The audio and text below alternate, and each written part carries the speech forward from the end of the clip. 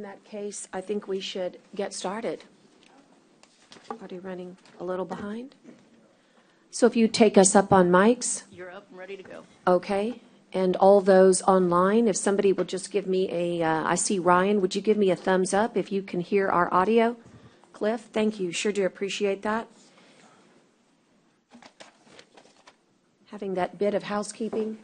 Let me go ahead and call this meeting to order at this time and ask all of you to please rise and please remain standing. We're going to begin with invocation. And by good fortune, we have Rick Milby here, the lead pastor of Abundant Life Fellowship. He will deliver invocation. After invocation, please remain standing as we will have the Pledge of Allegiance to the United States of America and to our Texas flag. I want to just correct one thing. I'm no longer the pastor of that congregation. I retired 2.5 years ago, but I'm still very involved in the community. But thank you very much. Thank you. Father, we want to welcome you in our presence today. Thank you, Lord, that we can call upon you as a nation, as a state, as a city and county.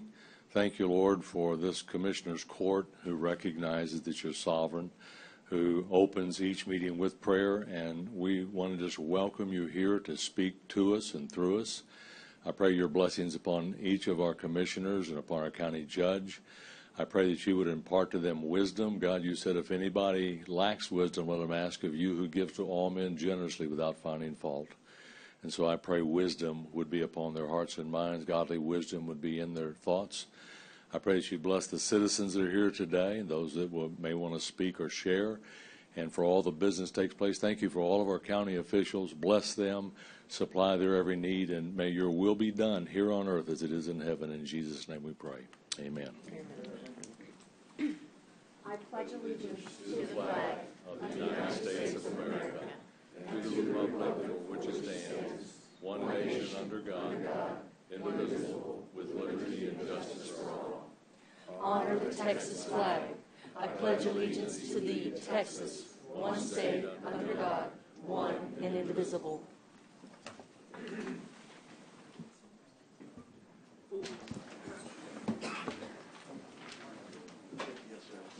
Right outside on the table. Thank you.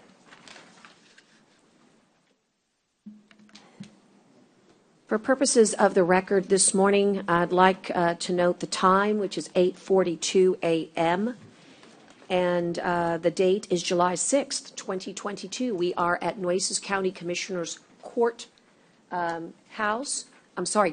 inside Nueces County Courthouse.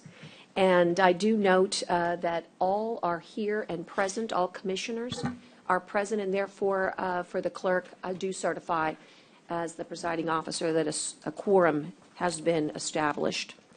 Let me announce at this moment item number D. It is the announcement on disclosure of conflicts of interest. Any conflicts of interest or appearance of conflicts of interest at this time with any item on the agenda shall be declared at this time. Members with conflicts will remain from voting and are asked to refrain from discussion on such items.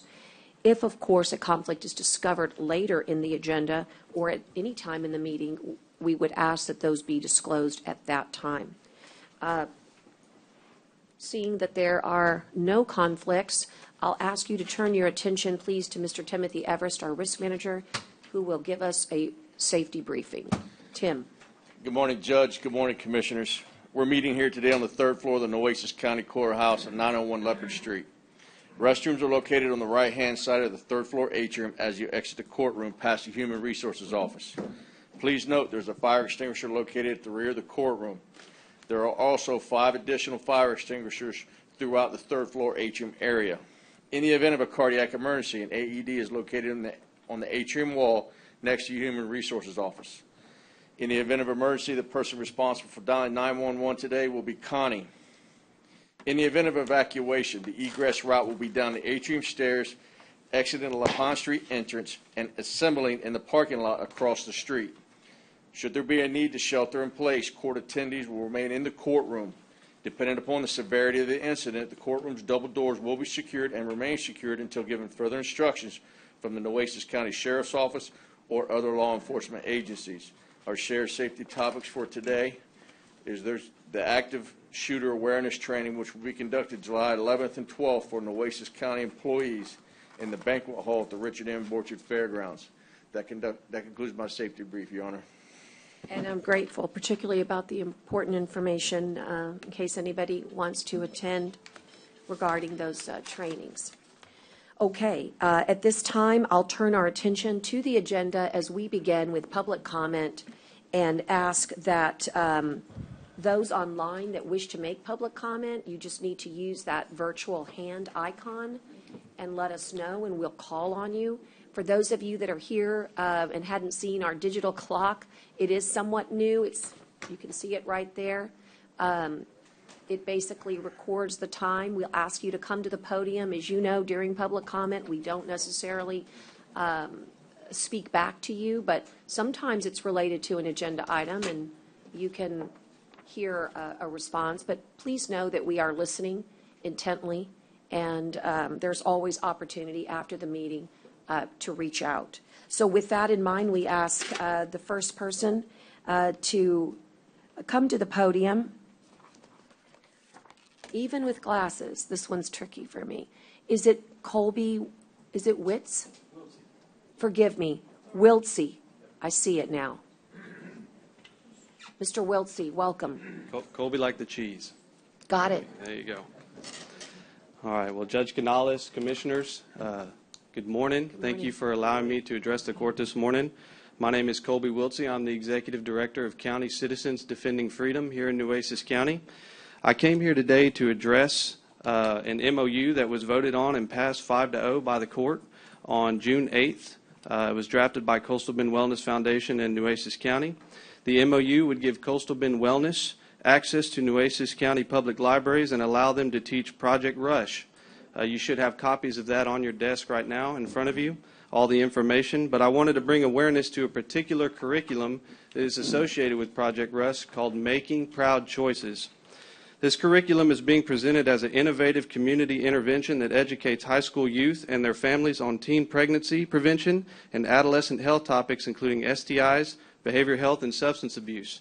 Now, on the surface, that sounds good, but when you look into the curriculum a little bit further, it appears that Making Proud Choices is essentially a how-to manual for sexual activity and implies that many, if not most, teenagers are sexually active in our community. Teaches them how to negotiate condom use and how to obtain consent for sex, and hardly discusses abstinence throughout the program. This program promotes acceptance of diverse sexual orientations and gender identities, and even contains same-sex role-play scenarios for teens to act out in the classroom. Making Proud Choices encourages detailed condom demonstrations and even includes a condom demo kit, including a wooden penis model and 75 premium condoms for the classroom. It's there on the paper from the website. The curriculum includes DVDs, with one of them containing animated steps to condom use, including animated figures acting out different styles of sex. Making Proud Choices promotes transgender ideology. It promotes contraception and abortion and undermines parental rights by teaching children they don't have to tell their parents if they want to go get tested for STDs, and instructs them to call clinics beforehand and ask questions like, what are your policies? Do underage teens need parental consent for testing and treatment at your clinic? When we presented this to Corpus Christi Independent School District Student Health Advisory Council back in April this year, they voted 8-1 not to allow this curriculum into our schools in CCISD. If our CCISD SHAC committee was able to realize that the curriculum is not appropriate for children in our schools, in our community, then I would hope this body would come to the same conclusion. I want to believe that if you had known about this curriculum on June 8th, you would have voted differently. And I'm asking the court to reconsider allowing Project Rush to be brought and taught in our public libraries, to terminate the Memorandum of Understanding with Coastal Bend Awareness, and ultimately protect the hearts and minds of the children in Nueces County from curriculum like Making Proud Choices. Thank you, and God bless. Thank you. The next person that signed up is Carrie Moore. Judge, Yes. the people online have their hands up. Yes. Thank you. I'll make note right now. Good morning. Welcome. Good morning. My name is Carrie Moore. I am the Education Division Leader for County Citizens Defending Freedom in Nueces County, and the Chapter Chair for Moms for Liberty in Nueces County as well. I coordinate the volunteers at CCDF who research the curriculum that is currently being used in our 13 independent school districts of Nueces County, as well as curriculum and organizations that are scheduled to be presented at our School Health Advisory Councils, or SHACs. In the last 6 months at both Flower Bluff ISD and CCISD, we have shed the light on the help the SHAC members stop making proud choices and the extreme over-sexualization of our minor children contained therein. In April, we brought 17 books to the attention of CCISD that violate state obscenity statutes 4322 and 4324 in the Texas Penal Code regarding sexualization of our minor children. As of today, we have another 21 books that also violate obscenity statutes ready for submission. National lists are in the tens of hundreds that we have yet to cross-check with our county that would violate Texas state obscenity statutes as they stand on the books today. The over-sexualization of our minor children is prolific throughout way too many areas in their life. The material that over-sexualizes our minor children makes an enormous impression on both them and their worldviews. It diminishes the value of how God created them and suppresses their natural inclination to protect that value. Our mission is to eliminate the severe lack of proficiency in areas such as math, reading, writing, history, and science by prioritizing these subjects and eliminating the constant over-sexualization of our minor children. We ask that you terminate this MOU with Coastal Bend Wellness. Thank you. Thank you. And now I'll call Sean Flanagan.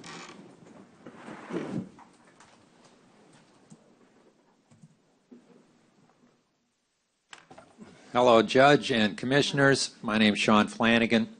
I am a veteran. I've lived in Corpus 22 years. I retired from coaching and teaching at A&M Corpus Christi.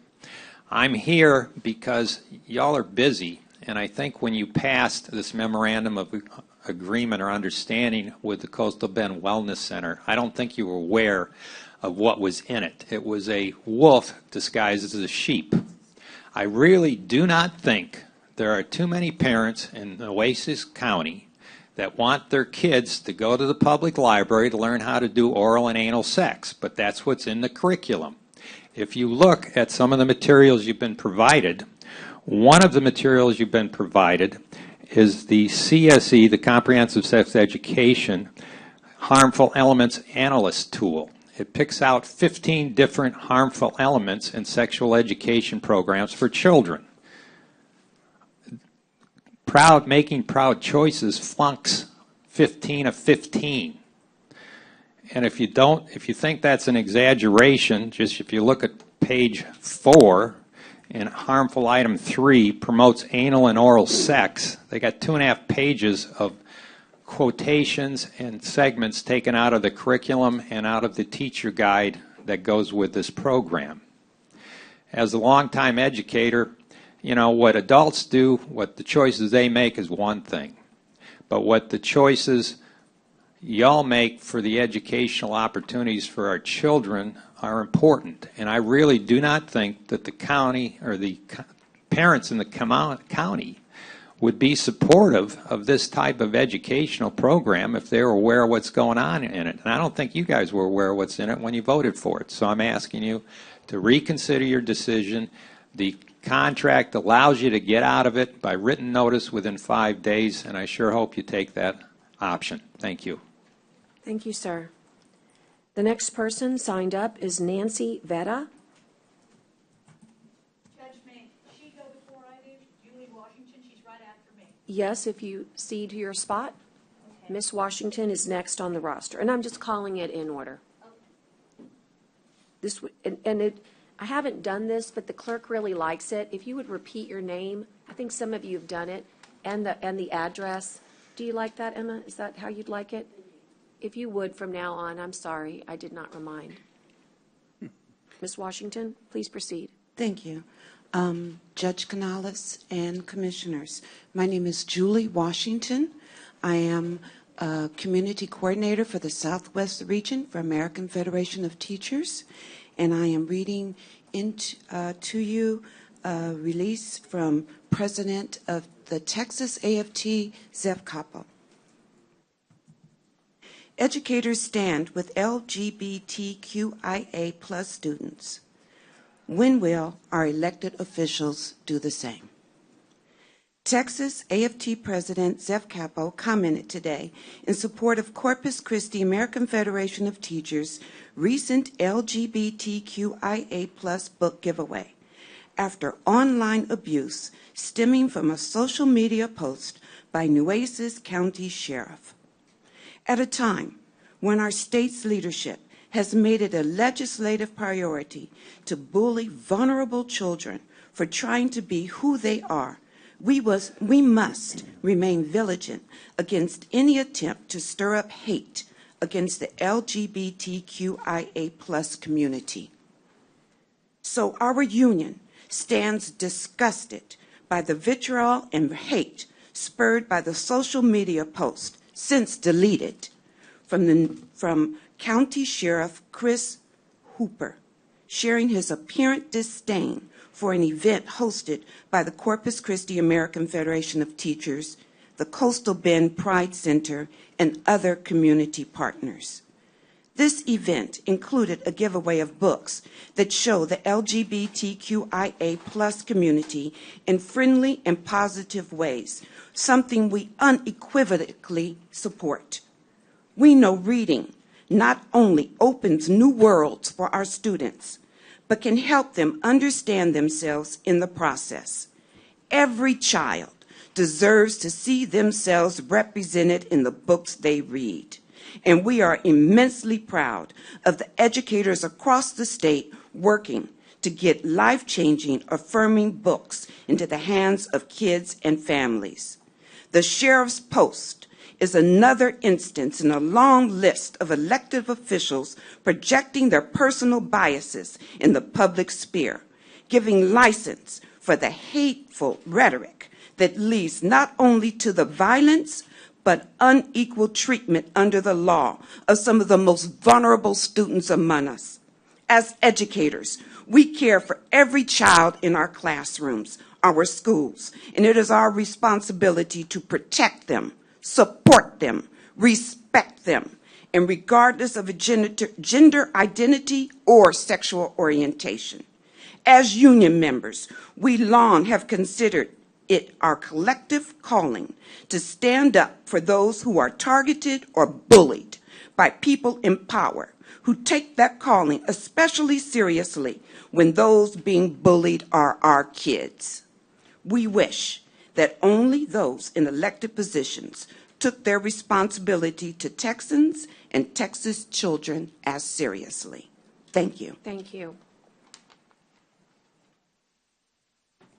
Ms. Vetta? Nancy Vetta.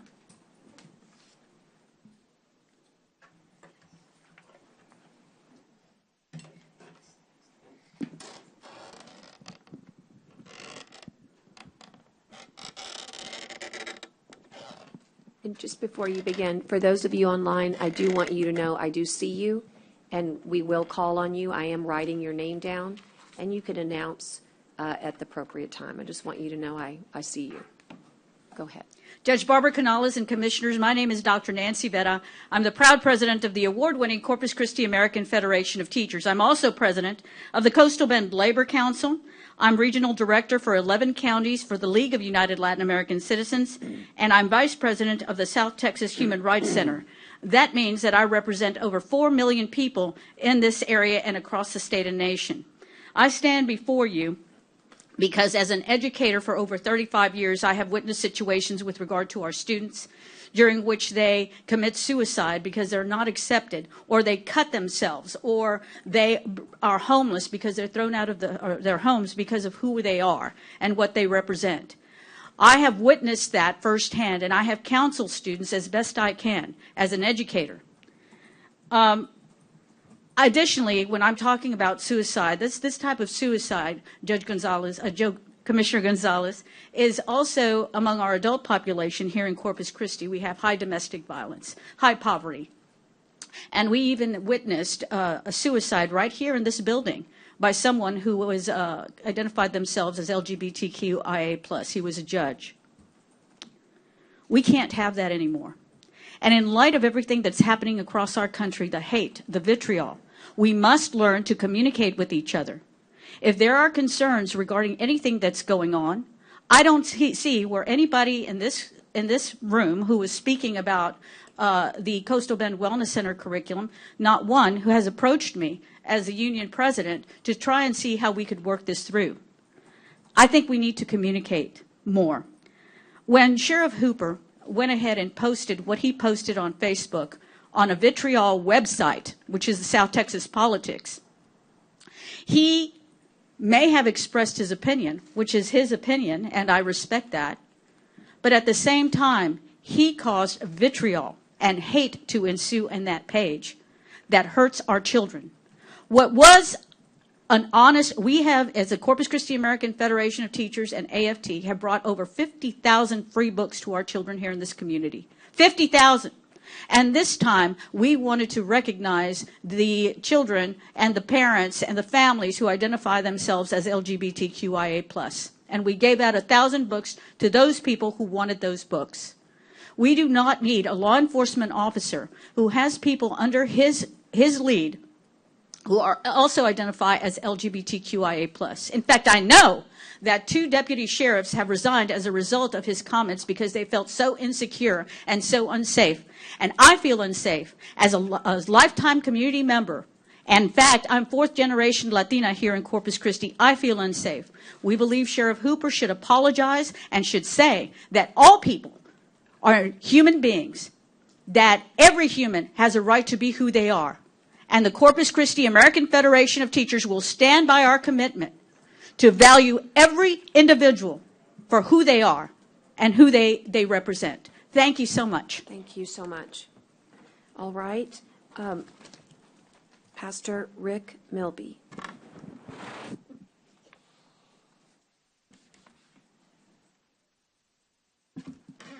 Thank you, Judge, and Yes. thanks to each of our commissioners for your service to our community, and thank you to the citizens who came today to share their views and opinions for our county. I'm a little taken back by what I just heard. I saw what our sheriff put online.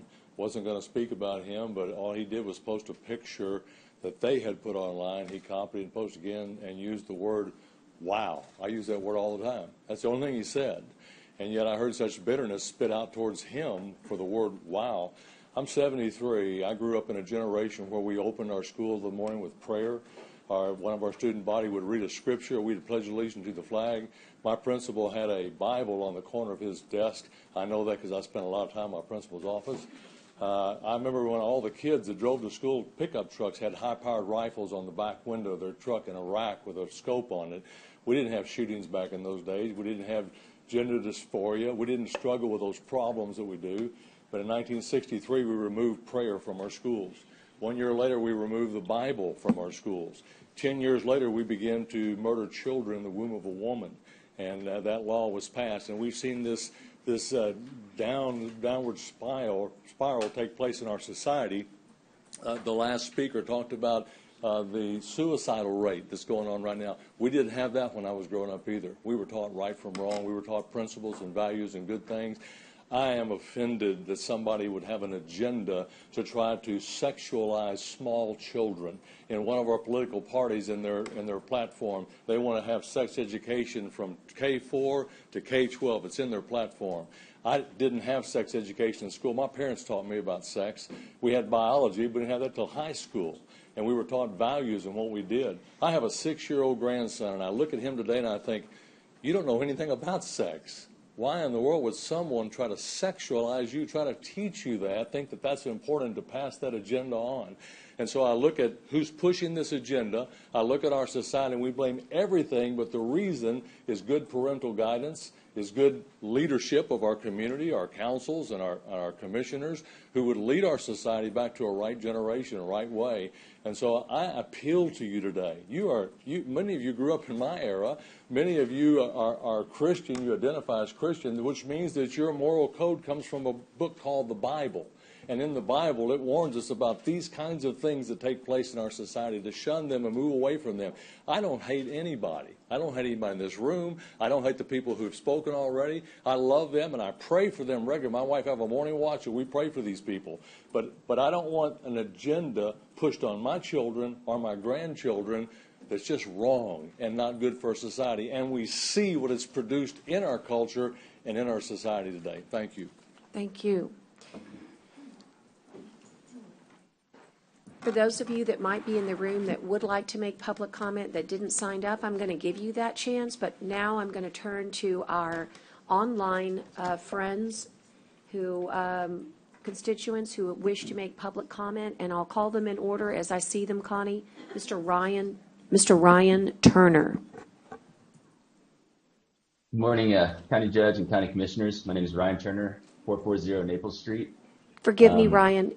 Would you make sure your volume is just a little louder? Connie, will you also help, whatever you can do? Can you hear me now? Commissioners?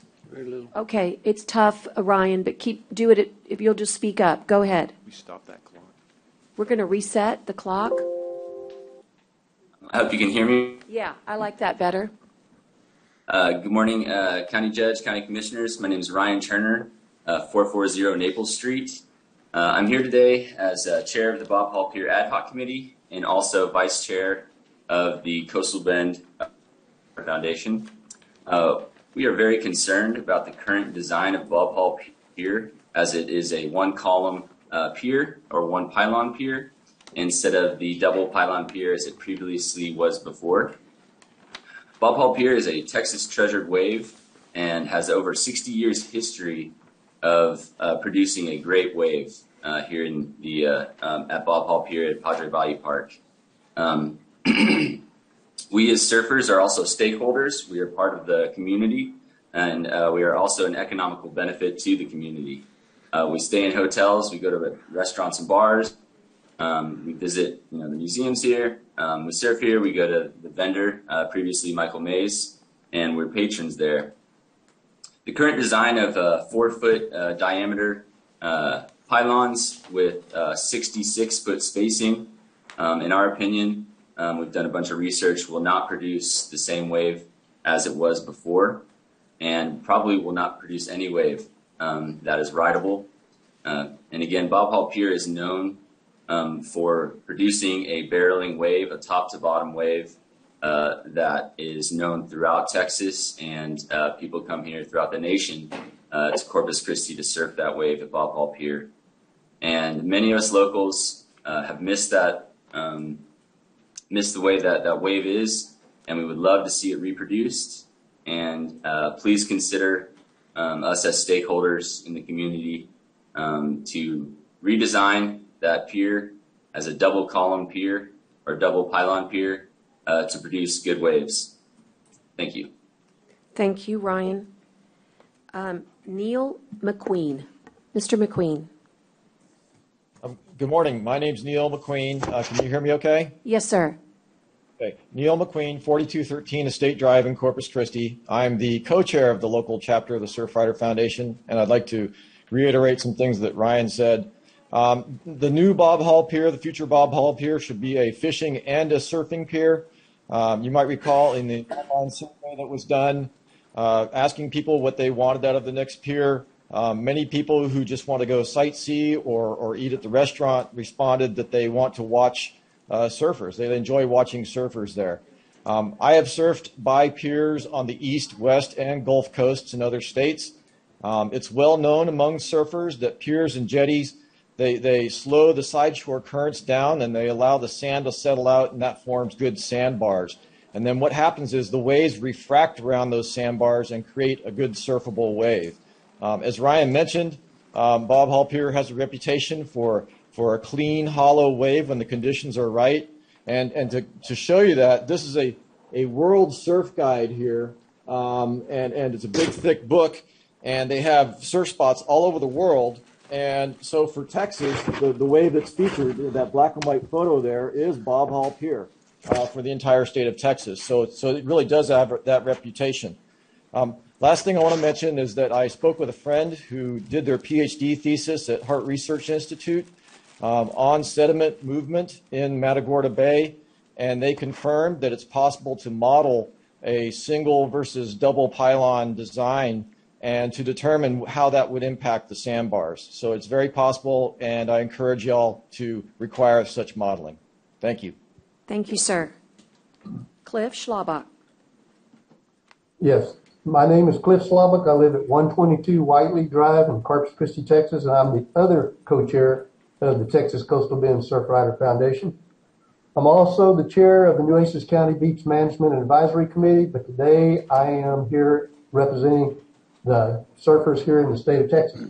I've been surfing here along the Texas coast now for 59 years this year. Next year will be 60 years, and I plan to throw a big celebration. It's a long time to continue surfing. All of it's been here, or nearly all of it's been here along the Texas coast. And so I've had a lot of experience with the piers here. I've surfed next to every single pier that's been built here since the 60s. And I can tell you from my experience that the more pilings that we have in the water on these piers, and that was certainly the case with the wooden ones, they had a lot more pilings than even the concrete ones have now. The quality of the surf was much better then, and those piers were destroyed by storms and replaced by concrete piers, and the concrete piers have less pilings. Because they have less pilings, as Neil pointed out to you, it changes the conditions. And with less pilings, there's less quality to our surf next to those piers. So I have some serious concerns about the single piling design that's currently being considered for the new Bob Hall Pier design. I'm hoping that the county will stay with the twin piling design. I feel like that will help maintain the quality of our surf next to those piers.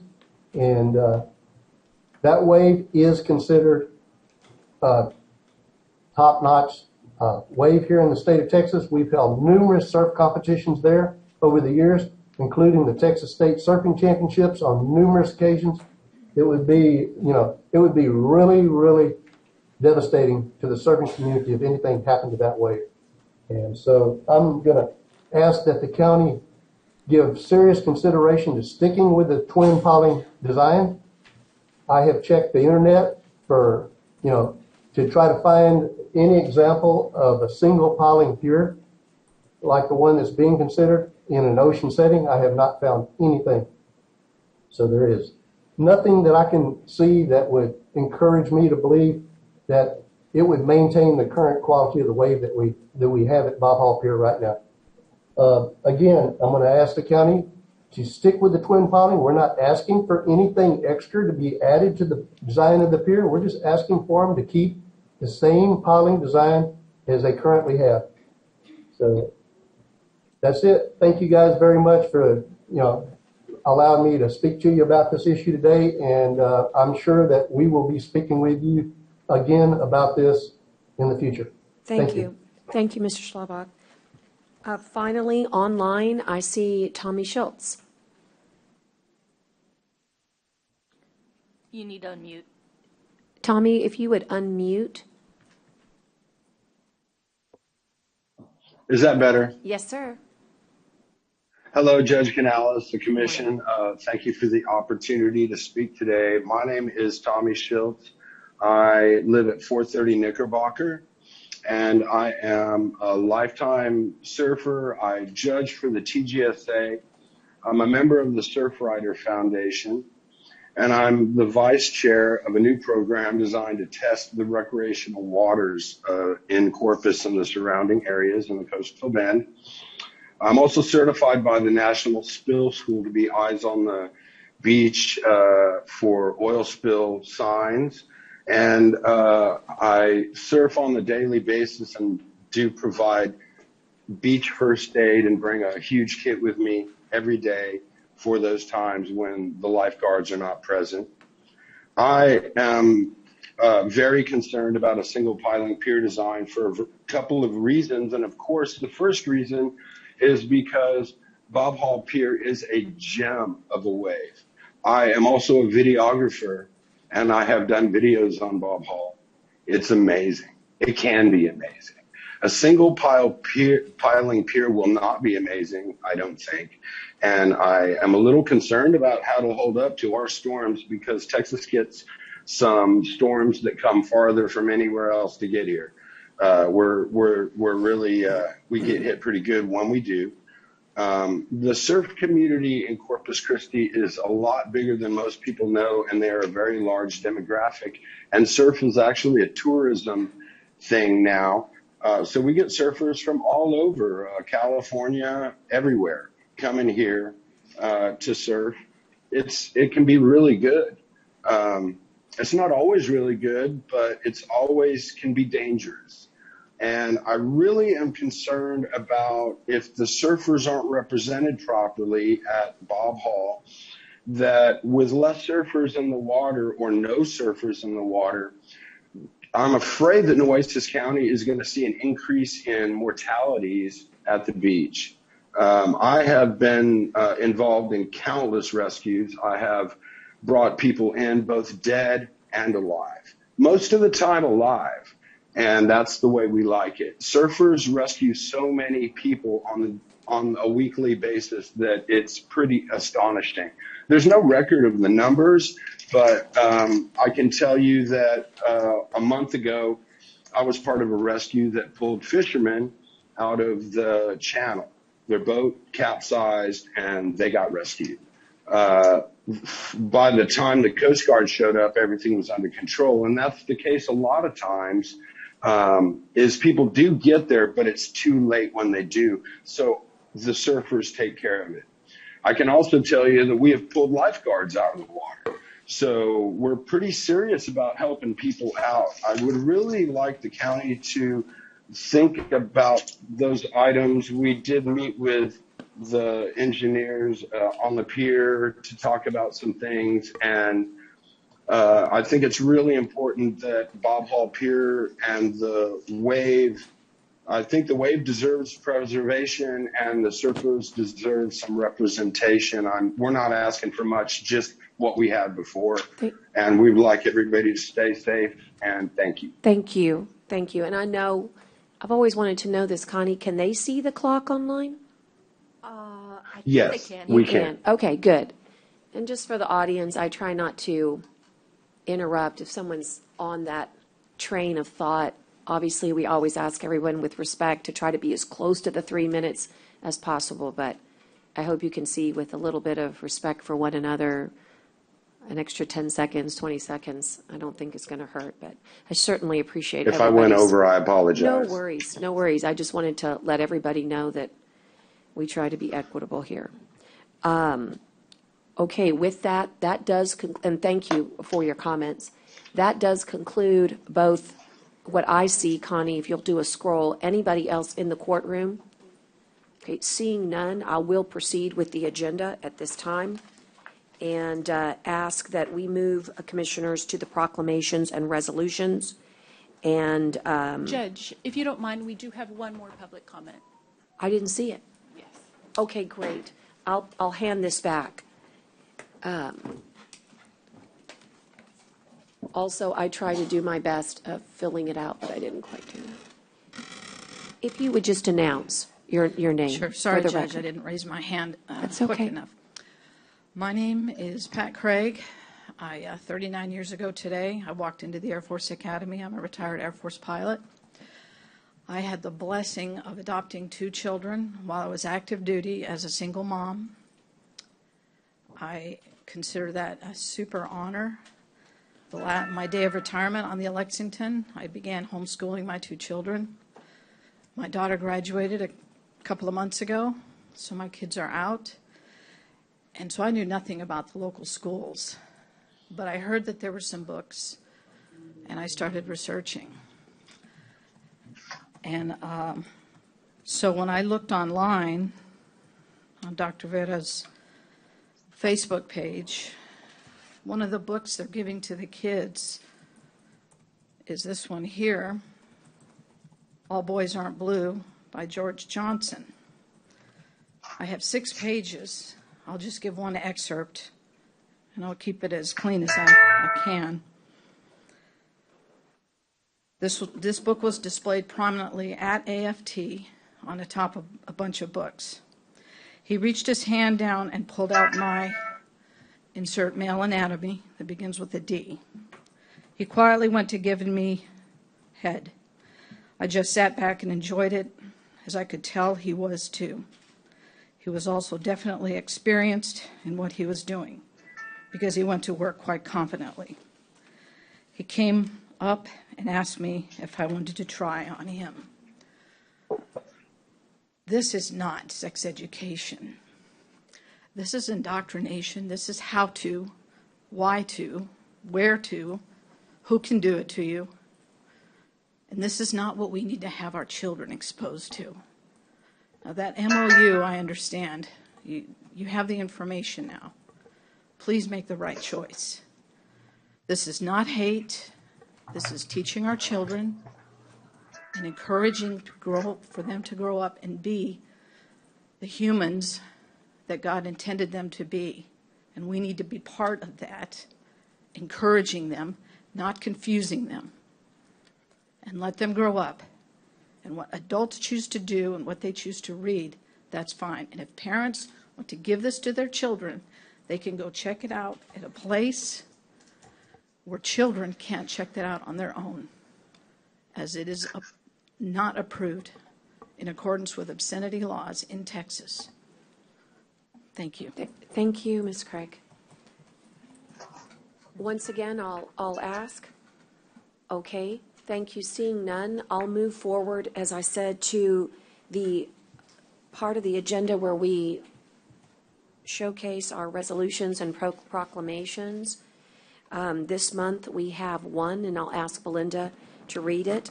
It's in recognition of month as Minority Mental Health Awareness Month. I noticed that we have Officer Barnes here. We also have MHID, Angela, yeah, right in front of me. And perhaps many others. NAMI, thank you. If I take these off and just refocus, I can see NAMI, you're here with us. If you are here representing a mental health organization, of course, we're going to recognize you here in just a moment. I'd like you to turn to Belinda and have her read that resolution.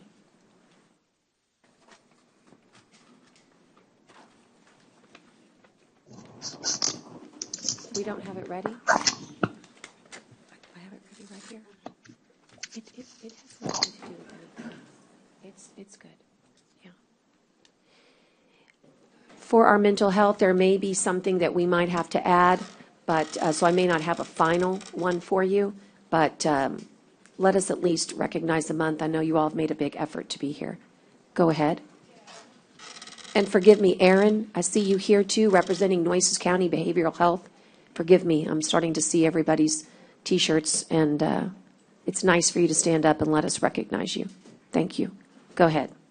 Whereas B.B. Moore Campbell was an accomplished African-American author, journalist, advocate, longtime National Alliance of Mental Illness, NAMI member, a national spokesperson for mental health education and support, and whereas in 2008, the U.S. House of Representatives designated July as B.B. Moore Campbell National Minority Mental Health Awareness Month in her honor to enhance public awareness of mental illness and mental illness among minorities. And whereas the annual prevalence of mental illness amongst U.S. adults by demographic groups are 13.9 Asian, 17.3 Black African American, 18.7 American Indian or Alaskan Native, 35.8 multiracial, 16.6 Native Hawaiian or other Pacific Islander, 18.4 Hispanic, Latinx, 47.4 LGBTQ+, and whereas according to the Office of Minority and National Affairs for the American Psychiatric Association, approximately 2/3 of all people with a diagnosable mental illness do not seek treatment due to stigma, lack of community-based resources, inadequate diagnosis, or no diagnosis. And whereas mental health conditions do not discriminate based on race, color, gender, or identity, and whereas the effect of racism and racial trauma on mental health is real and cannot be ignored, and whereas underserved communities and communities of color need culturally competent and mental health resources, and appropriate training of all healthcare professionals and providers to serve multi-ethnic consumers. And whereas access to mental health treatment, services, advocacy, and quality of care to live healthy and fulfilling lives are of paramount importance. And whereas the month of July is a time to amplify the message of Together for Mental Health and to focus on the healing values, prioritizing mental health as mental well-being, and acknowledge that it is okay not to be okay. And now, therefore, be it resolved that the Commissioners Court of Nueces County does hereby proclaim July 22 as Minority Mental Health Awareness Month and calls upon all citizens and community members to eliminate stigma and discrimination for all individuals living with mental health conditions, promote public awareness of mental illness, and advocate for better access to mental health services. Let our communities unite together. Thank you. Is there a motion to approve the Minority Mental Health Awareness Month resolution? Second. A motion and a second. And I just want to have you all self-recognize, and boy, mental health is the crisis of our time. And I just want to thank each of you, as each of you play a role, from law enforcement to focusing on our families like NAMI does, MHID actually focusing on the patient. We can't say enough about what you do, and we also can't say enough of how much you're needed and how much we need to continue to increase access to mental health services. Who would like to represent this morning? I would appreciate it. And I'll go ahead and start. Thank you. Thank you, Judge Canales. My name is Angela Horner, and I am the Program Director of the National Alliance on Mental Illness, NAMI, Greater Corpus Christi affiliate. Each year, millions of Americans face the reality of living with mental health conditions. As we know, mental health conditions do not discriminate based on race, color, gender, or identity. Anyone can experience the challenges of mental illness regardless of their background. However, background and identity can make access to mental health treatment much more difficult. The B.B. Moore Campbell National Minority Mental Health Awareness Month was established in 2008 to start changing this. Minority Mental Health Awareness Month is observed each July to bring awareness to the unique struggles that racial and ethnic minority communities face regarding mental illness in the United States. The COVID-19 pandemic has made it harder for racial and ethnic minority groups to get access to mental health and substance use treatment services. Taking on the challenges of mental health conditions, health coverage, and the cultural stigma of mental illness requires all of us. This month, we will amplify the message of Together for Mental Health. We will use this time to bring our voices together to advocate for mental health and access to care. Together, we can realize our shared vision of a nation where anyone affected by mental illness, regardless of their background, culture, ethnicity, or identity, can get the appropriate support and quality of care to live healthy, fulfilling lives. Thank you all so much. We also have a few comments from, next we'll do Aaron Diaz. Yes, welcome, Aaron.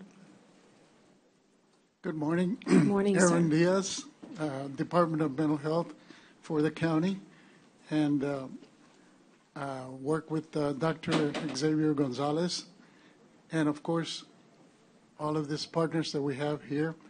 I am a social worker of over 40 years, and of course, a minority, and I'm here to celebrate that month of July.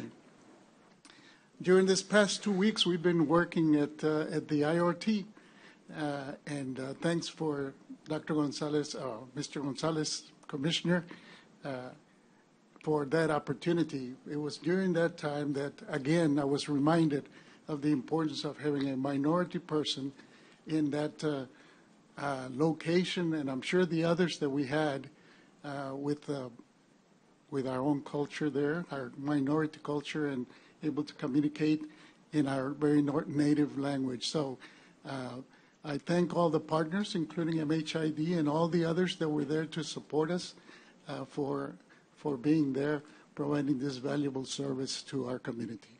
Thank you. Thank you.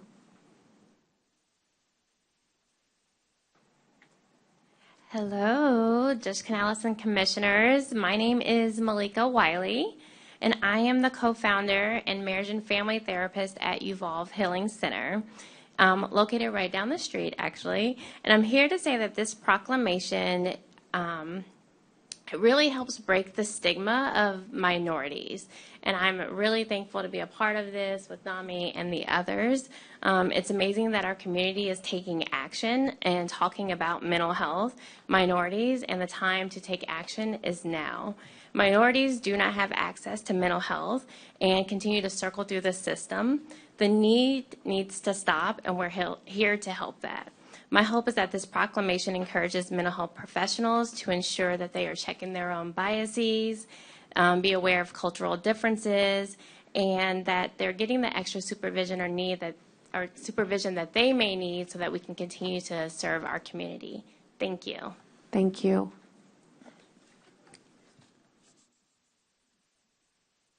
We're good, guys? I think so. Okay. All those in favor signify by saying aye. Aye. Aye. That's the housekeeping part.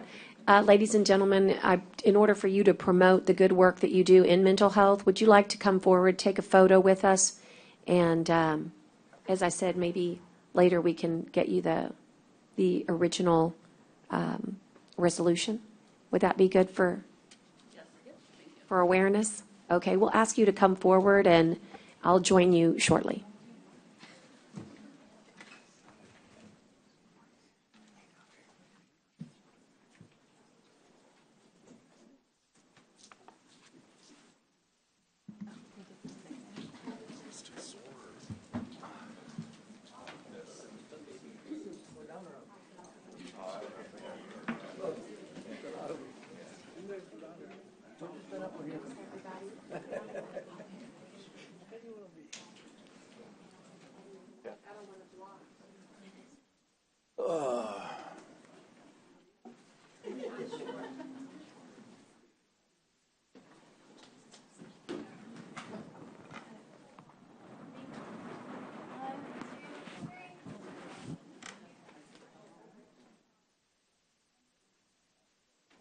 Thank you for all you do. Thank you for all your services.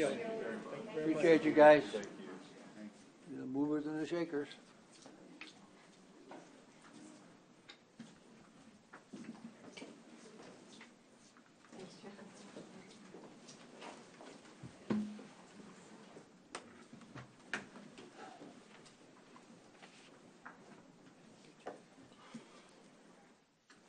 We have one certificate of recognition this morning.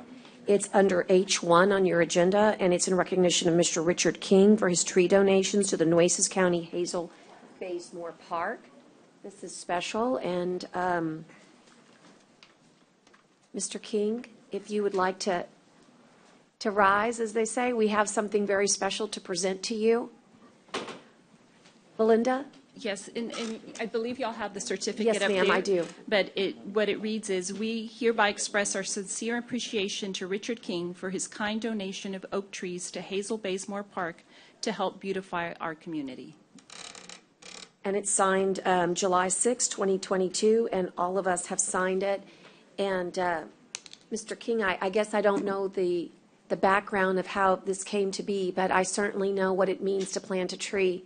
And the seeds we plant today, of course, are the shade we have tomorrow. I am so grateful. I'm glad Edward's approaching. Edward, shine some light for those watching. What a beautiful gift this is. Good morning, Judge. Good morning, Commissioners. This man right here, he's a parks employee. There's nothing to it. He's out there more often than we are when we were putting in the trees. So his donation consists of 6 trees with a caliper of about 6 inches. Okay. So that means that each tree is about $2,000. So we're not talking about small trees. These trees are already grown up. I'm speaking for Richard, but he envisions children playing under those trees. Those trees are bringing back what used to be there, which is that riparian area for the river area. And it's part of a program that now we can see into the future. Commissioner and I, and he met out there one day, and he said, you know what, I want to donate some trees. He went all the way to Houston, I believe. It was Houston, right? Houston. To pick and get those trees. And then he came back, and of course he was a good supervisor. He supervised the installation, brought in, said, you know what you need? You need some dirt here. Brought in some dirt. My staff mixed it up. We dug the holes a little bit extra wide. Wonderful man, wonderful project. Those trees are already being used, being seen. We're looking for the future. Again, Parks employee.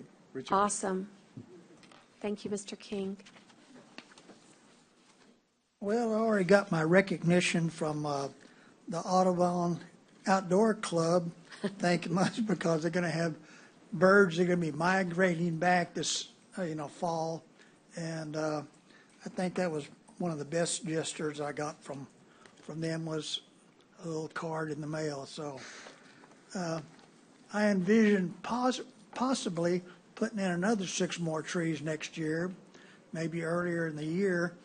I just want to see how great they're doing here. That the county's been really wonderful about watering them and, staking them out and straightening them out. And so I think the county has put in more effort than I have. I mean, the county has really taken care of us down there, and it'll help beautify our parks. So that's just, here's to it. So that's about all I have to say. It sounds like you're a great partner and a great employee, and this is a great gift.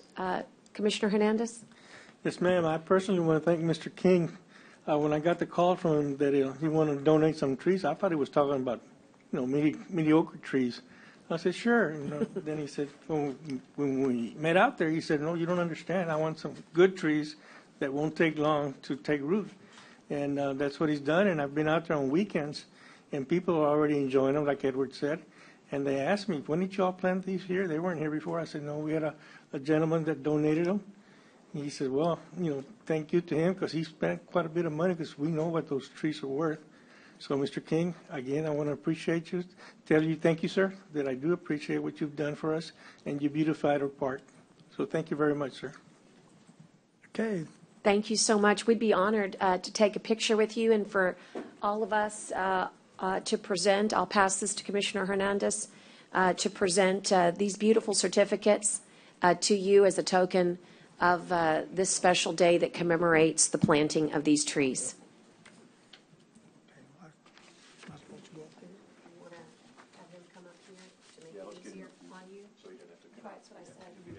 Mr. King, it might be easier if you join us. Yes, sir. Yes, sir.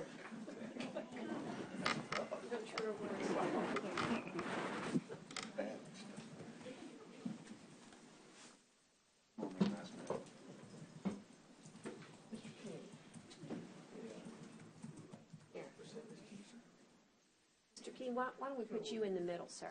Okay. And I'll flank, Hernandez can come right here, and I'll flank John on this side. You know that.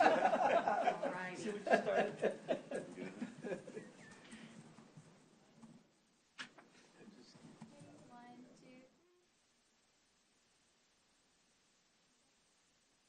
Would this be Mrs. King? That's Mrs. King. Mrs. King, thank you as well.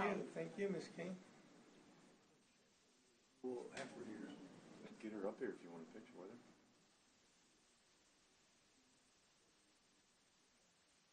Thank you. Ms. King? Do you want to get her? Would you like to join us? No. You should. Okay. Thank you, sir. Thank you for what that hat represents. And also, really, what a beautiful gift. There's a little story called The Giving Tree, and I always read it every time I go to a school, because it's the most beautiful gift about what a tree can give to a child. So I got to get a copy and have you autograph it for us, put it on the library, because this is really special. See, that's what I really like. Well, that's a good one, and that's a big one. And like I said, those birds are pretty. Here, let me get these glasses. Let me get these glasses. Oh, yeah. Oh, yeah. That's very special. That one's to Frank. They're only 18 foot tall now. They'll get bigger. They'll be our own little redwoods over there. Our own version. Well, thank you, sir. Thank you again. Yep. Oh, when we got through planting the trees, Mr. King invited us to lunch at that. Edward, tell your crew thank you very much. I know they've done a good job. We're just transitioning here, getting everybody back in their places. If you'll just hold for us for just a moment, those of you online. We're going to move to general information reports, and Louis Ray is here with us to discuss those items related to emergency management. And of course, our agenda talks about all the different types of issues that come under, including ERA, ARPA, COVID-19, et cetera. Good morning, Louis. Thank you so much. Good morning, Judge. Good morning, Court. So we'll start off with the weather update. So this week you can expect triple-digit highs the entire week long. So we're looking at an average of about 100 degrees. And the heat index is going to be well above 110. So we're looking at about 111 through 113-ish for the heat index. So that's what it's going to feel like. The average humidity for this week is about 35%. And they're going to be peak wind gusts of about 25 miles per hour for this week. For our KBDI, for those who are concerned with wildfires, the average for our KBDI for this week is about 640, and that's for today. And then our minimum was 562, and the max is 683. So what does that mean? That means there's a lot of potential for wildfires for the amount of fuel, or the potential for if there's a spark to cause a wildfire outbreak. So we ask that you all be careful, and remember there's a fire ban in place. COVID-19. So there's been an increase to the COVID-19 numbers. So we're looking at a positivity rate of about 31.86%. And for our community engagements for this month, so the emergency management team will be speaking at the Nueces County Community Action Agency on Tuesday, the 26th of July at 9:30 to about noon. And we're going to be talking about a few subjects there. One is potential for hazardous weather. Another one is talking about chemical reactions, and how to report them. And we're going to also be talking about active shooters. So the state did a steer purge. That is the state Texas emergency. I forgot what the A is. I'm sorry. Registry. So the steer is what we use to kind of identify those people who are medically fragile and need to have some type of assistance in evacuation. So the state did a purge of those people who registered last year on the 1st of July. So what we're asking those people who registered last year in the STEER program to go ahead and re-register this time around for this year. What that allows us to do to look inside the STEER for Nueces County and see if you need help. Now, remember, if you register in the STEER program, that doesn't mean or guarantee that we will come out and evacuate you from your location, but it also gives us an idea of who needs that kind of evacuation. So I had a conversation with the Driscoll Community Center yesterday about the STEER, and one of the things I wanted to bring out is a lot of times if you are in a dialysis clinic, they may register you for STEER. You can ask them, and they could probably do that for you. But it's not only just for dialysis, it's for people who are on oxygen and need that extra help. It allows the county to have an idea where you are and how to get out to you and check on you. So ERAP, the administrative funding for ERAP has expired. We need to talk about how to pursue the ERAP program to make sure that we are helping the community. HMAP, so the Hazardous Mitigation Action Plan, we're going to have a public hearing for the Hazardous Mitigation Action Plan, the HMAP. This will be on July 15th, and it'll be starting at 2 o'clock, and she'll wrap up around 4 o'clock. It's going to be downstairs of the county courthouse. And then monkeypox. So I sat through training on monkeypox. I put a list of things together that we're going to hang on to the emergency management website and put on our Facebook so you guys can have some ideas of what's going on with monkeypox. It is not spreading as swiftly as COVID-19, but it is in the United States, and there's a couple of people who've been affected with monkeypox in the state of Texas. Cordy, any questions? The only question I have is, and it's really to inspire a little bit of dialogue from the commissioners, God bless you. Excuse me. Thank you. Is, you know, it is so hot, and these, the indexes are just outrageous. We've been doing a great job at the county, you know, making sure that we have these cooling centers available. What do you think, and maybe this is more of a question to maybe bring back next time, but it seems, commissioners, that we ought to just have our community centers as operational cooling centers every day that we're open, and then any extraordinary circumstances, you know, maybe we should think about what does that mean. You know, like, for example, if we're on a holiday, or I'm just trying to figure out, do we have an SOP for these, because we know, when you said Driscoll, it popped in my head that we know that Driscoll is the biggest user, and I'm going to kind of throw Edward in here. They're the biggest user of our cooling centers or our warming centers, depending on what the weather's doing. We also see a great need in Banquete often. I'm just wondering, tell us a little bit more about that so that the citizens can know if they're in trouble, would that be a good place to go to? So for right now, Corey, we have our centers open for regular time. So we have in the past, and we probably will continue to do so for those times that are kind of outside of our normal business hours for those centers, to kind of extend them for usage. But that comes with a cost, right? So you have to have people to run those centers if you're going to run it for overtime. So we need to think about that as well. And if we can get volunteers, then we can use volunteers. I have Edward to speak more in detail about it. Yeah. What's our need look like, Edward? Judge, commissioners, when we're open 8 to 5.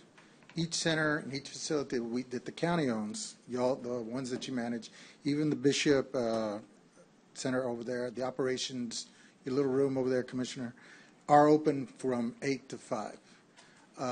That's our current operational period right now. So we will not turn away anybody anyway that wants to come in, cool down, can come in for those period of time. They can even go to the library, I believe, during their operational hours, so that's also a boon for them. As Louis said, if we're given notice, we can shift our hours. Maybe instead of opening 8 to 5, we go 9 to 6. Yeah. That would be the trade-off, and that way we would reduce the amount of time. The only times that it's a problem, as Louis was saying, is during a holiday, when if we run overtime or run time, the way that the county does that is our employees are going to lose out. Mm-hmm. So essentially what we try to do is flex everybody in those circumstances. Well, if we see that we're going to have that problem, we'll bring in additional park staff so that we can help flex. But someone's going to lose out. Yes. Well, I just wanted the commissioners to be aware of what we're doing during these unprecedented, heat. They call them heat domes, because they're just so vast. And then this is transitioning away from that, but back to steer, Louis, is I'm mindful that we just had literally not all, but some of the best organizations in court with us just moments ago for mental health. I'm wondering if you should reach out to Dr. Gonzalez and Aaron Diaz at our, mental health offices for the county and try to see what lists, maybe they can help with on steer. Because I think that's so important for us to, as you said, it's not just our renal patients, it's more than that. Although certainly those are the ones that we worry about kind of because our population with kidney issues and disease is so high. But I was also thinking about those mental health organizations and groups. Maybe Aaron could help, and that's somebody I think you should just reach out to. Okay, Judge. All right, commissioners, any other questions for Louis on anything? Everybody good? I'm looking for I got a question for Edward. Edward. Edward, we do the, some of the, because I don't have one, I keep tabs with you. About every 2 hours, you're giving me the numbers. But, and I forgot to ask you last time, do we also provide any kind of meals or anything? If it's, I know we had some a couple of the weekends. Do we provide anything for the people that are there? In that circumstance, no, because it's essentially they have water, toilets, that kind of use, but at this point in time, no, we don't bring any meals, we don't bring any, that's something they should bring with them. And again, they're not kept there, it's not as dangerous if it was at a nighttime ice situation, to where everything is freezing. We don't want them going out because the roads are black with black ice. We have trouble coming in ourselves, so we pretty much hunker down. But in these scenarios, we don't keep them there. They can go to the store. They can go quickly to their home, bring something. So that's same thing for the cooling days, or cooling. Correct, sir. With the cooling centers, I just thought maybe we could have some snacks, some bars, or something like that. Definitely possible. We can do that. Let me know if I can help with that. We could. And they can use our refrigerators. Okay. Edward. Edward? Did I also understand that we do provide water? Yes, sir. Okay. Yeah, and if I can help also with those snacks or whatever you need, let me know. Not a problem. I appreciate it. The thing that the last time, Commissioner, that y'all helped provide, I believe it was you, Commissioner Jack, was the coloring books, comic books, that kind of stuff is also good for not just now, but in the future. And I know at Bishop, we have a nice pantry of strategic reserve, snacks, those types of things. Maybe the thing is you don't have to ask, just if you want to, give, just give, right? I think it's too late when Edward's calling and saying, guess what, there's 50 people here. I think it'd be just a smart idea if you want to be a giver, go help with stocking that strategic reserve at the pantry. I'm certain that's always appreciated. And if it's perishable, well, we need to be mindful of the expiration dates. Yes, ma'am. Okay. Thank you, Edward.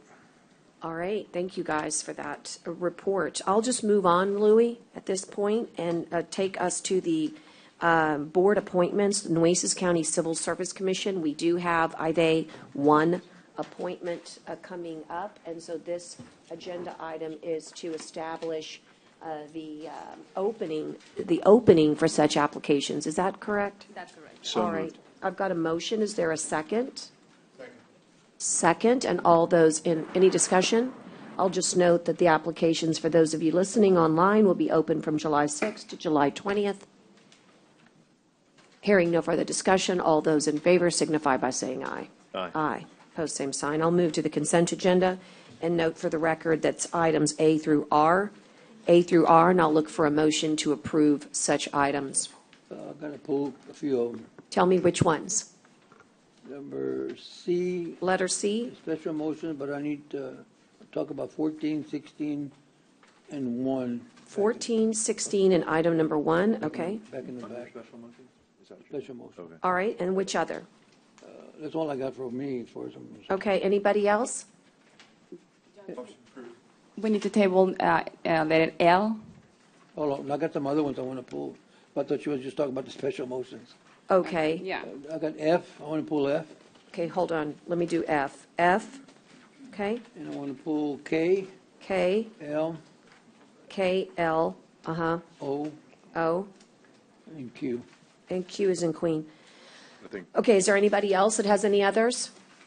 Okay, I'm going to look for a motion that includes all, with the exception of items C, 14, 16, and 1 on special motions list. Also, item F, K, L, O, and Q will be excluded, but all others will be in. Is there a second to this motion? Second. All those in favor signify by saying aye. Aye. Aye. Okay, let's just start them in order. Judge, I think I said L needed to be tabled. That's correct. And is that's the TIDC grant. Is there a reason? Yes, Amanda called the office and requested to table it. Oh, yeah. Amanda. And they already talked to the Okay. county attorney as well. Yes. And can you tell me, Jenny, a little more? Why? Because that's a huge, important grant that's probably timely, and we're not meeting again to the 27th. What's going on? I think there were some administrative things that still need to be worked out on their end, and it was provided to us yesterday for review, and it is much too large to do a valid review of it to present. And are we within the timeline? Couldn't we do a approval subject to the county attorney review? I mean, I'd really. You could, Judge, but I will tell you, You haven't I'm even. not presenting. You haven't even started yet. Right. All right, so let's see this back as a table then on item. Yeah, Jeannie, I also have L. some because I also have some questions on that one, so. Okay, Judge, do you want to communicate about that? Yeah, Okay. I can get you later. So motion to table till the next meeting? Motion till table to July 27th. And let's see if we can get that going there. Okay. Yeah, I think I got one, right? Yeah, sorry. All those in favor signify by saying aye. Aye. Aye. Opposed, same sign. Okay.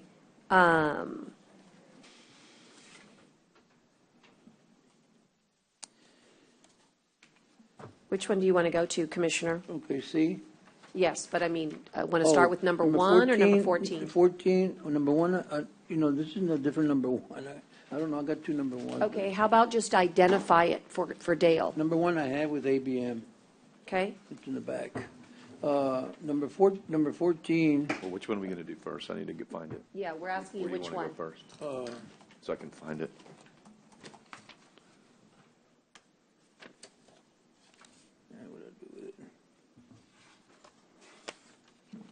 It's in the back of the motions. It says number 1, vendor name. It says 1, ABM Building Services. Okay. Is it an invoice that you're looking at, Joe? Yeah, that's the last page in the motions. And what is your question for Dale? Well, let me go back to C, I guess, number 14, right? All right, we'll start with number 14 then. Excuse me, Judge. Yes? I'd like to pull O and Q. Already got Well, it. we already pulled O and Q, sir. Oh, you did? Okay. Yes.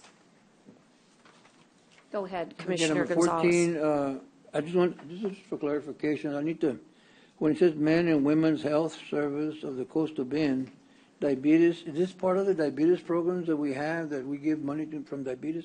Or is this another grant, separate from the monies we give out from diabetes? The Diabetes Association funds, and you see the total amount is diabetes. I don't see what precinct had provided the funds, but the normal contributions that are prior sent to court, and the total amount of the contribution was $5,000 as normal. Okay, I'm sorry, I really didn't hear you. This is a Dale, separate- could you repeat it again? Yes, this is a normal diabetes association. This was brought by to Commissioner's Court for approval, and I don't know which precinct this was for, but this is a normal diabetes association that comes out of our funds from the hospital district. Total amount contribution was $5,000. That's what I wanted to know. Yes. It belongs to one of the Yes. precincts, okay. Okay, so can we Yeah, get a so motion, moved. please? I've got a motion, I'll second. All those in favor signify by saying aye. Aye. Pose Is that same the- sign. Item number 16, Same thing perhaps? for 16, Dale? 16 is the same thing, and you'll see on the item there, we actually have a listing of the precincts, Precinct 1, Precinct 2, and Precinct 4. I believe it's 4, yes, 4. All of the contributions that are matching for our Diabetes Association in the amount that is approved by each commissioner. And which is that one? Number 16. Number 16 for the American Diabetes Association. Oh, Okay. right. Okay, so is there a motion? So moved. All right, I'll second. All those in favor signify by saying aye. Aye. That takes care of 14 and 16. What about the last one? The other one is on the, it says number 1, but ABM, on the energy projects, both dated 3/31/22, 3/31/22, and one is for 178,000, there's 248,000, so 426,000. So what projects are these? Are they finished in the same day? Are they finished, or they just a payment, or what? These are normal payments for their contributions they're working on. I believe this is still at the fairgrounds. I'll have to give you the invoice numbers for that to find out exactly where they're at. As they complete, I don't believe they're completed at the moment, but we'll make sure you get the information for that. Good, but that's already been paid? They were already paid, already approved, and we were submitted to Bank of America for the funding for it. And how do you know whether it's the jail, the annex, or? The invoice will say that has been approved, if Okay. it's been paid, has been approved by Public Works through their Right. initiation, has been submitted to Commission Court Administration for submission to Bank of America for Okay. drawing of funds. So by the time it gets here, it's already gone through all of those steps, from Public Works all the way here? Okay, do you have any other questions? Okay. Commissioner? And we do have Judge? the invoice, right? We can get you the invoices. Commissioner? Yeah. Yes. For this is invoice number 7 for ABM, and it's for the jail, and it's for juvenile detention. The jail's portion is $178,965 and 90 cents, and for juvenile, it's $247,500 for the total of the $426,465.90. And what kind of project is that? For the jail, I'm sure it was for air handlers. And the juveniles has been the roof. For juvenile, it's the cooling tower refurbishment and roof replacement. I'm sorry, Teresa, what is it? Cooling tower? It's for juvenile, it's for the cooling tower refurbishments and the roof replacement. Cooling tower. Okay, thank you very much. Appreciate it. Okay, is there a motion, sir? So moved. And I'll second. And all those in favor signify by saying aye. Aye. Okay, let's move on to item F. It is a personnel action. F1. Well, let me see. Yeah, I just have general questions about the personnel action report, and I don't know, is Julie here or not? Well, we can call her. Can I skip to another one and then come back to Well, it? I just want, really what it is all of them.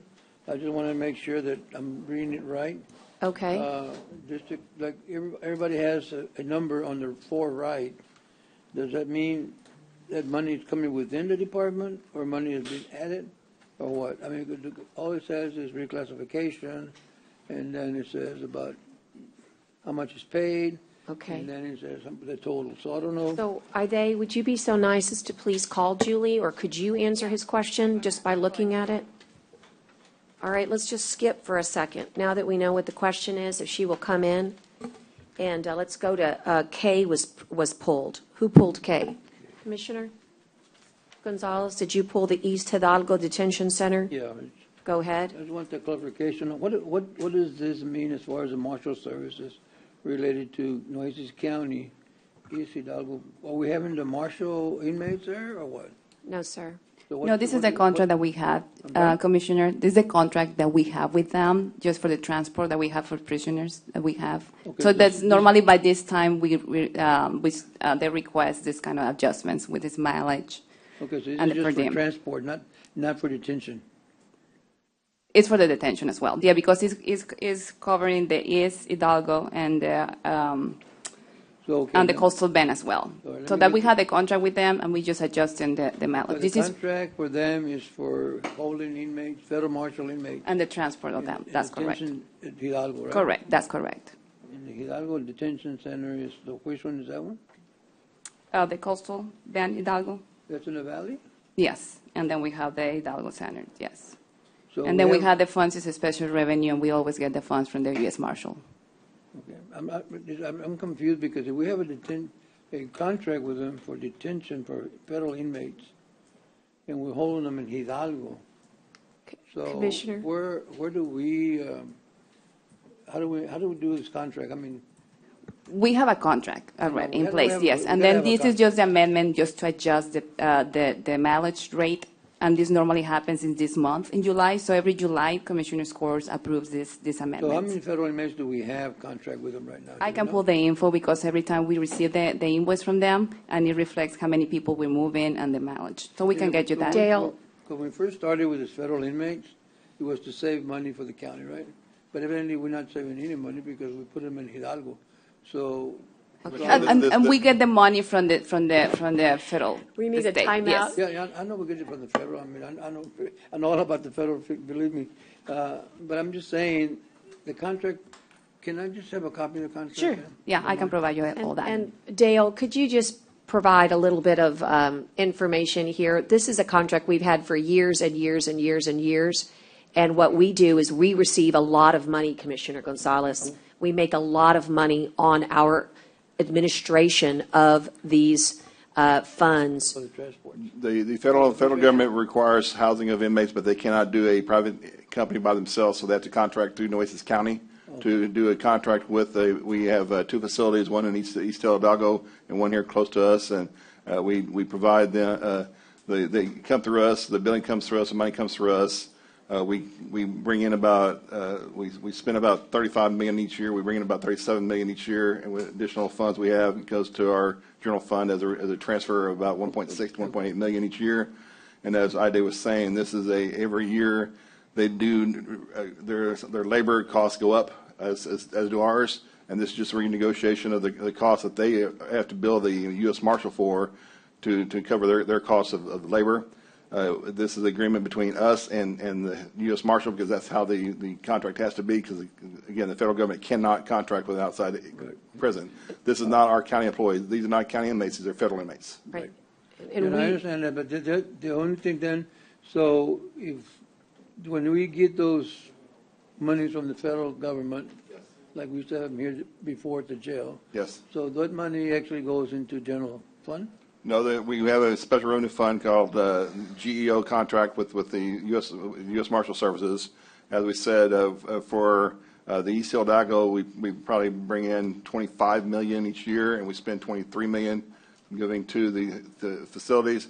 And the difference, we keep that, and as budgeted each year, we transfer any proceeds that we have up to $1.5 million from that fund over to a general fund. So the $2 million we make profit. So normally we put 1.5 million. 1.5 to 1.8 million each year in the general fund. At the end of the year? Yes. Because we need to make sure we cover all costs associated with the housing of it, because we do have one of our employees housed at our local facility here for our side of it, and we do have some expenses for that association. The remaining portion of it is all expenses through GEO. Okay. So we usually leave about a balance of 500,000 then. 300,000 to 500,000, yes, in our balance each year for that fund, yes. Can you give us a copy of the revenue that we get from the federal? We can, yeah. You want one for both, or just for one facility? For both. Yeah, we'll do that. But when we keep the 500,000, that's already total from both, right? Yeah. Okay. And just to be clear, we negotiate with the GEO group. And the GEO group we have two facilities, commissioners, the Coastal Bend Detention and the East Hidalgo unit, both of whom have different contracts based on prisoner population. We recently, in the last 2 years, renegotiated the Coastal Bend to bring more dollars to Nueces County. And East Hidalgo is up for renewal, I believe, next year. So, again, this has been going on in your county for well over a decade, and Maybe now we just start asking questions because the U.S. Marshal Service, I'll continue, the U.S. Marshal Service is the one that has to approve everything, but we're acting only as an administrator. So the dollars that we get are not for the actual detention, but for the administration of these funds. And Elva Fuentes is one of our primes on this from the auditor's office. So. And each year they do have, as ours with the union of the corrections officers, they have increases in salary, and then that they increase their rates each year, and these have to be brought for us for approval. Yeah. This is what we'll be billing the U.S. Marshal Service for. We come through us. Yes. For approval. Yes. Okay. I mean that's okay. Thank you. Appreciate it. And you'll get him all that info. Again, and is there a motion now? Motion to approve. And I'll second, and all those in favor signify by saying aye. Aye, okay. We've already dealt with L. We'll go to letter O. Commissioner Gonzalez. This is the Byrne Memorial Justice Assistance Grant Program. Yeah, just not what's the problem? What's the deal on the memorial? Is that like the JAG grant? Jack grants? Is that something almost? Okay, Anna's going to give you a little bit of background. Okay, thank you, Anna. Go ahead. Good morning, Commissioners and Judge. Yes, the JAG grant is the one that the city applies for, the city of Corpus Christi applies for. And they get awarded, we share half with the county and the city. And then from our half, we share it with the DA's office and the sheriff's office. It's separated 50-50. So our half, we just split it. Yes, The between the sheriff sheriff's and the DA's DA. office, yes. About how much is that, Anna? Do we get? This year, it's 103,000, so each one will get 51,000. So 102,000? 103? 103? 3,000.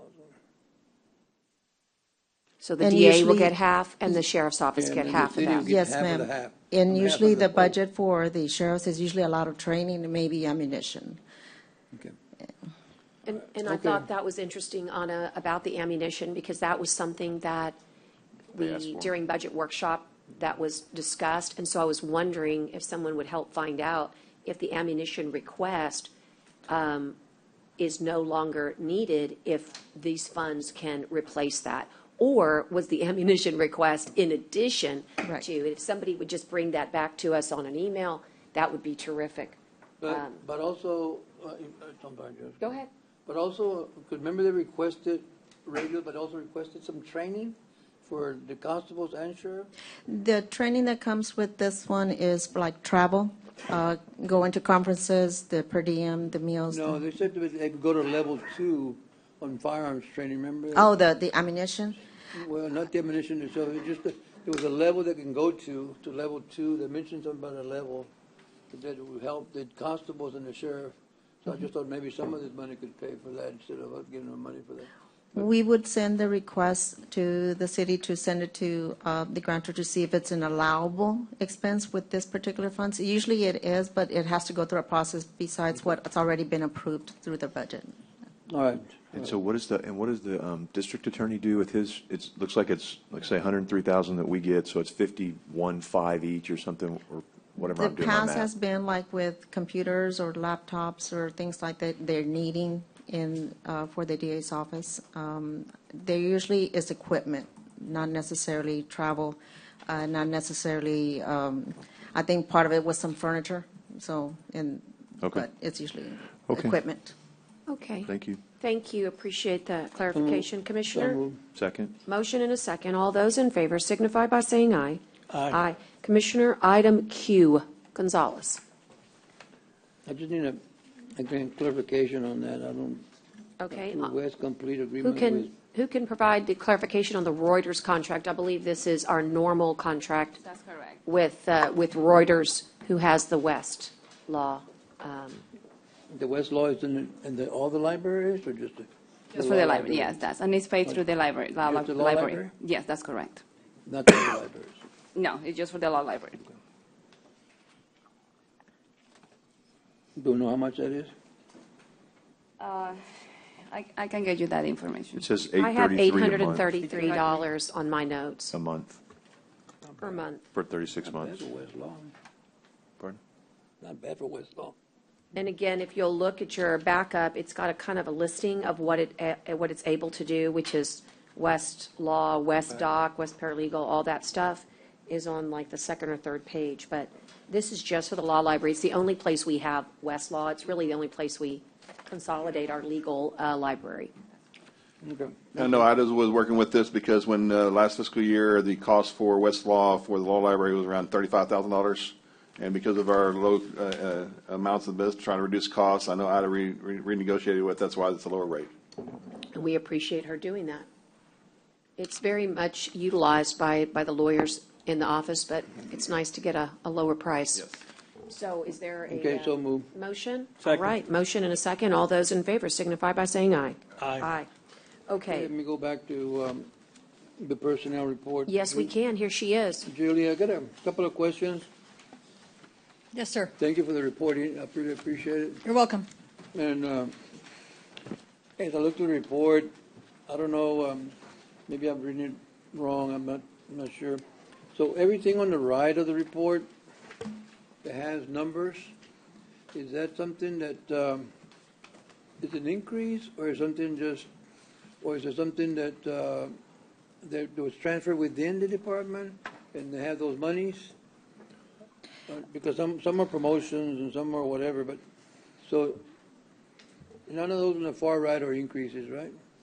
Well, the way the report reads is across, from left to right, for that one particular person, all the way across. Right, I got it. And so if it's a resignation, I'm only giving you $1 amount, and that's their final dollar amount. So down at the very bottom of that first page, there's a promotion. So it shows what the person was. Which one, where are you, tell me which one, Julie? On the first page, under County Attorney, Okay. Alexandra Fielder, it shows that that's a promotion.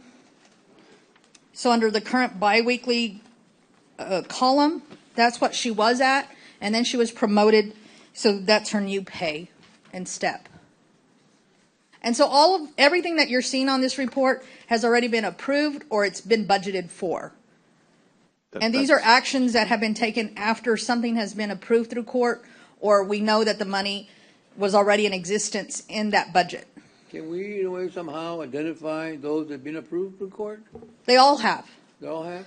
I'm only putting something that has already been approved. Nothing will go on this report if it has not been approved through court already. Any of these increases, reclassifications, we've already approved all of them, is what you're saying? That's correct. But you did say, or were budgeted for, but they still would have to be approved by the court. Well, if somebody's promoted within, that position's already, the position that they would be promoted to is already in existence, so it's already budgeted for. Okay, so you're just moving one person to another position that was currently already in existence. So the money is there. Okay, so my question would be, so there's no additional money being put in there? That's correct. Without the approval of the Commissioner's Court? Correct. This is all after the fact. Like Dale has told you before, it's things that are happening that have already been approved by you all. Some things don't have to come here, right? If someone, how does that work? The reclassifications usually always come through here, but like a promotion. A promotion, no. Doesn't. If the monies are already available within the department, then those aren't coming to you for approval by the Commissioner's Court because that position already exists. Okay. So these are just personnel actions that are taking place. It's kind of behind the scenes of things that are already approved, but HR knows that they're approved, and we're checking with, of course, the auditor's office, and those positions are already available, so we're able to put those people in them. Okay. Thank you, Judy. Appreciate that. Yes, sir. Is there a motion? So moved. And I'll second, and all those in favor signify by saying aye. Aye. Thank you. Okay, I skipped the minutes earlier, and I'd like to scoop those up. So moved. That was J1, it's June 21st, and I do have a motion to approve. Is there a second? Second, and all those in favor signify by saying aye. Aye. Aye. That takes us to the regular agenda at this time. And I was looking for Scott Cross for the BMAC, for the Dune Protection Permit Exemption, which comes from BMAC, but I don't see him. But the first item is discuss and consider approval of retroactive Dune Protection Permit Exemption for the repair of a dune walkover, Briscoe King Pavilion. And Ida and Francisco, I'm assuming everything's in order, and I've not received any information that would suggest anything else. No, that's correct. Okay, and so is there a motion to accept? So moved. Thank you. I'll second. Okay, I'll second, and then all those in favor signify by saying aye. Aye. Aye. Okay, great. And then the next item is discuss and consider the amendment to Jacobs Engineering Group. Let me read that correctly. Yes, Jacobs Engineering Group, Inc., engineering services contract for additional design scope, cost, additional time extension, and related matters. And I know that Lewis was going to be here, but I don't see him on either at this moment. But I can,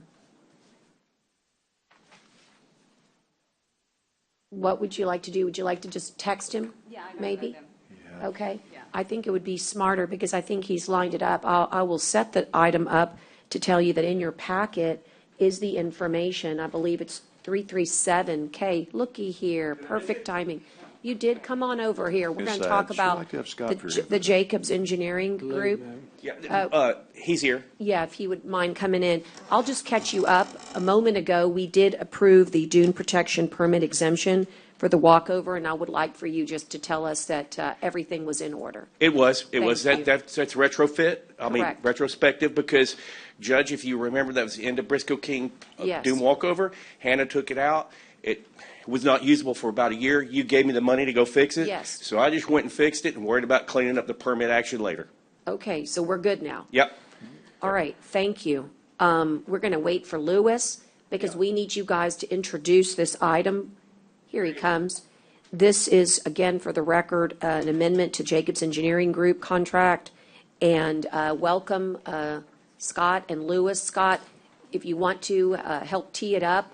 And then let Lewis take the technical questions or any of the questions the commissioners might have. Yes, ma'am. So working with Land and Jacobs, what you have before you is a request to amend their current professional services contract with additional fees to cover the engineering and design aspects of all those elements that y'all all agreed upon that you wanted to see on the pier after the town halls, the public scoping meetings, and all that. After we got all that input, then you say, okay, well, yeah, we want to see this. We want it 19 foot. We want our high, want it 20 foot wide, all that stuff. So that's what this request is about. And Cisco has the contract amendment. We just got it back from them last night. So I know you don't like this, but I don't have any control over it. Is this budgeted? Yeah, I mean, well, it would come out of the part of the 26.33 million. Right, but we had soft cost in there. Yeah, we had contingency. Yeah. Because I asked him that very question yesterday, and I think he can help address it. Yeah. Okay. So let me let the expert. Commissioner Chesney, Commissioners, Judge, appreciate the chance to come here today. With respect to the budgeted items for the fees, it is not, this amendment is not a line item in there. However, as I mentioned to Scott and the Judge Canales, is that when we put together an estimate, we look at always in the future being able to trim those costs through good engineering, tighter design. So even though it is not a line item, we fully expect that this project will come in lower than 26.3 million, that roughly 380K will be available after the other costs have been reduced. But I'm looking at this and maybe I've read it wrong. Items 1 through 11 are 372 and items 12 through 15 are 381. So that's more like 700.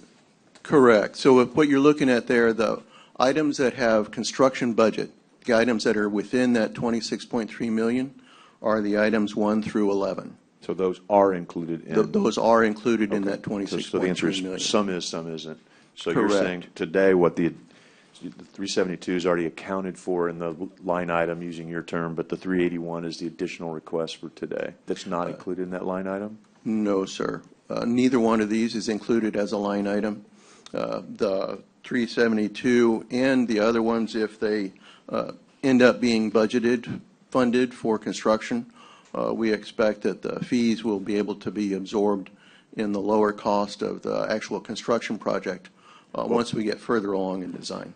But we always hope that's the case, but that's not. That is correct. But you're asking for 750,000 more than we've got in the budget so far right now today. That's what the ask is. That is correct, sir. And it depends on, to clarify that a little bit, it really depends to the county on whether all of these items are budgeted for engineering at this time, or only the items that have construction funding are budgeted. It could go either way. That's why we've given you a line item for each one, sir.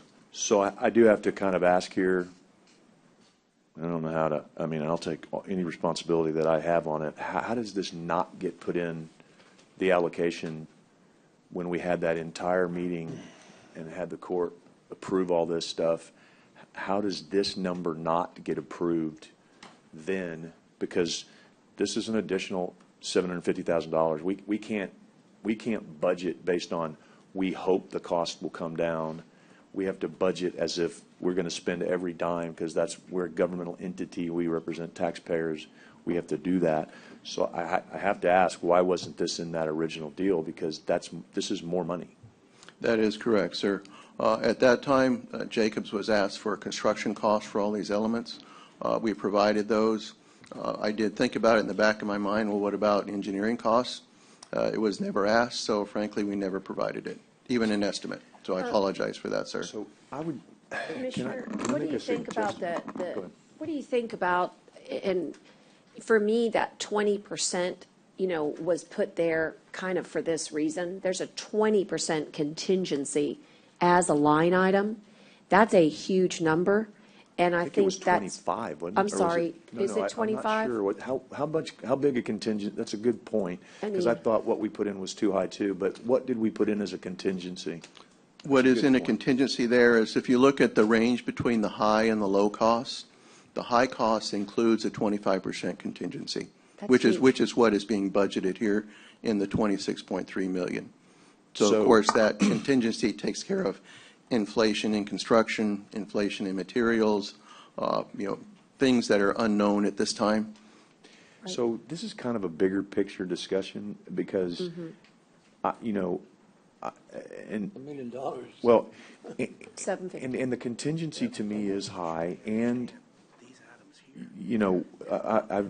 I'd like to have discussions, I'm still waiting for the Parks Board to weigh in, but I'd like to have discussions on, which is on the agenda for another item, on that first floor space and what, that's kind of where I'd like to look at because I think we can make more money on a bigger first floor space.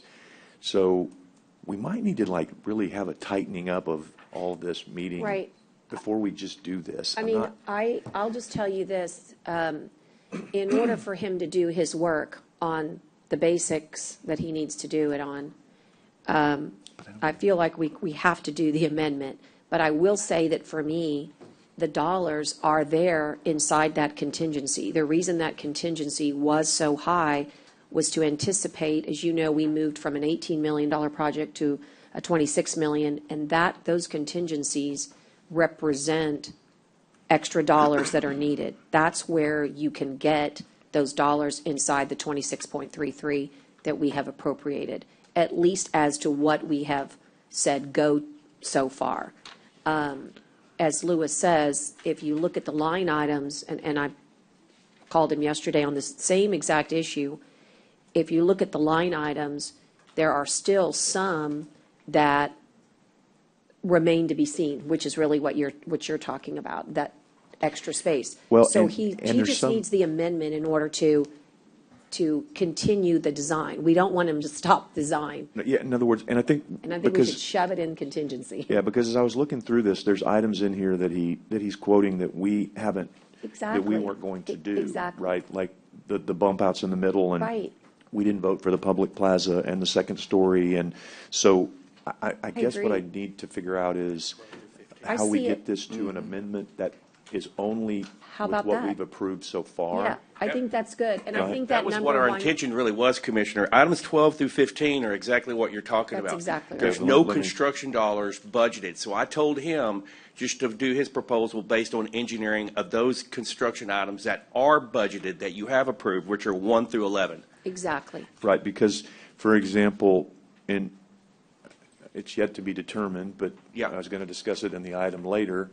I don't want to do the second story, but I want to add more space on the first floor, and I get that that has permit issues, but I think. We can talk about it, yeah. Right, because Stick to me, around.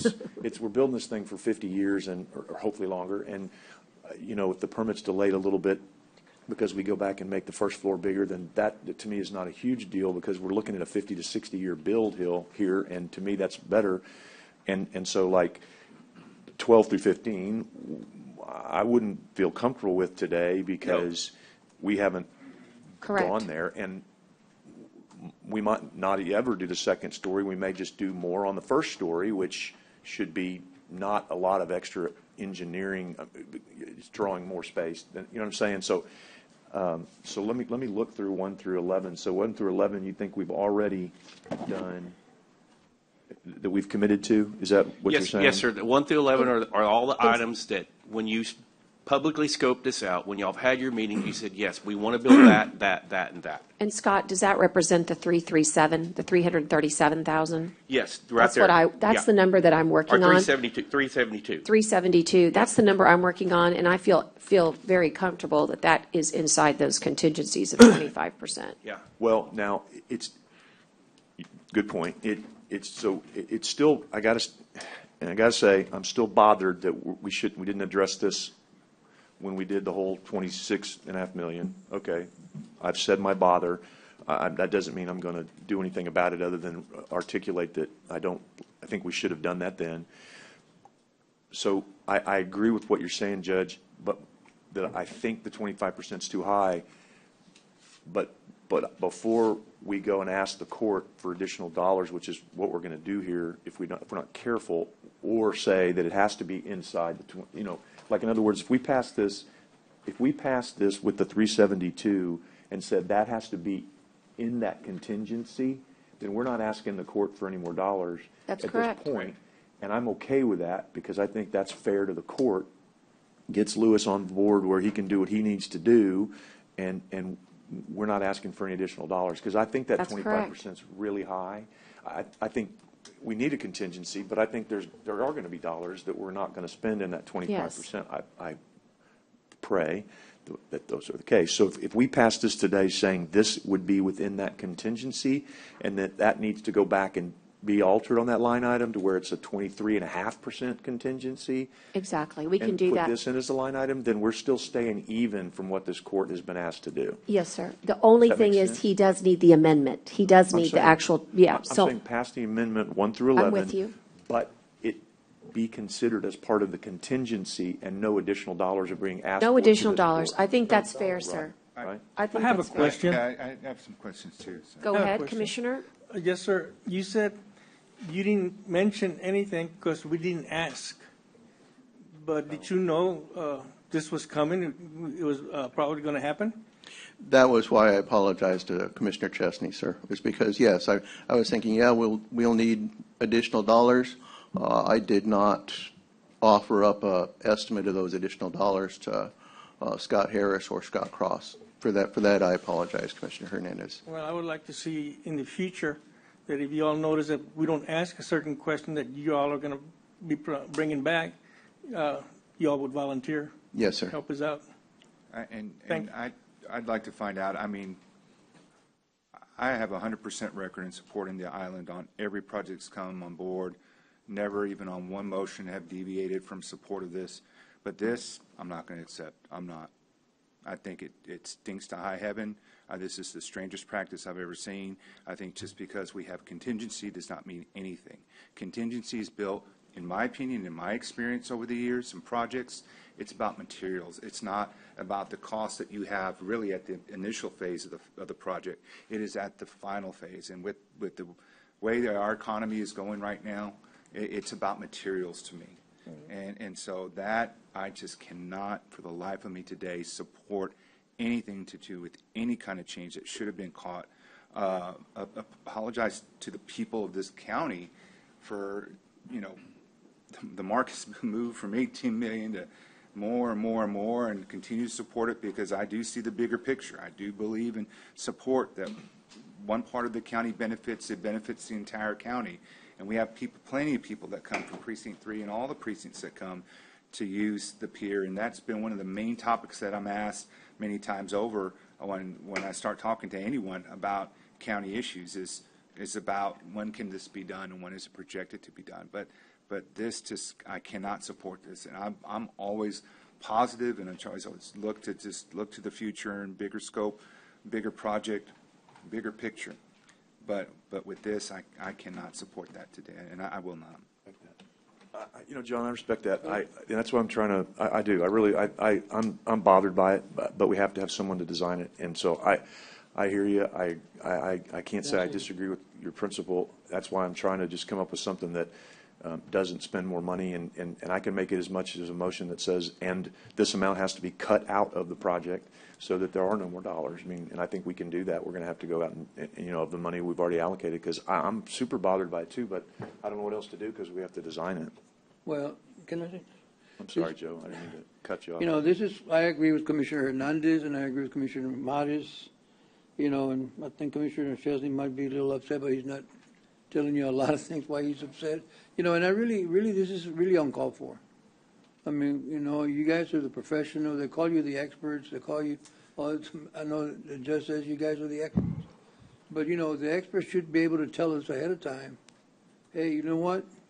We're looking at this. This could also cost you some money here. And this happens every time at the end. you know, and we're talking almost $1 million here. You know, Yes, of sir. course, you know, Commissioner Jesse might have $4 million coming up. I don't know. I don't know what he wants to do with that money, but you know, and Commissioner Myers is right. You know, we've gone from 18 million to 26 million, or 24 million, 26 million. And because it's something that's really needed for the community, we think it's a good thing, you know, or else we wouldn't be supporting it 100%. But you know, and I'm not only talking about you, Mr. Jacobs, right? No. Yes, sir. He's with Jacobs Engineering. It's I'm Louis just asking Klossmeyer. him who he is. I mean, can you, what can I call you? Mr. Klossmeyer? I'm sorry, sir. What can I call you? Yeah, Louis Klossmeyer. Mr. Lewis? I'll answer to Jacobs I just also. call you Mr. Lewis. All right? So I'm just saying, you know, for at the end, when we get hit hard like this, and if we leave it under contingency, and what if something happens that we just need more money at the end, where are we going to get it? One of the Going back to things, the Commissioner's Court, right? You know, and this is why really it's hard when we deal with this way here. You know, I mean, whether it be yours or ours or somebody else's. I mean, I stress a lot that, hey, you know, you're telling me it's going to cost this much? Well, that's what it's going to cost. You know, I mean, if you think there's something else there that we need to let us know now, and don't give us a surprise down the road. I can't support this right now 100%. I'm not, you know, because unless Commissioner Chesney comes up with the money, I don't want to touch it. I don't want to put this in the contingency either, because that money is there for something else. And if we put it there and something happens, we're going to come back. You're going to come back again and ask for more money, because we use that money. So, I mean, Commissioner might have, like I said, he might have some other monies he might want to use, you know, when we do the ARPA funds, whatever. But I just can't. I cannot. I want to approve that we go to the contingency funds for this one. So, and I don't know. And I think that I'm really disappointed that you guys didn't let us know, or let Commissioner know what was going on and what was going to be needed. I really am, really, to tell you the truth. So. Well, understood, sir. I'd like to offer a practical solution, which is that I'll be honest with you, in this particular project, while most projects might have contingencies set aside for certain parameters, as you said, materials, this one was not one of those. If you will go back and review, the reason that 25% was set is because over the last few months, we have been making the decisions because of certain granting opportunities, certain other funding opportunities, to go from step A, as you will, to step B. So the project, the reason the 25% was mentioned early on was because we knew that depending on what you decided, we would have to seek additional services for engineering. I mean, that was, in my mind, always contemplated. The fact that we didn't know what that number was, as you said, is unfortunate, but it doesn't change the overall funding of the project.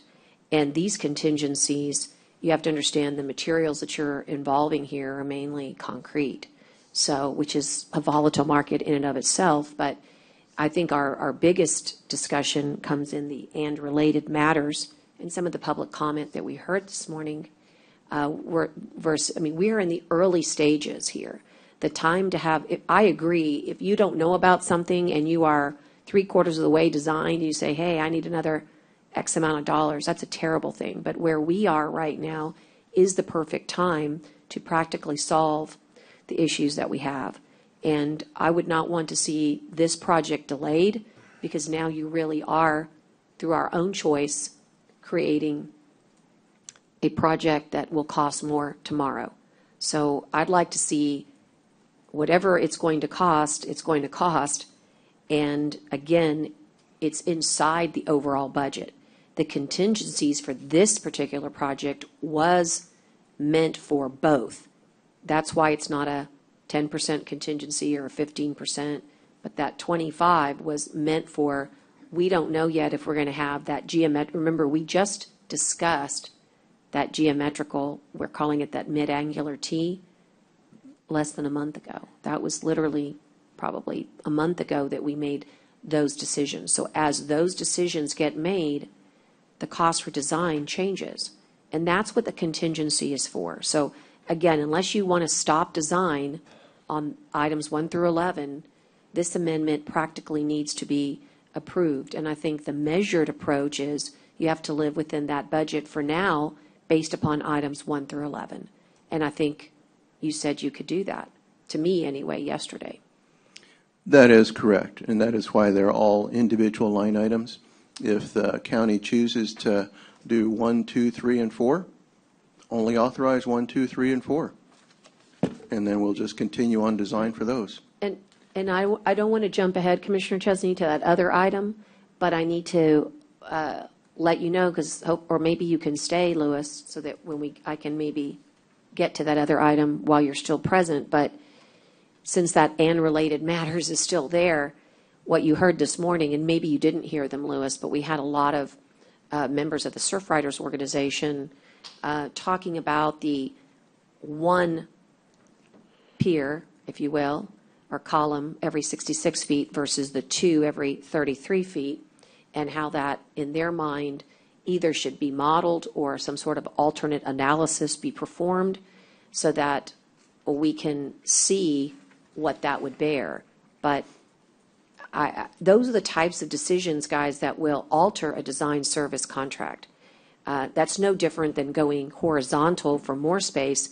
And although it seems like more space, we can agree on more space, Commissioner, you'd absolutely need more design services to go this way than this way, because you'd have to design a foundation. And that foundation, even though you could go horizontal, unfortunately, it has to be supported. No, I've already talked to So Liz I about feel all that. like Right. that's a really good discussion to have. But don't kid yourself. That's going to require design services. You're never going to be able to start a project in the beginning and say with certainty, this is what your design's going to be. I agree that 3 weeks ago, it would have been great to guesstimate it, but it's just 3 weeks later. I don't see it as a huge monumental issue if we can stay within the 26.33 at this point for items 1 through 11. And as we expand, you should consider that the design services would expand too. You just don't get to say, I'm going to go this way and not design for the foundation. I don't have a problem with the contingency. It's just, Yes. it's going to be, okay, prices have gone even crazier than we could have imagined, and now we're having to ask even more. I mean, that's my worry. Yes. Is if we get to that point, then we have even more that we're going to have to add on the end. So there's no guarantee even the 25% contingency is going to be what we need. So if we can scale back now, we got to do that. And I get that this is a work in progress. But the fact that we've added on year after year, and or not year after year, but every time we've brought this before us, it's a little bit more and a little bit more, and we want to spend that money everywhere else. I mean, like I said, we're going to really enjoy this pier, but when you look at the size of the project, 26 million or so, and you're talking about hundreds of thousands of dollars, yeah, it's a fraction, it's a mere fraction. But I think that how can that money be used somewhere else? How can I use that in precinct 3 or one of the other precincts, or split it up somehow?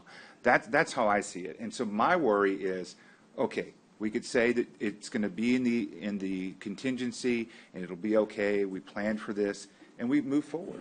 But there's nothing that guarantees that when we get closer to the end, that we might not exceed that amount. And that's what worries me, because I don't want to say today, I approve of this, and then in the end, it was still not enough. That we were still right. Yeah. That's a guarantee and I think, that none of y'all can give. But I think that's fair, and that's we why can plan as much as we can about it, but that's not any guarantee that you can give to us. the guarantee is you have the opportunity before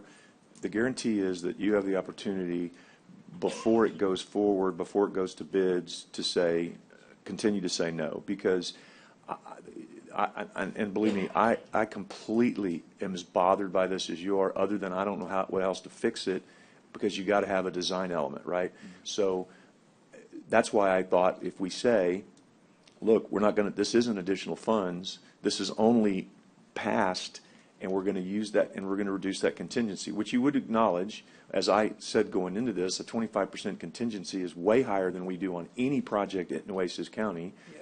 And there was reason for that, probably because of things like this that could come up, and maybe now it's turned out to be sound, because I thought 25% was too high to begin with, but maybe now it's not. So that's why I was trying to put forth something that just said, look, we're not spending any more money. We're going to have to make this project work within the money that's been allocated, and if there has to be a cut somewhere else, then there has to be a cut somewhere else.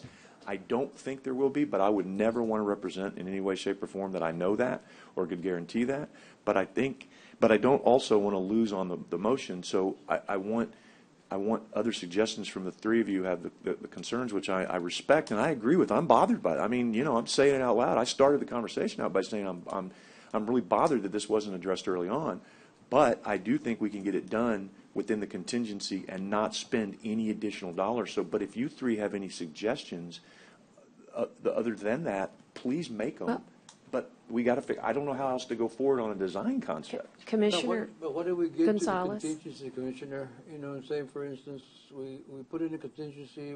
Once we get there, it says, well, you know what? Now we're short another $1.5 million in the contingency. Then we can't do the project, or the judge and I have to come up with more funds somewhere from our ARP allocation or the TERS or whatever we can go find.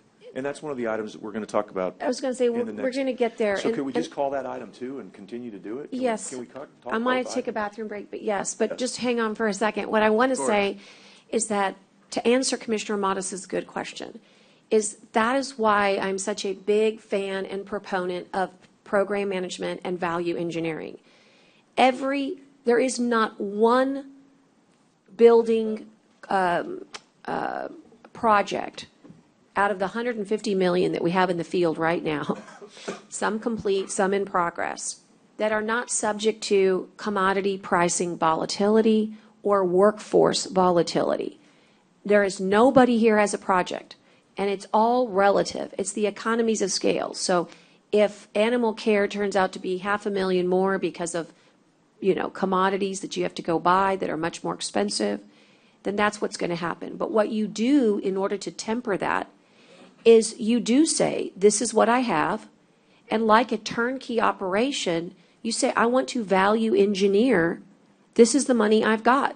Right, Louis? We'll say, hey, maybe rather than doing this product, we're going to have to do this product. And that's how you get to stay inside your budget, with some exceptions. For example, it happened to us on IB McGee. A certain roof is no longer approved by our state. That's a classic example of I agree with you, you never can have a guarantee. But don't mistake, the reason that we appropriated $18 million and we had a certain contract with Jacobs for $18 million is because that's what we appropriated within the capital, with the COs. Then later we had our insurance fund and we were able to do more. That's what scoped up your engineering services. So I don't see this as a hiding of the ball. I see this as a logical sequencing for a very stout project. And what we really want to do is make sure that we can keep inside the 2633. And I want to emphasize this for the 1 through 11. And that part is very key. For example, let me just throw something out. On the, no, never mind. The parking lot's somebody else. Never mind. Forget what I just said. But at one point, you got to stop. Right. You got to stop at one point. You can just, we're going to add now this, we're going to add now that, you got to stop. If you can't, like Commissioner Myers mentioned too, I said we got other areas we need to take care of too, not just the coastal parks. We got to take care of the inland parks. We got to take care of everything on that side. That I don't think we have a project right now that we're spending $28 million right now. So, and we support this 100%. We supported it, but, and I just can't believe that we weren't told, ahead of time what some of the issues were. And this is really, it bothers me. Again, Mr. Lewis, I hope you take this back, because I'm sure it bothers all of us. I'm sure it bothers Commissioner Chesney. I don't want to speak for him, but this is things we don't want to hear, right? So But I think we have to draw the line somewhere. We have to stop. Can we just maybe pause and call that other item with this item and talk about some other sources? I know you want to take a bathroom break, Judge, and I'm okay with that too, because I could use one. Yes, that's good. We can hold, but I do want to say that we'll come back to it, if that's what you're asking me. Yeah, Yeah. and then bring I can that maybe- other item up with it, so we call both Yeah, items at the same time? that's fine. And because I do have some thoughts on that too that might Yeah, shed that's some fine. light. The only thing is I promised, because Ms. Barrera has to get back to work, I was going to advance at 11 o'clock the item that is, give me just a second. Ide, if you could help me. Yes, it's 3E, it's E1 and 2, Judge. E1 and 2. Yeah, under E1 and 2. Under Human And- Resources. Right, and so I can take a small bathroom break and then do those 11, Commissioner, and then go back to the consolidation of the pier, if that's all right. Where are we going? What is it? E1 and 2. E1 and 2, or we could do it now and save the time. We can do a bathroom break later, I guess. How is the staff doing on that? Are we all good? Staff? You can do it now. I mean, I'd like to make a motion, we don't do it now. I'd like to make a motion that it's part of the budget item. You know, I think we need to hold off the budget and find out what's going to happen. Well, I'm going to have to call the Oh, you're talking about you on E1. I'm talking, yeah, you're on E1, I'm on this other. I can call the item so that we can at least present it and get information. So let's go to E1. Louis, if you would just hold for just a minute. Yeah, I'll stick around. Okay. This is discuss and consider reclassifying the deputy director in number 24 to a pay group 32 and adding the car allowance. In other words, taking the deputy director and consolidating it inside the budget that exists right now. And Cindy Barrera is with the NCDC and is here to give us some background. Go ahead, Cindy. Good morning, Judge. Good morning. Commissioners. Thank you so much for your time. As you all know, yesterday was Holden Hopkins' last day. He served as Deputy Director of NCDC. We're thrilled because he's on his way to Harvard University. We're very proud that he's a product of Nueces County, and we wish him well. With that, we're asking the court for assistance in a smooth transition and help us with the immediate approval of the posting of the NCDC director position. This is something that can be done with a net zero impact change by reallocating existing funds in the Department 1389 budget. And our request is that we move quickly on this and are able to conduct interviews for the director position within 30 days of the close of posting. And we look to you all for your assistance in finding the director and allowing for members of NCDC to be part of that process as well. So 1389 is what budget? Is your budget? Yes, that's the NCDC budget. Right. You have money there you can transfer? We do. We do. We're fully funded by the port, and so those funds are already in the budget. For this fiscal year? For this fiscal year, The correct. port only funds $50,000 for NCDC. The rest of it comes from the port, though, I think, right? We have 125,000 come from the port currently, yes. Right, but you've only spent, in other words, I guess the question is, if you went to this pay group, do you still have the funds inside the fiscal year? And the answer is yes. Yes, we do. Okay. And do we have projects right now that necessitate a director so that we can hopefully see something happen with regards to fruition of those projects? Absolutely. We've got several ongoing projects that need constant work and review. We have, I want to say, a total of about 8 active projects. We have one very exciting one that we just started on, and so we don't want to lose momentum. We know that economic development is critical to any community, and in Nueces County, we know that just last night there was an announcement of a big change even for the CCREDC, and they're on their search. So we want to be able to continue to collaborate with them and all other engines that support economic development in our county. We can't do that without a director. But this is not eliminating a position. This is just using unused funds, which would mean it would be an increase for next budget year. That's correct.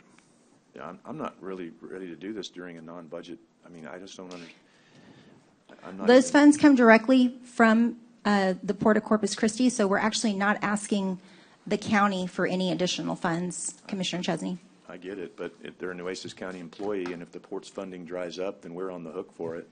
And I'd like to have a whole discussion. I'd like to have the NCDC come and talk to us about these projects, see what they've been doing before we even post a position at all, and especially when we're talking about increasing this person significantly. This is a significant step up in pay and everything else to get someone when we have an EDC. Robstown has an EDC. I think this is a huge, big picture discussion that we can't do in 5 minutes because she needs to get back to work. So I'm not. Well, Commissioner, I'm here. I'm not rushing back. And I do want to respectfully share that every month we do have a meeting that you all are invited to. We have had one of our projects that's Project Banner. It's a green hydrogen development project.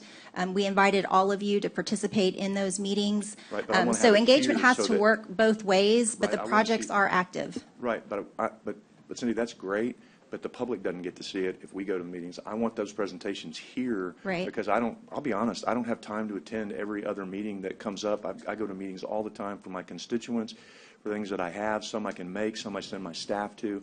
So we have commissioners' courts meetings so that you can bring it, so the public can see it, so that we can show the public where they're doing it, because it's not just about educating us. So I appreciate being invited to those meetings, and sometimes Peyton goes, and sometimes she doesn't because I've got her at other meetings because we're split out amongst other things. So I want that presentation here so the public can see it. I want to have. Well, I hope you'll understand that some of those projects that we're working on do have some confidentiality. There's times when we're under NDAs and we can't discuss the specifics. We can do so with you all, in closed session or privately in meetings. But it's information that at times we can't disclose in a public session. And that's great. I think if you say that to the public, they understand that, and that goes on as well. But this is a significant increase. This is a significant ask. It doesn't matter if we have the funds or don't have the funds. This is a significant commitment that I don't think can be done quickly because, we're here, and I would have thought this would be better for the budget to do. And again, I said this the last time, I've got a lot of questions and a lot of, things that I want to talk about with NCDC in general. Commissioner Chesney, we were here a few months ago and had a presentation, gave you all an update on several of the projects. And what I'd like to say is we are more than willing and have been willing to have those meetings. We've requested them time and time again with each of your offices. No, I want to have it here. I keep saying that. I don't want to have it. But we have been here and we have given updates. And my question to all of you is there something that we can be doing more? Because we have given updates. We have had some successful projects. We do have several ongoing projects. I'm happy to share a list of them with you. Again, we ask that those not be shared with the public. Yeah, the answer is, but Cindy, what is it that we can do? What is it that you're comfortable doing? Because what we don't want to do is lose momentum. We can't operate without a director. We've got an incredible board of volunteers that works tirelessly. We represent every part of this county, different industries. We're ready to continue working. But we need a director to continue what we're doing. I'll finish my train of thought because that's exactly where I was going before you interrupted me, was to say I believe that there's a lot of duplication of things going on in this county between the Robstown Economic Development Corporation, the CCREDC, the NCDC, and I think there needs to be a very big picture discussion amongst all of these entities and this Commissioner's Court as to whether or not we need to continue to do all of these different things in the way that we're doing it. That is the big picture issue that I think needs to have discussions with, that is not just a presentation of projects. That's exactly the kind of thing that needs to be. I think the REDC needs to be involved. I think the Robstown EDC needs to be involved. I think the NCDC needs to be involved. I think the Commissioner's Court needs to be involved. What I'm saying to you is it's not a 15-minute presentation conversation. I have concerns and I have questions of whether we need to have all three of these entities doing things that may be duplicating services. We may, in the end, indeed see that that's not happening at all, but until we have that presentation, until we have that joint effort, I'm not comfortable moving forward with this. So that's the answer to your question that you've asked. So I think y'all work hard. I think the REDC works hard. I think the Robstown Economic Development Corporation works hard. Maybe we need all three of them. Maybe we don't. I'm always going to be someone who looks at, are we duplicating services? Can we consolidate services? That's what I look at in life all the time. I'm consistent for my entire time in public service, on every board I've served on every commission I've served on. If I can consolidate and save taxpayer money, that's what I'm going to look to do. So that's the answer to your question. It has nothing to do with NCDC alone. It has to do with all of these things that I am concerned, and I have questions of whether or not we are duplicating things and spending taxpayer dollars in places that we don't need to do. Well, we understand and appreciate the diligence. We're more than willing to have that discussion with you. What I will share is that NCDC was created out of the need of an entity that focuses on economic development solely for Nueces County. That engine does not exist without our existence. So we want to move quickly. If we can schedule something to address your concerns, answer any questions on your behalf or any of the other commissioners, we're willing to do so. But we do ask if we can do it as quickly as possible, because again, we've been building momentum and don't want to lose opportunity on any of the projects that we're currently working on. And I would like to just at least offer this, which is that you can still have a budget discussion during budget, but to abandon ship with 8 projects that are pending when you don't have a deputy director, but you have an office and a clerk, right? That is going to create a loss for the taxpayer, not a gain. Exactly. And so at minimum, we should replace like with like and get a deputy position posted. And if that changes in the future, well, then it might change in the future. But to literally say that you think you're saving the money for the taxpayer when we clearly have 8 strong projects that are, that are on the table, including some that this body has issued an RFP for just recently. Right. We've created jobs. We've brought taxpayer dollars into the county through our work. We can't continue to do that if we don't have a working staff. And so Right. I agree with you, Judge. If we could at the very least get approval for a deputy director, we really do think that it's time to elevate the position to a director. But we need to be able to continue moving forward. Again, it's about benefiting the residents of Nueces County. Economic development has got to be at the top of our list as to, efforts that we're putting forth.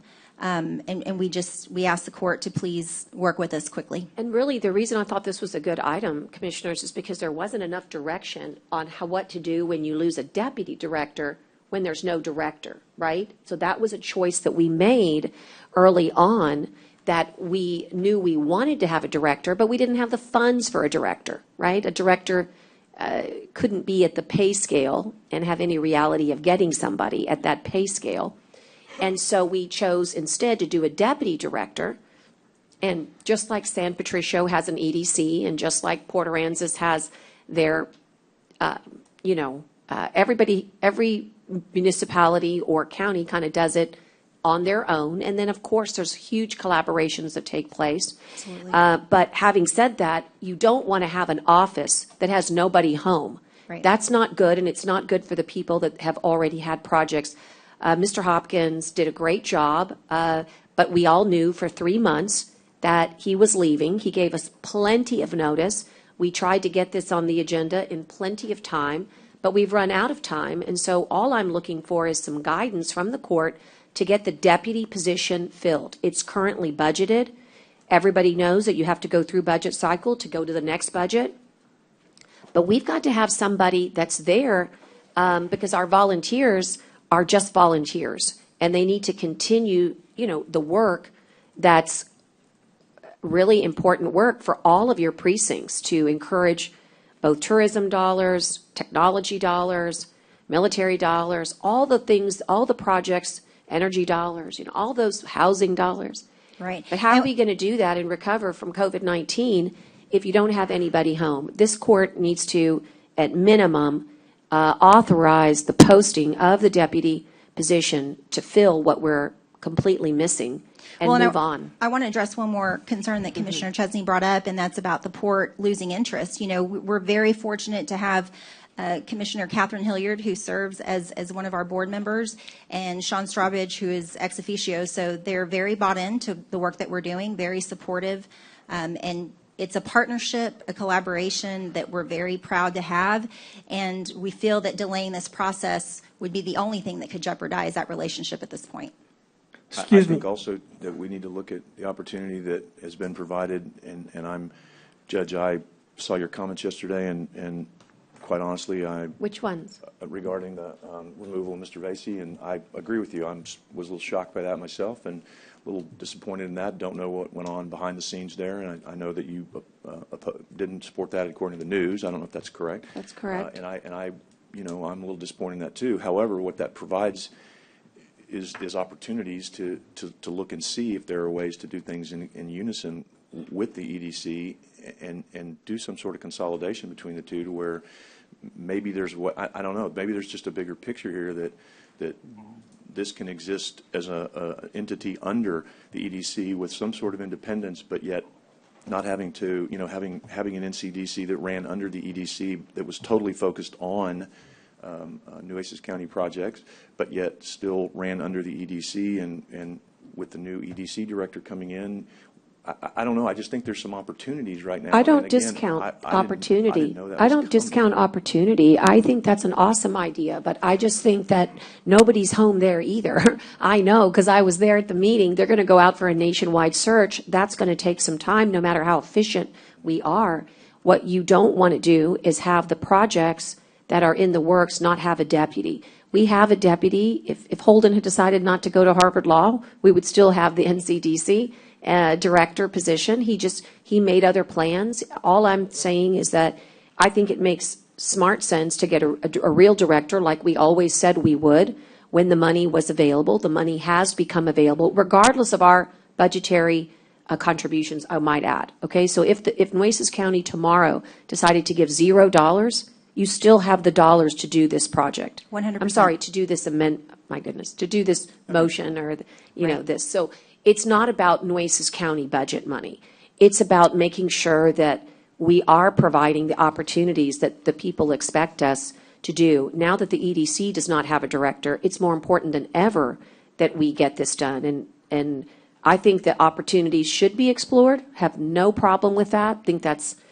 We talked about that earlier with the RADC, if you might remember as well, just because there could be maybe some, but that doesn't negate the concept that we need help now.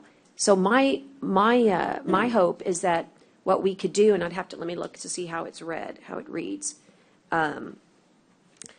If we amend this, that we would just say that we would not at this time reclassify the director, but just leave the deputy director.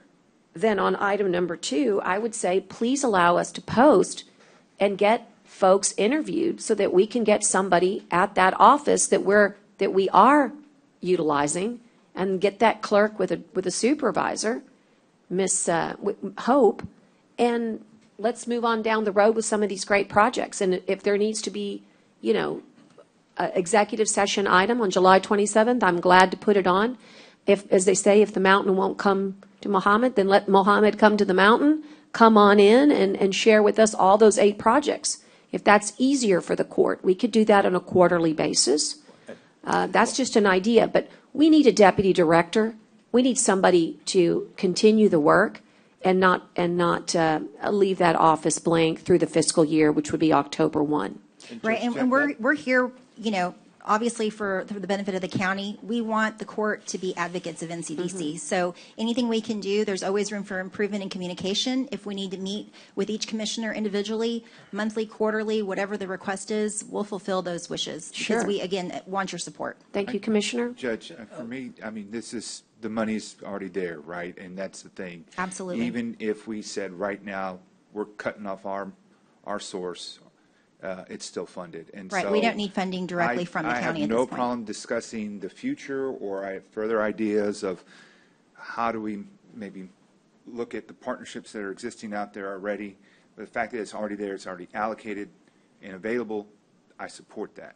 Now, come budget time, I think, hey, if there's an agreement on the court to look at what other ways to handle that come October 1, that's fine. I think that's fair game. But I think for now, at least, I support this because the money's there. You're right. We cannot allow projects to dry up. We do need leadership. I'm assuming you're probably taking the lead in the absence of anyone being there. Right. Well, I mean, I know you're already there, but I mean, especially. I'll be now that working Hope closely is with on. Hope until we're able to fill the position. Yes. So, okay, thank you.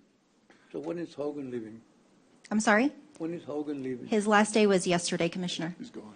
And he's listed as a deputy director? He was deputy director. Yes, sir. So you're saying, John, that we continue as a deputy director? Yeah. And budget time, look at whether we need a director or not? Whatever the funding, I mean, I know there was some discussion about changing the title. I think the title's just a name. I mean, I think the question is the dollar amount, and the fact that we just have someone hired that can handle this job at least through October 1 or once our budget cycle dictates what our next step is, but it's already there. So that's, Right. I just want to take a very practical approach that the money's there, it's available. I would hate for this to stop anything in its project, in the work in the project. I think of Amazon that we had come along. I mean, that wasn't a too shabby project or Sure. name to bring into our community. So I have faith and confidence in the work that you and your board are doing. So I would just say at the least that we can at least continue that for now. Let's continue to have discussion, dialogue. I agree and support that.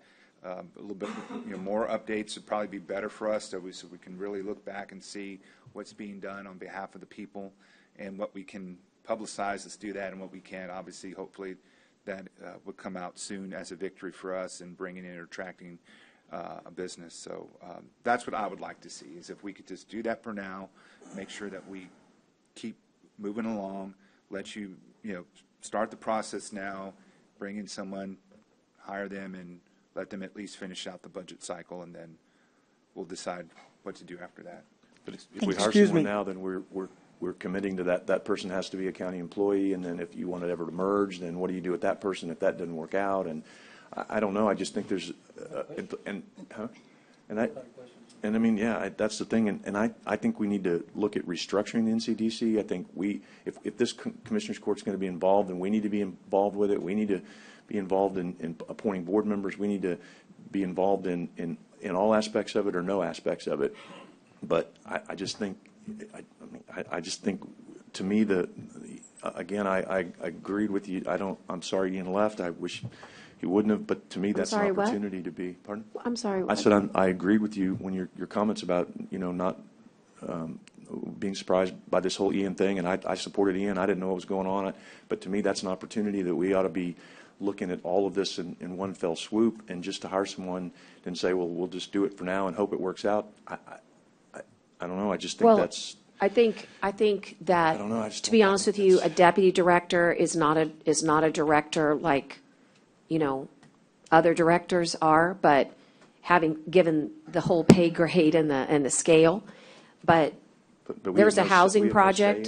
in who this person is that gets hired. Well, I mean, that's what item number 2 is. It's to say, hey, let's get it posted No, and but let's we don't start have the But interview. we don't get. I mean, I guess the board hires or. No, you. No, can- actually, we that's- very much want your participation. We're asking that you allow us to be part of the process. I We don't know the way the NCDC. I thought it was set up where we didn't have any say in anything other than posting positions because So, not no. Well, and That's so- not true. Well, I mean, They're open, they follow the Open Meetings Act. no, not meaning like in every other board we appoint, and when we set this up. And just so you know, I asked for agree. everybody, and just so you know, you were the only one, and Commissioner I'm not Modis, saying anything who wrong. did that. I'm just saying Yeah. I would like to relook at it and say, okay, look, if we're going to do this in CDC, then we need to be able to appoint the boards, and we need to have involvement in the hiring.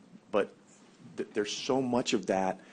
To just do this today makes me uncomfortable because it makes me uncomfortable.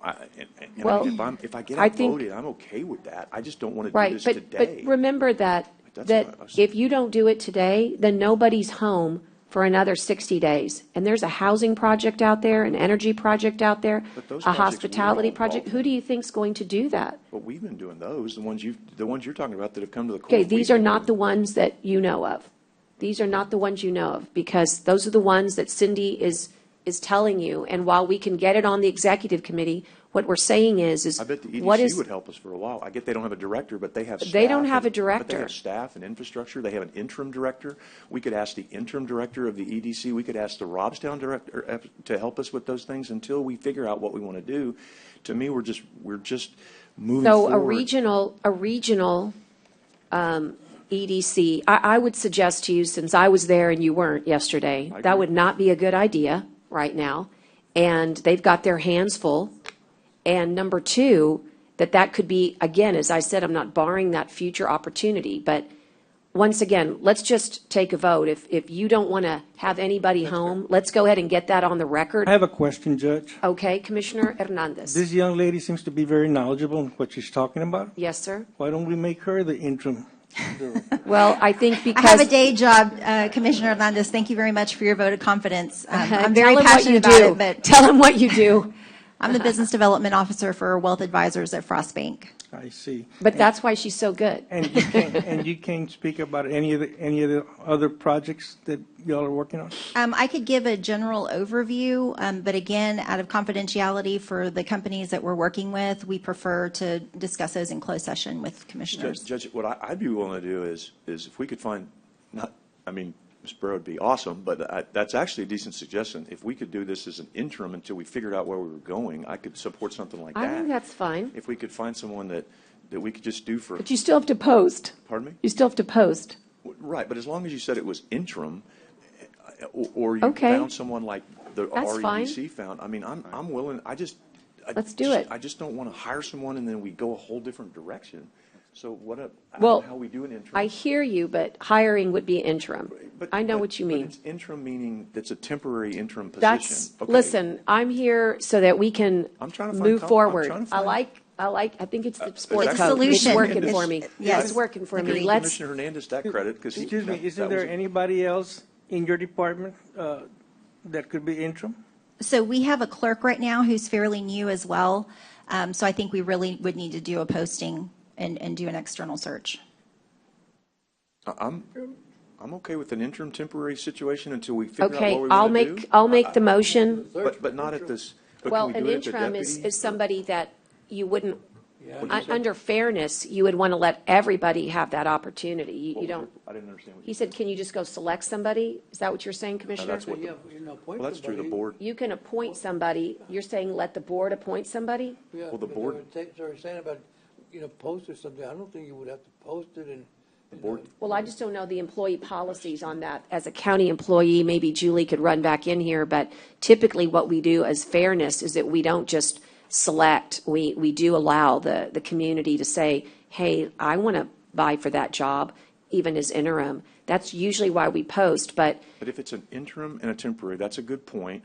This court could say, we want to, and I'm just throwing this, I'm just not saying this is the person, we want to appoint John Breyer to come back for 2 or 3 months and do what he was doing for us on a contract basis before. We did a contract with him. It's a valid point. Because I don't know who's going to, you got to post for 2 weeks, who's going to apply for an interim position? Maybe you could just do a contract thing with Mr. Breyer for a few months since everybody there was comfortable with, or I think everybody, maybe they were. I don't know. I'm just throwing it out. I'm looking at Cindy. She needs to be the one, but I'm not opposed to that. What I'm opposed to is losing out on all the great projects that we've worked really hard to develop. We do like the process of the vetting and being able to meet with more than one candidate. John Breyer is fantastic.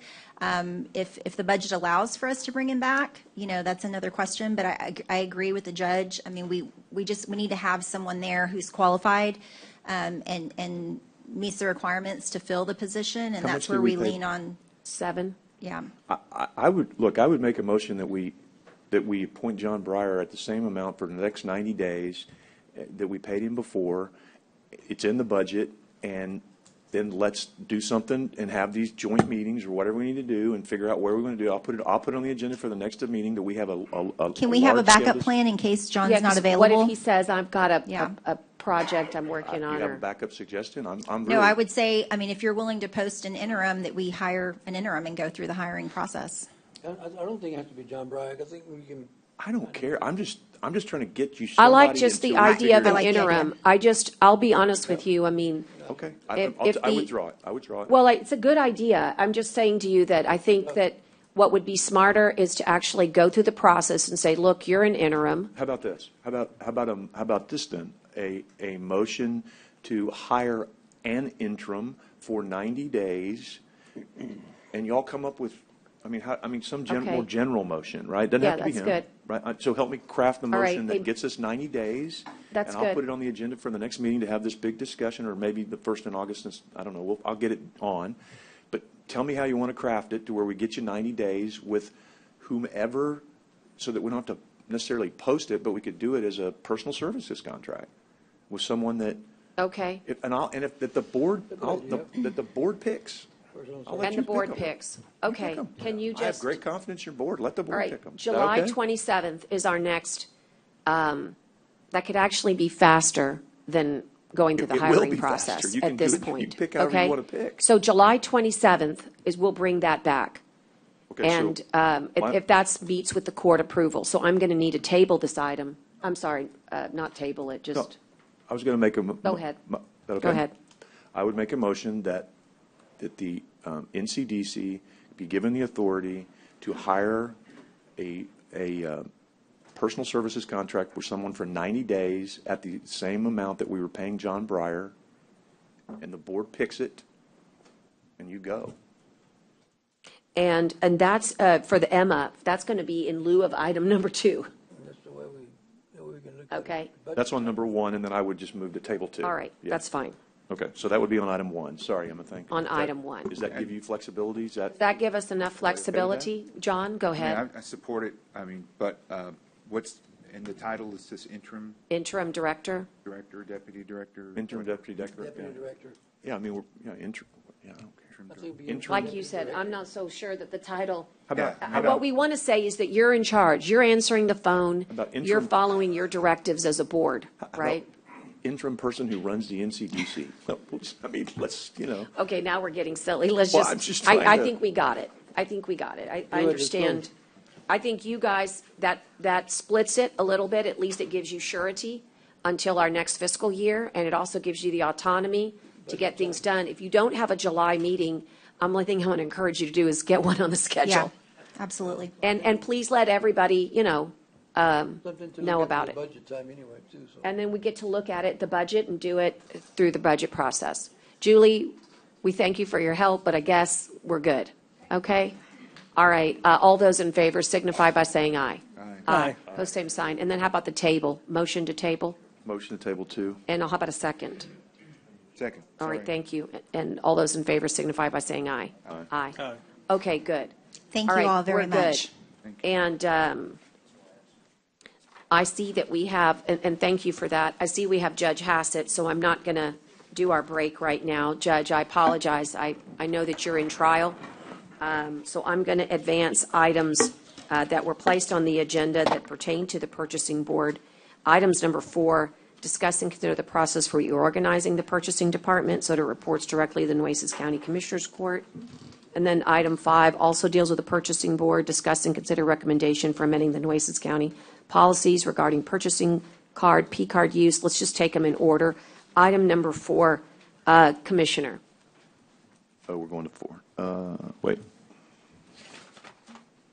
This is your item regarding the reorganization of the purchasing department. Actually, Judge, I wanted to table that one and All righty, discuss 5. And discuss the P card. Yes, Okay, ma'am. let me motion, let me make yours a motion. I'm sorry, yeah. And I'll look for a second. That's And all number those in favor signify by saying aye. Aye. Aye. And then let's go straight to number 5. There you go. This is Nueces County policies regarding P-card. This is going to be opportunity to discuss and potentially take action to recommend. Go ahead. Judge, I just wanted to open up the discussion on this. What I've gotten from Ms. Dorsey late yesterday was that she believes that and Mr. Robinson, I think, believes too that the Commissioners Court has the ability to make recommendations, not make recommendations, but actually make policies in regards to what we want to do with the P cards and how we want them used. And so I just kind of wanted to get a feel for what everybody, my discomfort is on the food purchases at this point. Others may have others, but that's kind of where it stemmed from me. I just have a basic and discomfort on, and I'm not trying to be accusatory at all. It's just I have a discomfort with P cards being used for taxpayer dollars for food. So I just wanted to open the discussion and So I would like to ask for a clarification. Do you have a discomfort with a credit card or a check or just anything, any purchases? Because I want to make sure it's not just about a credit card, but a little bit more philosophical. Good question. By the time we get the P cards, it's the P card reports, it's already been They're already paid. spent. There's nothing we can do about it, right? If someone submits a credit card and their department head or somebody has to approve that, and they are on if they go to a seminar, right, in Wherever. Dallas for their continuing education, and they have to put something on a credit card, then that has to come back and somebody has oversight over that, and those would be, something that would be different.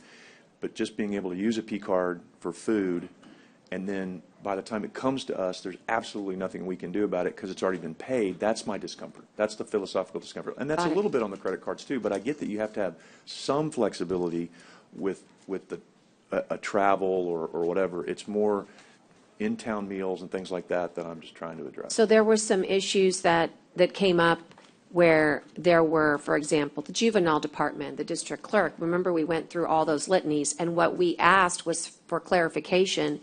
And there are certain times where those departments or department heads have eligibility, and most people don't take checks if you're buying for a group.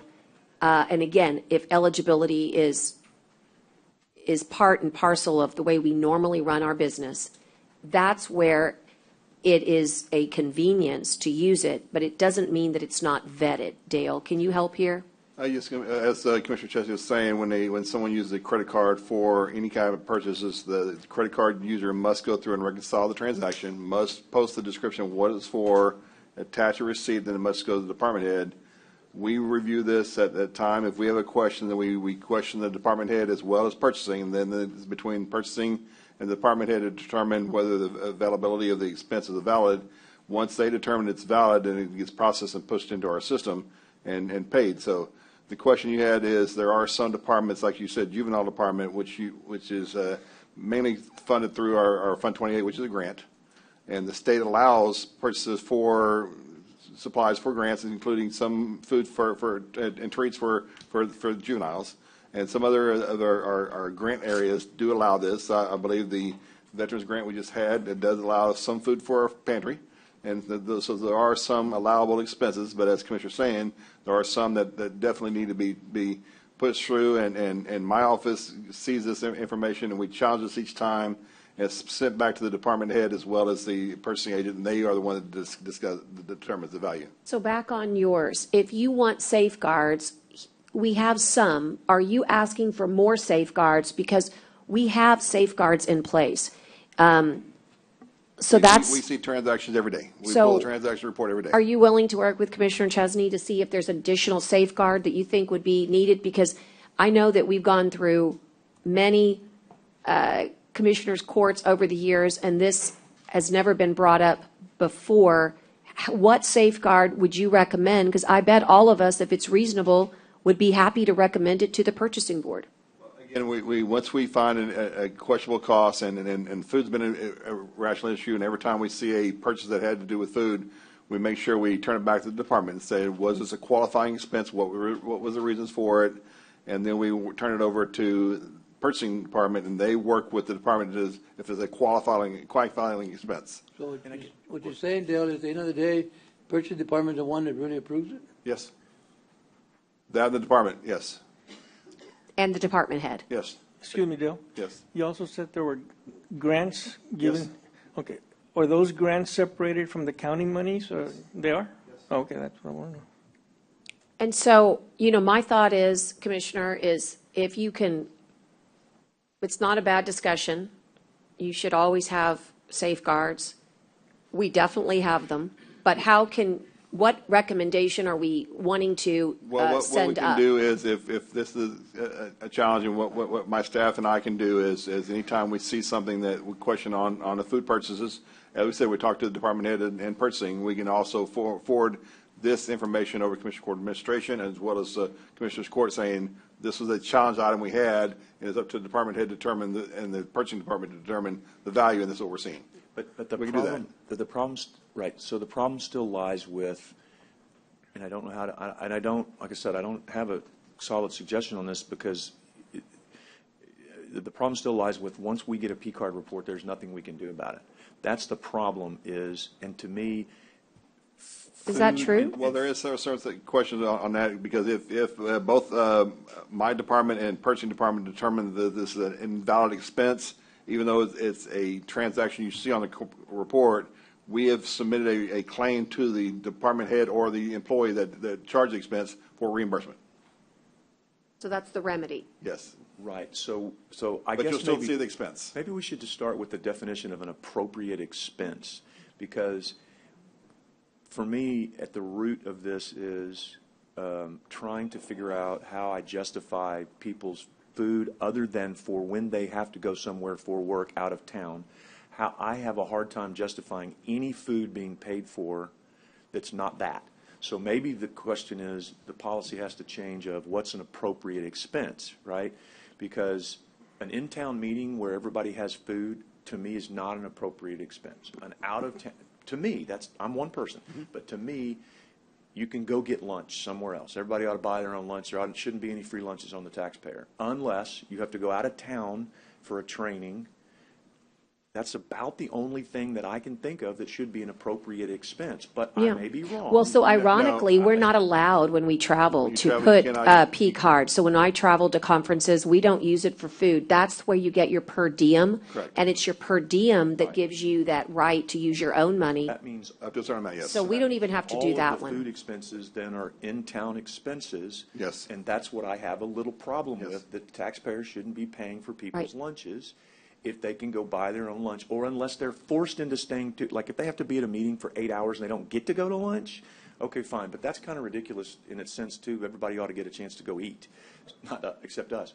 So I was going to say. I know you were. I said it before. I don't get to go to the bathroom. I don't get to eat. I tried to let you go to the bathroom an hour ago because I've had to go too.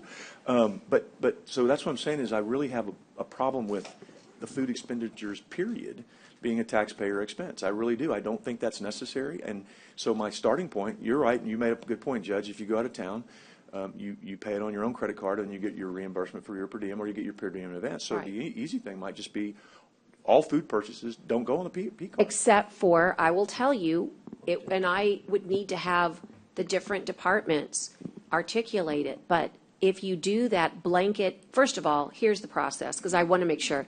We can make that recommendation, but ultimately, by statute, the purchasing board, I know you actually said no. Well, You said that Jenny said yesterday differently. that Jenny and And that's Michael where said Judge Hassett is here to really provide us some clarity. But the bottom line is that the purchasing board is the board that makes these ultimate decisions per statute. We could have them talk to county attorney about what the distinctions are. But if you're going to deny, let's just take juvenile, the ability to use the dollars they get with grants, and I know you're not, but it's got to be carefully worded and crafted. And let me explain, because this is definitely came up in the last fiscal year, last 2 fiscal years. FEMA, for example, during a crisis, allows for food. Why? Well, because the concept of the public assistance is that food is an eligible expense. So it's just important for me to be able to say on the record that that which is allowed by law cannot be overrun by a policy. Law comes first. Texas law and our federal laws come first. So you can't rewrite that. And I don't think you're trying to, but sometimes it does get worrisome, I think, for our department heads who are following the law and the guidelines of whatever monies they're given.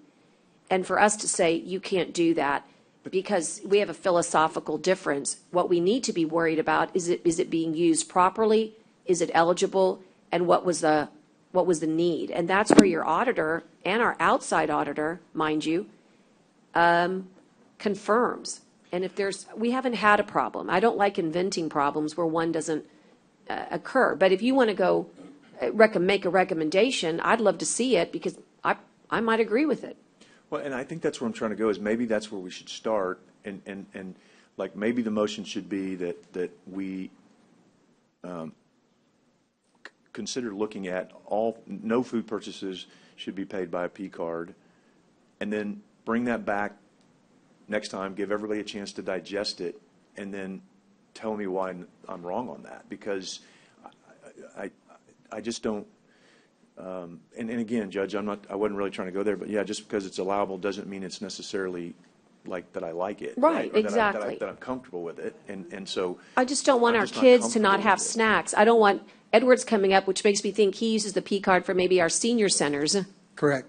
We do meal purchases. We generally try to get, we've got a 12-county cooperative buying our meals. I'm sorry, I'm talking employee food. I'm not talking meals Well, but Meals we- on Wheels or anything like that, man. I'm not saying that. Yeah, Right, you know, but please. but to answer the judge's question, we use the P card when we don't have X, Y, or Z. So if we only got 10 loaves of bread, but we need 20, we go out and we buy. That's different. That's different. But if you look at if you look at the category that we have to work with for purchasing, if you eliminate this one category, it eliminates that. No. I'm saying employee meals. But No. still, you have to eliminate a category from the P card. You can't eliminate just meals. It has to be a category. You can eliminate employee meals. That's a category. It's on Well, there. the category of the type of expense, so Michael might be able to put on this, but when you go into the P card, center with Wells Fargo, you tell them what kind of a commodity that you allow. And this commodity, which is bread or whatever Edward might be purchased, may also include the meals you're talking about. So we might exclude There's everything. got to be a way to, I don't, we have to work on commodities. okay, but I don't, How about this? How there's about got to be a you? way to use, all I'm talking about today, so that we're clear, if I wasn't clear before, I thought I was What we can do is we can say, for I'm example, talking if about bread from if Meals on Edward Wheels. uses it out of, that's your senior, you're 49, right, Edward? Correct. We can say this department's allowed, this department's allowed, this department's allowed, nobody else is. And Yeah. if you're not on this department, then you cannot do anything. Right. We eliminate by Even, department. even when emergencies have occurred, we have sought permission before we go and procure. I think that the concern I have, Commissioner Chesney, isn't that you're not right in your philosophy. It's that in the practicality of it, it seeks to punish that which is not just allowed, but is necessary to take care of either people or crisis. And as long as we're clear, and if you want to strengthen it, why don't you work on something with Dale and bring it back to court as a recommendation? And I just And then wanted that to- recommendation would then go to the purchasing board, I you just know? wanted input from the rest of the court too, and whoever else wanted to come and give input. So that's why I put it on here was, and if, I don't know if any other commissioners they may not have any other problems with the P cards, and that's okay. I just. Commissioner Chesney, this is what I can recommend. Michael and I can work together on bringing a list of departments that would be a justifiable expense. And we include those as being allowed this and no other department within those be allowed. And again, I don't believe that we get to make those decisions, but So it is we'll the person. work Yes, with yes, everybody. yes, yes. Yeah, on purchasing on that. Saying, this department is, this department is, this department is, and all the rest aren't. Yeah. Again, the idea here is not to punish. If there is something that has not been followed in law or statute, please bring it to our attention. But everything that has been done has been followed according to GASB practices, Purchasing and Procurement Act, as well as FEMA. And so I'm just confused as to what we're trying to limit here. But if you can help identify it with purchasing and throw it to Commissioner Chesney, County Attorney, and the Purchasing Board, I'm all for it. I just don't see, I don't see where we have an issue. How much, do you remember how much we spent on employee meals last year? Not offhand, no, Commissioner. If we talk about, even if you talk about COVID stuff, is in 20, 30,000 maybe. But currently, we haven't spent a lot. Okay, so it shouldn't be, like I said, I didn't mean for it to be this long a discussion. It shouldn't be that difficult because we're not talking about a lot, but I think the perception that I have and that I get from other people too is that we shouldn't be paying for employees for meals. That's all I was trying to address. I think that should be simple to do. It had nothing to do with Edward's programs for food for people. Again, let me reiterate that so someone doesn't misinterpret that. And so that was all I was going to say is just that we don't do employee meals and going down the road, but I don't know why that's that difficult. So My concern was when I was going through the P cards, the list you gave me, I would see things like purchasing snacks, $200 some odd for snacks. That was one of my concerns. So I don't know how they were buying them, for who, the public or what, but that's what I read. That's what I saw on that sheet that you gave me, that list? Well, on those lists, and Michael's here, he can agree with what I'm saying, but normally when they do inventory, it's a 1 or 2 day inventory. They're here all day long. So that's when the only time they buy a snack for the department. I believe, Michael, is justified. I worked there. I understand. They also would get us lunch. Yeah, that's what this was HEB the buying snacks snacks for their inventory. $200 and some. Yeah. Okay. Well, and please call them and ask them. I mean, when you don't have anything in context, it doesn't ever look right.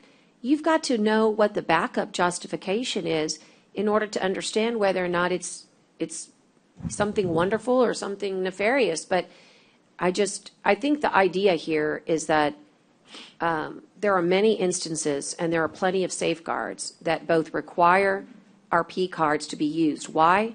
Number one, because it actually documents it better than any other way. You literally have a credit card statement that documents everything, including who purchased it.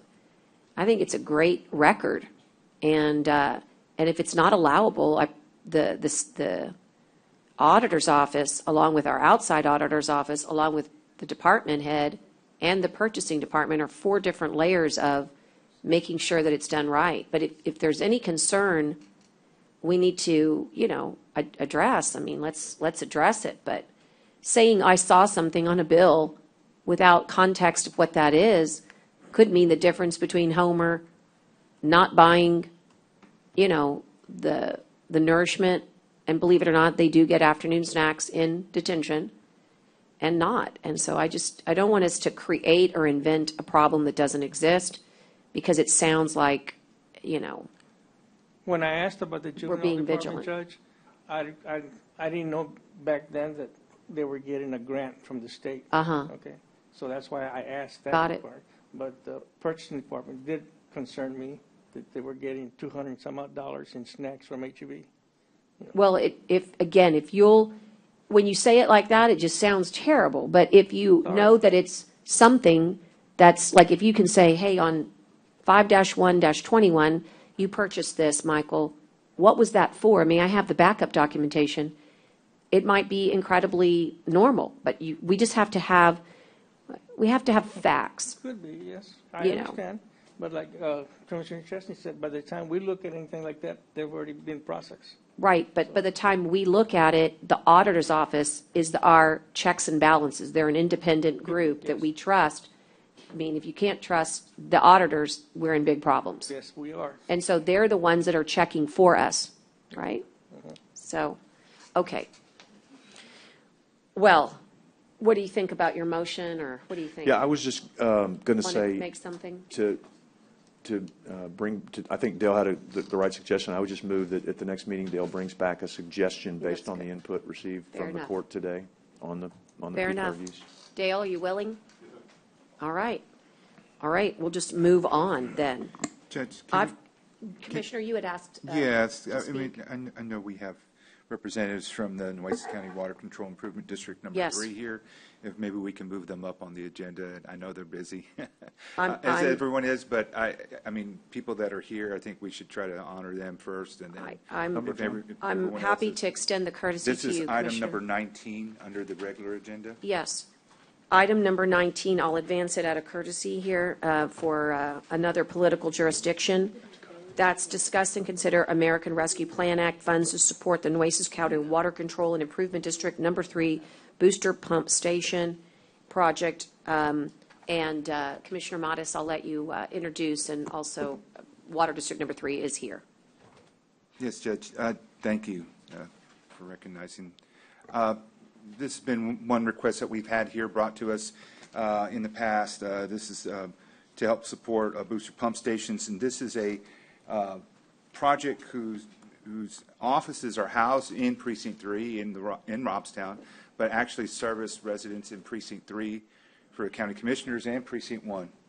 So Commissioner Hernandez in my area, and there's a lot of requests, especially dealing with the growth in the northwest part of our county, of our community, and also into the Precinct 3 area. So, Judge, I think is a reasonable amount. I think their initial ask was a lot more, and have really kind of put the paper and pen together and really kind of work down to a smaller amount. And they have, if you look at the brief, they're overlooked, as many entities are, because the way the federal funding has been released. It's gone to cities or counties, and because, as you said, they are their own political subdivision, but they don't have a category themselves, so that's why they've come before us to seek this assistance. And this is infrastructure funding that we can handle, since obviously counties don't handle water directly, but we work with our water control and improvement districts, and so I feel that this is a great project to fund. It's very reasonable in its pricing and its scope, and it's going to serve a lot of communities. And so my motion would be to accept this this item for $1 million to be allocated. Second. Okay, I've got a motion and a second. All those in favor signify by saying aye. Aye. Aye. Opposed, same sign. Your Honor, one issue on this particular item, because this is an outside entity to the county, and this is going to be county funds transferred there. There's a lot of requirements that the Treasury requires. They have to get a SAM number, a SIM number, all stuff that they were a normal transfer. So we need to do a project code verification. Is this for a pass-through granting agent to them? We'll need to make sure we document all the expenses, how it's to be allocated and stuff. So there's a lot of requirements to do this. I agree. What I am considering as being the smart thing here to do is all of these great ARPA projects that will be handled today, please know, I'm going to look to Ida, she already knows this, softball, but we'll need to bring it back for MOUs and all of the appropriate documentation. Today is the adjustment of, we're making priorities. Tomorrow, and as quickly as you can work, with our team, we actually document how the compliance will be handled, how the agreement will be done, the eligibility, all the things that Dale was saying. And I think we're mindful of it, but I think it's important for the court and for the public to know. And if July 27th is too soon, Ida, then whatever's appropriate. So we're working with Haggerty Haggerty just to have everything ready. I know you were out. Well, let's bring Chesney, Commissioner Chesney, go ahead, into the conversation. My questions on this were, the cost of the project's 4.3, right? And so we're committing $1 million. Is the rest of it funded? Good point. Marcos. We have currently used about 1.5, 1.7 million out of our own budget. So we do have some of the project already funded. If you look at the original 4.3, that was last year's numbers. So stuff has gone up, but we are lacking a few things to get this skeleton going.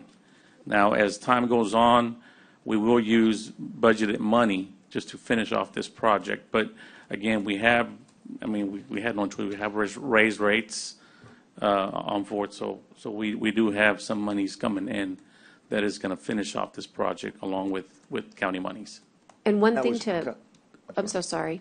I was going to say one thing to bring up is that they provide water, Commissioner, to the Cal Allen area. No, this is, I'm supportive of this. Yeah. I just want to make sure that we can finish that it can be finished, right, and that the money just doesn't sit there, because we have to use it by 2026, I think, and so I just want to make sure that we have that it can be used and it can help complete the project and not just, that's all I want to make sure. And so maybe the MOU will deal with that, or I don't know if Public Works wants to be, and some of these projects too, like if Public Works wants to be involved and help administer it to where we don't have to do all I don't know. I mean, I'm supportive of this. I just want to make sure it can help get you to the Well, I know he wants more money. If that's a motion for more money, he wants it. Absolutely, we can always use the extra money, right, to get this moving along faster. But we'll take whatever we can get at this point. Thank you, Marcos. But it does sound like through your budgeted revenues, you can complete the project over time. Yes. The other thing, this is, just maybe for later, but it dovetails nicely into the question of how can you finish.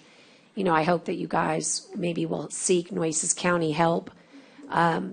Water is such a precious resource, and perhaps in future funding, whether it's CDBG mitigation or, whatever your future funding might look like, that you'll let us maybe support you in that letter of support, or I mean, there are many ways, right, to get the finished funding. We will be seeking partnership through applications going through the GLO. Okay. As you know, when several entities together can do wonders versus one. So we will be seeking that. Yes, that's a good point. So I guess that's important to know. But your original request was $3.5 million, and this request of $1 million isn't that. But as Commissioner Chesney says, or queries, you do have a way to see. This is a big help, and this is a big help to you. We do have a plan, and we do have a SAMS account set up already. We have been dealing with several grants that require that, so we are there. Great, Commissioner. We did not. We voted while you were out. Would you like to tell the clerk? Oh, yeah, I'm sorry. I voted yes. I want to vote yes on this. Thank you. I'm sorry. I didn't know you were done. Okay. Thanks, Marcos. Thank you so much. Judge, Commissioners, thank you. Sure. Is this wastewater, is this one of the projects we saw at the TAC meeting? No, it was not part of our Tier 1 category. Okay. You're thinking of another one, which is also on the agenda. But they are always our rescuers, and I should say that. Thank you for rescuing us during Winter Storm Uri. Thank you for rescuing us this weekend when Manquete had a break, a leak. They're just always coming to the rescue, which is why this booster station is so critical for our future. And Water District 3 also is unique in that they have access to water that only the city of Corpus Christi does as well. And so that makes them a unique water source, has really protected and insulated them during water boils that are faced by maybe the rest of the county because of the regional supplier that the city of Corpus Christi is. And Water District 3 has been fine. In 2017, when I first came on court, I would go to Robstown to eat and do everything else because the water was fine when we had 2 significant water boils here in Corpus Christi. And so the importance of the independence that Water District 3 also has is important to support because they have that access directly to Nueces water. So we just appreciate all they do. They're great supporters, and of course, Judge Bobby Gavon here as well, who's just a supporter always. Bobby Gonzalez. I'm sorry. We already made you a district judge. Hey, let's make you a judge. He's been called Bobby Gonzalez, who's always a big supporter of the community in the Robstown area, and also ardent advocate of economic development. He's a resource that we need to tap in on those other items as well, Judge. Yeah. Thank you. Okay, thank you for that. Louis, I promise I have not forgotten you here. We're going to, yes, sir? I'll ask, Commissioner, would you make that request? Yes, please. Okay, I'm going to, forgive me, it's a second item for Commissioner Modis. Item 1.5, the birth and death certificates pursuant to Texas Health and Safety Code. These have to do with the fees and maybe, as they say, a realignment for 2022. Which item? Item 1.5. Commissioner Modis asked so that we could get the judge back to his court. 15, you're saying, oh. 15, it's birth and death certificate fees. And it's, apparently, we don't have the right fee. Judge? Yes, thank you, Judge, Commissioners. My name is Judge Bobby Gonzalez. I live in Robstown. I live at 447 South 9th. Been on the bench for 22 years. I am a member of the JPs in Nueces County, South Texas JPs, but also new board of director for Justice of the Peace Gospel Association at the state level. But today I'm here because there's 2 JPs in Nueces County that deal with death certificates and birth certificates. That's myself and Judge Lawrence and Bishop. We know that the county clerk deals with most of the certificates within the city limits of Corpus Christi. But in the rural area, sometimes deaths happen out there, and we're in charge of making sure that we have that information for the family members or heirs to the family. So the state has changed the price fees of collections on those birth and death certificates. And as you can see on the HSC 191.017, they went up to $23 for birth, $21 for death, and $4 for additional certificates. So we as judges can't increase the fee from $1, but it went up. So we need the Commissioner's Court motion to be able to proceed forward and collect that new fee as stated by the Vital Statistics Organization. So moved. Second. Motion and a second. All those in favor signify by saying aye. Aye. Aye. Okay. Thank you, Judge, for Thank you bringing so it much. to court Commissioners, today. thank you much for the appreciation and Appreciate that. hospitality. Thanks for the great work, guys. Okay, Thank you. thank you.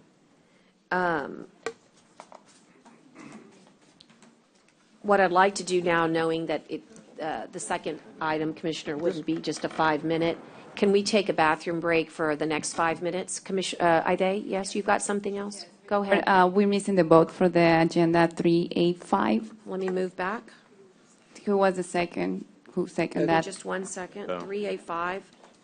I might have been. Let me just check. That was just the motion The on the P motion, card, Judge. Commissioner Chesney. We didn't vote on that? Oh. Okay. It was really just a directive to Dale to bring back, It was a motion and a second, yeah, motion You're right. seconded. And I thought we voted. what does she need? Just a vote? Just a vote. Okay, well, all those in favor signify by saying aye. Aye. Aye. Okay. Thank you for catching that. And so what I was going to suggest is that it's, 7 minutes till noon. Can we come back at noon? Just take a very quick water break, bathroom break for our staff and for those of us up here, and we will see you back shortly, and we'll resume with the Bob Hall Pier discussion, okay? That way we keep to our promise with Lewis, so he knows the timing.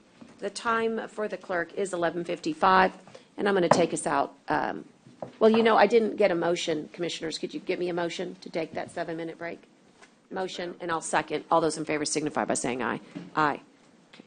All right, now 11:55, and we're off the record. Connie for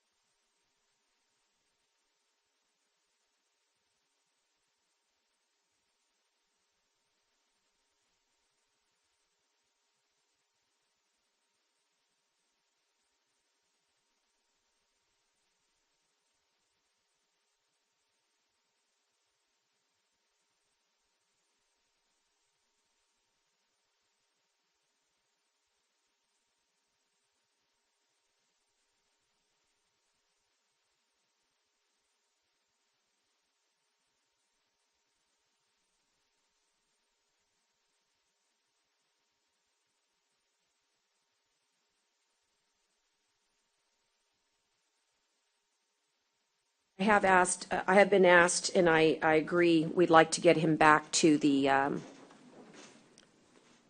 city, and I'm just looking for the right number, so give me just 1 second. 9, Tell me again? 8 and 9. Okay, sections on the regular agenda 8 and 9 are important for us from a timeliness. I do need they in here for these, so I'll read them out so that we can get it on the record, and hopefully she'll come back in. Discuss and consider adopting the annual payment agreement amount, including the request of the city to increase the budget based on the Consumer Price Index for the 22-23 fiscal year between Nueces County and City of Corpus Christi pursuant to Section 4 of the amended cooperative agreement. And Dr. Dante, we'll kind of slow roll it till Ide gets here, but she worked with you in getting these CPI adjustments. What does it mean for us? We have it in our backup, but remember, we're kind of talking to the general public here. What are we increasing the budget to as a result of getting the CPI? This is on, right? Yes, right. Thank you, Judge. Dr. Yes. Dante Gonzalez, Assistant Director of Public Health. So right now, we've had the initial conversation with IDE representing, and we looked at the budget. We've only been 3 months into this new agreement, so we don't have all the data to specifically bring the numbers. So we're looking at carrying over the same budget that we had last year, but just adding the CPI. Great, and that's at 2%? A CPI. And what is your index? Is it 2 or 3? Well, right now we're looking at the index. Cost of The cost of everything living, inflation. has gone pretty significantly up.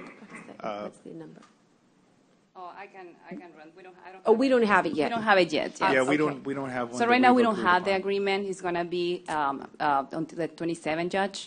But right now, we're just talking like what is expected to be for the 27th in the Are agreement. you looking for us to have a motion so we can get those agreements done, then you bring them back, the final one for signature? No, right now, we're just discussing this. It's not any motion that we need to talk about. All right, right well, now. then, that sounds like a good thing. Obviously, when they went over to the city, they don't do longevity like we do longevity, so these indexes are important to help the employees. Is that correct? That's correct. Yeah. Are there any questions regarding that particular? It would be the same amount plus the CPI. Anybody? Any questions for Dante? And once we have the proposal, I'm going to share with the court to be ready for the PPI could be 27th. 2 to 3%. Correct. And the PPI could be 2 to 3%. It could be between that. It depends on the number, the Right, and consumer price index. And we're looking at what is currently published. There's the CPI, whatever is currently published by the U.S. Labor, by the U.S. Department of Labor. There's a CPI that they have on there, so we can use the CPI that is currently published. Okay. And they're going to provide all the backup on how they got to that number. Sure. So it's going to be exactly the same budget plus just the CPI. That's what they requested. Got it. Well, the scary part is that if you look at it today, it's increased quite a bit in the last 12 months. Well, again, you're just going to bring it back and see. I mean, we'll look at the whole thing before. And just so we Final. know, since it's just discussion only, how are y'all doing on your vacancies? When we left you in March, there was just a couple. But have you all filled all your vacancies from those county budgeted? Remember, there was county budgeted employees. Have you all filled them all? Yes, we are actively, we have filled a lot of the positions already. Okay. We were waiting also on some of the grants that were being carried over from the county and moving into the city. Right. And as we're doing that, we're converting the positions to a city position, so we're moving forward with all those vacancies. I started back at the health department on the 21st. You left the Parks and Rec and came back? Yes. Okay.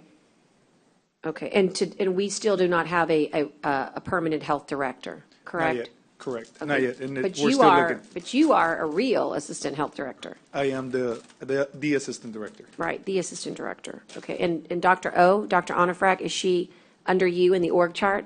Well, she currently works as the physician for the health department. She's the clinical director, right? Got it. So she acts in that capacity for the clinics. Okay. But not as in the capacity of the assistant director for public health. Okay. So I guess since we're not, it does say, Ida, to consider adopting the annual payment agreement, but do you want us to not do that today? Yeah, right now it's just discussion right now until we Okay. have the formal All right. agreement. Okay, And so then- we'll just pass on that as just discussion, Dante. Can we go to the item number 9 then, since you're right there? So we, yes, We're not doing anything, she says, on item number 8. table it, since it's an item? You want to table it? We can Fine. table it to 27. That's Okay, fine. motion to table till the 27th, Judge? All right, any second? Is there a second? Eight All and right. nine. And all those in favor signify by saying aye. Aye. Number 8 only, correct? 8 That's eight. only. Then you were talking about, no, okay. He's going to talk about 9. right? And so let's talk about 9. And I guess 9 will be a part of the agreement as well. So it's discussion of the 1115 waiver funds for 22-23 fiscal year between Nueces County and City of Corpus Christi pursuant to Section 4. And tell us about, I guess it's kind of self-explanatory, but what would you like to say about it? Well, it's going to be basically the same thing, Judge. In the conversations that we had with IDA, we're taking both budgets and then providing the CPI for both of the budgets, so both of the health co-op as well as for the 1115 waiver component of it. So it would be rolling over the same budget, but with the CPI. So in other words, whatever number of people the 1115 pay for, then those people would also be subject to the increase from the CPI. Right. Is that right? Wait, repeat that again, Well, because I have a hard time hearing you. I'm having a hard time hearing you, Yeah, Dante, I'm sorry. I don't know if maybe I can get closer. I No, don't want to get thank too you. close to it. Yeah. But yes, so the same thing with the 1115 waiver budget. What we're looking to do is carrying over the same budget, but just including the CPI. Fair enough. And it includes, I mean, the CPI would include it for everything, right? Not just for salaries, Judge. It would also include for the operational cost. So it would be for the whole budget, not just for one portion of it. I think you So mentioned. one of the things I'm concerned about is that we seek reimbursement for these costs from the hospital district. Have they joined us here today? Have you met with them? I think you have. In other words, when we talk about CPI, it's probably not a hard sell, given the inflationary, index today. But when you're talking about the operational costs as well, if I were the hospital district, I would want to be a part of that conversation. I don't know what that means, but if you look at inflationary costs, you're talking about huge percentages. That may or may not actually translate to our operational costs. In other words, you can maybe make that observation to people's lives as they work, but not necessarily for the operations. I mean, unless you're buying new equipment or unless you're doing something, I fail to see how the CPI would really, I think the hospital district has the final say, Dante. That's the bottom line. No, that's the hospital district, and Yeah. Obviously we need to bring them to the table. We have had a conversation with Johnny Hip in regards to other items and other discussions, and his direction that he has given us is that he's not moving forward unless the county approves it. So I think he's waiting on approval from the county, and I believe this probably be the same reason, or the same reasoning behind that. Right. All I mean is that, I don't know, maybe you could, well, we can talk about it. You'll have to show me what you think the CPI would affect on an operation maintenance for the purchases of consumer goods, right? That's what CPI means. It's a consumer price index. What about your resources are consumer-based that would require CPI for that? That doesn't translate to me, but having said that, there Right. could be gloves, swabs, syringes. Those are types of items that you have to procure, right? That is correct. That could be part of your O&M, that I could be persuaded, but I hope that the hospital district is listening. I don't see anybody listening online, but maybe they're out there in TV land, that they really need to pay attention here, because I don't think we should blanket a CPI for everything across the board, because it could be 30%. I mean, we and I have don't to think be we're- thoughtful. And we're not approving that today. Well, I hope not. No. We tabled, and we're Yeah. not, Okay. we're Just want to make sure I'm- someone's watching. I No, think no. on people, No, I'm not. yeah, you're with me here? I'm with you, yeah. All right, I okay. want to look at the budget intensely. I just wanted Got to it. hear what he's saying, and let's go from there. Right. And just for your comment, Judge, we have seen an increase in medical supplies. Right now, they're a huge commodity, obviously. especially when it comes to several different things that we use there at the 1150 waiver. You know, we look at patients that have, you know, diabetes cartridges have increased in price, and several other components of it. So so as you can imagine, you know, it's not only people, right? It's not only on the salary component, but on the operational side, and there is going to be an increase in just the prices. And those are, You know, there's a lot of things in back order. There's a lot of things in back valid. order right now. You know, we're looking at sometimes 6 to 12 weeks before we get an item in. So we have to look at different companies, and sometimes the companies that have the items happen to have a little bit more of an upcharge, right? Yeah. And we look at that. We have procurement policies, so we have to Totally. get quotes. No, listen, I'm with you. I love to see the justification, and I hope that we can, you know, get you everything that you guys need, because you're going to need it come fall. They were just a little off, weren't they? They said we were going to surge in April, May, and they were just 30 days off, but they are so darn accurate. The last question I have for you is really, hopefully, it is definitely affecting a budget. And I've asked the question many times and gotten zero answer, but now that you're here before me, I'll take it full advantage. I wanted to know whether or not the health department was following any of the FEMA public assistance dollars, and whether that was, you know, allowed. So in other words, public health normally does crisis, including viruses, right? But what I didn't know is whether or not you guys had opened any, what they call those project worksheets, so that we could avail ourselves of the 90-10 or the 100%. The deadline was July 1st. I kept asking and asking and asking, and I never got an answer. Do you think you could find that out for us? Because we ought to be winning here with federal funds on the public health side.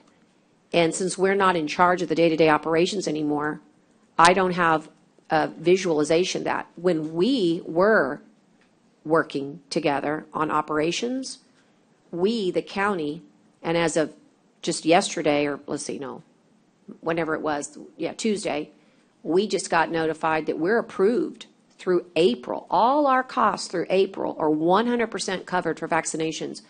I was wondering if y'all's were the same. And that's really important as we go into this budget, because if you all are missing out on dollars, I don't think we, the county, should quite frankly not hold you accountable for getting the dollars that are out there for free, right? Because that's what they are. They're dollars to do our job. You may not have the answer, Dante, but at least you can help me by taking that back.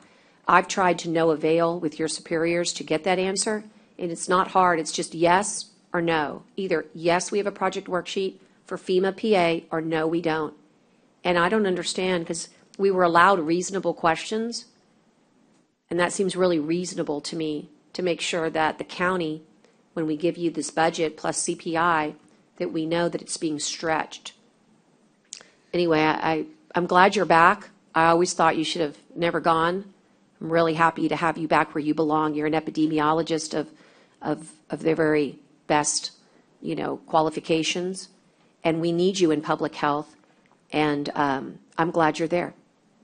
Thank you, Judge. Yeah, and we'll look at the answers, you know, that you're seeking. I'll ask, and then see how we can bring them back. Yeah. What I would like to point out is that there was a lot of grant funding that was available outside of FEMA funds, and we did apply to them. That was one of the last things that I did as the assistant director. They applied for a huge grant there that we're still utilizing for that. Right. And that got approved. And, you know, constantly there was other grants that were also approved. So if it's not through FEMA, we also, you know, the city did follow through grants, which is also money that comes from the state. But I don't know the answer to that. Yeah. I wasn't there for a year, but I will get you I know. some answers. I know. I just know that, again, I know you could help, and I know it affects our budget, so I would respectfully ask before July 27th, really before we post for our agenda, so we can have it as a backup documentation. And they may say, hey, FEMA doesn't allow it because that's your job anyway, right? It could, but I doubt it. I doubt that there's a complete blanket, but maybe. I just need to know, because that's what could really help us on that operation and maintenance. Right. Thank you. All right. Are there any questions for Dante? It's just, IDA wants us just to discuss today. Congratulations, Doc. Thank you. Appreciate it. Okay. All right. We'll just move on, I think. Yeah, we're gonna just table Dante. this one too to the 27. Motion to. Motion to table. Well, is the 27th going to be quick enough on that one? Why don't we just do it Let's or do- quicker, Yeah, let's just say motion to table. within 30 days? Yeah. And I'll second. And all those in favor signify by saying aye. Aye. Aye. Okay, Dante, thank you. Thank you. That's 8 and 9. Okay, I'll go back to where we were, which was Bob Hall Pier. And, And Judge, can you What number was it? simultaneously call the other one? just yes, so but that what number was it? 25. Thank you. I'm going to call item 25, because this dovetails into the earlier discussion. It's discuss and consider additional funding for Bob Hall Pier project from all available Nueces County funding sources. So 2 and 25 at the same time? Yes, right? same Okay. time, but Just- it's the 25, no one had heard before. So I was very deliberate about how we put the verbiage here, all funding sources, so that we could have that good discussion about all funding sources. And what seems to be evident is that there are other funding sources, and those are vast. There's always grant monies, and there's going to be, the court approved maybe, 2-3 weeks back, a new grant that'll be filed very soon. But there's also other funding sources for public access and infrastructure if they meet certain eligibilities. And one of those is the Tax Increment Reinvestment Zone, number 2. Another one is American Rescue Plan Act. There could be others, Commissioner Chesney. And so that is my setting the table for you to Yes, ma'am. go ahead and start. So going back to the part about Jacobs, in just trying to figure where to go with that part of it first, because the big picture discussion on the pier, in my opinion, is with the funds that you're talking about, Judge, is that those funds would not be then a request for additional monies from this court, depending on how we do it, because the proposal that Commissioner Gonzalez had put forth about each commissioner and the county judge getting an amount of money for qualified projects, qualified ARPA projects for their precinct. My thought was at that point, if that passes, then, and maybe, we can, I don't know if we can, if that's germane enough today to make that motion again, but if this is germane enough an agenda item to discuss that, then was to talk to the TERS about Briscoe King, to talk about with you, Judge, if that goes through, using some of your ARPA funds, some of my ARPA funds. And I say mine, I don't mean to do I it know that what you way, mean. but pre-qualified, and I've already done work, and I think you have too, in talking to Haggerty in regards to there are things on the pier that would qualify justifiably for ARPA funds, just like there are on Briscoe King. And so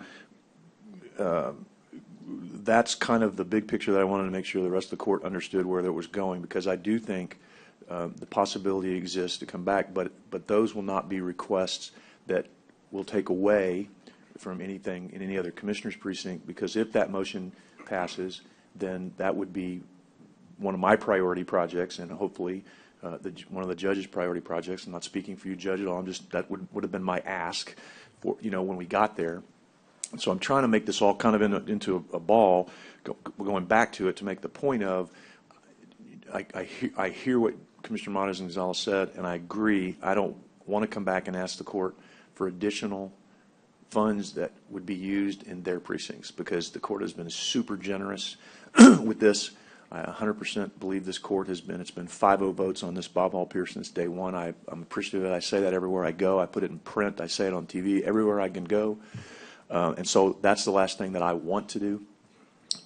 This is an exception that I'm not happy with. I've expressed that. I think it's it is what it is, and we are where we are. And so, again, I go back to the only way that I can think to fix this one today, because we have to keep moving forward, is to do what I had talked about prior to our timeout, I guess, or our little break, was to say that, it's not going to be an additional. It's going to have to be done within the money that's already been allocated. And if that means that some of the contingency goes down by a percentage point from 25 to 24 to cover this, then that's what we have to do. But I don't know anything else to do, right? I don't know how else to move forward on this design part, because I don't know what else to do. And so that's why when I thought, okay, let's just take it out of what we've already allocated and not ask for anything more, then that was the fairest way to handle a problem that and again, I'm not trying to point fingers, but it is what it is. And I don't, I've expressed 2 or 3 times now my displeasure with how it's come down, but I don't know what else to do about it. And if anybody else has any other suggestions in that, but I don't want to lose on that motion either. So y'all are going to have to tell me, because I just don't know what to do. I mean, I don't like it, but so, if anybody's got a better idea, then let me know. But that was all I was going to do, is just say this has to be paid for, but this is not additional funds. This has to come out of the contingency, and that's the only way I can figure out how to do it. And then we're not asking for one more dollar. I don't like that we're in this position. This should never happen again, never. I mean, I know that this is an ongoing process, but it's death by 1,000 cuts. It's going to be, it's got this, for this project, this has to be a one-time thing. I mean, we cannot operate moving forward all the time that, oh, we didn't consider this, or we didn't anticipate that. It's always going to be something. But my worry is the commitment that we're making to the community.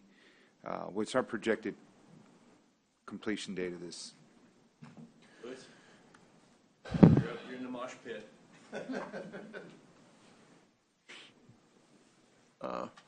We expect about another 9 months of design before we're ready to go to bid. And we submitted for the permit about a month ago. Permit completion with the Corps of Engineers is always an unknown. Generally, for an individual permit, which we have submitted for, it's about a year. So about a year means a little bit less, a little bit more. And so it's at least a year away from going to bid, sir. And it's the permit controlling the schedule rather than the design. And the option, Commissioner, is there is no other option. I mean, we could just delay it, but the inevitable is that we still have to move forward with a design, a plan that right helps and plan it out, helps get us to the proper permitting and everything else that goes beyond that. Right, and that's how I see it, John. And I think if the court supported my motion, it would still not cost. We would not be allocating any new dollars today, and I think that's what's important today. Is we wouldn't be allocating any new dollars. We would have to just take it from somewhere else in the project, and we just have to make it work. In the project, nowhere else. Not from anyone, not from any other money in the county, not from. Well, I mean, on item number 2. Yes. Item number 2 is the amendment for him. Right, and then for him for that's why for I wanted work. to be completely transparent. If there's additional monies, then I've got to find them, or the judge has to help me find them, and I might certainly come back if this ARPA motion, that may be where I want to spend my allocated qualified ARPA funds, but that's not coming out of your precinct or anybody else's precinct. That would just be where I feel like would be to use in my precinct in a well-suited way. Does that make sense? So in other words, I'm not going to come back and ask for any more certificate of obligations, insurance proceeds, anything like that. And this money would have to come out of what we've already allocated. And again, you might not like my ARPA project that I come up with, and you can vote against that if you want to, and I'm okay with that. I mean, that's everybody's choice. So, but this money today would come out of what we've allocated and no more. Under the motion I would propose to make. Commissioner? Yeah, and I think that was when I brought it up. on the $4 million, we all get $4 million. And I think it's only fair that we say whatever you think you need for your $4 million, that's where you spend your $4 million. But I wouldn't consider any other pot Right. other than $4 million. Right, and I wouldn't ask for it. Because, like Mr. Monty said a while ago, I mean, we keep on digging, we keep on digging, we keep on digging. But, I mean, if you want to probably spend $1 million of your, or $2 million of your $4 million, then you only have $2 million to deal with. Right. And same thing with us. I mean, I know I have projects that I need $4 million point something, but I mean, I'll take the $4 million. Right. So, I would consider that but I wouldn't consider anything outside the $4 million. So it sounds like we have a semblance of a motion, at least on the amendment. Can we start there Yeah, I think I. to try and advance our day? I would do as well, Commissioner. Yeah. I feel the same way. I agree. Seems like they have us every time when they say the design. It's always the design that needs to be completed and then needs more money. Okay. So, and I don't like that idea about, well, you didn't ask, so we didn't mention it. Say that again? I couldn't hear you. I don't like the idea when they said, you did not ask, so we didn't mention it. Hi. I mean, all this could have been prevented, and I'm against that. But it's the design. It needs to be completed if you're going to go forward with this thing. So I'm in favor of helping you out. But Okay. again, that's where it stops. And I appreciate it, I really do. And again, so let me try to make the motion and then if anybody needs to tweak it so that it's not clear, but the motion would be that we consider the amendment to Jacobs Engineering Group for items 1 through 11 only at this point, and that those funds are to come out of the already allocated funds that this court has allocated. Yep. I'll second. Emma clear, Scott, you're clear, Louis, that's clear to everybody? Okay. All right. I appreciate the support. Thank you. All those in favor signify by saying aye. Aye. Post same sign. Okay. Now, going to item 25. I put this on with a little bit of, Not us, right? We're done, right? Well, there's still no, Bob Hall. hang with us here. Yeah. So I've been learning a lot about peers. And, there's some things I want to bring up for transparency purposes because I think it's important, and it's really the impetus for me putting on the additional funding. Number one, I've learned that the work that we're doing that was sort of from the general renderings was based on a theory of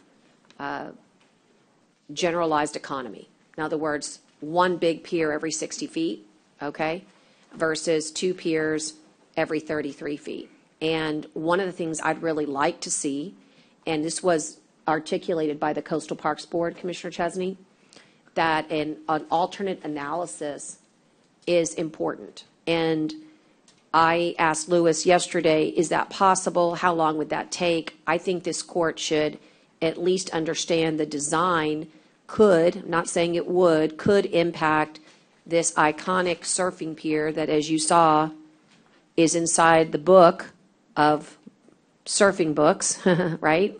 We made the top list, and that has a lot to do with multiple factors. Ryan Turner, who's the head of the chair of the ad hoc committee, is also a scientist at Conrad Blucher. And we also heard this morning from Mr. Schulitz. And so that we know that there are ways that we can talk about the parameters that affect surf, the current, the sandbar, and potentially these piers. And when I say pier, I mean the foundational structure, right, guys? Not the, is there a better word, Louis, I should be using? Not pier, pile? Should I use that word? Yeah, the piles support the pier. Okay, let me rephrase then. I knew that sounded very lay terms. So the piles that support the pier, whether they should be designed the way you've done it, which was to do what we said, right? To design with economy in mind. But we didn't know at the time that it could and I emphasize could, have a potential impact on surfing. And so with that in mind, and with the second piece in mind, which is that we didn't go through the exercise of spending the money with Pettis for nothing. We didn't ask 2,500 people to give their comments so that we would ignore it. And we certainly didn't have 3 town halls and I don't know how many virtual meetings, a dozen at least, to ignore them either. And so what I'm seeing is a real connection between revenue that supports coastal parks and more space. And I'm going to shelve just for a moment what kind of space that is, Louis, whether that's vertical space or whether it's horizontal space. But it's more space. And for that, we need more funding. And I don't see it the exact same way as everybody else. I see this as a investment we make in 2022 for the next 50 years, and that's super conservative. And that investment has a revenue producer attached to it. And so I put it on here in the spirit of, and please remember that Haggerty would caution that while we can't designate 444 for each of us, we know what you mean in the spirit of $4 million worth of eligible projects to be divided equally amongst the residents, right? Is that a fair way to say it? It's equitable and it's fair, Yeah, but it's when not just like a blanket for. And in that vein, I second what you said, which is that I would be most in favor of putting $1 million of mine if that was, if you would do the same, because that would get us that space that we needed. And then we'd still have to make the decision, do we go vertical or do we go horizontal? And for me, that's a decision that's really best answered after we talk to the permitting experts and people who understand, like Louis, the design of going horizontal, and could that mean more dollars because of a foundation need or not. I'm not ready to have those conversations today. What I was ready today is I say yes for the $1 million because it can be joined with another $1 million, and then I'll feel better about really not delaying the design and the alternate analysis. We can get those going, and we can get this pier up sooner rather than later. And so that's, Commissioner Chesney, why I put it there. That's not to say, sir, that I'm not excited about other opportunities that could be out there as well. But just yesterday, somebody interviewed me on FEMA. Why aren't we getting FEMA money? And I explained why. But, you know, one never knows if the gods want to give you something. And tomorrow, the President of the United States could say, I declare Hurricane Hannah federally declared disaster. And then all of a sudden, we're back in business at 90-10. That's probably not going to happen. But the concept is that these are the dollars that we would earmark or allocate today, knowing that there's a lot of other items on this agenda that are doing the very same thing. And I was hopeful that we could do that, and that's why I put it on. And that doesn't take away the TERS, Commissioner Chesney, at all, or any other ideas that you might have, federally, state, or local. And what I mean by that is that for those of you that are listening that don't know about the TERS is the tax increment reinvestment zone. We sit on that, Commissioner Chesney and I. We vote every time we have a meeting. We vote to support projects through our budget. And there are sufficient dollars there to support additional funds for this very unique geographic area. And it could be for this, it could be for another item, as he mentioned, or both. And so that is something I've also tried to get onto the agenda for our next meeting with the TERS. So with that in mind, Commissioner, I would love to see a motion that would help allocate additional ARPA funding only as it applies to yourself and myself for a total of $2 million. I think, Judge, the better part of valor, although might seem to be, because, and I agree with about 95% of what you said, and I don't disagree with the other 5. I just have a little different perspective, so I don't want it to be a disagreement.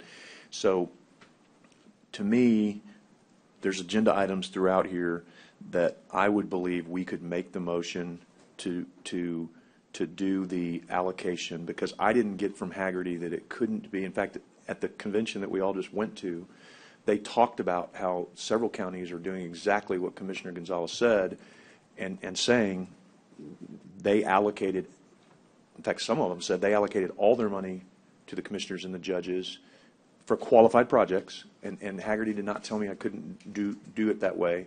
So that's the only like small tweak on that one that I have a little bit of, that I think we could do that, and I think we should do that before we go further, so that then we can live up to I can live up to what I just said, was I'm not going to ask the court for something that isn't coming from, quote, precinct 4 qualified projects. So I would like to make that motion first. I think that's fair. The second part of that is I am very on board with horizontal.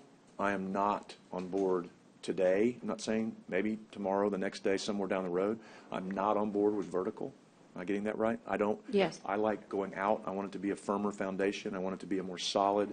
I think the people that I talk to in the business community think that's going to be more efficient use. It's going to be less maintenance. It's going to be less all kinds of things. So I'm not. So my comfort level is with the horizontal today. So I'm not. You know what I mean? I don't want to do it. For me, I don't want it to be a blanket. I would like to just. I'm okay with that. I just want to say that, and I know the conference that you're referencing, my experience is that the justification, even if they say it's okay, you still have to produce a ton of paperwork that requires that justification. Or you just make it subject Just subject to, that's all. Yeah, subject to, if there's a Confirmation. legal challenge. I mean, just, because I think there's a lot of agenda items. So most of what you were talking about, we're on the same page, right? Right. I think, TERS is available, whether it's for Briscoe King, which then Agreed. frees up more of my ARPA for something else. Right, or it more can of your- Right, and so I think TERS is available. I think I'm definitely willing to commit to the horizontal part of more space in the restaurant space, because that is going to bring more revenue to this county. That space is going to bring more return of investment than anything else we do. Well, I got to be careful. That fishing pier is phenomenally important, but the return on investment on the amount of space, right? Because that pier is humongous, right? So we have the ability to make a ton of money on that space and a ton of money on that pier. So we need to get going, and I don't know where the next step is, and that's where I was going to ask too. Is like, what do we need to do now, Louis, to really kind of push this into the next realm? Because I agree, I hadn't heard that stuff from the surf riders. That's very concerning to me. I don't know what that means for cost. We just reduced the contingency. I don't know what that means for cost. I've heard construction costs went sky high, then they leveled a little bit. So where do we go, in your opinion, to get this back on the drawing board to move forward? Sure. I mean, really, it goes by fast. It really has. And frankly, originally we should have been about halfway through design by now. But it has taken a lot of. We've had a lot of public comment. A lot of hesitations along the way because of that. Frankly, I did not think anybody really cared how many piles supported the pier. I didn't either till today. No, and that's why you keep having public comment. And that's why we have public comments. That's great. And my gut feel as an ocean engineer is they're probably right. The number of piles does affect the wave. I've had a number of conversations since I first met with the surf riders on, can I quantify that? There's all sorts of different variables. The water goes up and down, the waves are large, then they're small. I got an indication is, sure we can, but analysis always say, oh yeah, we can do that. But it's difficult. I mean, they're saying just to get an indication of monopiles, a single pile per bent every 66 feet versus 2 piles every 33 feet, just to get an indication of what it would mean to the substrate. Is it going to be deeper? On the order of $500,000. Just analysis. And they're going to say, we think that's the case. It's not a given. So it's frankly, in my mind, that's not money worth spending. I think it'd be great to propose it to the Blucher Institute or Texas A&M PhD grad student. Do an analysis about that. Great thing for that. I don't think it's a good use of public money, though. I don't, yeah, I don't know So where it's, my gut feel is it does affect it.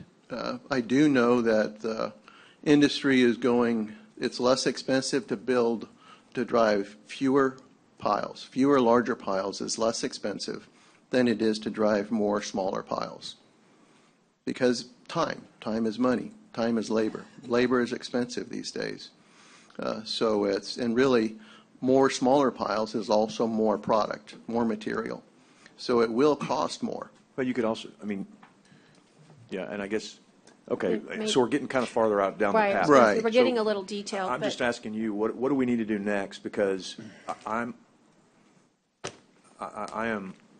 think the judge and I are about 95% on this. Yeah. On this, and hopefully the court will support those ARPA projects that are qualified when it comes forward, and we can get to Commissioner Gonzalez's motion, which will do it. But So what I give would us a like to do, timeline. sir, do something is- so we can get off Right. dead center. Right. What I would like to do, Commissioners, is to, let's get going now that we understand what we want to design again, the baseline, what's budgeted right now. We will continue the design to the 30% level, at which point we'll, obviously, we recheck the budget every single submittal. So we'll take a temperature of what is construction cost at that point. And then we'll come back and say, at this point, 30% design with these elements that we're looking at, this is what we think it's going to cost. And it's 30%, because this is a good little exercise. Is 30% far enough along to not spend too much of everybody's money, your lands, all that stuff? Is 30% kind of that number? Because I don't want to go spend 40 or 50% like we did on one project that we all got a little, uptight about, and then go, oh crud, we're kind of on the hook for this, and if we change it, it's going to cost us a ton. So is that kind of the number? 30% is an excellent time to sit there and do a check, because at that point, we'll understand how many piles, what size do they need to be, the size of the major members, which is going to control the structural cost. At the same time, we'll have a much better indication of how everything else is designed, the layout of the restaurant, and what's the cost of the restaurant. So 30% is. We're going to discuss this later on, bring it back to Yeah, the I'm just saying. No, yeah, it's that's fine. it's Okay, a so- very important decision point. Okay, that's fair. Okay, so lay out, just send us a timeline or something to get us off dead center and let us know what we need to do. And I don't want to keep going on this because we got a ton of other. Can we go back to the motion things. that you had earlier on? I don't think we voted on it. Yeah, I think we. Did we? No, we didn't yet. You made the motion, but then we veered off. And your motion, We voted. Emma, did we vote on the 337 on the amendment? I don't believe we did, Commissioner Chesney. Okay. But your motion stands. Yeah, y'all Did made we? that motion and approved it. I think we did too. Emma, we're good? On item 2, we did vote. Right. Yeah. I mean, you're starting to make me think I'm insane up here, but I know Okay, we sorry, did. I'm just watching Emma here. Okay, she said she's good. Okay, Okay. thank you. That's fine. And we can so now, just to redirect us, the concept here is, I'd like to find an item that to you make want to it- attach it. Well, yeah, I'd like to find an item that is germane that we can make Commissioner Gonzalez's motion in regards to allocating qualified projects to each judge, to the judge and each commissioner, so that that's in place. Because I know I'm sure everybody up here has probably already got projects in their precinct that they want to start putting on the agenda. Okay, and we can do that maybe we have some that say things like, Number 23. in additional funding sources, okay? And then let's But, just move off of 25 for right now, Judge. That's okay. And then And we can come right back to it when it's germane. Yeah. But just so you know, 25 does help us. It's, just give me a second to, Louis, I think you've answered the questions. The rest is up to the court now. If just you take want I think to you could take just take the off, first but one. I just want you to know Bye. it's appreciated. Okay. I'll pass on 25 right now, and we'll come back to it to see if there's a way to make all that work. But I'm going to come back to 25 if not, because I feel like it's liberally written enough to I do get too. us there. There's a Can we bunch of them. I know that Cedar Driscoll is here. Can we just Let's do Cedar theirs. Sorry. 21? If you'll just ask me, I'll be happy to 21? do it. 21? I'm happy to do number 21. We've been trying to help all the political jurisdictions that are here get to where they need to be as quickly as they can. Item number 21 for the court is discuss and consider the use of American Rescue Plan Act funds to support the city of Driscoll in the amount of $150,000 for drainage widening and rehabilitation. And Commissioner Gonzalez, this was yours.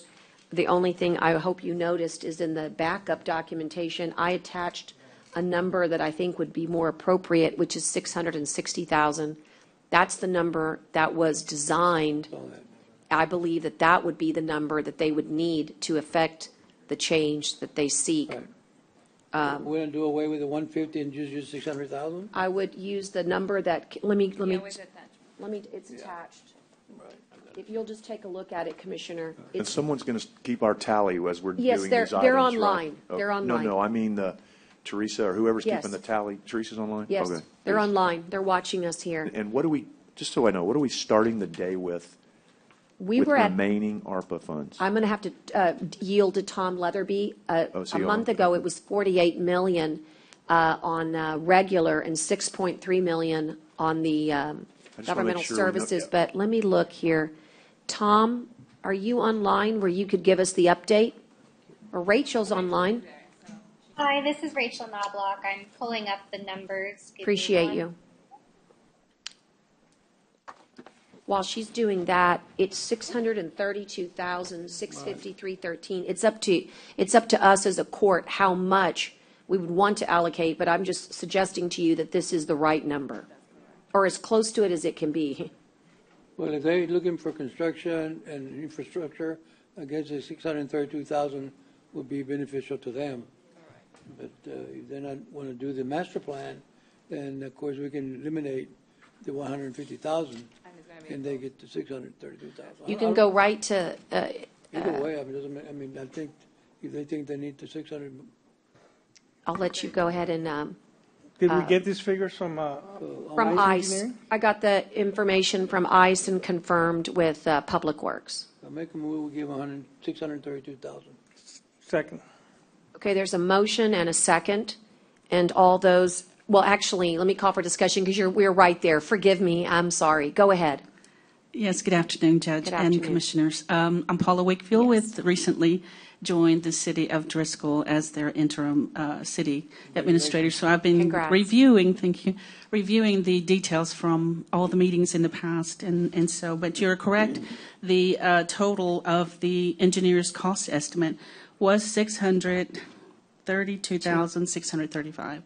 And I think the issue of the $150,000 being part of the master plan is still in place. Is that going to be a separate motion or?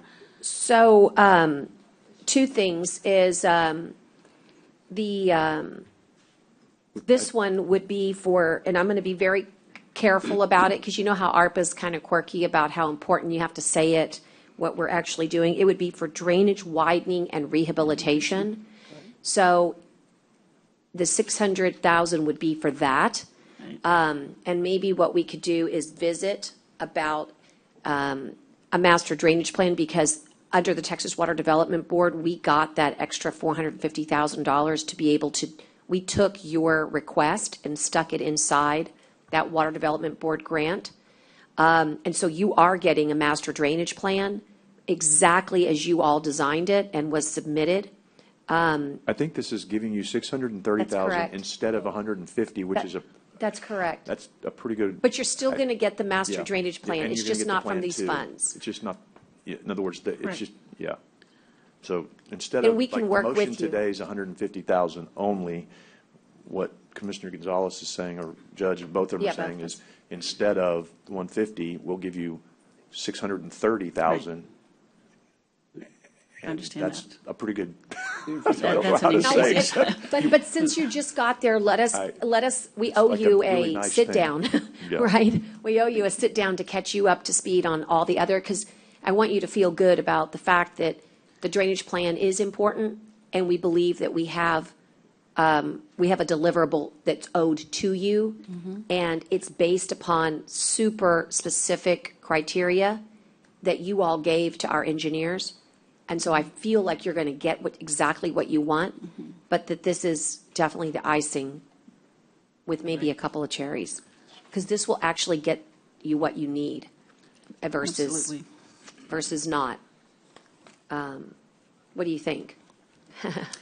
We're overwhelmed. This is a Okay. good decision. We appreciate it. The citywide projects are immediate. They're, as they said in past years with the stimulus packages, they're shovel ready, They're shovel ready ready. to go. So yes. And Paula, you were not here earlier, or maybe you were. Today is kind of a day where we're earmarking and allocating dollars. And then a very important new meeting that'll come up sometime in the very near future. We'll be working with you and our court administrator on the documents that make this actually happen. So today we say this is the dollars, but please know that we'll have to continue to work with you on those MOUs and all of the things that Dale, as our auditor, brought up. And I'm sure that's not foreign to you. I just wanted to remark that the money's good, but we just need to button it up, if that's okay. That's absolutely Yeah, fine. okay. We understand about the MOUs or anything Yeah, else exactly. that's required with signatures. It's just and required, yeah. the seals, so we can get started. Exactly. Yes, Okay, all those in favor signify by saying aye. Aye. Pose same sign. Rachel, I didn't forget, do you have those numbers now? Thank you. Thank you, Judge. Thank you. Commissioners. Thank you. Thank you, ma'am. Rachel? Hi, Rachel Knobloch with Haggerty Consulting. The numbers you're looking for are the totals you've already allocated to ARPA projects, correct? Yes, ma'am. Okay. How much As is of left is what I can't barely hear you, but how much is left is We're what I was. turning her audio up right now. And have we received the extra money yet? Yes, we have. I can confirm. Perfect. Okay. Go ahead, Rachel. I'm sorry. How much is left of our $70 million initial allocation? 55, really. All right, let me 55 pull that up. first. We got those. No, we got it all now. Oh, we got it. Yeah, that's what they just said. I can confirm. Yeah. No, that's. So go ahead, Rachel. I'm sorry. I can't. Subtracting some new numbers we received this morning.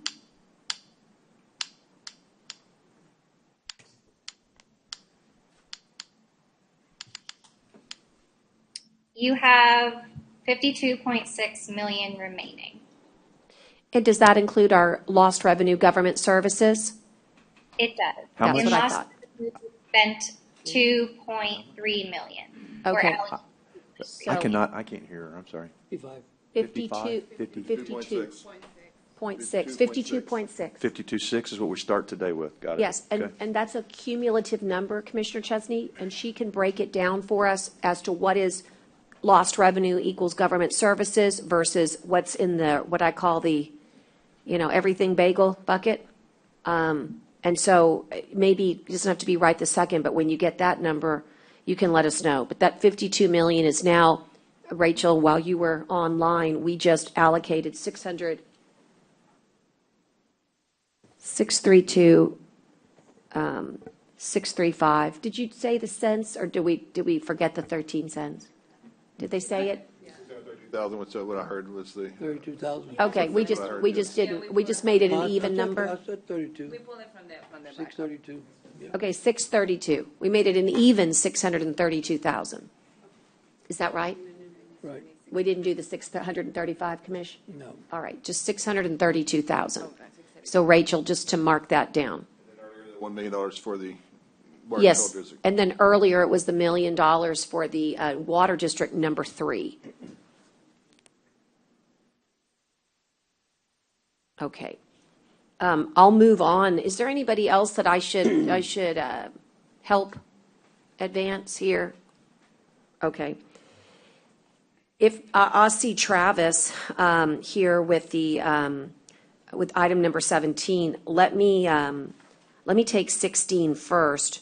I'm actually kind of getting to where I want to be, and I see Edward was in the hallway, so if someone will let him know he's coming up next. But on this one, it's 16, Judge? 16. JJ may be online, but I'm very familiar with it because we had to check eligibility. How much is this one? This one's $10,000. The would grant move. that we received, thank you, doesn't cover it, and food insecurity is a Yeah, winner move- here. Move past it, Judge. Yeah. All right, thank you. I'll take the motion by Gonzalez and the second by you, Commissioner, if that's okay. Sure. And all those in favor signify by saying aye. Aye. Aye.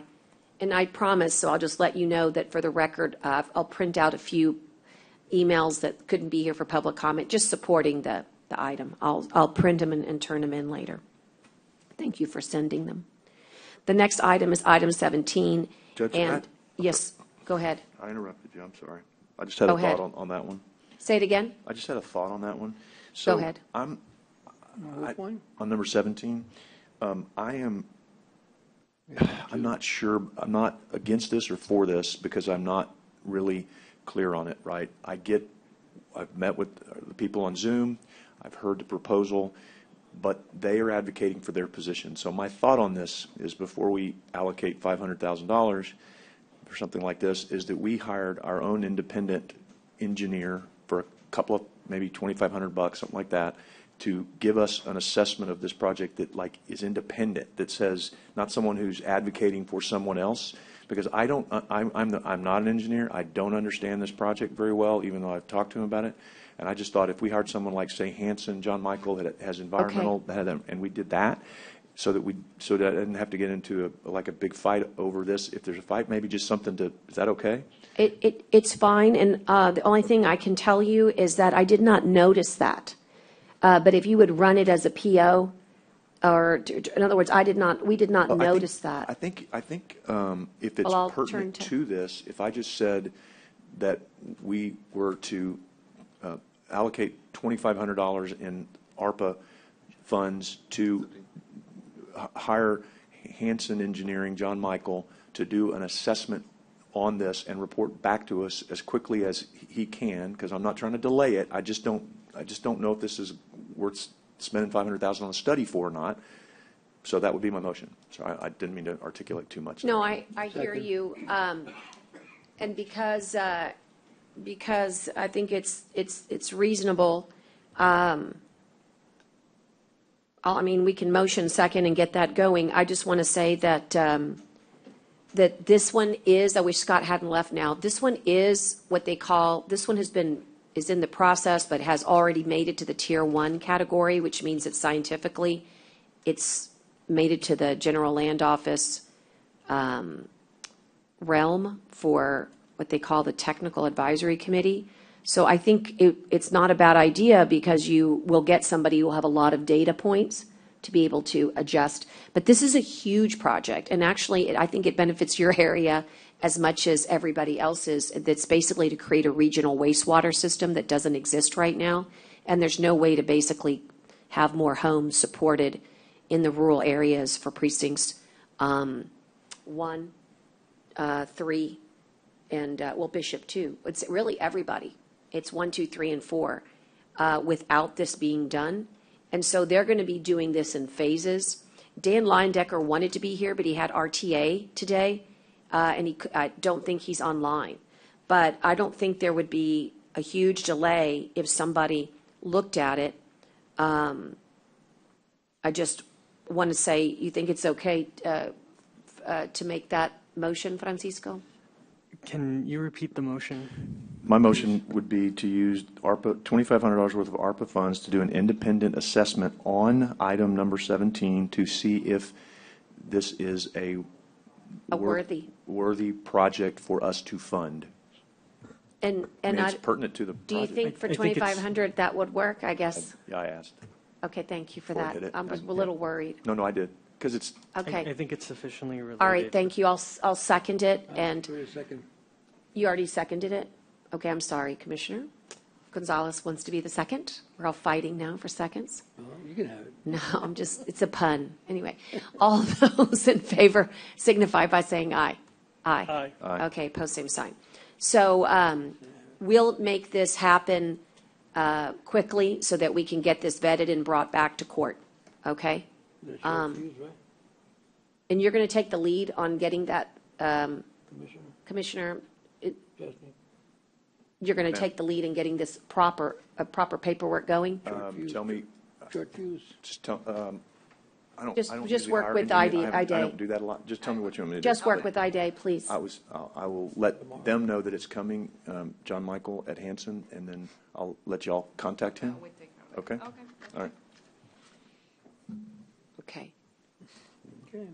And really, it's Anna Aldridge that's the lead, the CEO there for the local office. But I'm sure that John Michael can direct us, sir.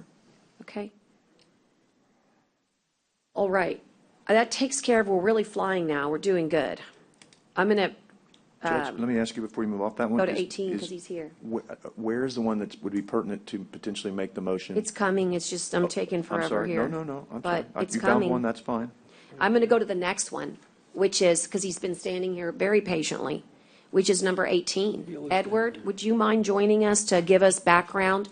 Discuss and consider the use of the American Rescue Plan Act funds in the amount of $6 million or other amount for the purpose of making necessary investment and improvement within our inland parks for outdoor recreational activities, supporting health and wellness for all county residents, including improving our community center facilities to meet pandemic operational needs. This was very important for the wording that you worked with Haggerty on. Thank you for all that time. The wording matters because it tells you as a public why we're doing it and how we're doing it. And I'd like to definitely make the motion to approve, but I was wondering if Edward also wanted to give some background, if you wanted to, Edward. Judge, you've said it perfectly. The way that they crafted that, the way that we're going to implement it, the way we're going to get with the commissioners on the priorities that are in their precincts and the projects, that is what we need. Yeah. That is what we need for the investment. Commissioner, I just want to make a comment. I appreciate what you did here because you did exactly what this court asked you to do. You came in with, I think, what, $20 million of initial requests, which we couldn't do because we didn't have the money to do everybody else. We sent everybody back and said, reduce your request. You've done that. I think these are great projects, great programs. I appreciate that. You did exactly what this court asked you to do, and I support this, and I think this is great projects that you and the commissioners came up with for Inland Park. So that's all I wanted to say. Thank you. Thank you, commissioners. So move. Second.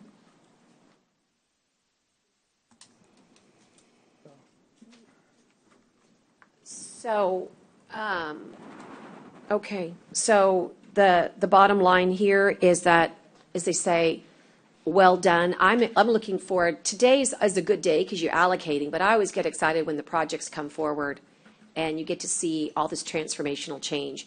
So FYI, Edward, you're really good at this. You have a team that does this amazing Instagram account. And when you get your first project, when you get your first win, share that with the court. There's I guess it's a website that's logging in nationally some of the best projects that ARPA is doing. And I don't know why, but I just feel like your guys, given their Instagram account, will be able to showcase what we're doing in video. I don't know which one your first one will be, but it's very exciting. And I literally just went over and whispered it can be brought later. But the reason we put or other amount is because we know that there are other projects that might want to be considered. And that's where the wiggle room was for Hilltop. And that's why the $6 million does not include Hilltop. Just so you know, Commissioner, if you want to put another amount. Yes, ma'am. I'm giving you a little bit of softball. I'd like to have $4 million Hilltop. Okay, Edward, there's a motion to add $4 million for Hilltop. And again, the eligibility is always out there, Commissioner, but I believe by working with IDA and with Haggerty, if there's anything that doesn't support the $4 million, well, then you let us know and we can back off of it. But I'm certain that you've done, have you all done, I'm asking, you all have done a little bit of homework there, IDA? On yes, Hilltop? we're looking and working with Haggerty to have everything ready for next court. Can we put it subject to so that he can have it and then just say subject to the confirmation next court? Sure. Yeah. Okay. Thank you, Judge. And so with that, the total would be 6 for inland parks and then 4 for Hilltop, subject to the confirmation, which again is just something that we do as a matter of compliance. So we just added 4 for Hilltop? We did. I thought we already funded Hilltop. Only to the tune of 6, and it doesn't finish the project. Remember, it was 26, but 6, right? Yeah. So we're doing another 4, and this is, Do you see somebody online? No, y'all just need to speak in the Oh, we're microphone. not speaking in the We're gonna mic spend that everything well today. enough here. we better get Okay. that allocation done. You better, There won't I was be gonna any say, left, it's coming, Judge. right? You It's might want to coming. get I'm to that looking for allocation. yours, but I haven't found it yet, but I'm, Not 26, it's 6. so, all those in favor signify by saying aye. Aye. So So what does that- congratulations, wait, we're actually finishing, Wait, what does that leave us now? Rachel, Rachel, sorry. what God, we we're not did gonna was another 10,000 since we last talked, and another 10 million. We should be at about 42 million. Yes, the 52.6 million minus the 6 and minus the 4 would put you at 42 million, minus the 600 or so thousand, and the 1 million puts you at about 40 million. Okay, wait, we were at 50, let me do this, Go 52, ahead. 6 was the original number. We just spent 10 10, on that item, so Yeah. that's 42, 6. Then we did over 6 on the other one, but we'll just call it that, so 42. And then, hold on, what else did we the done so far? 10,000. How much? The 10,000? Oh, the 10, okay. For the Veterans So you Pantry. think we're at 42 or 40? 40, she said. Where did I miss? The $1 million for the Water Development Board, the one for. Right, for Robstown, so that was, or, right? Amelia? Yes, Right, yes. so that's, okay, that's 41, and then what else? WCID number 3 booster pump station. Was that the million? That was the million. And then the Driscoll, Commissioner, the Driscoll, Right, I got the 600 for 600,000. Driscoll. Okay, so I've got 41, but you're saying 40, that's okay, let's use your 40, that's way better. It's probably 40 and some change, right, Rachel? Let's call it 40. Okay. We're going to be down to nothing. And Well, you know, if you want to do that, might as well just go ahead and include the commissioners, 4 million each right there. Can we do it on that one, Judge? Yeah. I mean, I'd say let's make a, You Well, did I the think, Hilltop. I think included I Hilltop. think we can. I just, the one that I was going to do it on is a little further down, but I think it can be done because, 23, we're going to 23. then I would make a motion that we amend that one then to include the 4 million of qualified ARPA projects to be approved by this court for each commissioner and county judge. And that be part of that as well. It's 20 million. Excuse me, let me make sure I understand this right. My 4 million that we just added to Hilltop, that's separate, right? well, that, I you're guess. saying, well, I thought that would, No, then, so you don't want to spend your 4 million on Hilltop? no, I got other projects I, want to do. That's what I Yeah, you did. do. Okay, Yeah, you do. okay, so, How All right, about we that's how about fine. we pull out Hilltop for a minute yeah, just hold there. That's fine. and include, or I don't know what we. This particular item, well, I'll tell you what, just hold the thought. We can always come back. Let's continue to go through them so that we really know what our number no, is, Commissioner. Well, but we know we want to do the 20, so let's do the 20. But I mean, I'm trying to figure out where the Hilltop. All So- I have other plans for that 4 million. I can't use it on Hilltop, all of it. Well, we have, yeah, I mean, they just have to be eligible projects. Right, And what right, we right, just did was all of the community centers and the Okay, so- parks and yours. So we've got the parks. So then, how about we add the 20 that I put that on the motion, and then if y'all want to hold the Hilltop for now, or I do. okay, let's hold the Hilltop, Judge. So you're not going to do Hilltop, right? You want us to undo the motion? Well, if that's what it's going to take. Well, I think that- I'd rather wait and see on the projects that I want to do in Banquete, in Driscoll, and Aguadulce. But in Banquete and Driscoll, we just put 6 million over there. I'm just wondering, what is the category? No, 6 million? No, not 6 million. I mean, I just took over that area a few months back. I haven't had a good chance to go in there and find out what's the concerns. I know the community building is a I concern. think you to had yours people. broken Right, down, but Commissioner. we have to talk about the eligible. I think that's why it's important to do You had it. the way we've done it. So like, for example, the 6 million that we just appropriated is going to be equitable, right? Edward, you're going to work with each commissioner. So your community centers and your parks are going to be tackled by the 6 million. Well, but- Okay? We're about to get to the drainage piece, if you'll get there with me. Yeah. We're almost there. Well, hang on, because, so the 6 million is an independent item, right? It's an independent item. So, and it's- so could we do it this way? Could we, on 18, right, because we've made a motion, we're going to have to withdraw that motion, because I don't think he was counting that to be where he was going to spend, he was looking at that just coming out of the general and not being part of his 4 that was allocated. Well, and it may have money for it. No, right, and so I'm saying, could we just put that Hilltop on hold, and we might still be able to do that? That's fine. Just Is put that it on okay? So hold. can we then withdraw that motion on, And just leave the 6 million? yeah, so we're going to have Okay. to start over. So I would make a motion Amend. to rescind the motion that we just made, Second. or to reconsider, whichever is more proper. I'll take whatever. Motion to reconsider or rescind that motion. There was a second. Go ahead. Second. Yeah, no, I was waiting for the judge. Okay, that's fine. I've got a motion and a second. All those in favor signify by saying aye. Aye. Aye.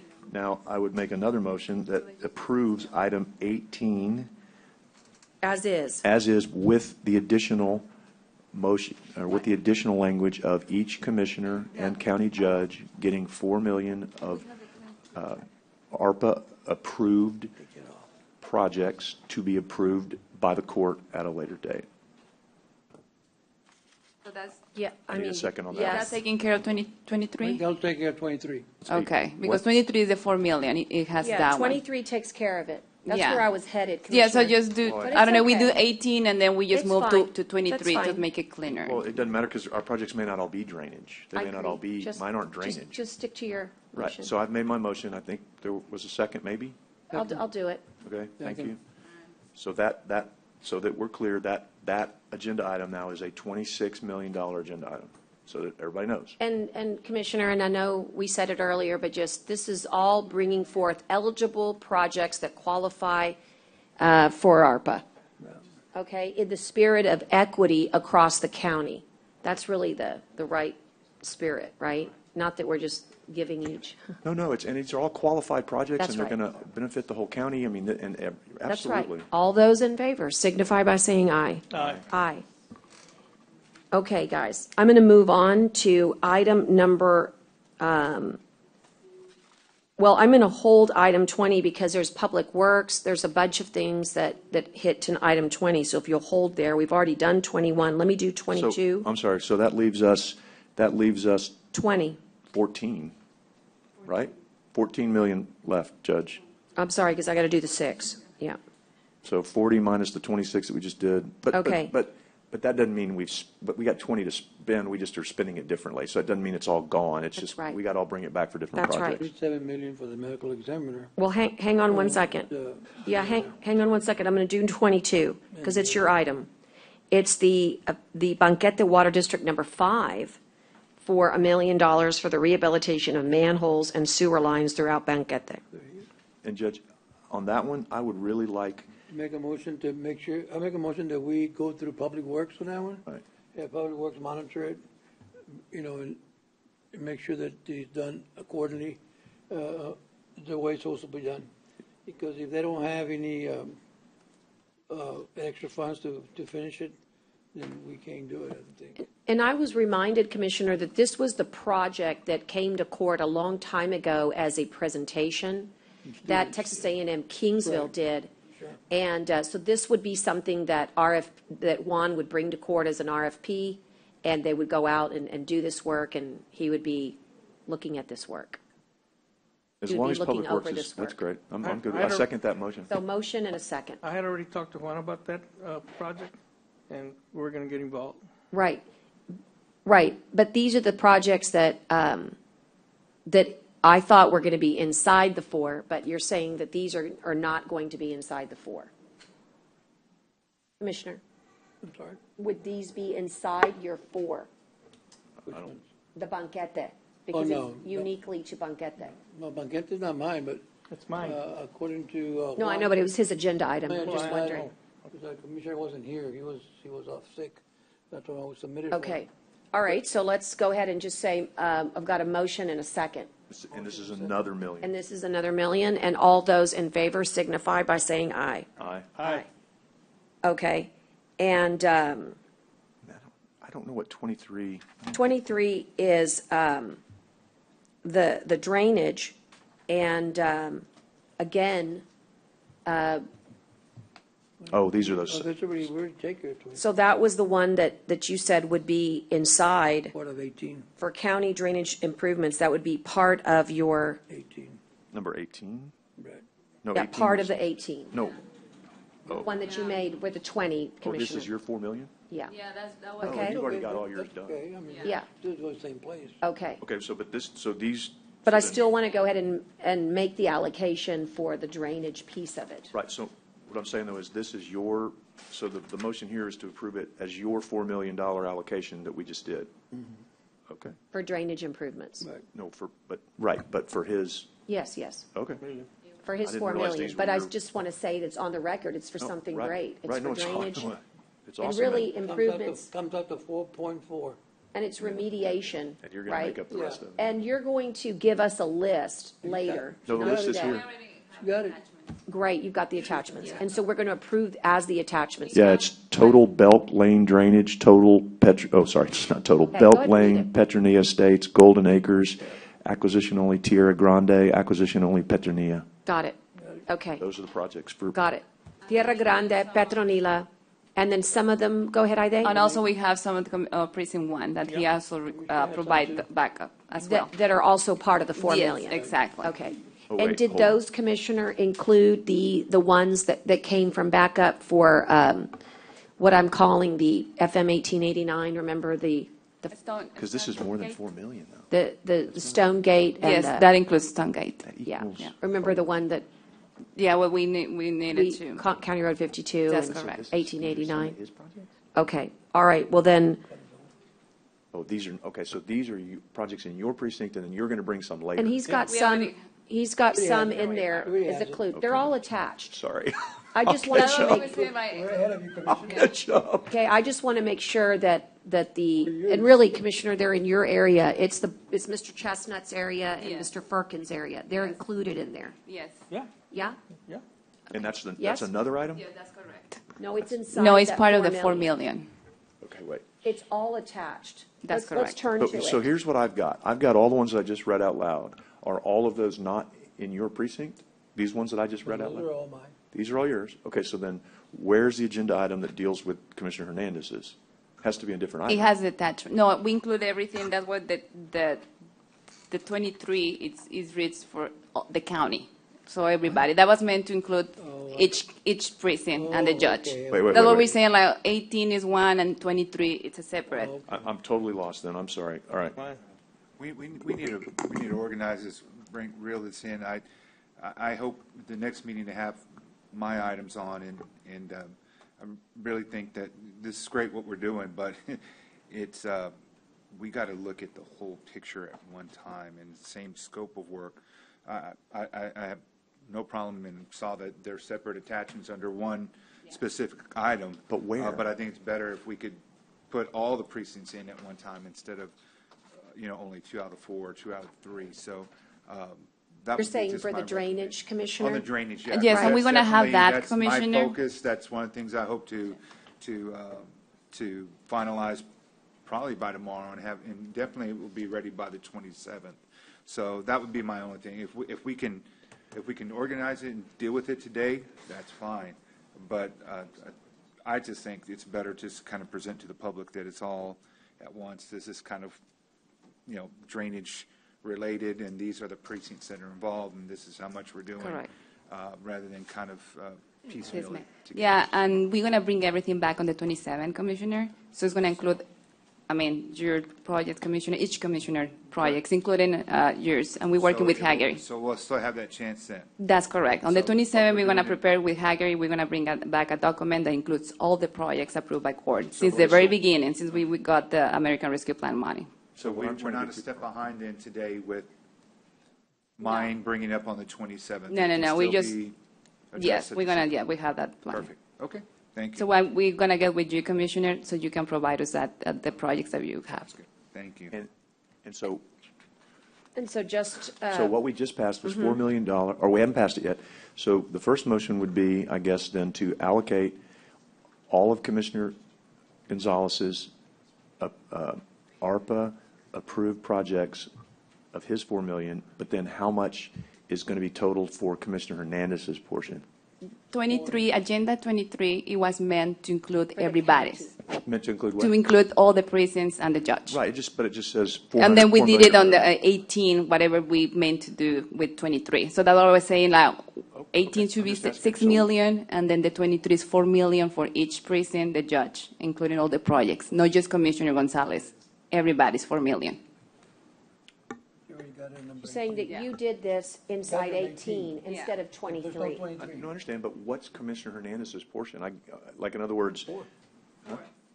No, but where are his projects here? He doesn't have them yet, so we're not going to pass his yet. We're just going to do Commissioner Gonzalez's today. Right, but just remember, they're inside the 4 million for. Right. My motion would be that we're going to allocate these $4 million of projects, and this $4 million is Commissioner Gonzalez's allocation that we just passed, right? And we're not touching Commissioner Hernandez's today because unless. Okay, that's all I was trying to get. Includes Commissioner Hernandez too. So the attachment, and I'm going to look again, it should include his projects as well. You don't have it there? Okay. But I've got the attachment, but which one's his project? It says Stone Gate, it was one of his projects. On top of the project. Look on top.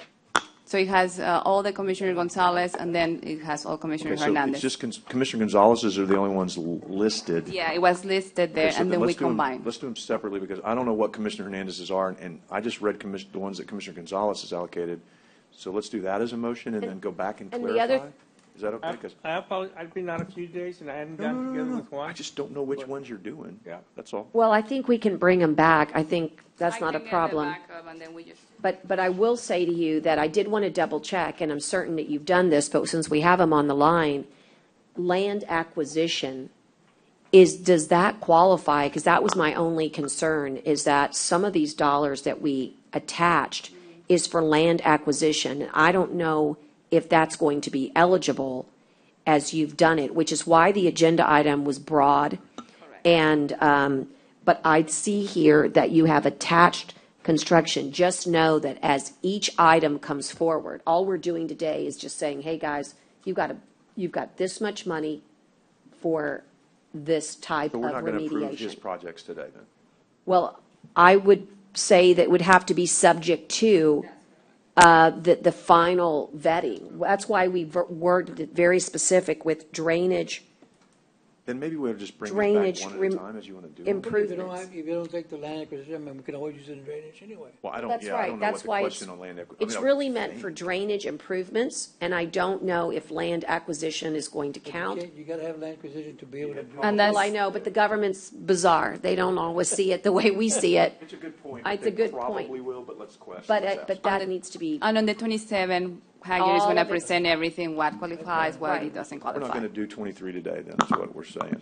well, Because we- you can, sure. All we're doing is saying escrow the dollars. Right, but you're saying Commissioner. the land acquisition is a question and that's. Yeah, but I'm saying that the 4 million is for drainage improvements. And that's what it is right now. And I don't know if it's going to be when I look at his, I don't think that that's going to work. But what I know will work are drainage improvements, right? The widening and the mitigation for flood. They've got a hand up. Let me let Seth talk. Maybe he's got an answer. Yeah, someone Seth? needs to go in circles here. Hey, can everyone hear me okay? Yes, sir. Yep, so as a general matter, projects undertaken under expenditure category number 5, this is your infrastructure projects, can be used to purchase land in service of those projects. So the answer is we can. No, the answer is you can. It's typically allowable under infrastructure projects. You can You purchase can land. do land acquisition? Yeah. Okay. So. Okay. So then we can approve Do it. we want to then approve this list of projects as your $4 million allocation? Is that what we want to do today? Yeah. Is that what, okay, then. I mean, if these are your priorities, I'll make the motion. the only thing I wanted to make sure of, and I'm going to say it for the 5th time, is that Bobby Chestnut and Larry Firkin that is- concern But that may be in is Hernandez. addressed, because they have been the most diligent. But that may be in Hernandez's. It is. group. It Okay, is, so and then the I was just attachment is gonna- there, so And I it's can just there. bring it back. It's the Stone Gate, and it's for Well, I was just gonna do one of the- 660,000. So it's 660, does that sound about right? Yeah, and I have the backup. But we can only do what we can legally do there in that area. Okay. I'm gonna make magic, not words. We're not Well, okay, so we're then not can we, gonna can I just do make a motion to? Moving culverts and Well, moving. but again, all those projects are going to come back. It's not like we're never going to see this again. Correct. All we're doing is escrowing the dollars. When you get the project, you're going to bring it back to court, and you get to kind of explain it, Why are we Okay, wasting so- time with this? right? Yeah. Okay, so then what I'd like to do first is make a motion to approve in concept, to escrow the dollars, the projects that Commissioner Gonzalez listed in the backup package. That would be my motion, and that would be under his ARPA-approved $4 million allocation. Got it. That's a clean motion. Okay. Motion, and then Gonzalez is going to second. Yes, sir? Yep. He said yes. Okay, and all those in favor signify by saying aye. Aye. Aye. Now, can someone read the ones that Commissioner Hernandez wants to approve today, and we can do that under his $4 million allocation, if you're ready to do that. I just don't have that listed, and I don't know how to, I just wanted to list them for the record. I'm not ready to do that. Okay? He says he's But not yeah, ready. I mean, Yeah, we're ready for, yeah, we have Have you been talking to Juan? The thing that is not listed here, but the agenda has the Have attachment. you been talking to Juan? Those are the ones that was provided through Juan. Okay, all Yes. right. Yeah. Okay, list them, and let's write them down, and make sure this is what that you want, because, Yeah, no, okay, no. go ahead, Ida. Which So ones we are have they? a Stone Gate drainage improvements. For how much? This is for 660,000, 660? 660, 571.50. Say, 660,000, 571.50. okay. Valley View drainage, What is it? Valley, the Valley View, Valley View. Okay. Valley View. 2,500,000, Okay. 176.63.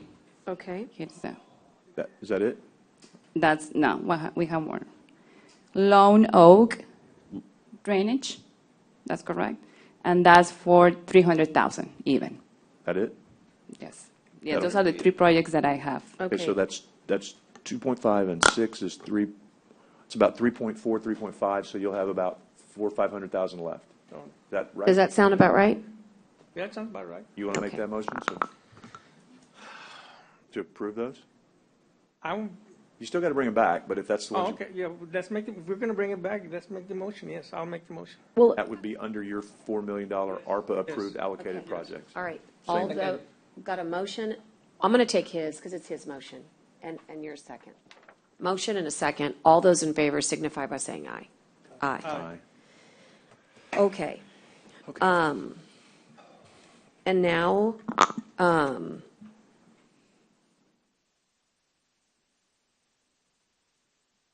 okay. I'm just scooping up stuff here.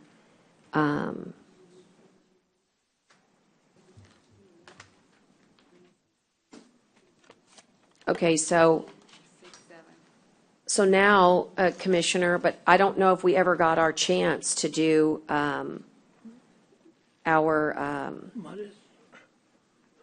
within R4, we never got our chance. We can go back to item number 25 now, okay? Is that right?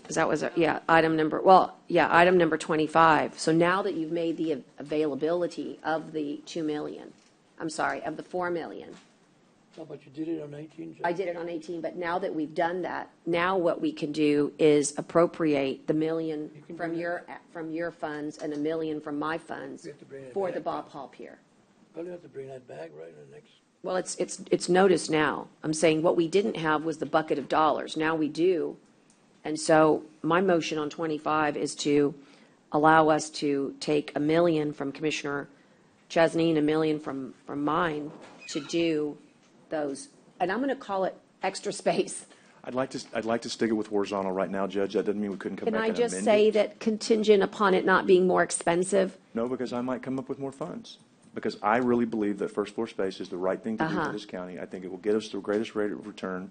I think it will be the most solid structure we can possibly build. And if I have to come up with those additional funds out of my ARPA-approved project or out of the TERS or out of COs that are allocated to Precinct 4, then I will go find that because I believe that strongly that that's what needs to happen. Yeah, So that and is- I'm not a designer or an I know you're not. architect. I know. But what I was concerned about was just making sure that we had extra space. I love the idea of the view, but I'm much more interested in getting us what we need I for know. revenue. To me, it's And- kind of a, and the foundation and all that, Of a so. compromise position, if It- you will, in my opinion, right? I think it is. The only thing I'd like to do is, will you work with us to figure out that foundation and the permit and Absolutely. all I've of already- that? Now that we've got Lewis on board, and I can, like, feel Yeah. good about, since he's being paid to do this now, Right. right? We weren't- Okay. Right. So all those in So favor? the motion would be for the horizontal, more space on the first floor. I would put the money towards that. That would be my motion. Okay. If you're, And I'll second that because I want more space, because Right. more space means more revenue, but it does mean a different design. And so he'll have to, you know what I mean? He's not there yet, 'cause but he's- that's what the I was asking renderings about. will change. How about if I say it that way? That's why I was asking how far along he is, because it's really kind of He's not just- that- Right, because it's really, if you look at it, they're not designs, it's drawings. I'm with you. Right, it's not drawings. So my motion would be then that I would put $1 $1 million million. of the ARPA approved, and along with the judges, for the horizontal extension of the first floor space. That would be what I would support. That would Okay. be my motion. All right, I've got a motion, and I'll second. And all those in favor signify by saying aye. Aye. Aye. And that, and again, to make sure that comes out of my That allocated. comes out of our funds, they? Right. Out of our 4 million. Okay? So $1 million each. All right. And then,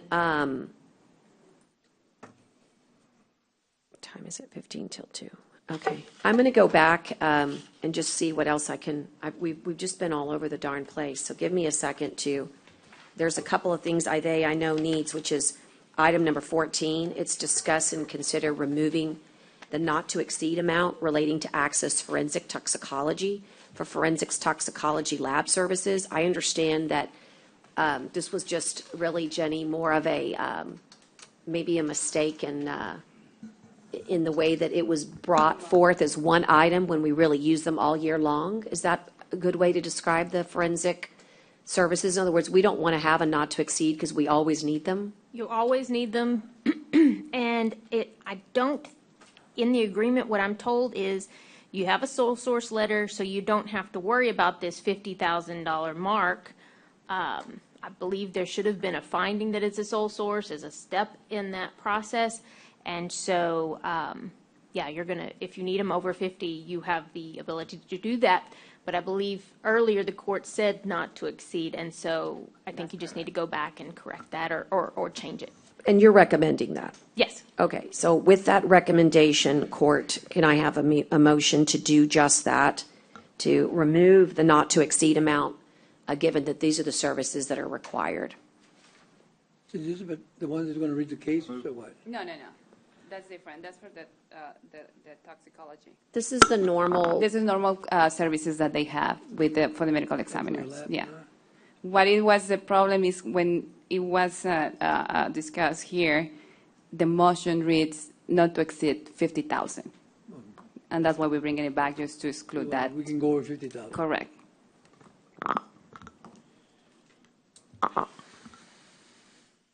So is there a motion then to do just that? I'll make the motion to do it. I mean, this is the services that the DA needs to go prosecute these cases. It's the pathology. Is there a second? Second. Oh, you did it. Sorry, John. All those in favor signify by saying aye. Can you restate the motion? I'm sorry. Yeah, you had already made it, right, John? So I'll take mine as a second. Well, can you just restate the motion? I apologize. John, would you mind restating it? Gosh, I just Or said Brian. so moved. Or Emma can. He just said so moved. Said so moved. With everything the judge had said earlier, I mean, just on which, as it's written on 14. Forensic toxicology. We're going to remove the not to exceed, Brent, because it doesn't make any sense because we have to do it with every case. Every decedent. No, that's not true. But most of the work we do requires some sort of pathology, toxicology, and this is the company that does it for the county. And so our contract was too limiting. And based on the county attorney's recommendation, she'd like it to remove it so that we can function. Is that a good synopsis? I believe so. I think Everyone's- the district attorney needs it in order to, but also the medical examiner needs it for cause of death on non-criminal related cases as well. That's fine. I'm good.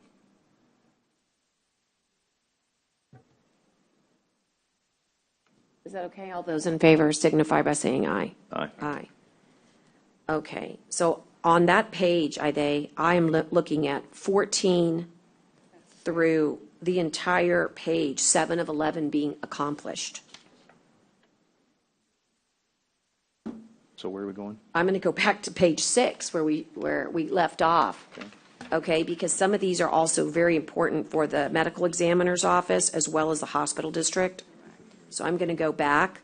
And then also I noticed that I should have done this when Louis was here, but maybe you can call him on those pre-position contracts. That'll give him a chance to come back down. And I'm going to move to item number 12. It's discuss and consider amendment to agreement with forensic pathology staffing for autopsy report continuation and completion for the medical examiner's office.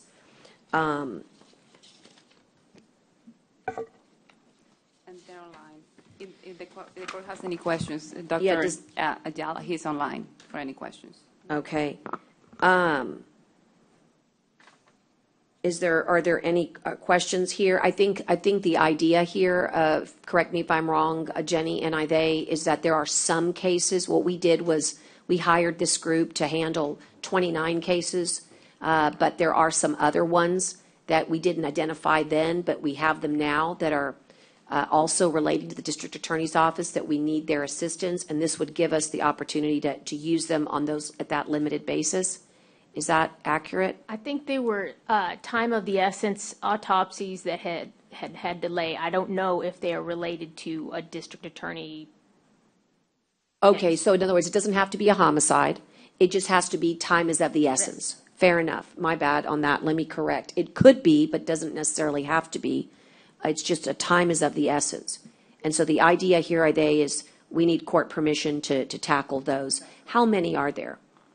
2 additional cases. I'll make the motion to approve that, given the need. And these are Leiden cases or what? No, this is Dr. Shaker's. Dr. Shaker's cases, but these are ASAP cases. Somebody else is going to do them? That's correct. The company? They do it, yeah, they're taking care of those 2 cases. Oh, 2 Leiden, yes, we have the contract with Leiden's cases, which is 29 cases, and the urgency for these 2 cases are Shaker's cases, so they're going to take care of this. Just 2. What happened to the rest of them? That has to be a different contract that we need to discuss. This is just for 2 cases. I mean, I'll go for 2, but I think we should give them all. Well, I think it's just a budgetary situation. Why don't you bring it back on the 27th for those? But these 2 cases need to be tended to immediately. We need to get rid of him, let somebody else do them. So, I'll go for the 2. You'll go for the 2, and you can bring it back on the next court for the others. Is there any discussion further on this matter? Is there a second? Would that be a motion, Commissioner Gonzalez? No motion. All right, it's a motion to approve those additional cases with forensic pathology staffing. Is there a second? Second. Thank you. And all those in favor signify by saying aye. Aye. Aye. Okay, item 13 is executive session, so I'll move back to item 11, discuss and consider the appointment of the interim office administrator for the medical examiner office, and this is best. I believe that needs to be executive session. Executive session as well? No worries. Do we do 11? I'll take executive session on item number 11, and That's 11. that puts us back into item number 10 is unique. It's not, right, what we discussed with Dr. Dante. This is something different. That's correct. So this is just to allow me, if the court agrees, just to ask the hospital district to discuss if they're going to provide assistance for any expenses with the hospital, with the health department, like we do it before. So Johnny Hip is offering, like, we can do that. The county is going to be an agreement just between the county and the hospital district to continue. They're going to continue supporting any expenses related to health, the health department. They charge us. We pay them. And then the hospital district is going to reimburse us. So what would be the difference? We don't have an agreement yet because this is the old contract. We used to do it like that way. That's correct. Yes. So, but then I had to. The court needs to go. Somebody representing the county and explain that to the board. The next meeting that they have is on the July 26th. July So 26th. if the court allows me, I can go and just speak on behalf of Yeah, the I court. would- So it's just really just sending you to go To get talk something about- Explain bring to back them, exactly. and I bring would- it back to us? Yes, correct. I would move, oh my goodness, I would move to do that. And I will have that for the 27th, so that works perfect. The timing is perfect. All right, got a Second. motion, and did I hear you say second, Commissioner Chesney? Yes, ma'am. And all those in favor signify by saying aye. Aye. Okay, that takes care of 10, 11, 12, and 13.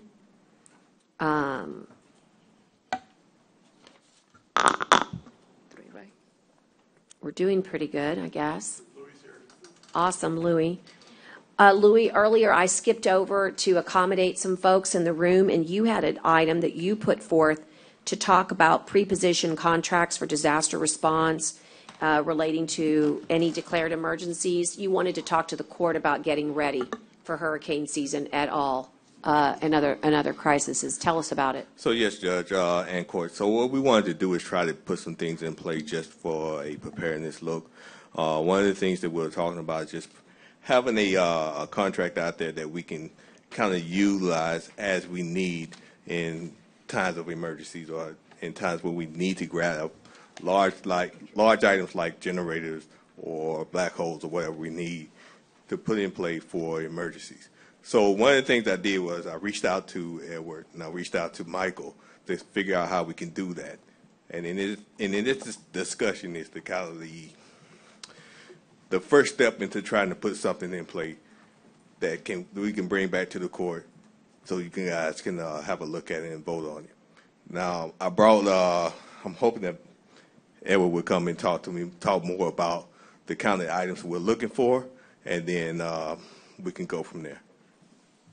So it's really just to kind of get us ready, Edward. And just remind everybody, you are our operations chief for disasters. And wearing this hat, yes. So essentially what we do at the fairgrounds is we have all our operations centered off that location. So first we start with evacuation, or excuse me, going back, mobilization. So the mobilization phase requires that we bring in certain pieces of equipment. That is 2.5 megawatts of power, which is about 3 generators the size of 18-wheeler trucks. We also bring in fuel tankers, so a fuel cell storage system. So we'll have both diesel and gasoline, regular gasoline there as well. We lock up on food, we stock up on water, we get everything prepared. So then we go into the evacuation phase. So at that point, we start with the RTA, who is our partner, who starts bringing in people for us. So let's say that you wanted to be evacuated. You go to any of our evacuation points, you get picked up by RTA, you get dropped off there at the fairgrounds. We have school buses that we have loaded we're going to be loading. So we have agreements, or we have agreements with the city of Robstown, Robstown ISD, Banquete ISD, pretty much all the ISDs to allow us to use their equipment to transport people out. Then we have these, you'll see that we have these tagging systems. It's the INT, what is it, ETN. It's a tagging system that the state follows. So every person that gets loaded on the bus gets tagged into the system. So you're going to actually wear a physical tag. This tag allows you to get on the bus and then dropped off over there. So we have to keep track of you if you end up in San Antonio. If you end up in San Antonio, you might get sent out to different locations because that's just the hub center. So that is the second phase. So that's the other equipment that we need. We're going to need scanners. We've got the computers, we've got the stuff, but we're going to need some other things in that aspect. So then we go into what I call hunker down phase, but essentially is we're going to shut everything down. The winds are at 60 miles an hour steady. Most emergency responders are stopped. We have everybody there on the physical plant at the fairgrounds.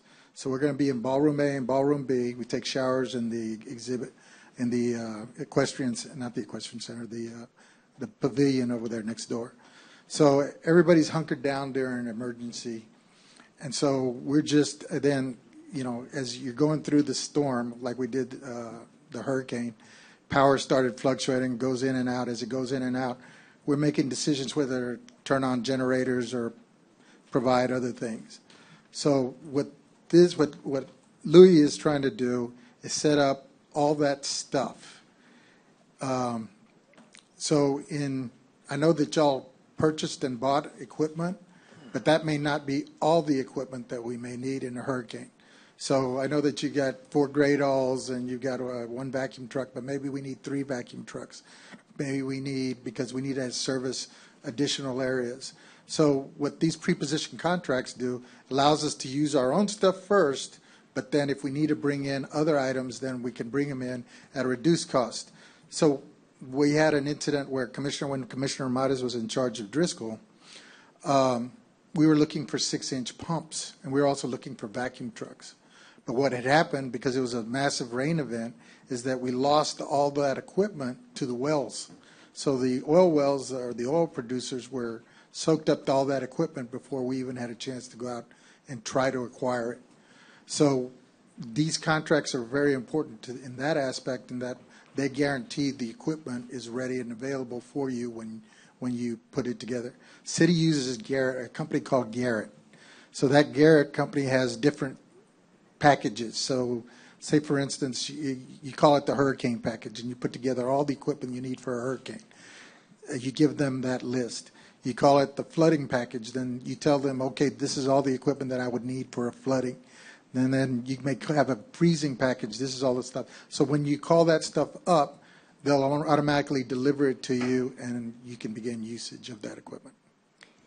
And Edward, what I think is really important is the court has said, and we have listened many times, that during crisis, they want to be better informed. They want to be more involved. This gives them the chance right now to vote on well, we don't have any, but if you were to bring them forth on vote on pre-positioned contracts, so they know exactly who we're using, what the rates are, what kind of equipment they have.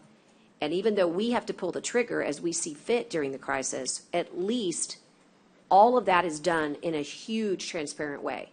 And we do this kind of normally on certain things where there's only like one, let's say, Lone Star UAS, right, like for the drones. But this gives us a lot more visibility because there'll be, just like we do from debris monitoring and debris collection, we'll know who we're using, and we'll know that they were competitively procured, and we'll know that everyone had a say-so. I know it kind of looks not as exciting as the stuff we've just been doing, but I think this is a really important agenda item, and we did this collectively for you all, commissioners, and I hope that you will react to it because it's a really good thing. And Judge, also with that, it allows us to kind of establish some equipment that we want on hand so that as people start to need that pieces of equipment as an emergency arises, we've already procured for it, right? So we already said that, hey, we want this, and we want to use it. So what we're finding out is if you wait too late in an emergency and try to get equipment, you just won't have it. Or you'll pay too much. Or yes. Or the right FEMA language isn't in there, and then you're chasing everybody, all these rabbits around, trying to get the contracts, and we're spending a lot of human capital because we're on the fly, and we don't have the right FEMA language, and we don't have time to get the right FEMA language because no one's working during a hurricane. Correct, Judge. So Commissioner Chesney, I have to be honest with you. This one was for you. This bud's for you. This one is, do you like this at all? I mean, this is a really good way, I think, of, we don't have anything to show you today. It's just this is what we think we're going to bring to you. I'm always looking forward to, me, I want to see it. I mean, I like the concept of bringing it back. You like the and hearing concept? about it, and let's It's just see a what concept. it plays out. Yeah, I mean, you know how I am. Until I see it in front of me, it's hard for me to sign off 100% on something. But I like the concept. I mean, Yeah. So it's a good start. I just want to see what the end result is, and I appreciate you doing it. So would you guys then please, or tell us, Louis, what's your plan again? Do you want to bring this back to court next time with an actual authority to request authority, Michael, to procure, or give us a little what's going to happen next? Okay. What are they going to see next? So we've done one of these in the past. I think during Judge Neal's time when Danielle was here, we had a preposition contract with the company that identified all of these equipment, and each of the operations folks were interviewed to figure out what that list was going to comprise of.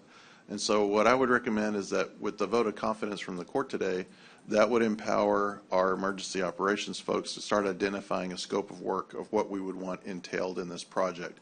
And when they have that scope of work identified, then I will come back to the court and I will ask to go out for an RFP for this service. And then that would be delineated in the backup documents. You would see exactly what that scope of work would include, and then the court would have that opportunity then to add or take away from whatever's in that list of items. And then once the court agrees on that list and gives me authorization to put out the request for proposals, then we would advertise and then come back with hopefully a vendor that could provide that service to us. And the caveat on these pre-position contracts is always going to be that we typically need a declared disaster and we need a need described so that when we pull the trigger, we're confident that the funding source for that is going to be the funds that come down from FEMA to fund the county for that event. Okay, thank you, Michael. I mean, Commissioners, I guess y'all are satisfied with this and we'll move forward. Okay. Thank you, Louis. Sorry to, bring you back. I know you're upstairs busy, but this really does help us. And by the way, I am going to encourage you to hurry because August is the bewitching season for hurricanes. So if you guys can work with Michael quickly, we can at least try to achieve one of those big contracts before we see the tropics get more over. Understood, Jeff. Yeah, go ahead. Michael, did you want to say something? Yeah, Overexcited. I just want to manage expectations. Yeah, I know. With us starting in the middle of hurricane season on this one, this is probably not going to be the answer for something that comes up in 4 weeks from now. Okay. And so we'll rely on our current methods of escalating. Okay. To get those emergency contracts if needed in the event that we have an event coming up. But I think what this is going to definitely be in time for is like another winter weather event and spring flooding and things of that nature. Okay, I appreciate you setting the expectation bar, but I still think getting started is getting started. We're still going to. Okay. All right. Okay, I think everyone wants me to move on there. We're having the afternoon, the sugar drop. Oh, wait, man, I'm good. Let's go. Are you? I just want you to move on just because I'm ready to go I on. know, I but mean, I feel like everybody's at a lull. Kara's here and no one's even acknowledged. Hi, Kara. I was trying to wave at her, but she, Okay. All right. So item number 7 is next, and so that was discuss the Smith Group professional services agreement regarding the medical examiner facility and related matters, and we can wait on the Smith Group's not able to join us, but the concept here was to try to understand that there was a couple of items on the agenda that relate to hiring somebody and also working some potential dollars for a medical examiner's office. So I thought it would be smart to remind everybody what we've done, where we are. So today, all I'm really prepared to do is to remind you that you guys somewhere in your offices have copies of 2 things. One is the abbreviated conceptual planning for the Nueces County Medical Examiner's Office, and then the big feasibility study. This is what they look like. They're really big, and each of you should have them in your office. If you don't, and you just need to have a replacement, we can get those for you. But the Smith Group was hired under the court's authority after an RFQ was conducted, and I looked it up, and the court spent about $155,000 more or less to date. I might be a little off on this group. They were procured. They gave us deliverables, and the last we heard, we were waiting for funding to execute a contract. That contract, we spent a lot of dollars on working on that contract. But again, you might remember back in the day, before COVID, we did not have those dollars to complete the project that the court voted on. It was Project B, the middle one, where there was a shell of a toxicology lab. And because we didn't have those funds, that contract never got executed. So that's the update I wanted to provide. And I learned that thanks to Ide's office looking into it and our office getting a copy of all of this. So I think that's going to be important as the backdrop to some of this, to another item that's here regarding another firm. And so with that, I don't know if there are any questions. We can always lump it into to another item here later. But that is where we are with the Smith Group, is considerable time and money and management has gone in, and we had not advanced that project because of a lack of funding. And that's where we are here. Okay. I guess there's no comments, so, Deal number 20. what now? So what's the deal on number 20? Yeah, so we're going to go back there. I was trying to do this one as Oh, okay. did you, I don't know, you stepped out, you stepped in. Did you hear what I said about the Smith Group Mhm. and where we are on that? Yeah, we paid them for the study that they did. Yeah, we've paid them for the study, and we also paid them for planning, and the court voted on a concept, and we had a site selection committee, and we voted on that, and we were pending contract, even though the contract was negotiated, because we did not have the funding source. But they were procured as the architect for a new medical examiner's office under an RFQ. And so with that as the backdrop, We hired them for that? we went out for RFQ and we did conceptual planning with them, and we got this deliverable, the one that I showed you here. And we've done all this work, and we paid a lot of money for that. And so as a backdrop, I wanted to go into the agenda item that has kind of come up a few times, Commissioner. It's yours. It's discuss and consider the use of American Rescue Plan Act funds in the amount of $7 million for the purposes of renovating our current medical examiner's facility, including a new addition of approximately 6,600 square feet for proper space, and to ensure a safe environment for the staff and public, is how it reads. What number is that, Judge? It's item number 20. 20. It's Commissioner Gonzalez's, and You know, I was trying to get a hold of Juan. So he can come on Zoom if he could, but I can't get a hold of him. Okay. And maybe, I don't know, Public Works will be here, but can I skip it and come back to it if he comes on? sure. All right, I'm going to move on to item number 24, and it's received clarification regarding the unclaimed capital credits received by the Texas Comptroller of Public Accounts from electric cooperatives. And it cites the section 74.602 in the property code. And I'll let either Ide or Dale take the lead on this, because this is a fund that they probably know quite a bit about, the unclaimed capital credits. And I think we just voted last court to accept them. And the question is I have an issue with that, though. Okay, go ahead.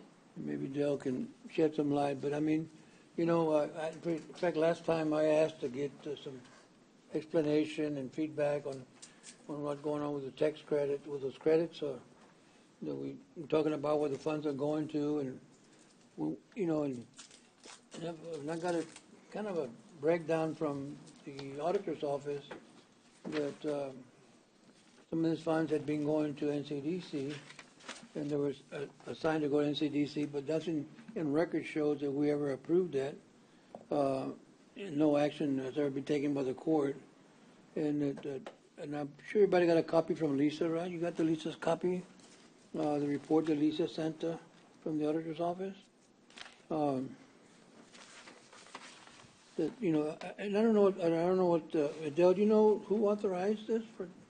Who actually, according to Lisa, you know, there was some handwritten note last budget to include NCDC on there.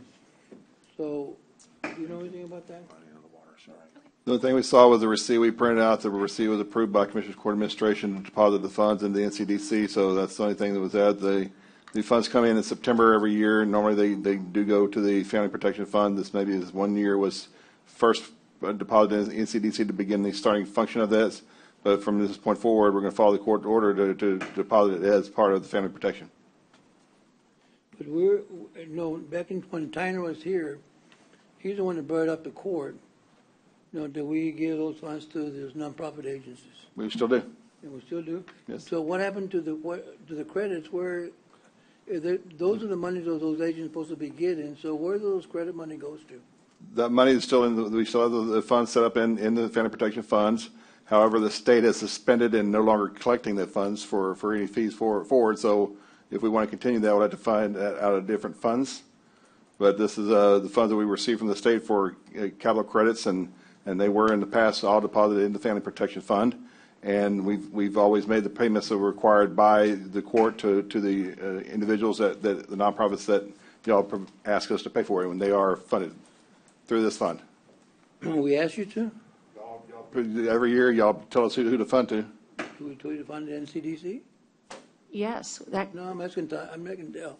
The first year it would have been in CDC. Sorry, it was directed that the 1 year would be deposited there to start in CDC up, and this next year when we get the funds in September, it'll be deposited again to the family protection. We don't receive the funds till September. Well, there's a question that, again, I'm going back to what Lisa's report, right, from your office, saying that at no time did they remember or have any records of anything being approved for NCDC, that the funds just should have gone to a different location. And then there was back in the page number 4, number 14, said there was handwritten note that was said that, it says the deposit unclaimed capital credits starting on F2021, local government code, which is the NCDC.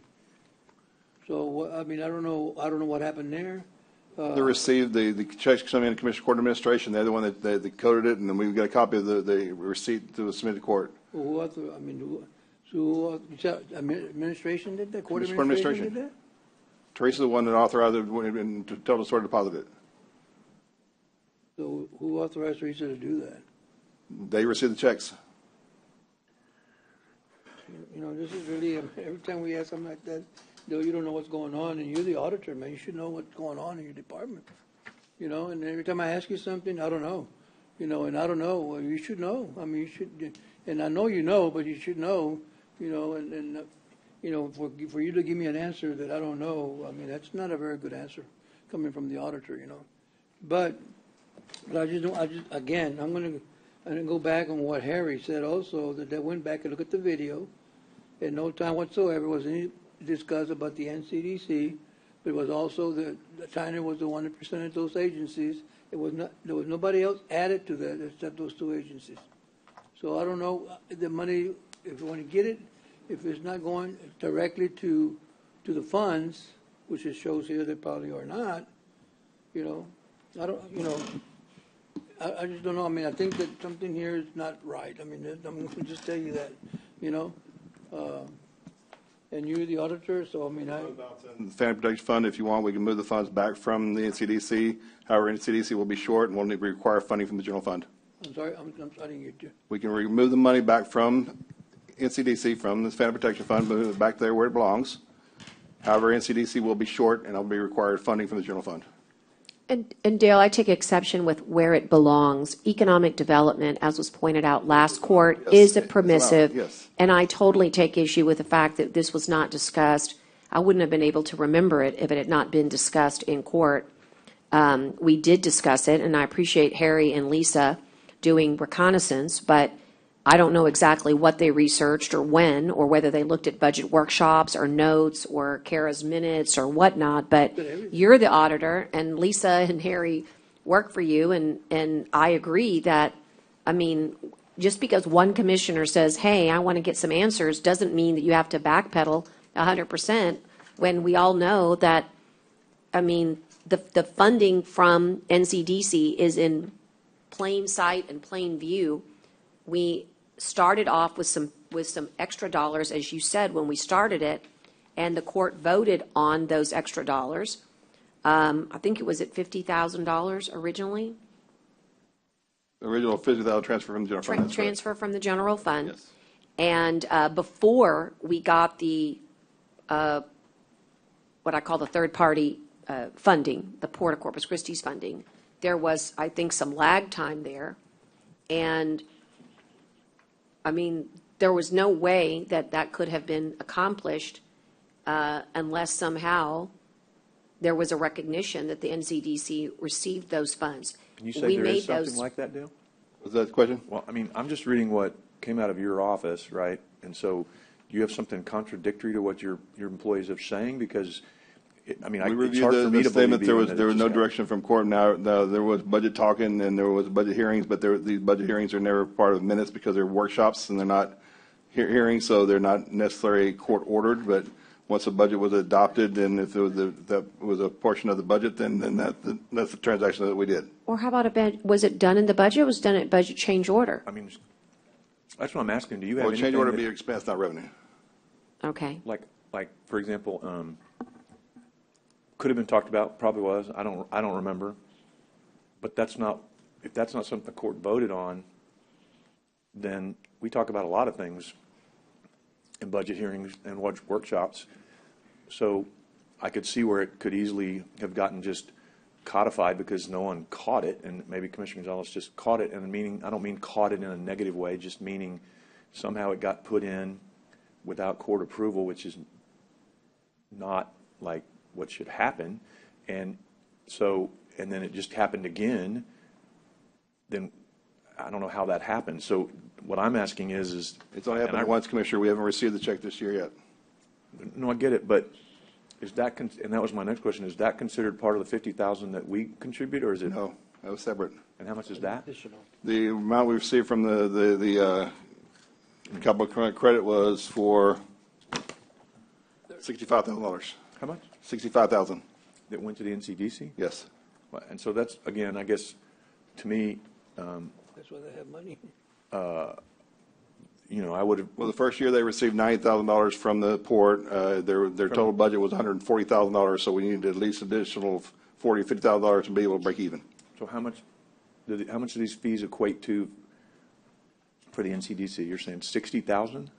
This was $65,000 that was deposited into the NCDC, yes. 65,813. Yes. Right, so I mean, again, I don't see anything in here from your staff where there was any court action that ever said that. So we need to discuss that. And if someone has proof of that court action, then please bring it to us, because maybe Harry or Lisa missed it, but it sure looks like they went back and did some pretty extensive research. And like I said, it came out of your office. So are you contradicting what they're saying? Or No. Okay. So I think we need to kind of look at that, because I don't remember doing it, but I'm not saying that we couldn't have discussed it. I just don't remember a court action. But I mean, believe me, that doesn't mean it didn't happen, because there's only been 1,000 court actions that we've had, and so. But that's why we keep records and minutes, and we ought to be able to find it if there was, and if it wasn't, then we need to correct it. And we can correct it. How recent was this deal? That was done last September. And NCDC has been in existence for 1 year? Yes. And so they don't need funding from the county. They get, thought the lady Their said. budget is $150,000. thought They that- received $125 from the port. They're supposed to bring funds from fundraising of over 50, which they haven't done yet. The first year we contributed $50,000 from the general fund. We have a contingency this year of $50,000 for the general fund if needed. Well, no, I understood that the port was totally funding them. They're on the port contributes $125,000. Their total budget is $150. Okay. So they're $25,000 short at least. All right. Yeah, and I know I've said many times that this county's only putting in $50,000 to the NCDC, and I thought the rest of it was the port. My bad, my responsibility. I shouldn't, but I mean, But that would be certainly- greater than, if you had 125 plus 50, it's 175. 175, yes. And you just said that their budget's 140? 140 right now, yes. Right, so Why did they- forgive me, that's a delta of only Yeah. 15,000. So this county has not even given So then why more did they- than 15,000, not 50. Right, so good point. So then why would there be a shortage? If we remove the 60,000, because we haven't contributed any funds from the general fund this year, and this was for the last year. So if we remove that, then the balance would be negative, and we'd have to then do the transfer of the general fund. But see, I'm agreeing with the judge on the delta here. So if the budget's 140 and they get 50 from us and 125 from the port, that's 175. Mm-hmm. We don't give the 60 and we give it to the, neglected children, abused children, the things that it had gone to in the past, which would be good. How is there a shortage? The shortage is basically if I took the 65 away without giving the 50, they'd be short. So if we give the 50, they won't be short. But just to say that the nonprofits have not been neglected, we've paid everything the courts ordered us to pay. Right, I'm saying, we haven't, oh, so you're saying we haven't paid the 50 either? No. Well, we owe the 50. Because The 50 was contingency based on, because they're supposed to be fundraising as well. So it's contingent on year end, so when. Okay, they haven't done that either, and again, we'll talk about some of Well, that. because of COVID-19, Yeah, nobody was having okay. any events, Right, but the 50 is budgeted. It's budgeted as a contingent, yes. and we haven't used it. Right, We so haven't used it yet. for now, because again, we're in this 90-day phase of trying to look at the NCDC as a whole and not to spend the rest of the day on this, but I do think if we don't have to put that 60 in, because I don't think there was a court action or I can't find it, then we should put that towards, what it used to go for, which was the, more than neglected children, abused folks and children. I mean, those, oh my gosh, those charities can really use it. And then we'll worry about the fact that COVID, whatever the reason is, they didn't raise their 50 when we're having these discussions later on down the road. Well, and it gets even more interesting and complicated than that is in order to really raise it, they need to form a 501c3 foundation, which that would allow for the receipt of the donations and receive the tax deduction. That's how the chamber does it. And so that conversation needs to take place as well. That never happened because of COVID. But at any rate, it sounds like they don't need the extra dollars. It sounds like the court can choose to put both previous dollars and future dollars towards any of the eligible charities that we do. I think we already have, so basically, wouldn't we just take that 60, that number, whatever it is, and divide that amongst the ones we've already approved, and then give the 50 that we budgeted to NCDC? They should be more than whole. Yeah. And You then could we do figure that. out what to do with NCDC later, and we'll figure it out. I mean, is We can do that that. reasonable, Dale? Yes, we do that. Yeah, because financially they what- have their budget they okay. haven't even touched yet. So then, do we need to make a motion then to undo this, even though I don't know there was a Well, motion to do it? I think that it's just to receive clarification. If you want to, oh, no, it doesn't. It says discuss and consider. Right. You can do it under that. Let me just ask Teresa one question, she's here. Teresa, on this other page that you submitted, this is from you, right? Because they don't have a name on it. And it's not from the auditor's office, so is it from you? To the agenda, Commissioner. I'm sorry? It was attached to the agenda to help explain. Well, it wasn't, but it wasn't there first. I mean, you attached it later. I attached it and we were asked to remove it, I've got it. but it was attached to the. Oh, agenda you added some stuff too. to explain the history. Because it didn't make any sense. It didn't make a lot of sense, you know?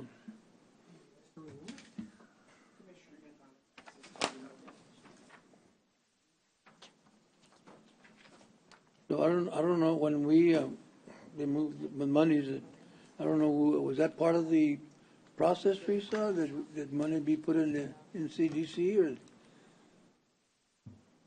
So for the budget process, we requested each year in 2021, we requested that the funds that we receive from the unclaimed capital credits be deposited into the NCDC account. Who's that? Who ordered It's that? totally different from the fees that are collected in the family Who protection fee ordered that? account. Who tell you to It was do a that? part of the budget, Commissioner. It was a budget request that was included in each budget year, 2021, A budget 21, request? 22, A budget request from who?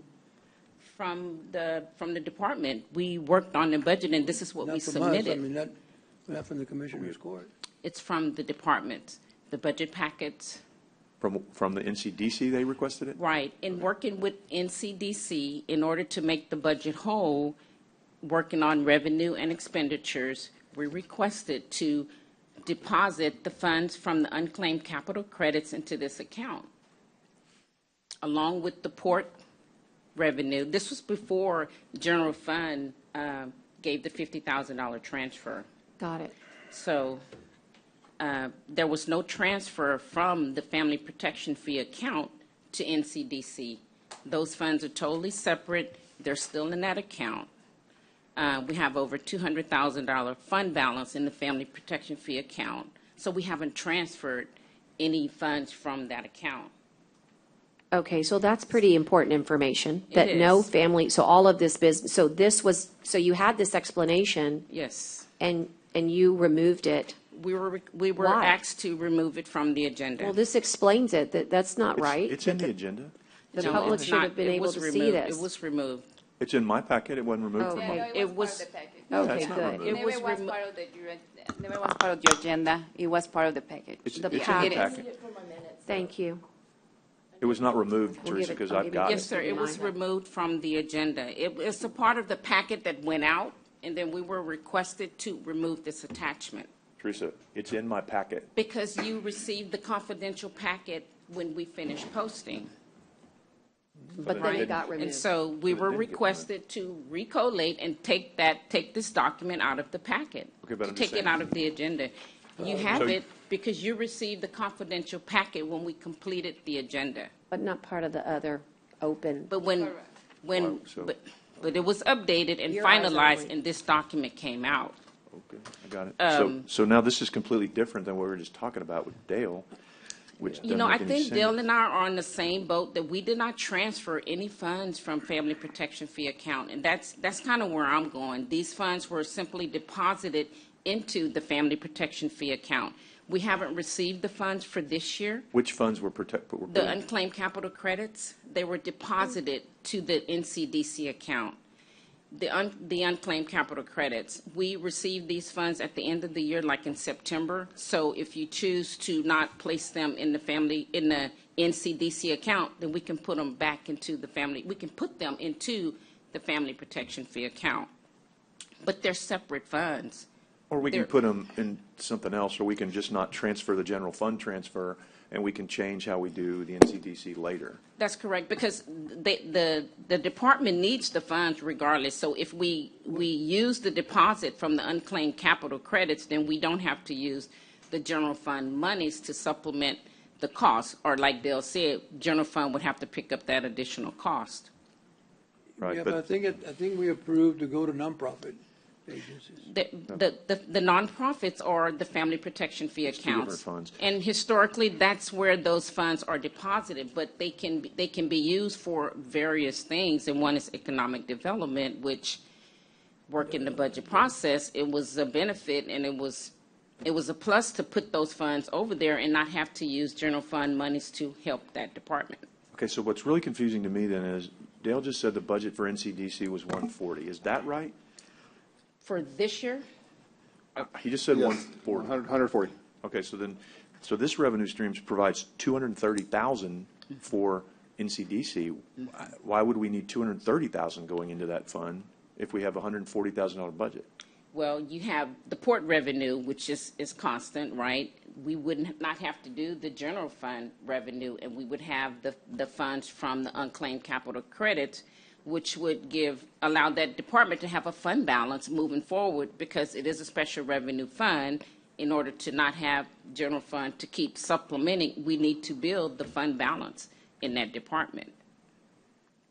So, but It sounds like it's So- booked a certain way, but nobody's used those dollars. The family protection Right, it's fee. not done until the end of the year. Yeah, it's not done to the end of the year, and in this case, we haven't even used the 50,000 that was budgeted. That's correct. You know, so I mean, all of this is, quite frankly, it is confusing the way it was presented, but it's not confusing when you look at the facts. That's right. I mean, in fact, it's very misleading the way it's presented, as if something's, done somebody wrong, when it's the opposite. So I guess I wanted to be clear that we're not transferring funds from Right. the Family Protection I totally Fee get that. account. We're all not I- taking funds from the nonprofits. I just want to make sure that's understood. That's clear. We're not doing that at all. They have a high fund balance. We can fund the nonprofits for the next 7 years at the level we're funding them right now, which is $30,000 a year. Well, I'm just remembering what Dale usually says, is that any money that are transferred or going somewhere else has got to go to the Commissioner's Court. It's not a And transfer, Dale usually Commissioner. says that, This was not a transfer. it's not transferred, but anytime monies that are moved or This placed was a somewhere move. else, This was it's gotta deposited be- into NCDC. it's got to be That's approved by correct. Commissioner's Court. That's not a transfer, Commissioner. Okay, whatever it is, it's got to be approved by Commissioner's Court.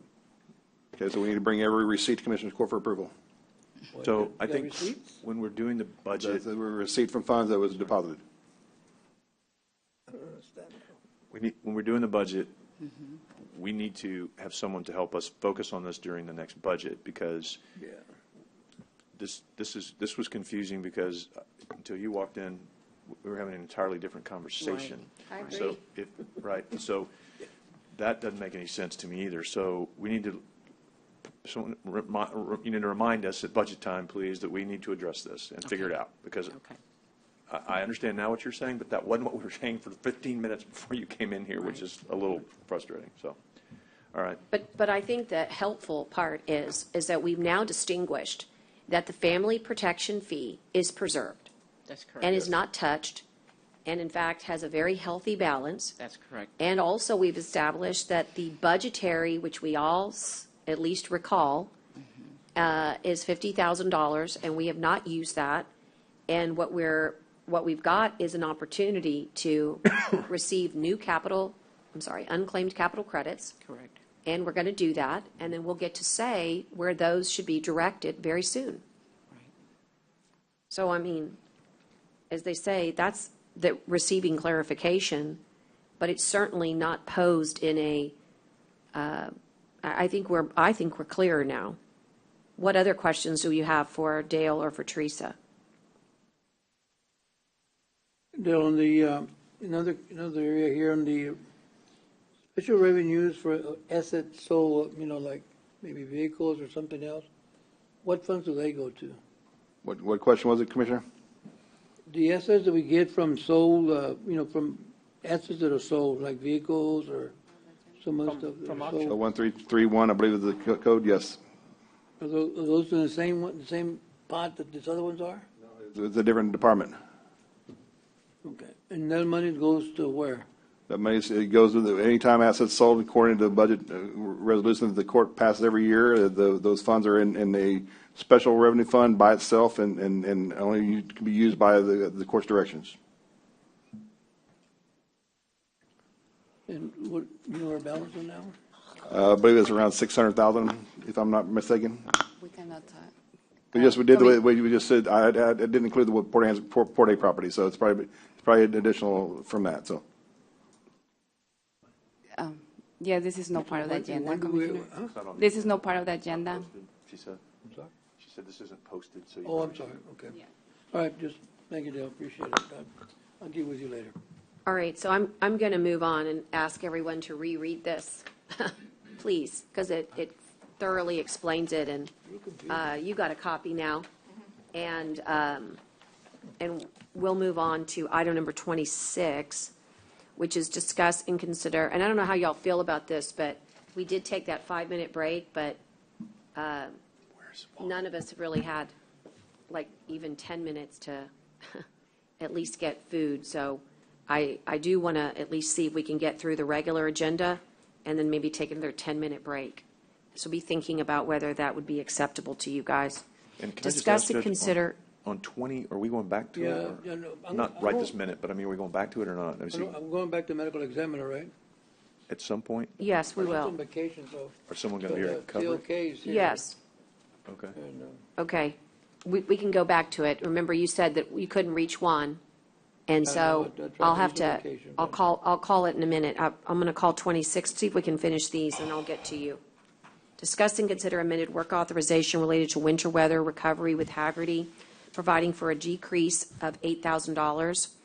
And discuss and consider amended Hagerty work authorization for ERAP for an increase of $8,000. So I understand you've been working on this. This is a net neutral. It's decreasing one $8,000 and increasing another where we need it.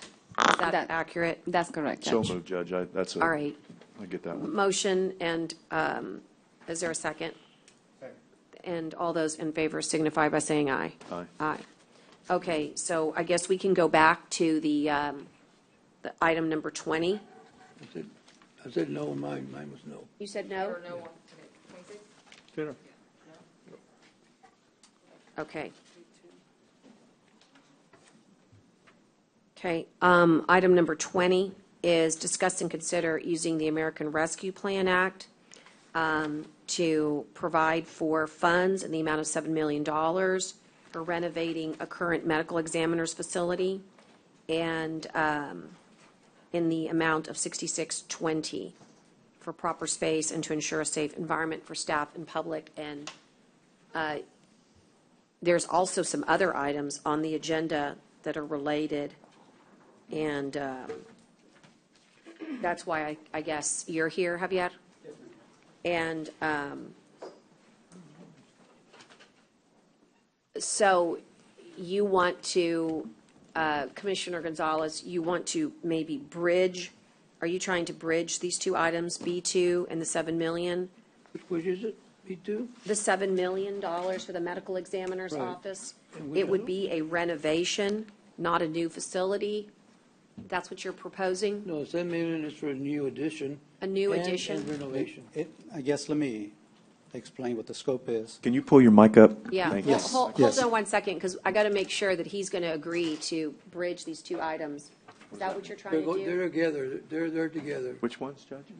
Well, he's got a public works item to select you, and I want to point out that you have not been hired by the court.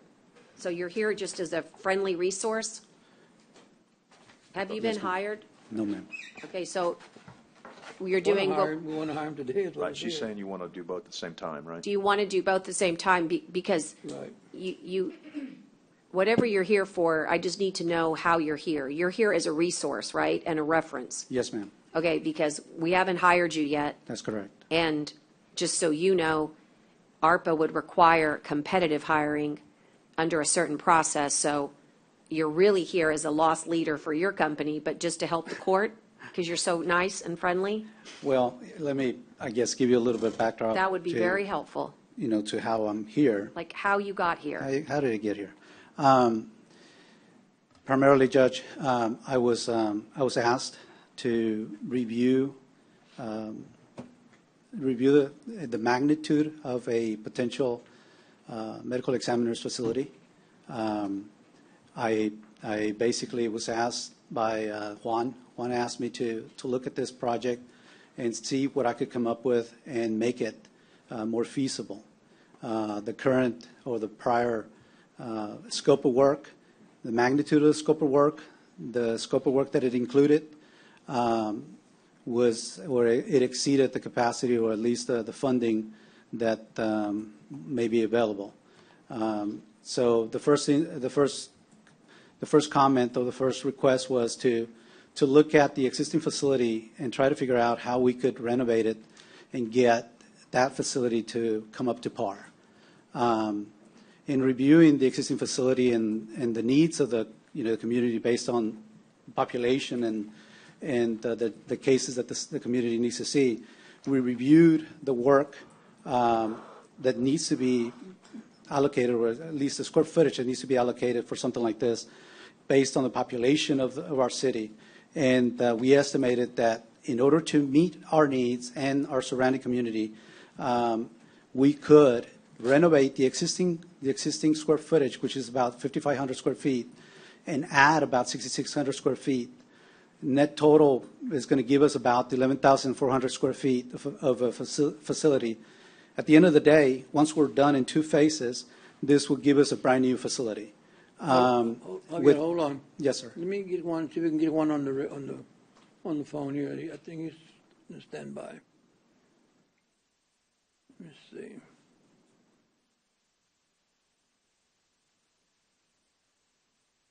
So you did a review and an analysis on your own.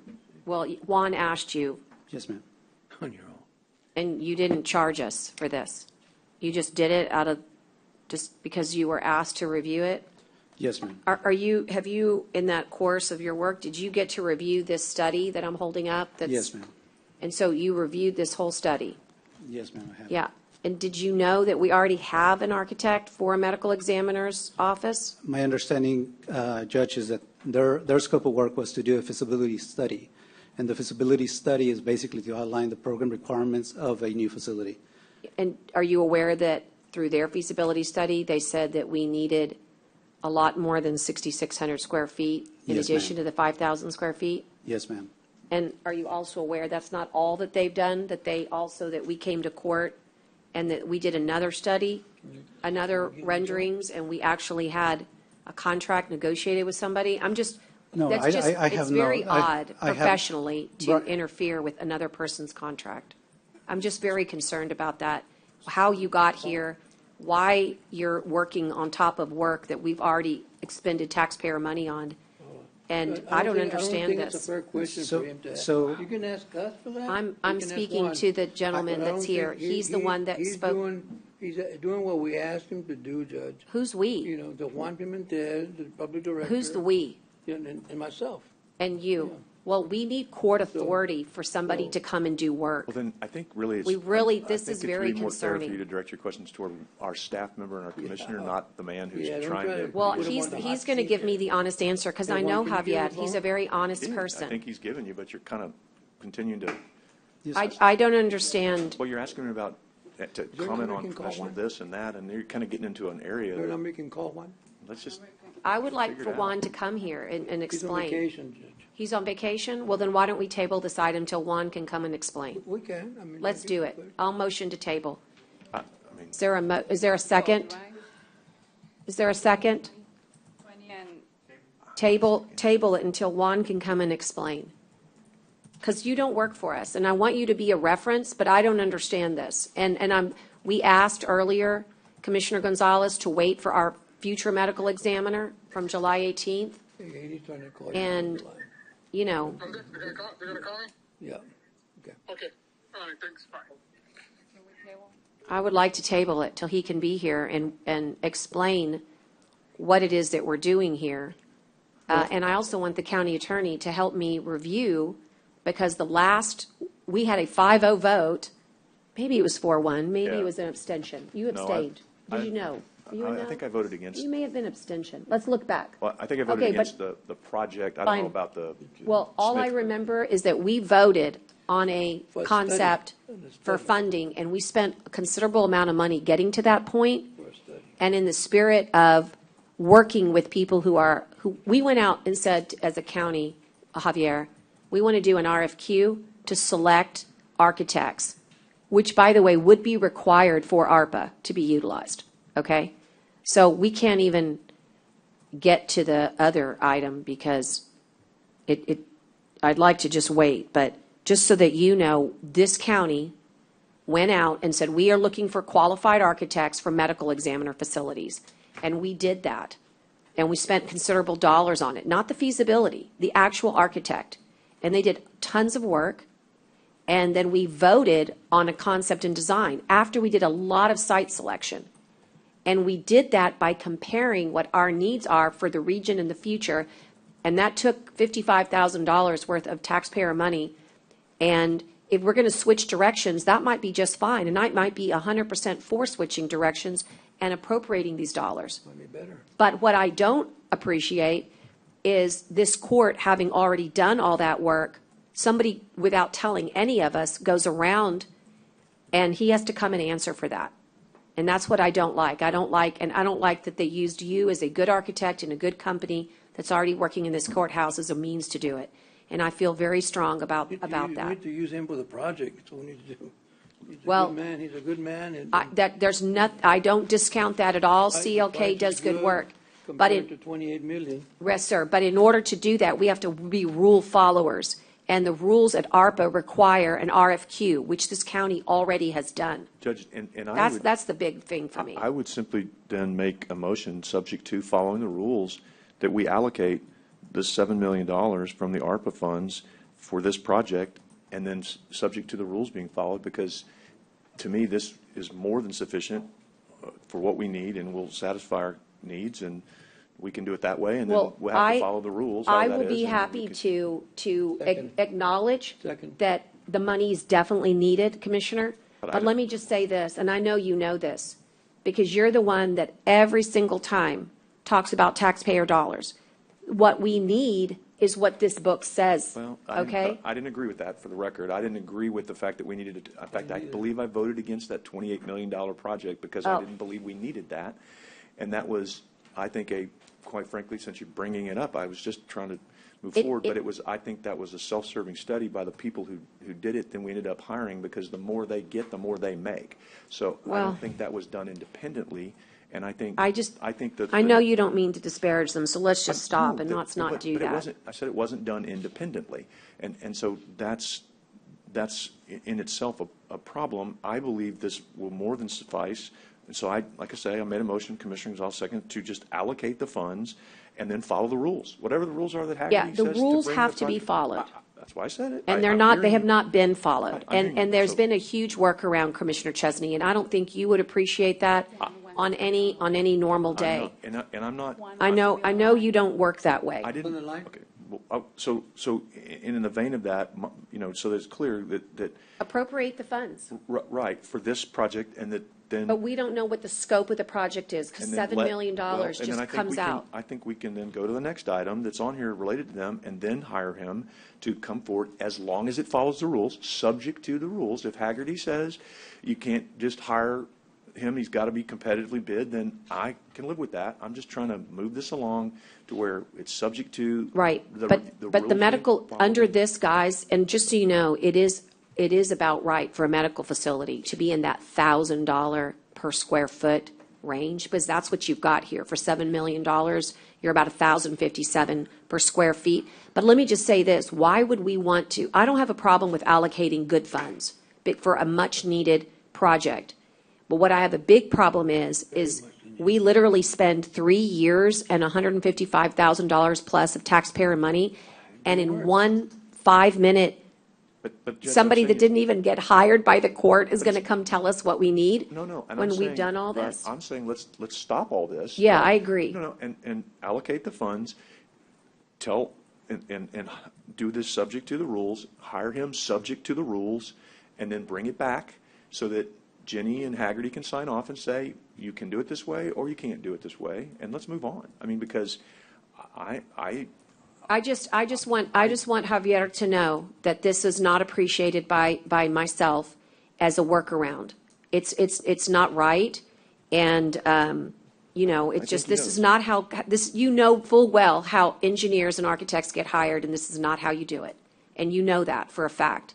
And I just don't like it. It's not right, particularly when we've spent tons of taxpayer money doing it right, and that's what really is so bothersome. If you want, there's a motion on the floor for the $7 million. What I would appreciate is that we don't discuss what that square footage is, because that's based on some plan that has absolutely no merit in this court. Well, Judge, So $7 million for just the general, if you don't mind, for medical my motion examiner. was for this project, but that doesn't mean when we bring it back, it can't change. That's But- right. But I'm making the motion to do exactly To this. just allocate the dollars.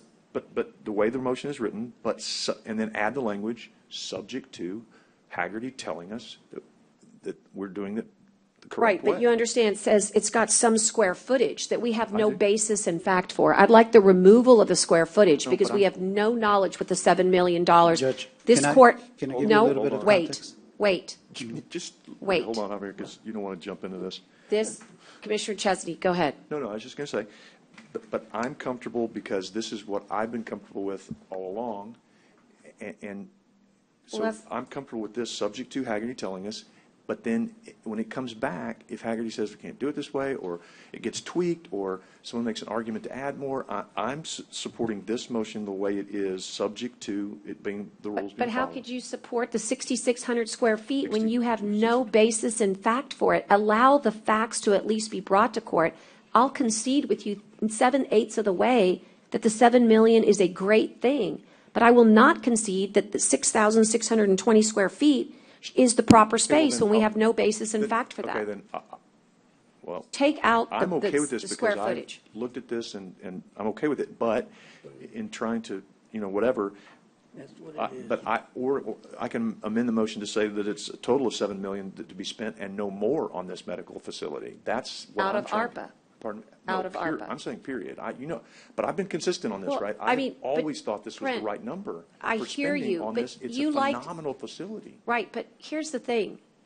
Don't you let data drive any of these decisions? Allow the right If you process listen to come Commissioner forward and Gonzalez show us. all he's done, I've had a conversation with him before about all the work he's done on this and who he's talked to, and it supports what I believe 3 years ago when I voted against a $28 million Okay. project. So all of his work has not been brought forth in a public, open, and transparent Because way, all I and can you, do is of all talk to- people, all I support can do- that. right, but I that's want to what we're see doing that right now. open. That's what we're doing right Make now. the motion for the 7 million and let that be an appropriation.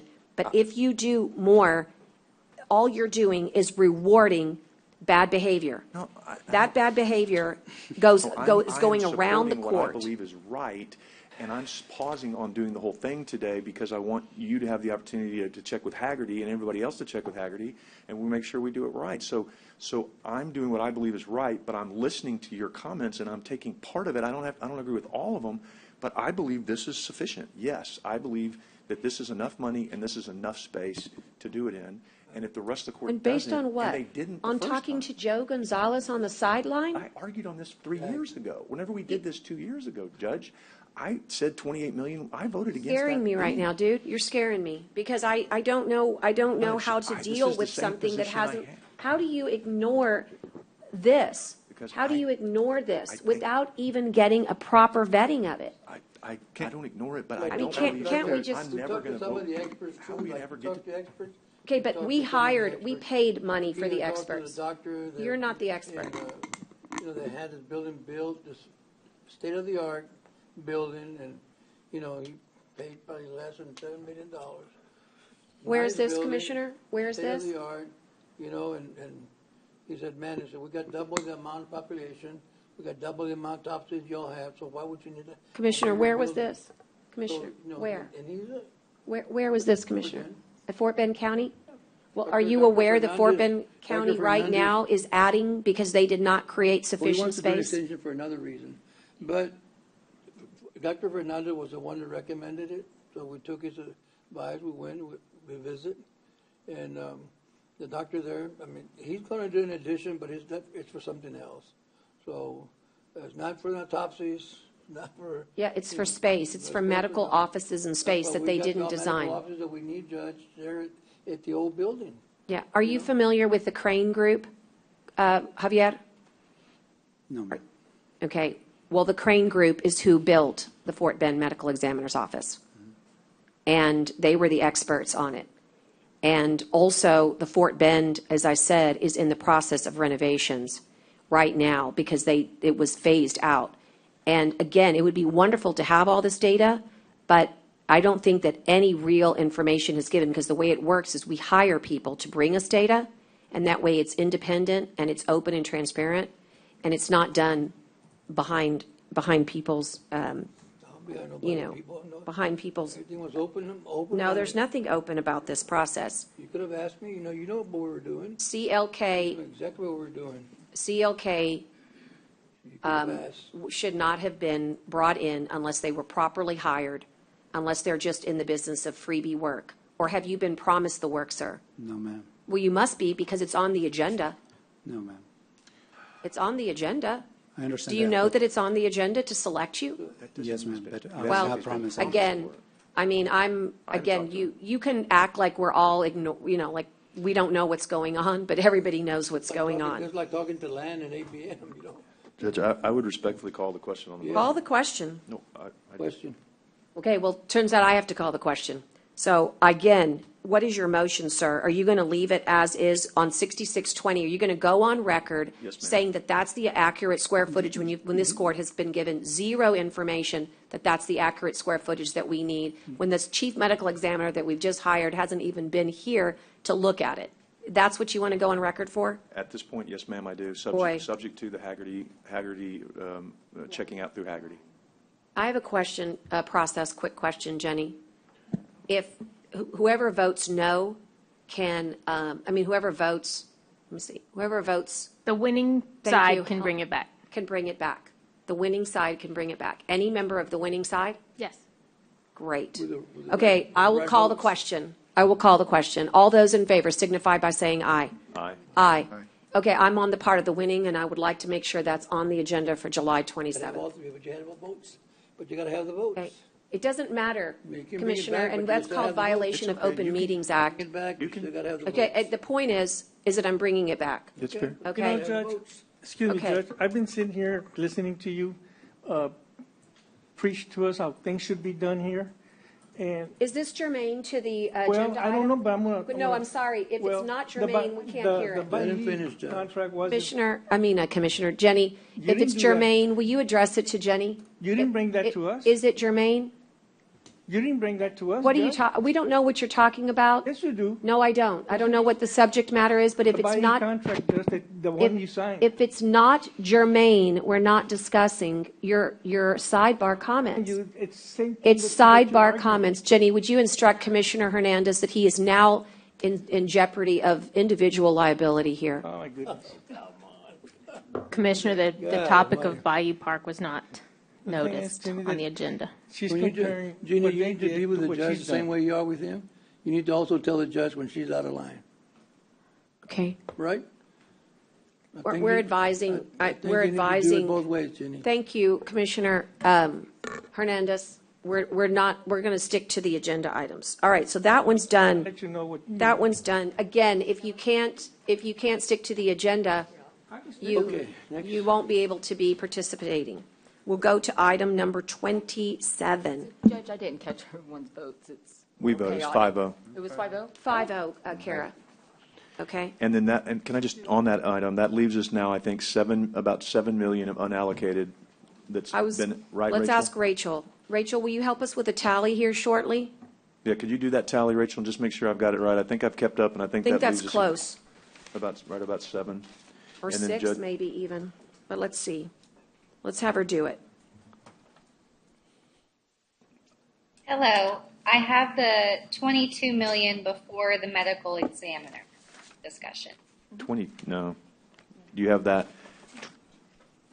You have We the- started today with the 52.6, and then we have 1 million for booster, pump station, 632 for Driscoll, 6,000 for parks, 1,000 for the food pantry, 2,500 for the engineering assessment, 1 million for banquet, 20 million for the 4 million each, and then 2 million for Bob Hall Pier. No, but 2 million from Bob Hall came from, one from my allocation of 4 and one from the judge's allocation of 4. So don't, On your list, you mentioned the parks was only 600,000, and that should be 6 million, is that correct? yeah. And the inland parks is 6 million. Correct. I'm pretty sure I had it down right, but keep throwing away my paper. Yes, and if the 2 million from Bob Hall Pier is pulling 1 million from 2 of those allocations, then that would push you back up to 24 million remaining. I think we've missed something. Let's Because give we- her a little bit of time. You put it- And how about if we, Dale, will you, somebody text her all the agenda items? We can go over them in just a second if you'd like. We're going to take a little, just 5-10 minute break, Commissioner, again. Let's go ahead and get on the phone with her with IDA, and she'll text them all so we can get a real number. Okay, yeah, I I'd think like it's to. good to have a real number, I do but too. I think it's better if we go over them per the agenda, if that's all right. And so I'm going to move on and go to, Daryl's here to talk about audio-visual capabilities, including our microphone system that will help us. You know, our peripheral vision is not the greatest here, and it would be great to look like some of the other jurisdictions with microphones. Daryl, what do we have? Well, actually, I wasn't real prepared for this agenda item. Okay. Which one, Judge? I'm sorry. 27, I'm just Okay, going in got it. order now. Oh, no, actually, this was mine. Oh, I'm sorry. Oh, no, it wasn't. My bad. That was 28. My bad. Go I ahead. think it's 27 is Sorry. Daryl. Sorry. Yeah, this came up a while back, and actually, this is kind of in regards to what I'm putting together with the new IT position we're moving in and getting partnered up with another AV outfit that's more localized, and then also working with Zoom personnel, which I have a meeting with on Friday. And so when you look at the Commissioners Court setup, we have you look in terms of things being misconfigured or things being broken. So there's not much broken. We've had a little problem with these wireless mics up here, but I got Connie some new batteries for those. But after the Commissioners Court was set up a while back, COVID came in, and so Zoom got thrown into the mix. And then in that process, also, the podium got moved to right here where I'm at instead of where it's at there. So Zoom and the Swagit streaming system don't exactly mesh well together. If you ever connect to both of them, they're very out of sync. So what we have here is where things have changed over time. So the standard AV approach has been kind of had a monkey wrench thrown in it with the where Zoom or other types of meeting software has come into play. So we now have to integrate it. So the point that we're getting at here is we now have to look at the entire system, the whole setup, where we look at our audio side, our video side, and then now this meeting software. And where the Zoom and others, what I'm going to learn, which I kind of already have, but I'm going to start getting into much more detail with them, is that Zoom actually has the potential to replace Swagit. Now, I'm not saying we're going to do that, but what I'm saying is that that functionality has actually come about that much. So I need to work with these companies. So this is going to be a pretty big project. So right now we're just looking at if something breaks, well, we fix that right away. But what we're really discussing here is a massive overview of the entire setup. So that's why this discussion came up in the past, actually not too long after I was here, and the agenda item has just kind of floated around, and then it's been on previous agendas. And so at this point, I'd ask that we not put it on any more agendas until I get all this stuff organized and And sometimes, brought back. Daryl, it just lingers because we'll say, we'll talk about it next time, and then it just, in order to fulfill the actual motion that we're tabling till the next date. But we can do that. We can adhere to your request there.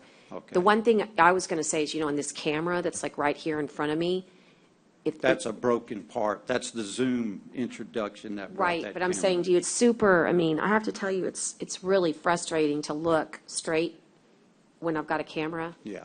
Right in front of me.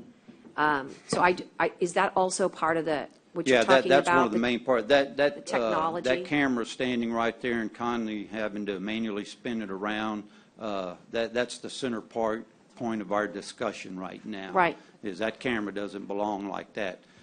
These nice cameras we have in there can actually be used with Zoom as well. Mm-hmm. Unfortunately, we can't do that because that would remove them from streaming.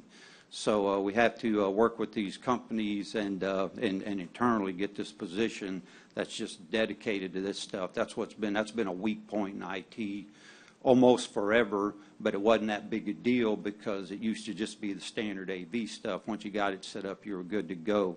But now as we look at it, we want to look across the board. So when we talk about microphones, all the bells and whistles that come with this, some we use, some we don't. Now's the time for you, the judge, and then commissioners to voice your concerns or your desires of what you would like to see in commissioners' court. So in the future, we will have agenda items where, as I start having these meetings with the outsourcing and IT internally and with the Zoom personnel, is we'll start putting scenarios together. So then we'll have something good to discuss and present, and y'all can kind of pick and choose what you like or don't like about it. And I'm not suggesting that I know one is more secure than another. I'm just sort of stating what I know based on when we went to the court systems early on with Zoom and what happened nationally. They may have cured this already, but there were a lot of hacks into Zoom at public meetings, very inappropriate things that were being zoomed into your Zoom. And therefore Zoom, that's why a lot of professionals prefer WebEx and Teams, Microsoft Teams meetings, because apparently there's a little bit more firewall security. So before we move out of Swagit, I am going to ask you offline or, outside for you to address to the court just the security pieces of Zoom. And they may have advanced terrifically in the last 12 months, but when we went, a year and a half ago completely on Zoom, that was a big fear because it was happening. It didn't happen, I don't think, inside our jurisdiction, but it happened to a lot of jurisdictions that Zoom did not, allowed for a lot of easy hack access. Yeah. Yes, and I've, in discussing this with the rep, because security is a big thing, so anything we discuss with anybody, we always talk security. He actually directed me to their website to where they've got a lot of the certifications, kind of been blessed in their security more recently. But that doesn't mean they're out of the woods as far as us assessing it further. In IT, we still use a WebEx account. It has been used in the county as well. So it's another one that we are looking at. So, Okay. So yeah, security will be taken into account for whatever we choose to do. If it's not there, then that particular application can't be there. One thing with Zoom is they, everybody threw the stuff out there as quickly as they could when COVID came along because you got dollar signs rolling around.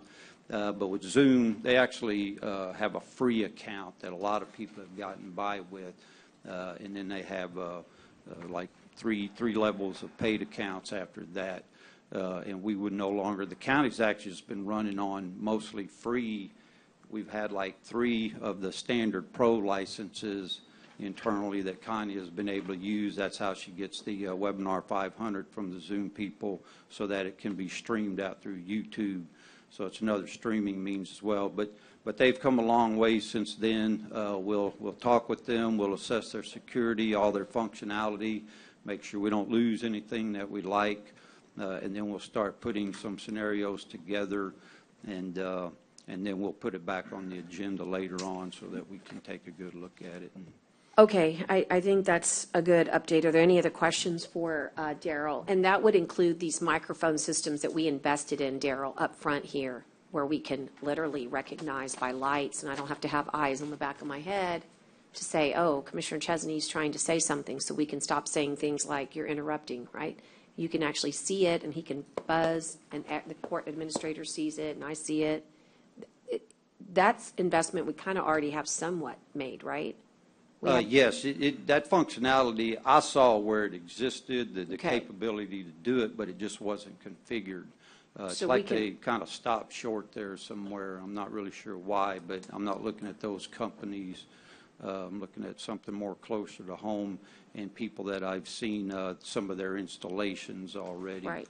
And It would so just we be do nice to that. have this dais work the way it works at the council chambers and all our political jurisdictions. Have that same. Okay, so you'll bring it back within a reasonable amount of time, and you'll work with IDA to get it on when you're ready. Yes. All right. Are there any other questions for Daryl? Okay, Daryl. Thank Judge, you. Go Can ahead. not to try to open a wound, but I just realized too on number 20, if I could just go Which back there one? just for a second.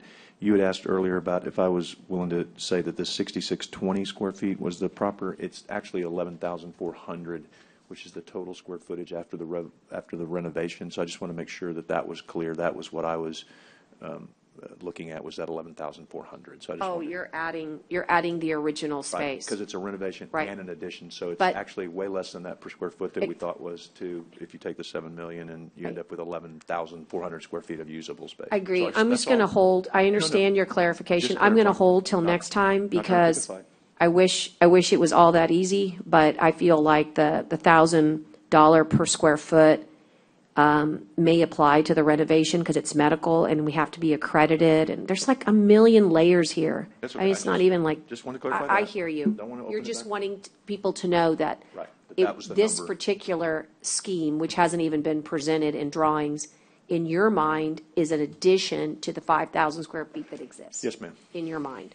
But we haven't seen it yet. Yes, ma'am. You saw it already. No, you saw it already. None of us have seen it. Okay. Because it hasn't been authorized. Well, That's no, why. No, that's different. But That's but everybody the saw it at point. one point. Everybody saw it. No, I haven't seen it. Okay. So anyway, the bottom line is that your clarification is noted That's for the all I'm doing. record. That's all I'm doing. And I'm going to move on to your item, which is also kind of a leftover from last time. And 28? it's discuss and consider recording executive session meetings. And this we drew into executive session last time to be advised by the county attorney. Do you have a legal question here, Commissioner? No, this was just to go ahead and identify the funding source for the needed equipment and related matters. I'd asked Jenny what she thought that would cost. I was hoping she might have an idea on that. I've been working with Daryl on that, and I think that's kind of wrapped up in the whole thing about the recording and the combination with Zoom and the security on that, if I'm not mistaken. I mean, I'd like to make a motion to just move forward and use ARPA funds for that too, if that's allowable, but I don't know how much to say it's for because I've been asking for a number for a while. I don't mean to be rude, but I just need to kind of know what that is. I mean, well, for myself, since this is such a sensitive area, recording executive session items, very confidential, I was looking at keeping it very simple and keeping it within the county attorney realm, which means that what I'm doing, when I talked about the Zoom accounts earlier, if the county's going to continue with Zoom, what we're looking at is going with 10 business accounts from Zoom so that we cover enough, make sure nobody's using these free accounts. We get the ones that are funded so that they're fully functional, and that's where your security, everything's going to come in at. And I appreciate that because that was going to be part of my motion so that because I know the judge had concerns over things getting leaked out. So if we kept it to where it's only in the county attorney's office, then we know if it gets leaked out, it's coming out of the current county attorney's office. I don't mean that rudely. I know she'd never do that. But so I just need a number and to see if the court's okay with it to make a motion to do it. And that was going to be part of my motion was to exactly that, and that it would be held strictly in the county attorney's office and no one else would have access to it. Right, yes, and so as such, what we're going to do is just have the software on the county attorney's computer, laptop, and they record whatever executive session they feel like needs to be recorded. Then they just turn on the recording right there on their laptop and record it, and that will include the Zoom account. So if you have anybody interactive that's allowed for that executive session item, then they can come in and connect through that Zoom link. Just like how Connie does it here, though, they have to be allowed in. So nobody can just Zoom in. County attorney lets them in. They have the session. They're already recording it. And when that executive item is over, then they stop recording. Everybody disconnects. You go to the next executive session item. If there's no recording of that, then nobody's recording anything. And you just choose which ones you want to record and don't record the ones that you don't want to record. And that way the software is on the county attorney's laptop, the recording is on their laptop, and they keep it confidential there. So, and that would need to be a laptop that is not one that is used in the ordinary course of any employee's business. So, right. $10,000. I'm just trying to allocate some amount of money that you feel like will cover 5, 10, 3, 2, I don't know. $2,500. Pardon me? $2,500, talking a Zoom license. And I mean, don't we have that in our capital? I mean, you don't have to ARPA. No, The human capital in justifying that will exceed $2,500. It seems easier if you want to spend those dollars not to do it from ARPA. I don't know why we'd want to do that, given the county attorney's recommendation on the advice of counsel. But if you want to do that, my goodness, at least it'll take you more money on compliance from ARPA. So my motion would be that we record all executive sessions with the approved software by the IT director at a cost not to exceed $2,500 to come out of the general fund, and that those recordings be kept 100% solely in the county attorney's office, and no one but the county attorney has access to that. Second. So, point of clarification on that and this item in general. I think there's parts to this, so can we break that down? Can you get in your mic? Can we break this down just a little bit? I mean, the way that this motion or this item is written is discuss and consider recording executive session meetings. That's already been resolved based on the opinion you gave us? Well, we did issue an advisory Right. that outlined pros and cons and a recommendation. Right. But that's, I mean, still the choice of the court. Now, I would be willing to house those things. However, those are going to come with very strict rules. And so, I mean, if we butt heads about access to that later, it's going to be in my control. Right. Well, the rules are the rules on the access. I mean, none of us can get, it's got to be like subpoenaed, and there's all kinds of, yeah, I mean, I don't, right. And if you want me to make that part of the motion where So, you. well, that's what I'm saying. I think if we can just divide this, because, I mean, we've been given the opinion, the pros and cons, and I appreciate that. On that item alone, I have my hesitations. I've never been part of an elected body that has gone into an executive session that's ever had it recorded. I think most people would just say the cons are probably, the pros out, or the cons are outweighing the pros as far as the benefit of doing it, right? So no one, I've never been a part of a meeting that's ever done that. So I find that part unusual, and it may take me some getting used to. And if the court, that's the direction that we take, then and the majority of the court says that, I understand. I go with it. I feel confident enough that our county attorney has done the research, her and her staff, and that she will protect it properly. Okay, so that's my statement on that. Like I said, I do feel that is an unusual position. I will say that here publicly. I don't know how much I'm going to interact in executive session because that's just very unusual to me. I know that there will be times to start and stop. We will always have guidance from our county attorney office or her firm to guide us on when those parts are to start and stop. It's unusual, right? And people, when they expect things to act and react a normal way, certain way, they react differently when it's not normal or not usual. So that's all I'm doing. It's just kind of sharing with y'all kind of what's in my head, on my feeling with that. On the funding source, I support. If that's the route we go, then obviously I will support funding. But I would like to see this broken down into separate items because if there is a majority of the court that feels that we need to execute recordings during executive session, I'd like to be able to voice my opinion on that. But if we still move forward, to be able to show my support for the proper equipment. So I feel that there's two different separate items here.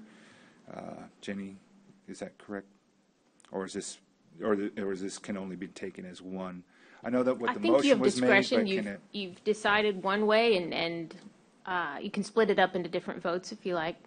That's all I'm asking. Just like I said, I have my reservations on it.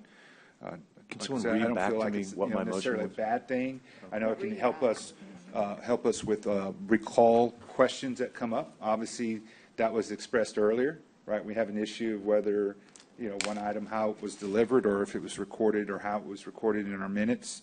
But like I said, at least for this one, I'd like to be able to voice my opinion. And like I said, I feel, if we can pull it out, just separate the two, see if this first item, how it goes, and then if there is a majority of court that says that we should, then I will support, obviously, the funding. That's not an issue to me, right? If we get to that point, there's at least three or more that say we should, then that's okay. But like I said, I did want to express my reservation, my concern on that. Like I said, it's not against the county attorney. It's not against the process. I feel very confident in this request that was made of her and her firm to give us the best opinion, which I believe it did, was very, very clear to follow. And I thank you for that, Ms. Dorsey. Like I said, I'm just hesitant because we never had a city council meeting, never recorded, and the school board never had any meetings ever recorded. And in my first 5 years here on the court, never had executive session meetings ever recorded. So I'm just worried. I'm worried and concerned just how does that start and stop work.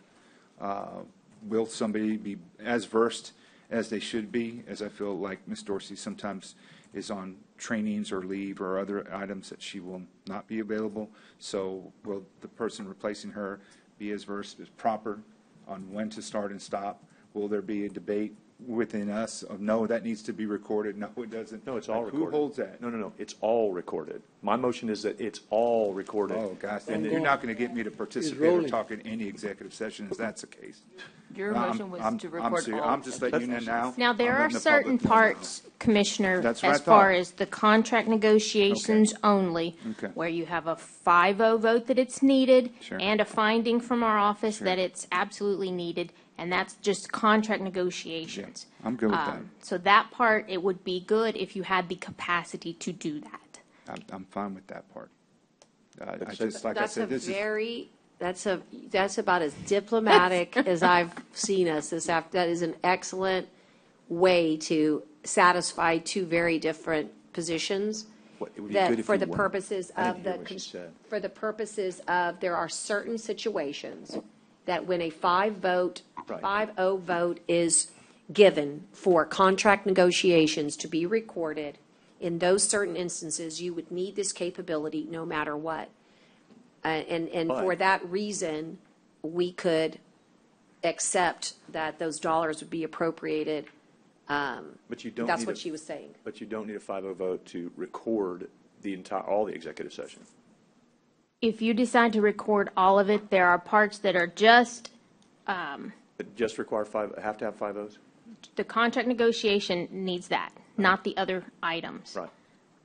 And in my advisory, I talked about there are certain situations where it is recording parts and not recording parts and stopping and starting and you just.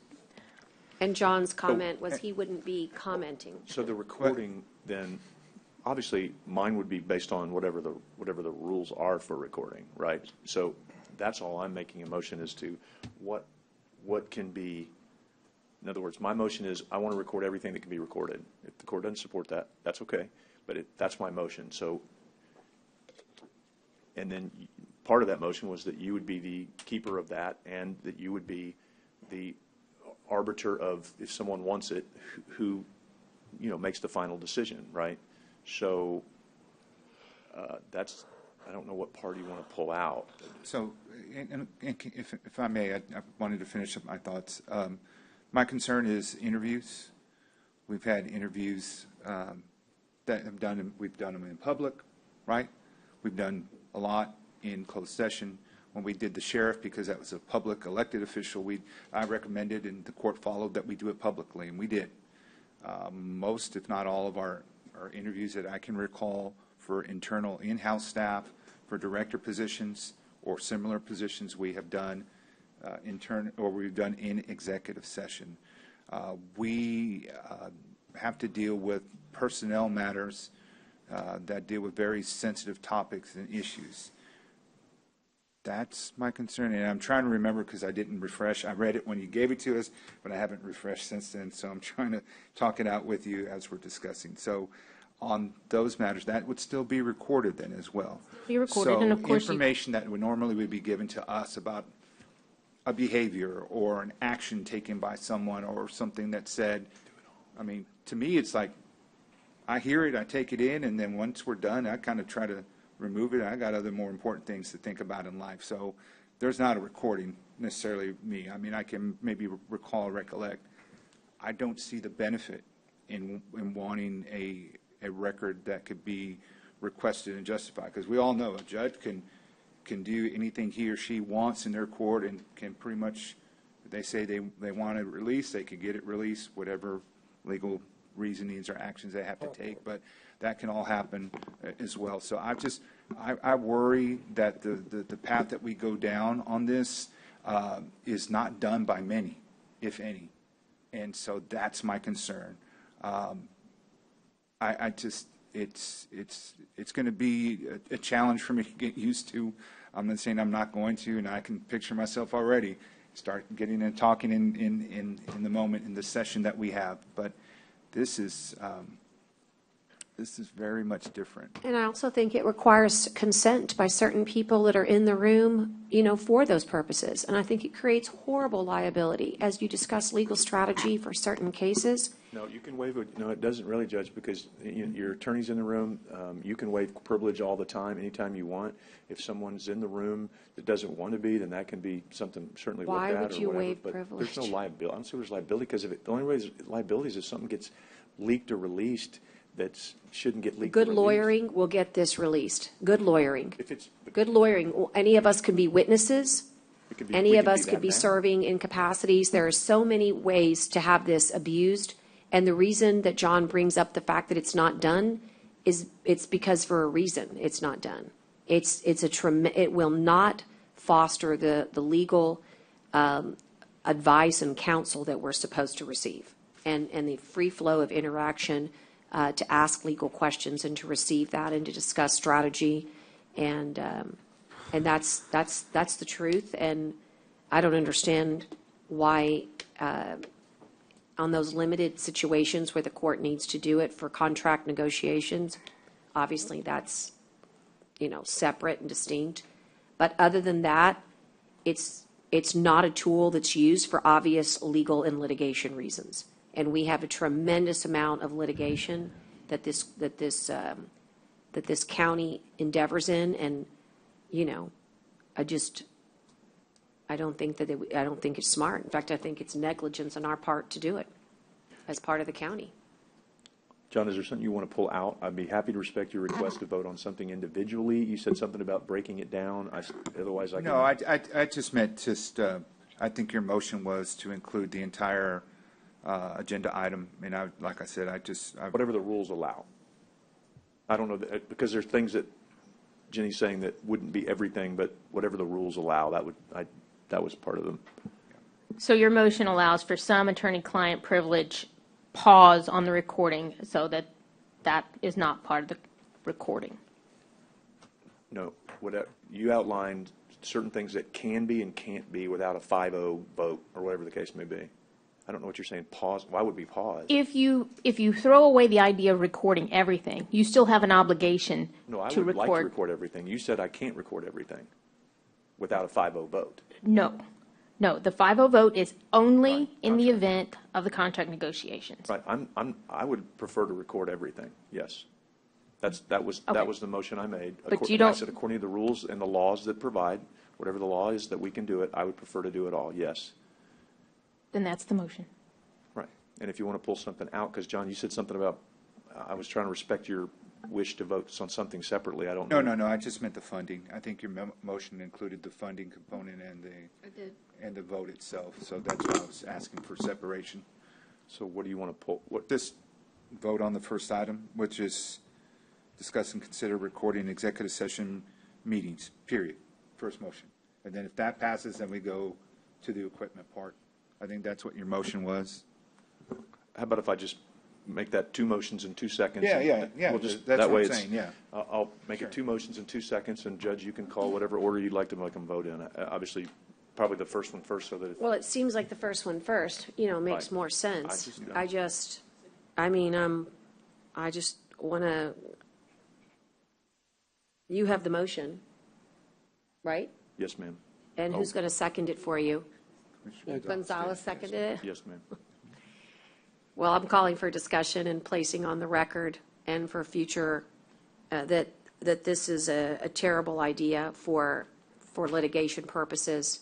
It will result in potential, leaks and detriment to Nueces County taxpayers. And this is really super unfortunate because I don't understand, except for some political motivation, why you would think that it would be a good idea when your counsel tells you this. And I really do fear for all the cases that we have to discuss in here that we will not be able to ask questions and get answers for fear that those answers could be used in a civil trial against us. I think that's as a lawyer, I would ask you to really think about that.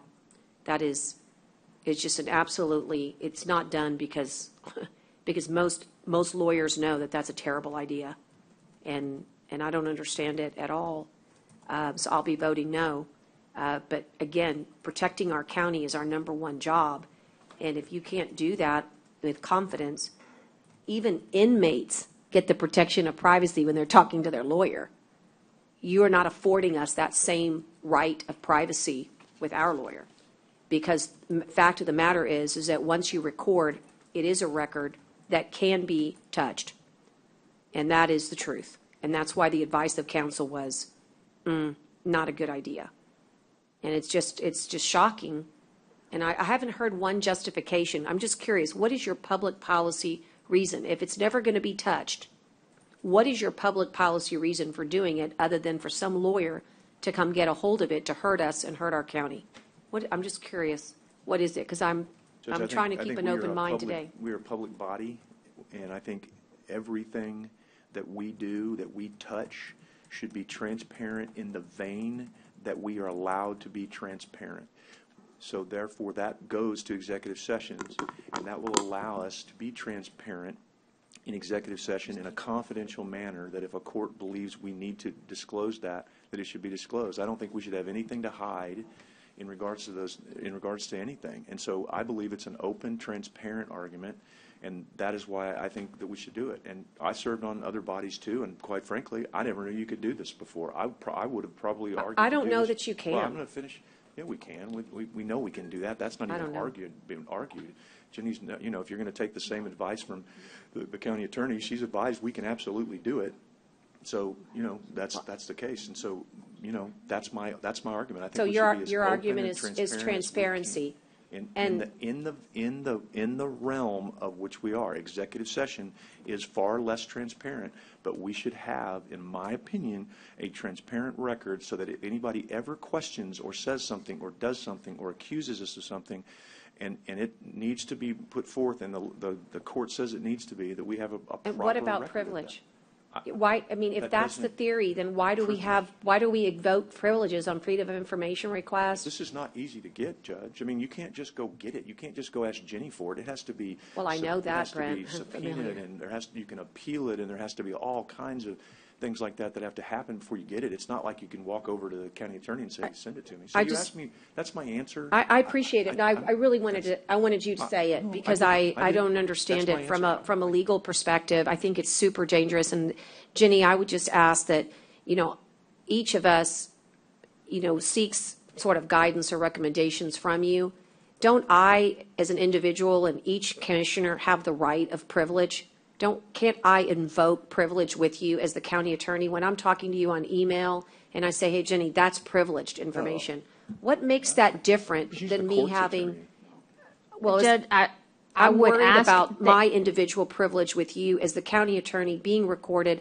I want to invoke privilege every single time. How can I seek my protections if that doesn't take place? You can have your conversation privately and not record it.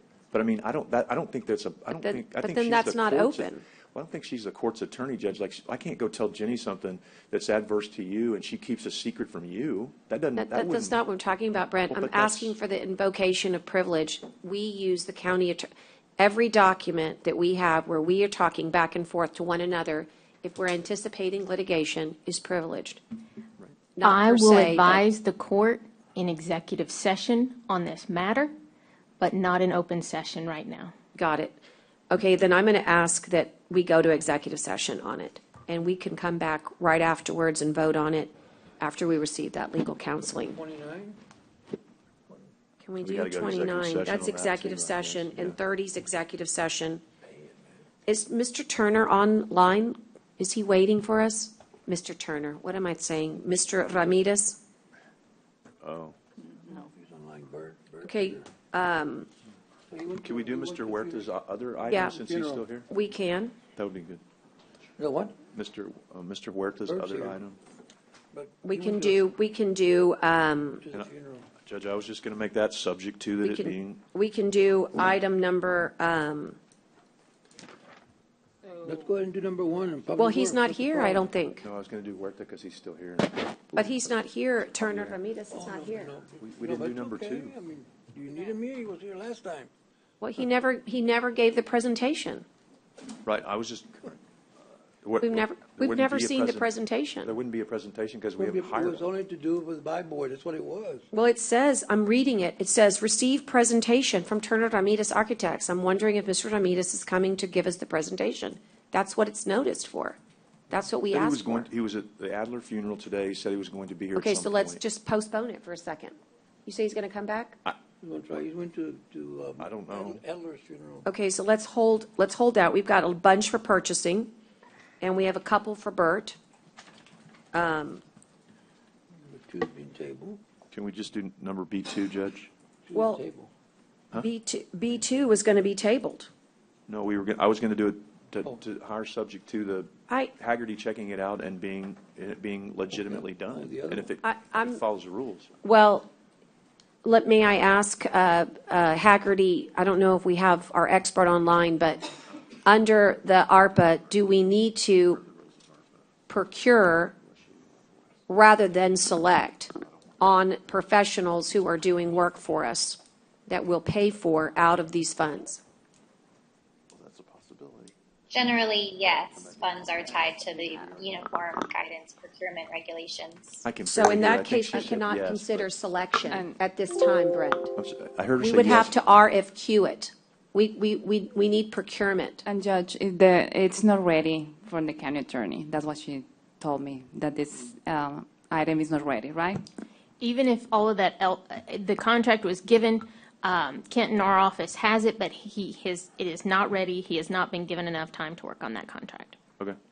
Then I would make a motion to table this item till July 27th, but we need to get clarity on what we can do on it too. So if you'll give us some clarity. I just didn't want it to sit here forever. I understand that, but we just heard from Haggerty that you have to procure. So it would have to be authority, that the directive would have to be, Well, you she know. said generally yes, so let's just table it, and then, if that's okay, and then bring All it all right. back on the 27th and see what the deal is.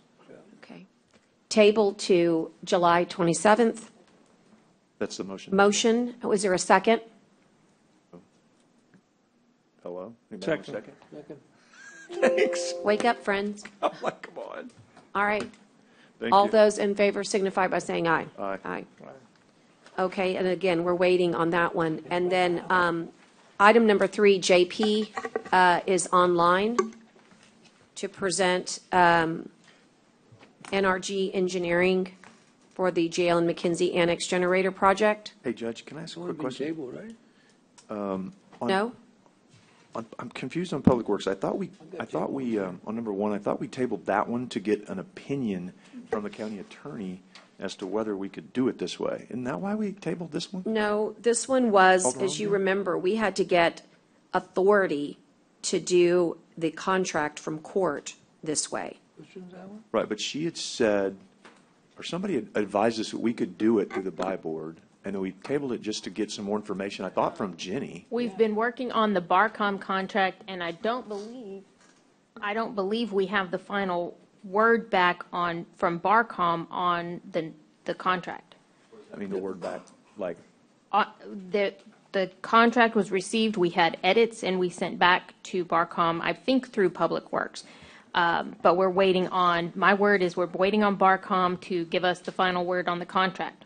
But we also have a posted here, and the last court, our purchasing department through the agent told us that we needed to get authority to procure from the buy board from court.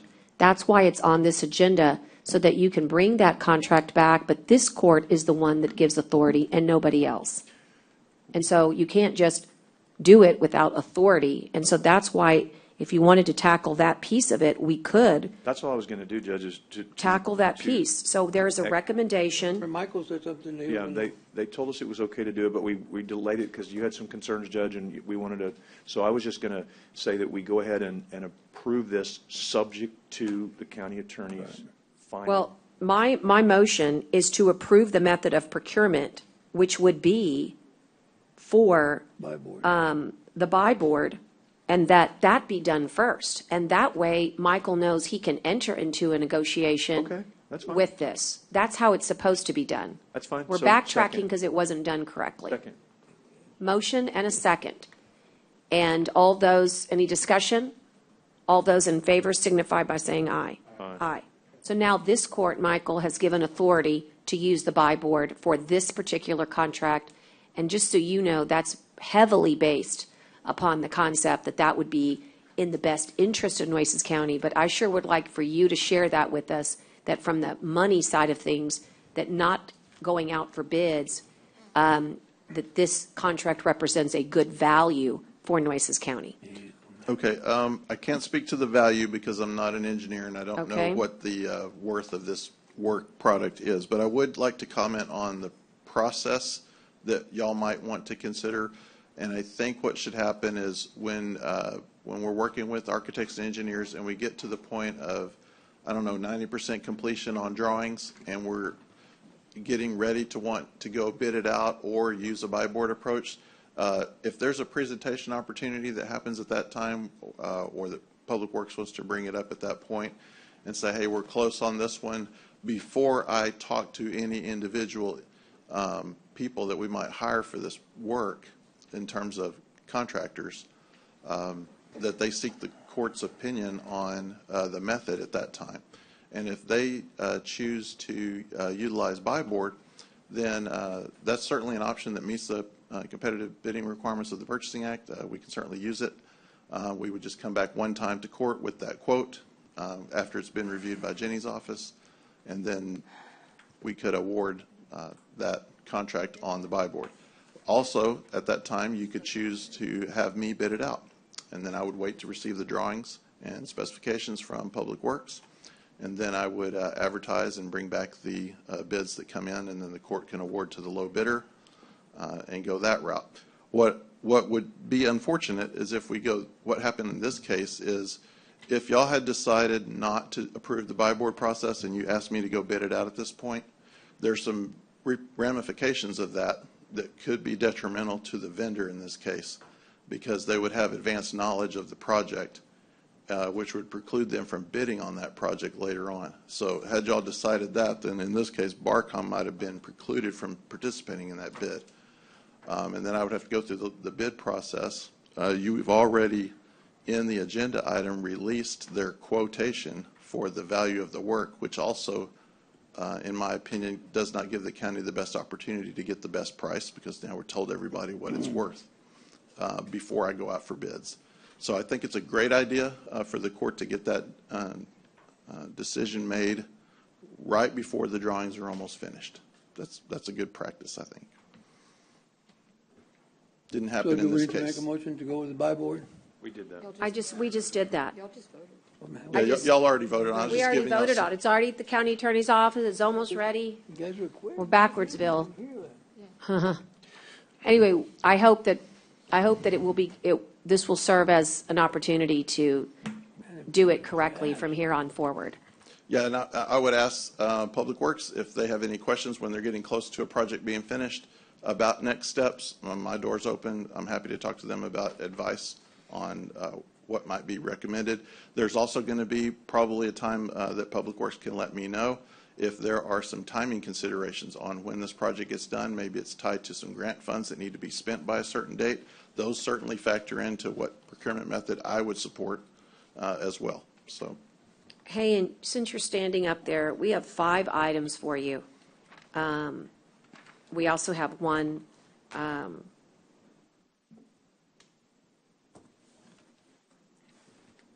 some of them they look fairly quick, but let me go ahead and do item 3 first, and then while you're organizing. But JP Grom is on the phone, and this recommendation is for Jail and McKenzie Annex Generator Project. I need to turn to my page to see the value, but it's to let NRG Engineering design another feature, and that's relatable to your item C2. JP, do you want to weigh in here? Which one, Judge? Item 3. Okay. We've done 1 and 2.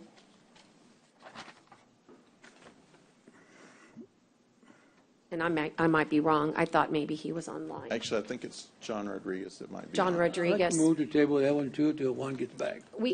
Juan's not in charge of this project by his own discussion. We need to get this done, otherwise we cannot get generators done. This is the company that Juan recommended, and they are running point on this. Is this to pay him an additional $22,000? That's right, because Why they made a mistake? It was their error. we need an additional component, and he needs to design for it, and we need to quickly get those designs done. And he says he can do it efficiently, but he needs to have the scope of work and the services paid for. And It's a very important component. It's within our budget. Here we go What's- again with what's the somebody else cost? making an error. I need to make certain that, Judge, if you would, it might make better sense to the court if we took the item 3C2 first. well, I thought that, and that's why I said stay up there, but I do want to make sure, is John Rodriguez on? Yes, I'm here. Okay, Judge. hey, John, but just so we're clear, so I can get the right amount, can you remind me of the dollar amount while I turn to my notebook here that's got it? For this amendment's about 22,000, Judge? 22,000, About. thank you. But it's got a little more, right? 225. 22. If you're talking about 3B3. Yeah, I am. Yeah, okay. It's 14 and then 7, right? Yeah, It's 14,950 14,950 for the courthouse and 7,400 for the jail. And this work needs to be complete, right, John? Yes, this work needs to be complete so that it gives us an additional option instead of the asset optimization feature, which is an alternate feature.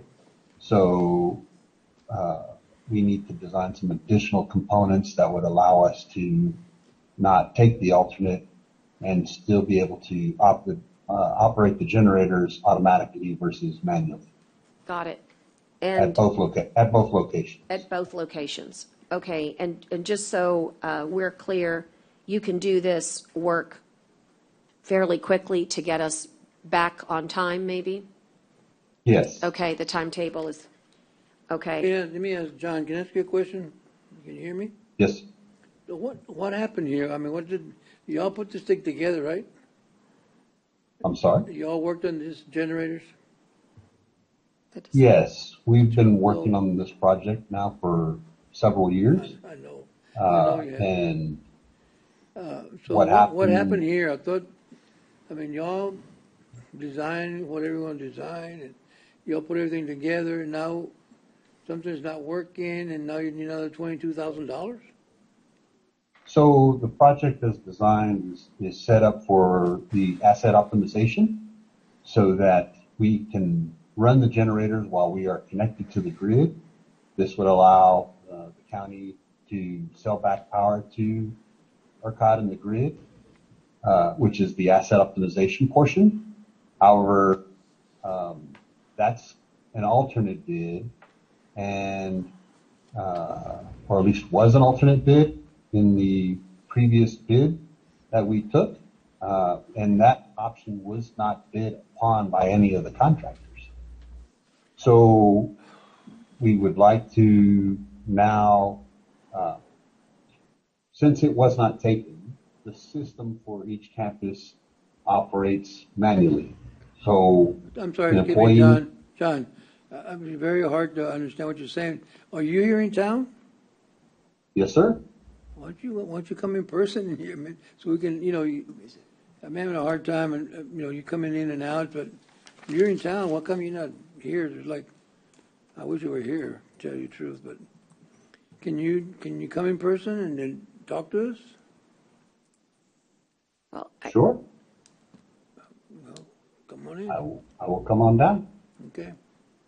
Thank you, sir, I appreciate it. But I would like to hold John for just a moment here before you leave the line, because you're instrumental in making certain that, I'm not sure that, I mean, I heard you fine, but the $22,000 is needed because we need to make certain that there's an additional design feature so that we can choose one way or another, but we have all options covered. That is correct. Right. And so, and this is inside our budget to be able to do this work. It's needed work, and you can finish the project so that it can be bid properly. Yes, that is correct. Okay. So I don't know what coming down here is going to change, although I do admit sometimes it is sometimes hard to hear on our Zooms, but that's the bottom line, is that we need to get this work done because, as you know and have noted, the further we wait, the more costly it becomes to keep those standby generators on. We do not need to delay. This design needs to be accomplished, and it's a practical matter.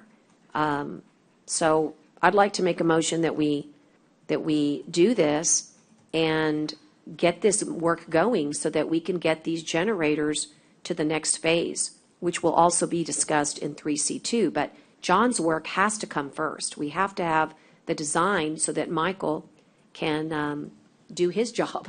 He's got to have the design attached. But didn't they design it already? They did, but you'll It's understand. It's an additional design option is what we're now including.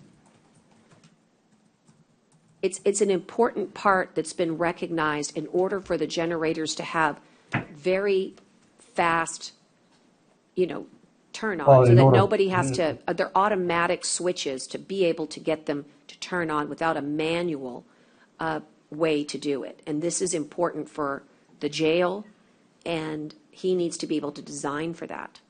And it's an add-on. It's an extra amenity that's necessary. Well, we're going to ask you the same thing we asked Jacobs. Did you know this before?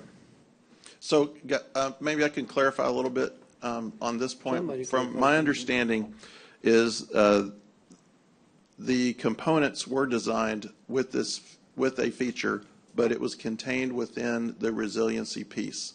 And the resiliency piece was an addendum or an additive bid for which none of the bidders bid on. So it's not as though John made any mistake in terms of the design of what was given to us. It's that the bidders didn't bid on the component. And so when they didn't bid on that component, we don't get that functionality in that component, is my understanding. And John, you can correct me if I'm wrong. Michael, that's excuse correct, me. Michael. If they didn't bid on the component, was it because the component wasn't on the design? No, it was. I can't answer the Maybe component. John can. The component was in the design drawings, and John can That's answer correct. that. The component was in the design drawings. It was an No, we alternate. we Did not receive any can't proposals speak for to the why alternate. they didn't bid on it, because they just give you a bid number. They don't give you here's why I didn't bid this line. And this is a huge, item. It's a huge, $6 million plus project or $8 million project that we've escrowed. And this is a $22,000 needed design feature. NRG Engineering has done good work, but they need us to approve these amendments and have confidence in them that they need to design this because they're telling us this is what's needed. I'd like to see us get through this so that we can get to the 3C2, which would get us to the next phase. So I'd like to make a motion that we approve this because it's absolutely needed, and we didn't get anybody to bid on the other piece of it, which would have contained it. So let's put it in the main package and get it done and continue to move forward on our generator project. That's the motion, is to approve this supplemental for the 22,000. Remember, that's a breakdown of two different locations, the jail and the annex, 14 for one and 7 for the other. And he says he can be finished very quickly. Judge, and tell me, this isn't, so this isn't. Thank you. Sorry. Go ahead, John. So this Go ahead. This is additional? It's 22,000. Right, but it's 14 for leading one. to additional cost on the generators that weren't No. included in the package, you said? No, I'm sorry. It's in the it's in the budget. It's still in the budget for our generators. It comes from, if you're wondering what the funding source is, the funding source is the generator project in and of itself. This piece is it's a design feature that will allow for automatic turn-on of these generators that's needed. It was designed, Commissioner, in another part that wasn't bid on. So this one needs to now be on the main So this does not go package. outside the scope of what we've passed on the generators. That's correct. And this is, unfortunately, it seems like, not exactly, but another kind of Jacob situation where we're kind of like. He said no, because This is- he designed for it. This is not that situation. This is a situation where the vendors that provided bids on the project, they did not bid this piece. This piece contains But they got the that job. auto turn-on capability. Did they get the And job? so when we put out the project, our expectation was that we were going to get bids on everything, and we would be able to choose the low bidder that gave us all that functionality. None of the bidders bid on this piece, so now But we that still have that functionality. piece budgeted? Yes. And we still have the funds for that piece Yes. set aside, but because no one bid on that piece, then we didn't allocate funds for program management. And now that we're bidding on that piece, we're allocating those No, funds it's for not design? program management. Design, No. sorry. It's just NRG engineer. It's just the Oh. engineer's design. Yeah, it's just a redesign, I believe, to move that feature into the main bid so that it doesn't get. So it doesn't happen again. In the case that we get a non-bid on the resiliency But piece. there's no additional funds being allocated today that have not already been allocated. This is just using some of those funds. Is that correct? That's correct. I think that's my understanding. Okay. Any of those bidders, Mike, did they get the job? Is any one of them going to do the job? Well, that's going to So be next. it's coming up on 3C2. Well, I was going to say, because if they didn't see that was required in that design, maybe we ought to look for other companies. So we're about to get to 3C2, if just give us a moment, but Well, I'm just at this saying. point, So the ones that didn't have bid So every for that single design bidder, yeah, got the work. every single bidder did not bid on this feature. There's Right, not but they one got that the- did. Did they get the work? Nope. Did they get the contract? I have that for discussion here in just a minute, once we get past this item. okay, so I've got a motion and a second. And if there's no other questions for John, all those in favor signify by saying aye. Aye. No. No. Okay. The motion passes. All right, let's do the heavy equipment, just real quick, like, unless you think it's time-consuming, and then we'll get right into the other item. Discuss and consider selection for the heavy equipment Public Works Phase 2. Okay, so on this one, we had a little issue, and the reason you'll see on the attached page that it says I received no responsive bids, and that's different from saying no bids.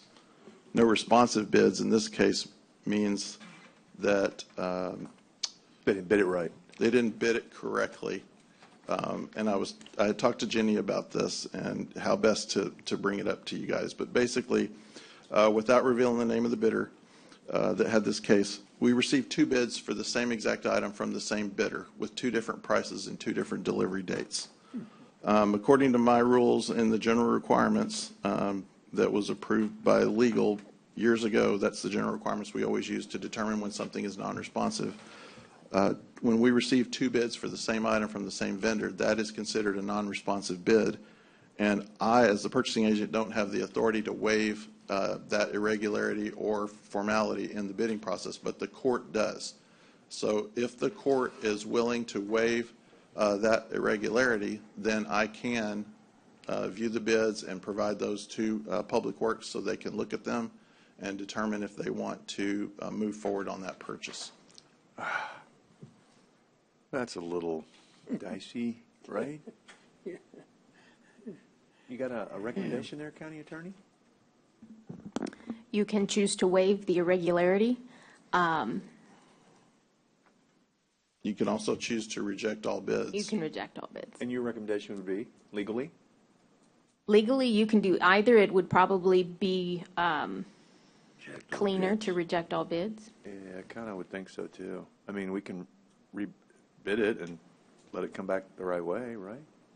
Maybe we get another bid, maybe it's lower, maybe it's not. I mean, we haven't revealed the numbers, we don't know who the bidder is, right? Nothing? Correct, and you do have the knowledge that, well, I guess I can't tell you yet until you decide on this. And how long would it take, Mike, to get this equipment if you went that route? Y'all need to waive the irregularities before I can tell you what was in the bid, and it would answer your question. But you have to waive it first. Really? I mean, how long it would take to get those if we did that? No, he's saying how long it would take to get the bids back, right? Or no? No, What how did long- you- He's asking for how long it takes to get the If equipment. we do rebid, how long would it take to get the equipment? I mean, one wanted it Well, that's part of for his, hurricane season. it's probably part of the bid. This is How long would- the let me ask you this way. this is the second time I've bid this out. The first time I received no bids for 3 of the 4 items. We received bids only for 1 item, which was the Great Alls, and we awarded that previously. This time I bid the remaining 3 items, and I have this condition that is precluding me from giving you information about the one bidder that submitted 2 bids. I received no other bids from anybody else. on any of the other items. And why do we have to, we don't have, and this is not eligible for buy board? This is ARPA. Oh. I can't use buy board. Oh. Now, I want to visit with, And how I want fast to could you visit do with, it if I want we to visit. rejected all bids, Michael? If you reject all bids and give me a chance to rebid, I could rebid next week. Okay, well then, we'll I mean, just it's make a already motion built. to reject all bids and rebid next week. Okay. Is there a second? Okay, all those in favor signify by saying aye. Aye. Keep us posted. You'll have that out next week, right? You said. Next week, Michael? Yes. Okay. Will do. All right. Okay, the next one is discuss and consider rescinding the conditional selection of CSP 319222 for emergency generators, main jail and jail annex. Discuss and consider rejecting all bids. Discuss and consider authorizing the purchasing agent to rebid using the IFB method. So it's my understanding during negotiations, there were some differing assumptions regarding the previous vendor that was conditionally selected, which was HJD Capital. They had some differing assumptions about the proposal, and there were some variances that were reviewed as well that were determined that could both disadvantage the county and the vendor. And so it's recommended, based on that we rescind that conditional selection, and then I'm recommending that the court reject all bids and allow me to rebid at a later date once I get the new drawings from NRG. And we will rebid instead of CSP. Last time when we bid this, we used CSP method. This time it would go IFB, just straight up low bid. And so you're at liberty to say what happened on that? Well, there's multiple factors. One, most importantly, is that they did not bid on the resiliency piece, which contains the auto turn-on feature that we need for the generators to work in the manner that we expect. And we didn't realize that when we went through all this before? We didn't make it mandatory, right, Michael? Yeah, we didn't make it mandatory on that item. It was an additive item because of budget. Usually, Public Works could speak to this, but usually they break out a bid, an engineer would, into different segments based on budgetary concerns. And so you try to get your base bid, and then your additives might be things that are nice to haves versus have to haves. And so resiliency, I think, was considered a piece that was something that was desired, but it wasn't required for us to do the project. And now Public Works thinks it should be required?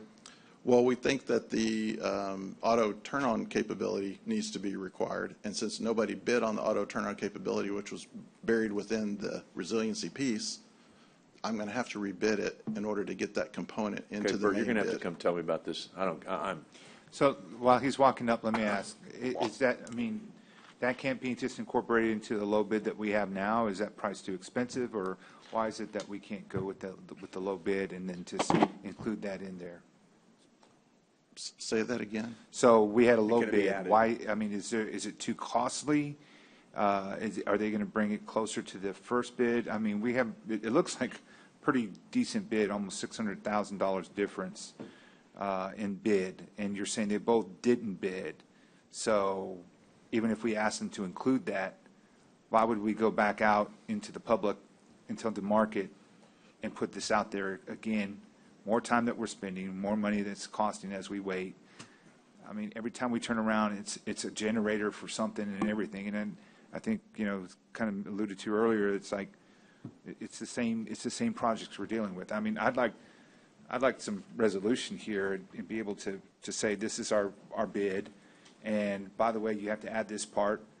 We would have told either company that, but So I that gets understand. included into an added price. Is that not allowed, or why wouldn't we be able to go that route? So there's a couple of different aspects that I had talked to Jeannie's office about, and I'm not certain if this is the right forum for that piece, about whether we can award work on an item that was not bid on. So the resiliency piece being the part that was not bid on by anybody, I don't know that I can award that to necessarily this bidder, right? without adding cost to the project. And if that cost brings us closer to the next bidder, then we have those Who also considerations didn't as bid well. on that, though? But who also did not bid on that, is that correct? Correct, and so, but we don't know what the price of that add-on was, and so if vendor B had a lower price on the add-on than vendor A, and that item could be the one that causes the balance to switch to another vendor, it's an unknown. But if both are lacking the same part. And the drawings, I mean, most importantly, what was bid on did not include this feature. Did not include what? The auto turn-on capability. Well, that's what I was going to say. So like Both that's parts are like, lacking that one feature, that one part.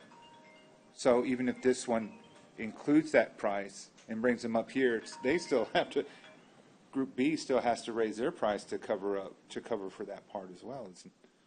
Isn't that logical? Isn't that, I mean, you would assume that that would happen. They're not going to do it for free. Very logical. We're getting does it to go some in- technical areas probably Can I that's just get Bert beyond to me. kind of Does it go to the, wait, is it worthy of taking in, because I'm dying to take a little break, is it worthy of taking to executive session or not? Or you could bring in purchasing for specific questions during executive. Could we do that? Well, can I just wanted to, I just want the specific questions on Bert. I don't understand what Michael just said about, like, because we were, we were in on this, Judge. I mean, right? None of this came up. We No, thought this was this was the one we did, remember? Correct. I think the So I'm trying to issue understand is, what- I think his legal question is that he wants guidance. Who does? Michael? Michael wants guidance to do it. For example, you know how we have our contracts and we can only do 25% of a change order?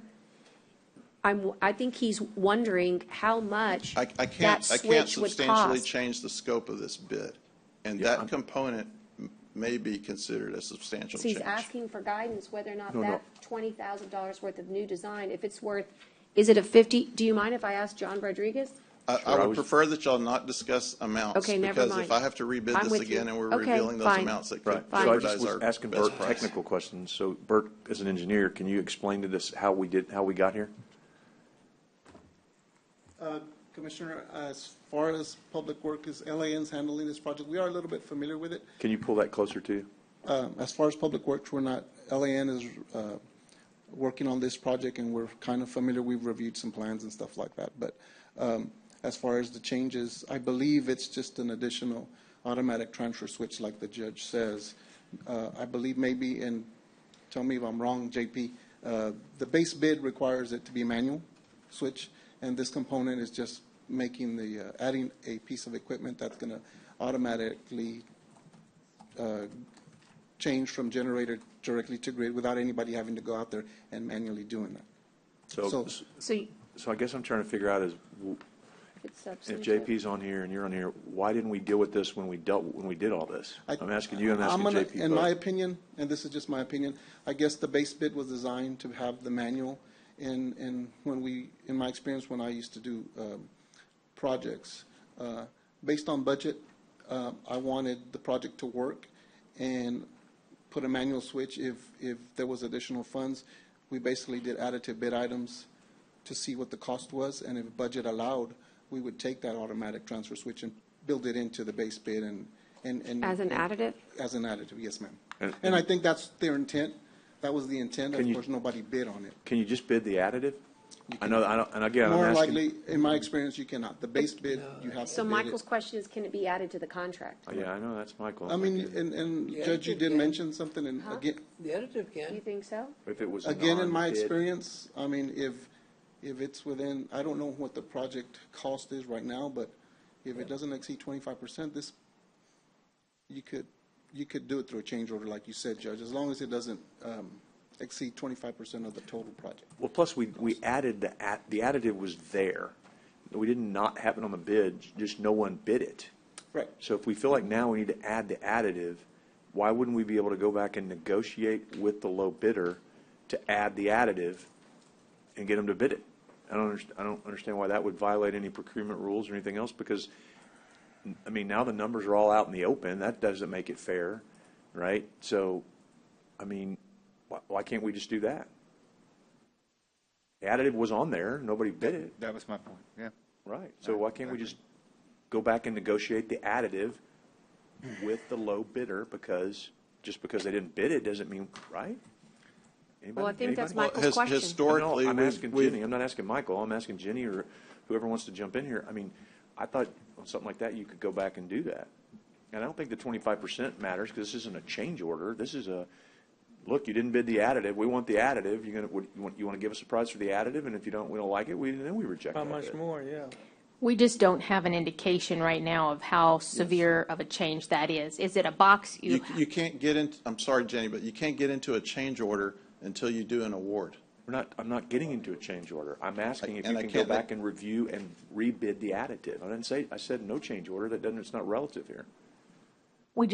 We don't know the scope of, or how big or how important that piece, that change is. If it's very small, it's No. very small. It's a legal question, right? I don't know what the number is either. I'm not talking about change order. I'm saying legally, and we may need to table this and come back to it. Legally, can we go back to the low bidder and say, look, you didn't bid the additive. We want you to bid the additive. That's all I'm asking. And if we can, then let's do that. Then give us a chance and we'll look at that. So can we table this is it going to kill us not to do this right now? Well, I'm not I guess. I just have a quick question for Bert. Bert, This loses bid. don't those switches, aren't they there automatically? Aren't they included in the design automatically? I mean, because when the power Well, goes no, off. in this particular instance, I believe it was a manual switch in the base bid. No, but to have those. There is a switch, but it's manual. It's a Yes, sir. switch, but it's manual. But don't they get them on there automatically? Because I've No, been to that's- several that- buildings and that's- power goes out and the generators kick on by That's- themselves. That's an additive. You could have either one, and in this case, I believe the automatic switch was an additive. And I think But what they're we're not on the forgetting print is there was a automatic. separate, No, sir, not there that. was a separate, I don't know how to say this, there was a separate, item that was not bid on that had all of that. And there's sort of an unusual circumstance here that those did not get bid on, right? Otherwise, this would not have occurred. So it's kind of hard, Michael, to not be able to answer the question, I know, when you really need the question answered, Well, right? What about this way, Judge? What if we said, let's do it that way, subject to the county attorney saying that we can? And if we can't, then we just put it back on for the 27th and keep moving it forward, because I don't want to lose these bids. That was, I mean, so I don't, I just don't know why we couldn't go back and ask them to bid the additive. You mean, just the lowest bidder though, not both? Right. Yeah, Yeah. that'd only be fair. Or you know what? You could go back and ask them both. I don't care. But I'm just saying, there's got to be a way to do this without having to rebid the whole thing and start all over again. But nobody seems to. It's kind of not rhetorical. Well, from where I'm standing, Brent, it's apples and oranges. You're asking me to create another bid process within a bid process for an item that's totally different than the original item was bid. Yep, that's what I'm asking, if it's legal. And I haven't got an answer that's not legal yet. yeah, you can wait for your legal answer, but the problem with that is that there's another factor on top of this that I wanted to discuss in closed with y'all that might weigh into your decision. Well, let's bring that into close too, Judge. We got 100 other things to do. Okay, let's just do that, if you don't mind. Let's see how fast we can do purchasing on the other items. We're going to hold for the clerk on that item, okay? On item 3, the RFP 3201-22 for janitorial services. Okay. Is that one that looks good? Yeah. Uh-oh. I got bidders. Okay. And we rated them, and we have one that received the most points because they had the lowest bid. Okay. Please don't reveal the prices that are on the sheet that you're getting or the scores. We received 3 bids for this. We're recommending conditional selection of AHI Facility Services They were the low bidder on this. Thank you, ma'am. If you'll look at my red text, and actually in the gray bar there, you'll see what our previous provider was charging us, which is our current provider, on an hourly rate. That hourly rate is calculated on their monthly cost proposal divided by the proposed total number of hours. We adjusted those hours to be equivalent to the hours that we're currently getting. And so in comparing those across each other, AHI had the lowest monthly cost and therefore the lowest annual cost. But in the red text, you'll see that we're going to have a significant price increase over what we're doing right now. Wait. Can I read that red thing? I don't understand how that red thing makes sense. I don't know if I can read that out loud or not, but I'm not trying to. Yeah, I just want to say, I'll just read without giving the figures away, but the low bidder is higher than our current provider, and that first figure is in 1 year. Because they all went up. Because everybody went up. Yes. Yeah, in other words, what you're saying is the low bidder is still the low bidder, but it's higher than we're currently paying because everybody went up on their prices. Well, we're in a month-to-month already with our current provider, which is, I think, scheduled to end in the end of July. And so by making this award, I just wanted y'all to be aware of the financial impact of that decision. But I'm not understanding the numbers either, Michael, and I don't know how I can, like, the one that you, on the tabulation comparison? Yes. So who are you recommending? The one in green. We're not saying anything right now. You're representing. It's AHI FYI. Facility Services. Okay. It's in green on your. I thought he said that, but to me it looks like The one in gray is not a bidder. That is your current provider. Oh, they didn't bid at all. No. They didn't bid, and they are. I just wanted y'all to have a comparison. Oh, okay, I see. Right. I'm sorry. And we have no options on Yeah. that current bid, that current provider? Well, It's going to cost us more, I got it. The current provider, like I said, we're in a month-to-month. Month-to-month. So y'all have, I want to give you all the options you have. The options you have are A, award to the low bidder, B, reject all bids, and we stay in a month-to-month, and I rebid later. Will they continue to do it on a month-to-month? We'll have to check with them. Well, then, we kind of have to know that before we reject, Is that something you could do while we're in executive session? Because that's a lot of money that saves.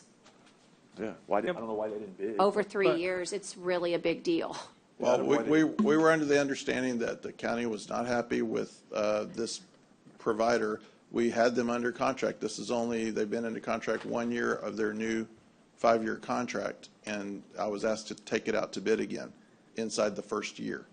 Hey, Michael, I can tell you firsthand that their cleaning services is not good at all. You can go check our bathroom right now. Okay? Oh, yeah, you're not getting any Well, I'm just telling you, that's the from- type of work they've been doing. They've never scrubbed those floors. They just don't do anything. So we're not really getting anything. We're just paying out money to people that don't do any work at all or don't bring any chemicals for the employees. I'm not representing. I think I'm not that's representing a very, any. I don't know, Jenny, where are we going here? Please Might just want to help. move on, Judge. I mean, Yes, we might just need to that's accept this not- and move on and just I hope mean, that this is better. I just want to know that, I didn't realize that. I didn't know all that. that's one person's opinion. Well, no, I I mean, during didn't know we COVID-19, say they to were go out for bid exceptional. We have all kinds of great emails So- saying how exceptional they were. So I was given direction from the contract administrator, which is Public Works, that they were unhappy with the service. Oh, okay. I check every contract. We send a notice to each department before we go out to renew and ask them if they are happy with the service and they'd like to renew. Then I come and I'll bring a renewal before you. If they're unhappy with the service and they'd like me to rebid, then I rebid the service. I was informed that Public Works was unhappy with the service. I think Daryl mentioned that IT was unhappy with the service they were getting out at the records warehouse. And so with those reasons, we came to court. I asked permission to bid this again. Y'all voted for that. And I actually gave y'all that whole background when I asked to go out to bid Fair enough. for the reasons why, Judge, why we're here. We got it. Reserved. I think that we, But because y'all are it would be nice responsible to for give the- them a chance for to the- say, I would like to know if they would continue month to month and change the direction by letting them know that we have other options.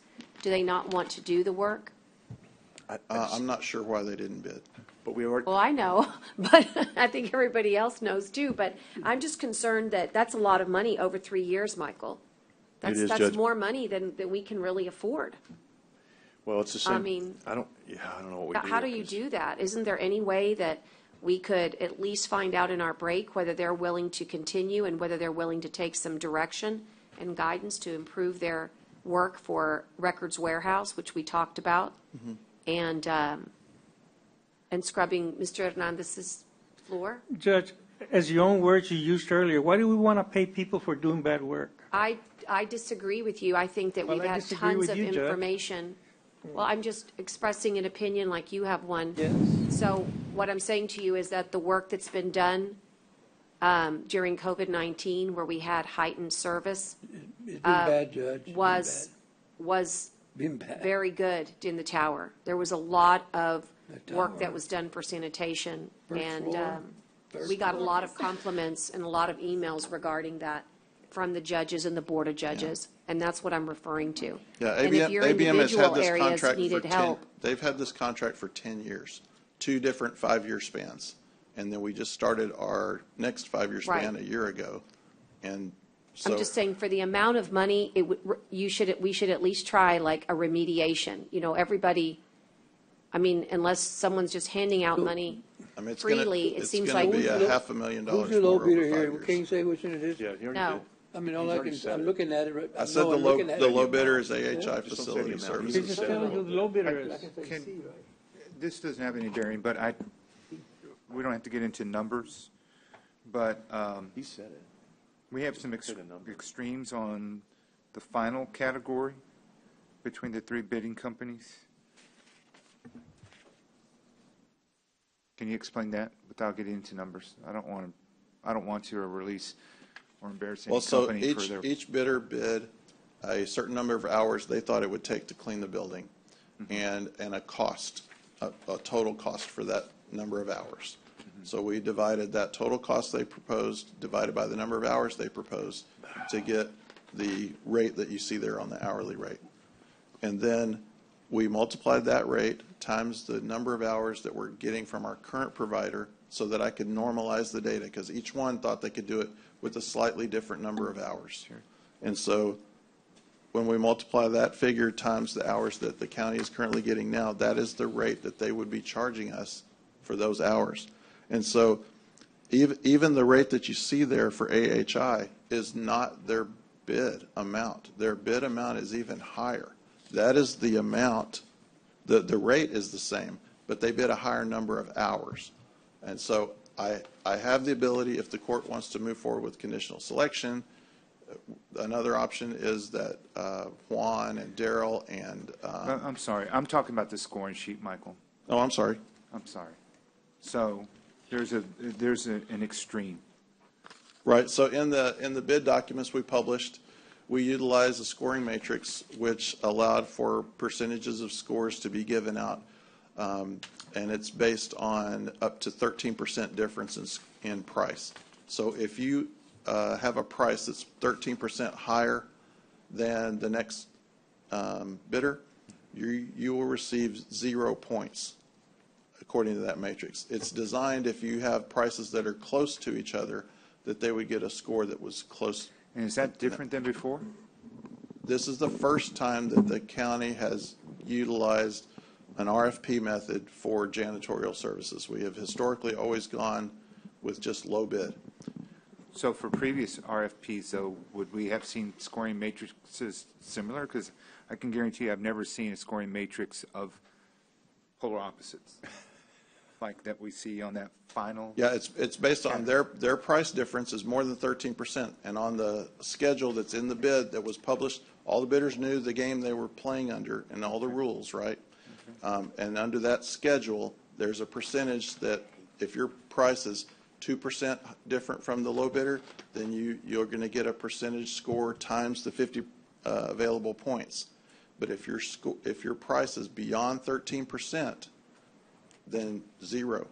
we're not looking to pay 13% more for anything. I'm looking for the low bidder, right? And so what this does is we went from a method that was 100% based on price to a method that is now only 50% based on price. So this is very much data-driven? Yes. It's not arbitrary? It's data-driven. It's I not think individual I think scores. that's what I'm catching my attention, and I appreciate that because, before, there Yes. interpretations of what the services look like, what that category looks like, and you could get ever so slightly in points. And here it makes a very clear distinction. So as long as it's measurable, it's a formula, it's data-driven, that, like you said, you have it listed there, then I'm good with that because it grabs your attention like, wow, that's, you don't ever see one extreme to the other and when companies have been rated side by side in a particular category. Right, So right. I'm good with that. Just trying to understand. Thank you. Sir. Michael, one more question.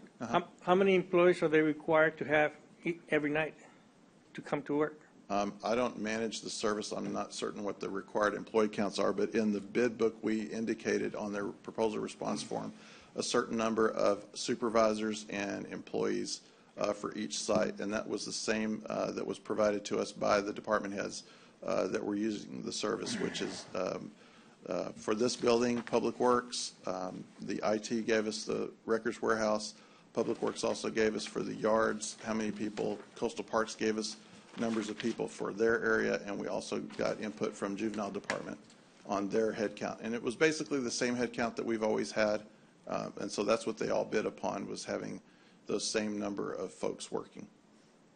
Well, I remember when this courthouse first got built, the requirement, and they went to a janitorial service, requirements were they had to require to have at least 12 people in the building to do the cleaning, but that's when they were doing vacuuming and cleaning. Now we don't do that anymore, right?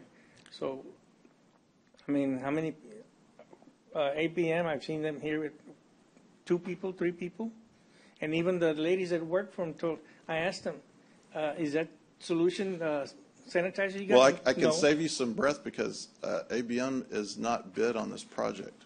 Well, that's fine, but they want to continue the service on a monthly deal. Well, that's who we have currently providing the service. Well, that's what I'm saying. I mean, And so that we're price talking- is significantly less So can we make a than motion to our go ahead lowest and bidder. Make a motion and go with the low bidder? That's y'all's decision, not mine. Make a motion and go with the low bidder. Second. Any further discussion on this? Other than just, I want it on the record that the low bidder is significantly higher than our current service and will didn't create bid, Judge, so a put on the contingency record- liability. on the record also I'm that trying they to didn't bid. speak. It's so rude. I'm trying to speak. But It also creates a. on the record that they One did more not bid. time, Commissioner, I will recognize you. If you want to add on, I'm delighted to call on you. Please hold. Again, I'll back up now from the beginning so we can restart. That by going with the low bidder, you acknowledge that it is significantly higher than what we have, and it will create a contingency liability for us in our next fiscal year to a large extent when we are trying to do our very best to find additional dollars to, quite frankly, change salaries, do all kinds of things. And it seems to me that without having a real honest discussion, these dollars merit at very least a discussion. And I would hope maybe you would amend your motion to say you'll go with the low bidder subject to the current bidder maybe not agreeing to stick month to month through the fiscal year until we can figure out. I mean, it's going to impact the fiscal, it's a contingency liability. Wait, Judge, you're saying through this fiscal year? I mean, at least so that we can figure out in budget how we're going to tackle. Am I allowed to say how significant or no? Could we look at just starting it? In other words, not just I mean, make it starting October October, right? October 1. I mean, we could put extra people on the payroll at a huge amount with the savings that we're getting. I don't know how we're ignoring that because I just, that to me is, if I understand if you don't like, if Public Works doesn't like their service based upon some important people saying that, hey, we need to do better. But what have we done to try to remediate the situation? Because at these dollars, those are the salaries that people want to, we want to give to others, and you're going to do it. I don't understand. I mean, this is scary to me that we're not acknowledging that that's a big amount of money. It's going to trade to contingency liability. That's all. I will go ahead and call the vote. Everyone's tired. But it's a real shame that, we argue about stuff in the morning. For the record, let it show too that the people that we have now did not bid for the job. So if they didn't bid for the job, that means they don't want the job. So, and besides that, a lot of people are not happy with the job that they did. So for the record, let it be known. And that's a good question. So does the current provider, were they discouraged from bidding this again? You would have to ask them, Commissioner. I can't speak for them. Well, There's a personality conflict between the Public Works Director and this company, and that's been established. I've had people starting to weigh in, telling me that there's not very good. I think the county clerk would tell you that they didn't do it real well. I mean, there's lots of people that say that now, but so I don't think it's just the Public Works Director has a conflict. But blaming Public Works. And I mean, the problem is, I wish we would have maybe debated this more, like when he brought it to us before, because you brought us this before, you gave us all this background before, we approved it to go out for bid. So it's kind of one of those things, like, sometimes you bring up, Judge, if we go out for bids and then it comes, you know what I mean? I don't love it either, and I don't know. I'm just saying, for these dollars. Pardon me? For these dollars. No, I agree on the liability issue that it presents between now and the end of the year. It's going to be, money that we have to figure out where to cut somewhere else, pay for. So let me ask you this, because we're having this discussion.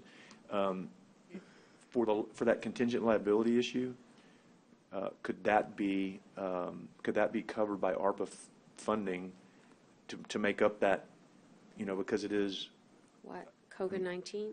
It's COVID-19. I mean, couldn't we say, because I think this is our maintenance and operation. No, I think we need to make a change, but I'm hearing her. She's right on the fact that if we switch now, that it's going to cost us 50, 60 extra grand that we're going to have to come up with somewhere to make it through the end of the year, or through the end of the fiscal year.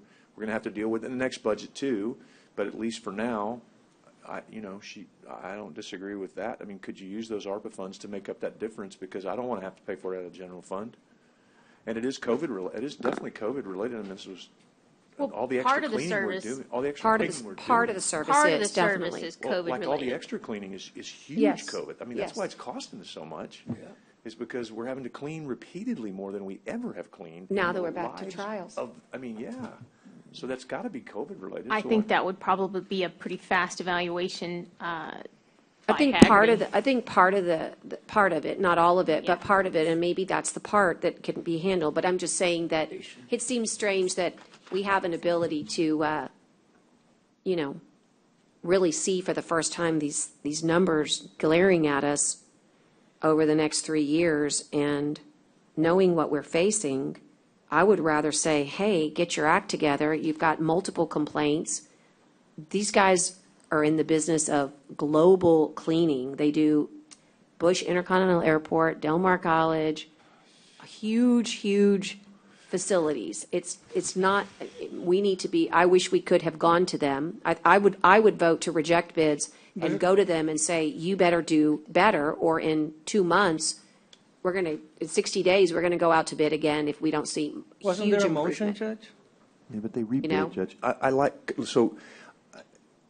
I'm okay making a change, but I do agree with your position on the money, and I would like, if that's going to be a motion, to recommend that we make it part of a motion or a subsequent motion that extra is covered by the ARPA funds based on the incredible amount of extra cleaning that has to go on this. And then we may need to look at that going forward for next year too, Judge, because we're still going to end up with a huge amount of extra cleaning because of COVID. Well, let me just say this, and I need to ask maybe the put the funds Hargity I need to add something right in this point.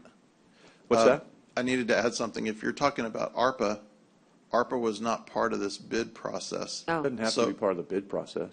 If you're going to use ARPA funds. It wasn't part of the medical examiner process either, and we used ARPA funds to cover all the extra medical. It's got to be ARPA related. It's not, in other words, we're making up a shortfall. This is going to provide a shortfall in the general fund because it's more than we have budgeted, is what has been said. And so I'm just saying to use the shortfall, ARPA funds for the shortfall that this will create for the county because it's COVID related, just like we did for the medical examiner. And that wasn't part of the ARPA bidding, that wasn't part of it either.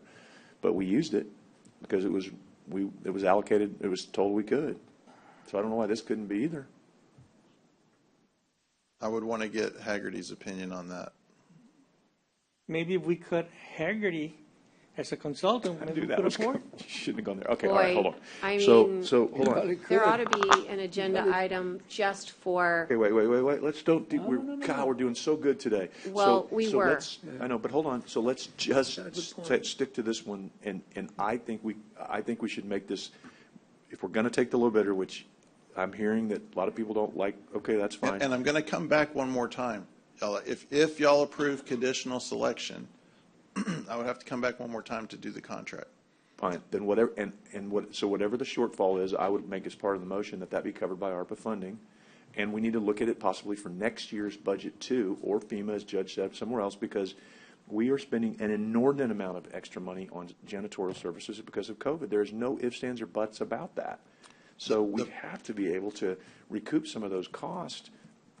That is a legitimate recoupment of cost without question in my mind. So I would really want to defer to Juan on what they're actually spending the money on, because if y'all recall, the predominant source of this expense pre-COVID was 90+% of this cost. And the enhanced cleaning is very small compared to that. So I wouldn't say, and I don't think we'd be able to make a great case for COVID driving that amount, enough of the increase to really put a dent in that. 10% of this amount is about what the budget shortfall would be. Yep. So you said 90, take your 10. 10% of this would be about what we think the budget shortfall is going to be. And so if it's only 10%, then let's do it. And if Haggerty comes back and says we can't, okay, we'll adjust it. But I think Judge has a good point. If we can find the funds to cover this, we need to. And you also have the option to table this a little bit and give us some time to go check out. No, I don't think we want to table it. I think Commissioner made a motion and we should go with it. I make a motion, again, to use 20% of the 10% or 20% of the ARPA funds. Or whatever the. well, first we have to do the selection. Whatever the budget shortfall. Well, I just made a motion that we select the low bidder. Let me rule on that one. Also look at with the condition that we also look at the ARPA funds, as a 10% or 20%, whatever we can get. So there's a motion and a second. And all those in favor of taking the low bid signify by saying aye. Aye. No. Okay. All righty. Let's move on, Michael. We've got a maintenance hangar, IFB 3198-22 for lease. And this is a selection as well. Yes, we received one bid from Albert James Prebula III. We recommend award. He bid $1,120 per month. Wait. Don't I need to make a subsequent motion on the other one, Judge, for the funding to be covered? I don't think we did that. We do it at once. Included. Oh, you did include it in your motion? Okay, my bad. I didn't hear that part. Guys? I'm sorry. Is that right? He included it. Included. Yeah, we're good, Commissioner. I'm sorry. Okay, fair enough. Go on to the hangar. The recommendation is to approve the hangar lease for $1,120. Yes, for Mr. Albert James Prebula III. Is there a second? Wait, yes. A motion by Gonzalez and second by Modis. Any other discussion on this airport hangar lease? Hearing none. All those in favor signify by saying aye. Aye. Aye.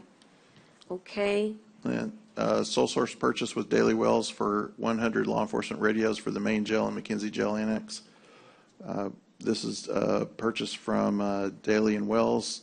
They're the sole provider of this radio for the Metrocom network that requires the P25 operation. They've authorized a payment plan if we wish. 3 installments totaling $423,433.40 with 0 interest. And Okay. we Is that for the recommend individual approval. radios, right, Mike? Pardon? That's for the individual radio. This is not Metrocom, right? Correct. This is just 100 individual radios. Okay.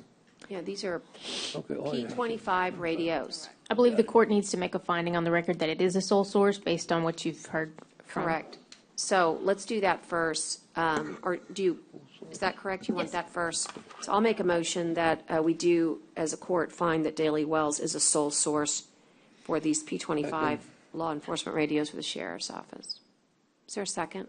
Second. And that, of course, is based upon the information that was provided in court. And any other discussion? Okay, all those in favor signify by saying aye. Aye. Aye. Okay.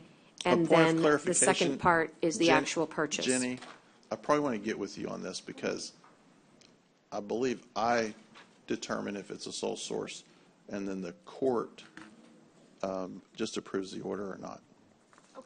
Okay, but either way, you now have backup. Yeah. You No, can do no, it, that's or we good. just gave it to you, but No, that's- either way, That's good. I just you don't, got I that just want to one. like speed things up in the future so we don't have to do two Yeah, steps. no, that's good. And now let me do the second step, which is going to be exciting for the sheriff's office, and much appreciation to working with Peter Collins to get this Daily Wells opportunity. Can I have a motion, please, to purchase the actual law enforcement radios with the funding source that's been identified? Motion? Second. A second. And did you need more? The first one? The Yeah, second so one? the first one, because all it is one, it's just discussing, consider purchasing the sole source. So we did the Right, so first it's one. already in there, Yeah. but you had them decide? She asked for that. She asked for that. Okay, yeah. But it's already in there, Jenny, together. She's right, it is in there, but I think we just took it as a separate and prior determination as a finding, just to Okay. back it up. But you're right, the way the agenda item is, it reveals itself, but we went ahead and gave it a backstop. That way, Okay. there doesn't prevent these radios from being procured quickly. Okay. And all those in favor signify, did I do that already? All those in favor signify by saying aye. Aye. Thank you. Okay, thank you, Michael. We need to go to the auditors. He's got 2 change orders. One's a budget change order, and another one's capital project. Let's do the budget change order number 15. I think the budget change order 15 is a very lengthy change order. The majority of this is moving some overtime expenses to cover it because most of our jail and our juvenile facilities have significant vacancies and requiring this. The other larger expenses is because of the full house at the juvenile center, and as well as what we're needing to do in health and human services. The food cost is getting sky high, so we need to do some costs. My staff and I have gone through each of the purchase order, each of the budget change orders that's presented here. We see that the funds are available for these changes, and we submit a budget change order 15 for your acceptance and approval. All right, and there's a motion. Is there a second? Thank you, John. Second by Commissioner Modis. And any other questions for Dale? Okay, hearing none. All those in favor signify by saying aye. Aye. Aye. Okay, and then project change order number 110. This is on the capital side. The majority of these, as you showed, is based on our funding sources, whether it's a CO or our general fund, and most of those charges are adding the balances for our Nueces County animal health facilities, and also moving some other money around for our 19, which is the 2015 COs. We're moving some money to cover the costs that we approved for the tax assessor for the cash drawer. And we have the CO that we've had some additional funds that are moving to cover additional costs for our courthouse for AD improvements, as well as our envelope. My staff and I has gone through this, as well as you see on page 2. We've got a few more county roads that we're bringing on, so this is probably the engineering portion of this. So we submit project change order number 110 for your acceptance and approval. Okay. So moved. Got a Second. motion and a second. And all those in favor signify by saying aye. Aye. Okay. And you'll remember earlier, we did E1 and 2. And we're getting close here to making some decisions. I wondered if we could get a motion to go to 5:30 today in light of So moved. everything that's going on. So moved. Okay, motion and a second.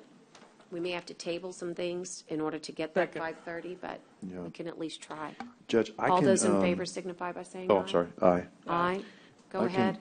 I was going to say I can table the fire marshal job description if you want to. I was trying to get a hold of Chief Clack because he sent me some information. I don't exactly understand what he's telling me. So if you want to table that one as well. We can table it because I owe you some information that I got from the state as well that I hadn't had a chance to send to you. Let's do that because July 27th.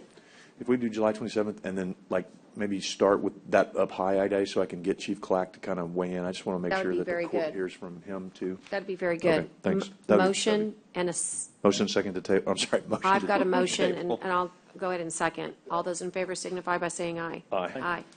Okay, item number 4 is a little tricky, and I don't think they're here or online, but I think I can explain it. And I think Ida and I have gone, oh, here comes Julie, good.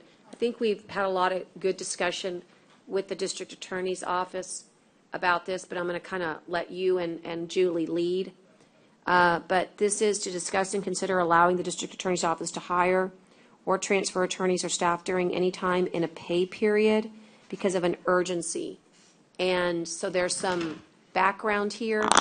And Ida, I'll let you start. And Julie, obviously, you're going to be our reference on this pay period piece of it. Go Yeah, ahead. Julie can start, and Angelica is on her way to just. Okay, Angelica's on her way. Julie, go ahead and start. But let me just give the background.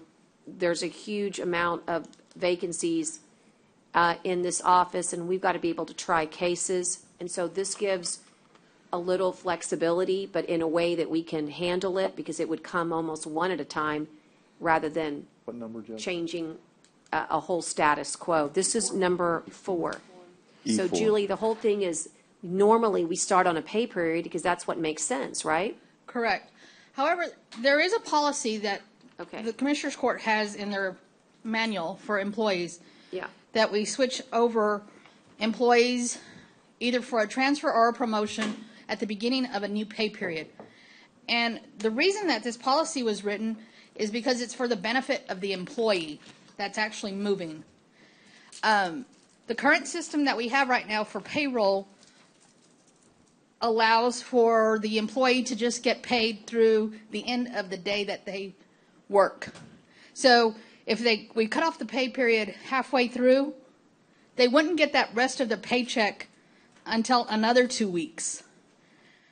So that's why this policy was written, for the benefit of the employee. And Dale can speak to this as well, because his payroll department was the one that had recommended it when we put it into the policies and procedures last time. I think we just ought to change it in general, not just for the district attorney's office, because there's other people that have emergency needs and people that need to get on board. It just needs to be explained clearly to these people when they come in, exactly what you said, that if they may not get a check. Well, that's not really the issue, Commissioners. The way our payroll system right now is, and that's one of the reasons why we're trying to go for an ERP system revise and renewal, is when we transfer an employee, we have to end their employment. And we have to start their employment over as a new portion. We have to pay everything that we owe them back. So it's so time consuming because we got to end everything, pay everything, and create the new one and create this one. And if we do this multiple times, I almost guarantee you we won't be able to pay one pay period. Okay, I got to ask that. Why in the world would we have to do that if we're transferring? Our payroll system requires it. Because they can't, because the way the labor law says, for example, if you're working in one of your current job, and let's say you're non-exempt, because I'm going to go exempt to non-exempt, and you have overtime that you've earned, we have to pay out 100% overtime at your old rate because we can't pay it you at the new rate. Well, I don't think your overtime would get paid. It gets paid every check. No, we can comp it as what we call comp time. Now, if you leave or you transfer, we have to pay your overtime at your old rate because we can't pay you the new rate because it's a higher rate. Okay, but I'm assuming for like the DA's office, it's got to be more like new hires, right? I mean, I don't know how much the transfer is going to, because there's not a lot of attorneys that are going to transfer around. There will be a lot of transferring around. So we go from a 3 to a 4. You're at a pay group 3, at a pay group 32. We have to pay you at that level, and then basically end your employment at that level and start you at a new level. If you reclassify someone? Yes, our current payroll system requires it. That's why we're in the process of trying to change it. So new hires can start on any day of the week. It doesn't matter. New hires. So, It's not a so problem. I think for Angelica's purposes, we're just trying to get her the flexibility to hire. The Right. answer is she can do it in the No. pay period. She's just going to have to let that person, individual, know. Well, what my recommendation can be Okay. is this, is if we have a lot, and urgency, I understand these urgencies, what we can do is work with the DA or whoever it might be the case. If they want to transfer, they transfer, keep it the old position, and then determine what would be a supplemental pay. And when they get the next pay period start, then we can make one small supplemental pay to cover the That difference. sounds like a very good, I mean, I don't think the That should be it district for attorney everybody, cares how we do it, just that we do it. Is that, can you mind just Yeah, saying and that? I think we That's got to do correct? this for everybody, though. I mean, because Agree, everybody, yes. Yeah, I mean, we You're just need to right. do You're this to 100% Yeah. right, Judge. I don't care how you do it. Just do it. Just please do it. I mean, it matters when we can't move a misdemeanor up to a felony, and we've got trials coming up. And We understand. So All right, So then we're what do going to we go need ahead and make a motion to allow this under these for urgencies. everybody, right, Judge? For everybody. Make sure that the employee that's being transferred has to know that when they do transfer up, that one check might be still at the lower rate, and then the next pay period will correct. make the adjustments. So that means, HR, you need to communicate with these department heads on this change, what effect this is going to have for what we do. So you've got to send something to all department heads that said, look, we've changed the policy, and the policy is this, but here's the consequence of, so you're going to need to get to with Dale and send something out to these department heads, and they're not going to see it the first time. You may have to send it 3 times because everybody's busy, and they may not hire someone for 6 months and forget about it. So I'm good with. And if there comes a day, Julie, where we are fully staffed and the world is in order again, we can revisit this Great. to make it easy, but I think right now the urgency takes precedent. Got a motion and a second. So, yes, I know, I had the motion. Motion and a second by Commissioner Chesney. All those in favor signify by saying aye. Aye. Aye. Okay. Thank you. you very much. All right. I believe that we need to go to executive session. Yes, you may. Thank you for asking. Thank you, Julie. And I'm going to remind everybody that we're going to try to do this efficiently, but I need to give notice that Commissioners Court is going into executive session to discuss with our attorney under the Open Meetings Act, Chapter 551 of the Texas Government Code, and in accordance with Vernon's, all the sections that apply, 071, 72, 73, 74, 745, 76, 86, and 87, and we're doing so to include consultation with our attorney on, with matters relating to litigation, real property, personnel, termination, county advisory bodies, security devices, economic development negotiations, and any other matters that may be discussed in executive session. Upon completion, Commissioners Court may, in open session, take such action as appropriate. So, just want to say that the time is 4:55, and we are going to be off the record, gavelled out, and for the clerk, what we did was we said we're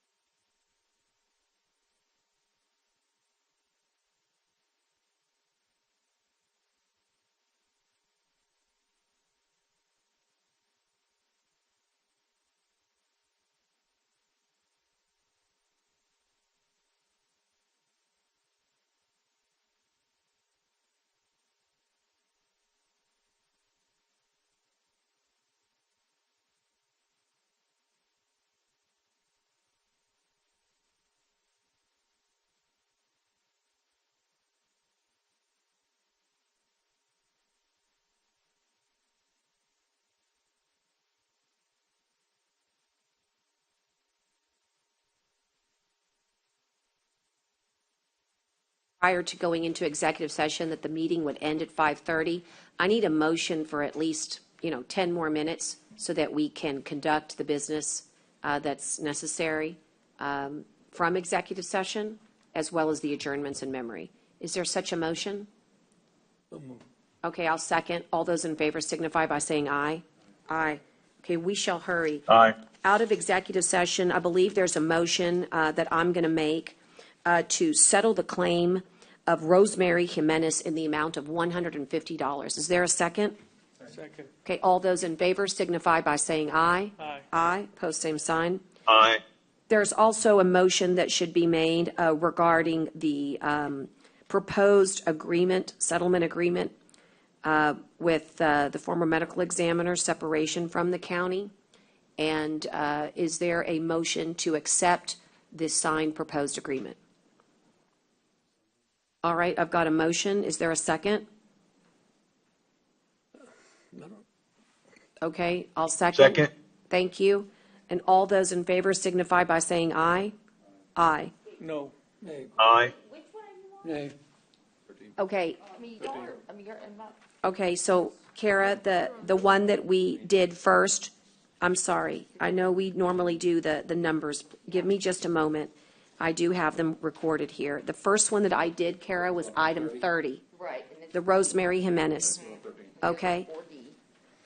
And then the other one that we just did was the Number 13 number 13. with letter, yeah. Okay?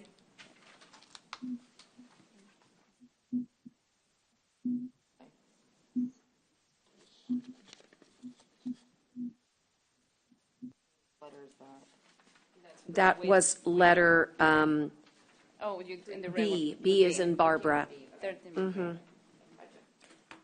The rest of the letters were consultations, and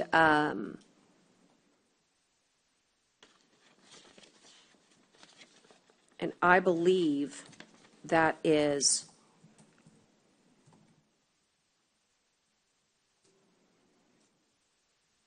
there was also item number 11 that we passed on, Kara, but we need to make a motion on item number 11. Yes, and 3. And so let me work on 11 first. Is there a motion for the appointment of this interim office administrator from May to July 17th? That's how the backup agenda reads, May through examiner? July 17th. For the medical And it's examiner? subject to the medical examiner's approval. Yeah, I think we voted for them. Okay, so will you make that motion, sir? So moved. Yes, sir. And is there a second?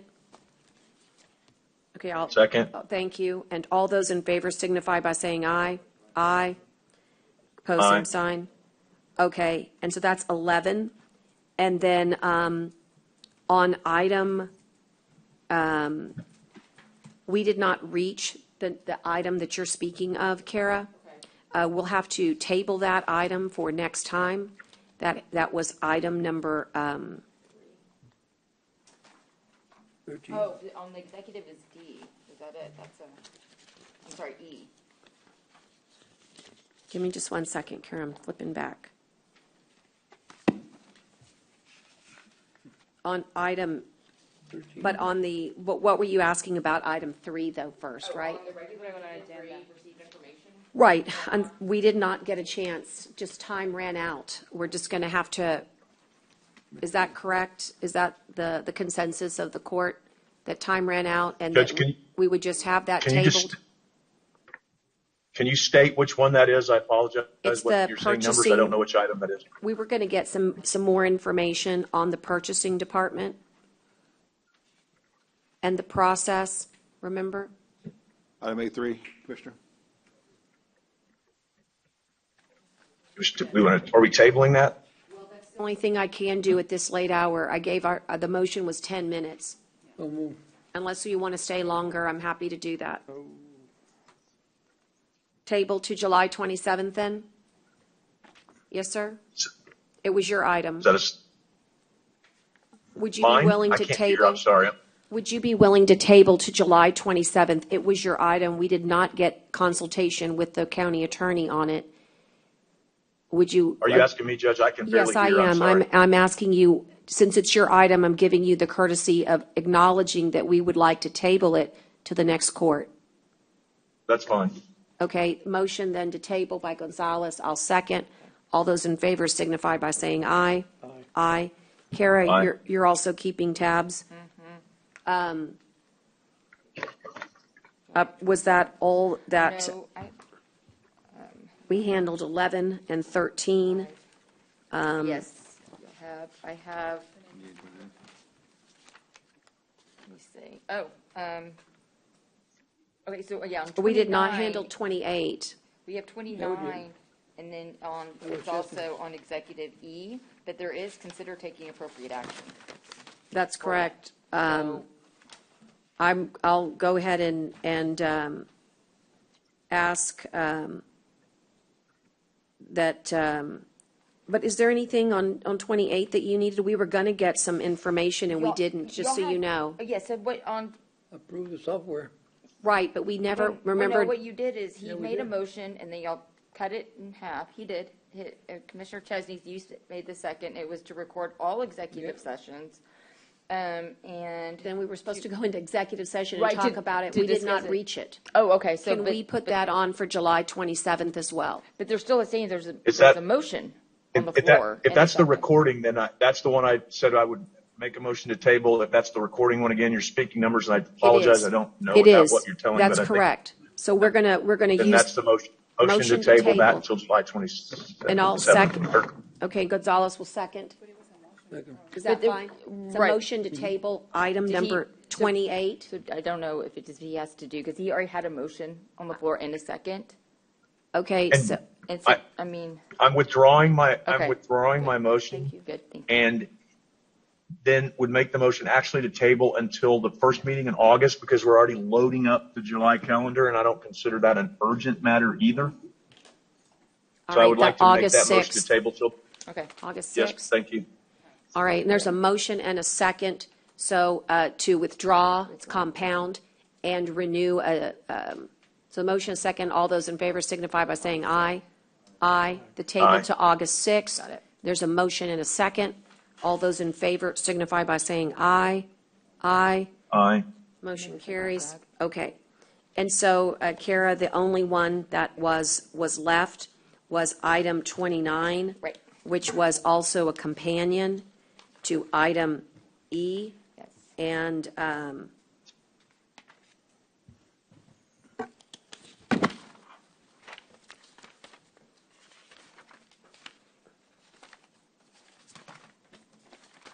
yeah, I'd like to make a motion to allow Which one are you the on, county Judge? If you- attorney, I'm sorry. the Durrell, I'd like to make a motion on, to allow the county attorney to proceed with the,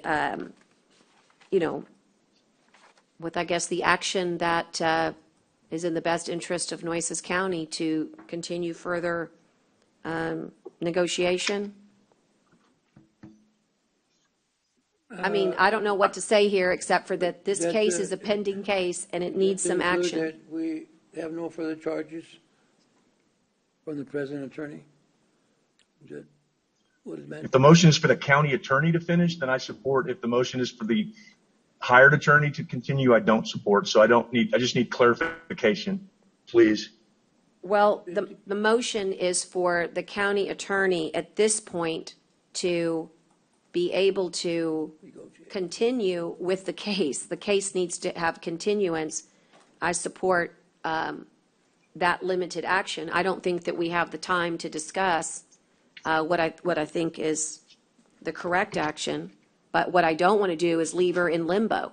She needs to have, action. And But Judge, are you saying to give the county attorney permission to discuss with the other attorney to continue? she always has that permission. She doesn't need that permission. She always has that. I thought we had said that we weren't going to go any further paying the other attorney, or No, I think the motion would be that we allow the county attorney to continue negotiations with the other attorney to see if they want to reduce or.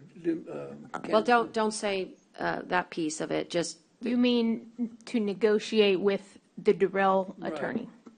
Right, and no further charges from the other council.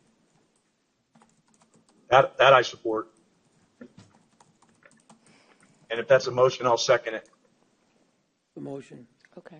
Okay, there's a motion and a second, and, To proceed negotiations with Durrell Attorney.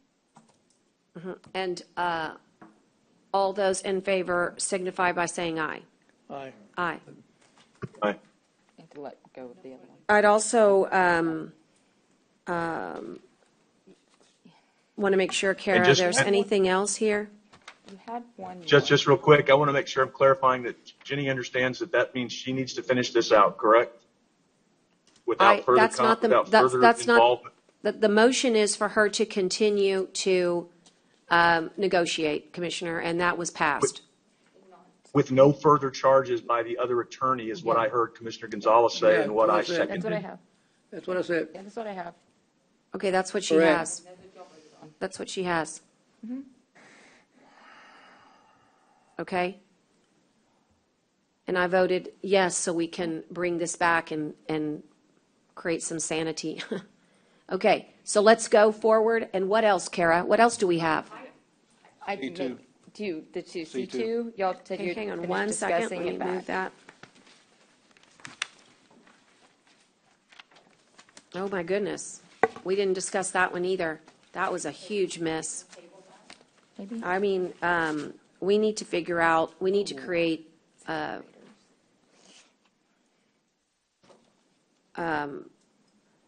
Commissioner Chesney, this is the generator. Are you still there? Yes, Commissioner? ma'am. There's one Yes, I'm lacking here. and only one lacking, but it's a big one, and it's the discuss and consider the opportunity to either reject bids or to accept the low bid contract and work with the county attorney on the additional, the additional Judge- feature. And well, we didn't get to that one in executive session either because Jenny said she had something she wanted to tell us about. So my continued desire would be to move to go back and negotiate the additive with both bidders if we need to, or the low bidder, whatever is legal and correct. So Can I make either that be a motion motion or in the interest of time? that would be it. Okay, and is there a second? What was his motion? Second. I'll repeat it here for you, Kara, or I'll have him repeat Thank it. you. Brent, one more time for the clerk, please. Yes, the motion would be to go back to both bidders or the low bidder, whichever is legal and correct, and negotiate a bid for the additive that everyone has indicated we need, subject to that being, again, legal and correct. Okay, there's a motion and a second. And all those in favor signify by saying aye. Aye. Aye. No. Okay. All right, one no. All right, Kara, you've done a very good job of keeping up here with us. The minutes. The minutes, we did approve them. We did. It was a late one, but I remember we did. We did do it. It was Appreciate it. J1. I just have that memory. Thank you. Can you look at it just before we go to the adjournments? There is an important, I don't see anything. I don't see anything else. either. Was it a 3-2 vote or a 4-1 vote? On the last one? Yeah, I didn't hear. Did you yes, no? For- Were you yes, no? Did you vote yes on the low bid for the last one? Oh, no. Is that no? No. That's a no? No. It's a no. It is a no. Or no, it's not a no. You're voting nay. No. Okay. Thank you. Thank you. All right, I think that's good. All right. The one thing is, and I'm going to get it to you by email, they're already offline because of the late hour, and we've already passed our 10 minutes.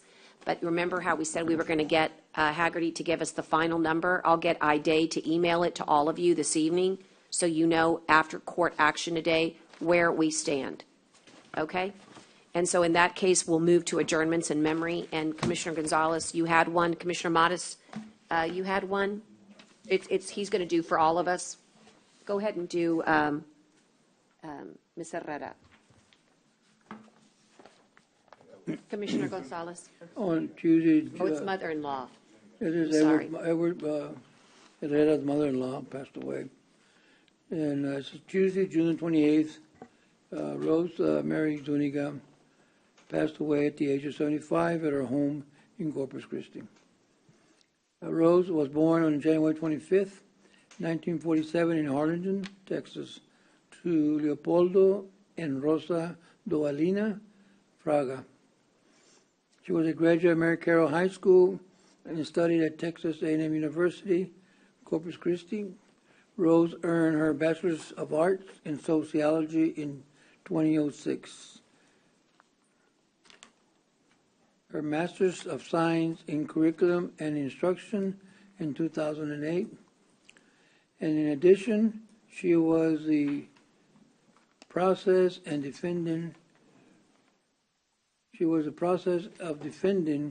her dissertation of a doctorate in educational leadership from TEMUCC, a degree that will be awarded to her posthumously, whatever that word is.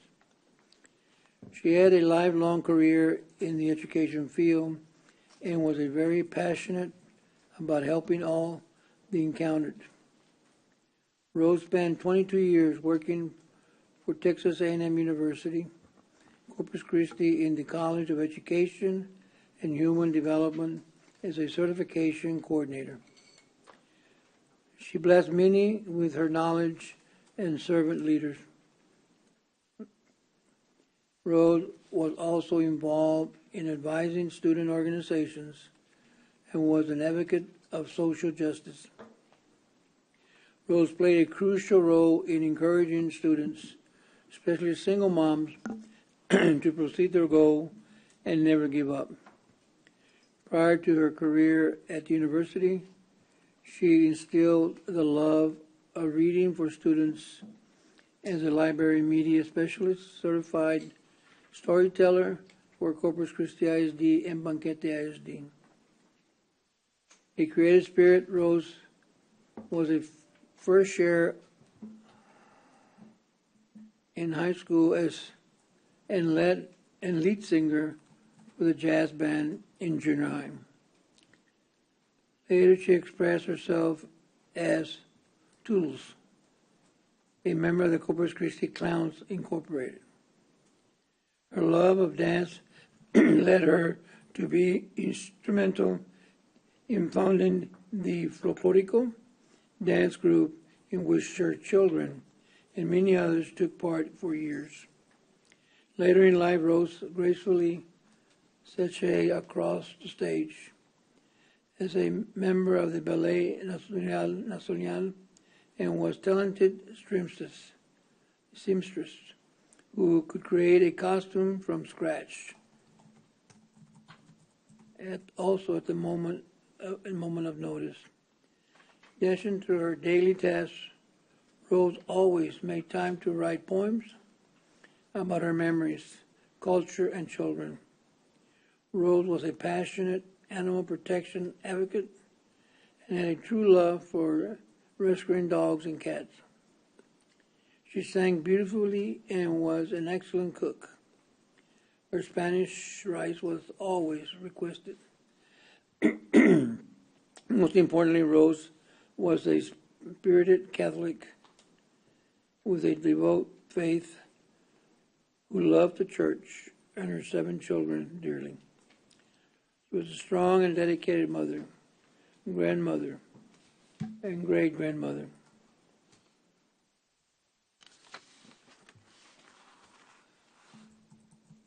She was truly an inspiration and considered a second mom to many. Her generous energy and spirit will live on in us, and we will be forever grateful for her presence in our lives. Rose was preceded in death by her father, Leopoldo Faga, her mother, Rose Doalina Faga, and her former spouse, Miguel Zuniga. She is survived by her siblings, Leopoldo Ruby Faga, Luis Ricardo Charlene Faga, and Elizabeth Gary and Gary Crosgrove. Her children, Kathleen, Edward Herrera, Lina and Homero Trevino, and Miguel Amanda Zuniga, Valdemar Melissa Zuniga, Dolores Carlos Malamungia, Gabriel Zuniga, Grace Fernando Zuniga, 19 grandchildren and 19 great-grandchildren. Wow. A visitation will be held at the Seaside Home Chapel on Thursday, July 7th, from 5 to 9 p.m., followed by a rosary at 7 p.m. Funeral Mass will be held on Friday, July the 8th, 11:30 a.m. in Most Precious Blood. They're on Saratoga Boulevard. Increments will follow to Seaside Memorial Park. The family, in condolences and prayers to the family, the Herrera family, also the Rose family Zuniga, and prayers go out to the family as well. Thank you. Are there any others? I'm not, were you going to say something about? Well, I have the, See, I think I've got the, here you go. You want this one? yeah, I was going to say it's better, if you don't mind, better print. I'll just say after you do. Every once in a while, you wish you could change the clock so that you could be at two places at once. I know all five of us probably wished we could have been at the services for our dearest friend, Robert Adler. Robert was known as the mayor of Agnes Street in his signature white straw hat and two dogs hanging out the window, cruising the West Side neighborhoods, looking for stray dogs and cats to feed. Robert was a man of many talents, an admired and respected businessman and mentor to many young people. He had a knack for putting people at ease. He never met a stranger, and he quickly became a friend to everyone from Agnes to Ocean Drive. He would look people in the eye when he spoke to them and made them feel like there was nothing more important in the world than their visit. He was born in San Antonio in 1939. He moved to Corpus Christi at 6 months old and spent his entire life contributing to the business community, civic community, and individuals. He loved supporting the various groups like the Boy Scouts, Girl Scouts, Little League, and the Veterans Band. He attended W.B. Ray High School and went on to attend the University of Texas at Austin. After 3 fun, memorable years, the university president sent him a letter saying, "Your college days are over. It's time for you to pursue another option." Therefore, Robert began his own business, Atlas Iron and Metal, which he operated for 50-plus years. He loved to work and was truly a dedicated businessman. Although Robert is somewhat retired, he reported that he now only worked 10 hours a day, 7 days a week. Robert also assumed many leadership roles in the community. Like his other great love was the Mustangs of Corpus Christi, where he served as president for 8 years. The Mustangs have raised over $8 million for Coastal Bend nonprofits. Equally as important, Robert was on the founding board of the USS Lexington. The board membership on Charter Bank was also very important to Robert. Other board services included West Corpus Christi Rotary, Women's Shelter, Appraisal District, Jewish Community Center, the USO, B'nai Israel Synagogue, and the West Side Business Association, just to name a few. He was King Alonso for Buccaneer Days, Las Doñas de la Corte coronation pageant. For the past 10 years, a citywide 4th of July block party and parade, with guests numbering over 400, was held at the Adler's home on Rainbow Lane. America's birthday was celebrated with live music by the Veterans Band, and the block party included hot dogs, hamburgers, water slides, horses, classic cars, fire trucks, bicycles, and wagons. Ironically, Robert's life ended on July 4th, his favorite holiday. Robert's most important role was that of family man. He was a dad to not only his natural-born children and those around him who needed a father figure. Robert is survived by his loving wife, Chris, children Troy and his wife, Bobby, Matt, his son, and his wife, Marjorie, Michael, his wife, Lynn, his grandchildren, Kylie, Wade, and Heather, and his sister, Annette Corman. If we want to honor him, we will be more like him, feed stray animals, box up your leftovers, take them to the Good Samaritan Rescue Mission, give away your coat in winter, give tirelessly to charities, be kind and generous to every single person you meet, and welcome someone with a bear hug. All these things and more were Robert Adler. The only thing bigger than his hat was his heart, and I can attest to that. He was buried today at Seaside Funeral Home, and in case anyone would like, donations are being asked to be made in his memory to Del Mar College Foundation, the Adler Scholarship Fund, and we'll have that information available in our office if anybody who's listening would like the address. We are sending, I think, cumulative Nueces County love, condolences to Chris and the boys and their wives, their grandchildren, on the loss of this great man. More than anything, I'll remember Robert as a true gentleman. I love the way he tipped his hat to me and always said, "Hello, lovely lady." I just don't know of a kinder, more wonderful, fabulous person. And as much as I know he'd be proud that we were working hard for the community that he loved, I can't help but think that we should have been there today. So on my way home, Robert, I plan on tipping my hat to you, as I only live 2 blocks from where you'll be forever. Thank you again, and particularly for giving us way more than 10 minutes. That must be Delta time or something. Anyway, for the clerk, it's 6:29 p.m. I just want to say my prayers and condolences to the Adlers. Mr. Adler and I had been friends for over 30 years, and always supported me, and he had always time for me when I called him. Very good friend, very good mentor. I just want to thank him and Chris for everything they've done for this community and the whole family. Thank you. Amen. And I'd like to Judge, also, sorry. I'd just also like to share about Mr. Adler. I used to call him Mr. Adler. He would always say, "It's not Mr. Adler, I know." So talk about Robert. And just getting to know him when I served on city council with Chris, and just a fine man, and being able to go to their home on July 4th and just to celebrate this country. And like you said, how fitting that his passing was on the same day that they normally would have a big festival, a big event there in their neighborhood.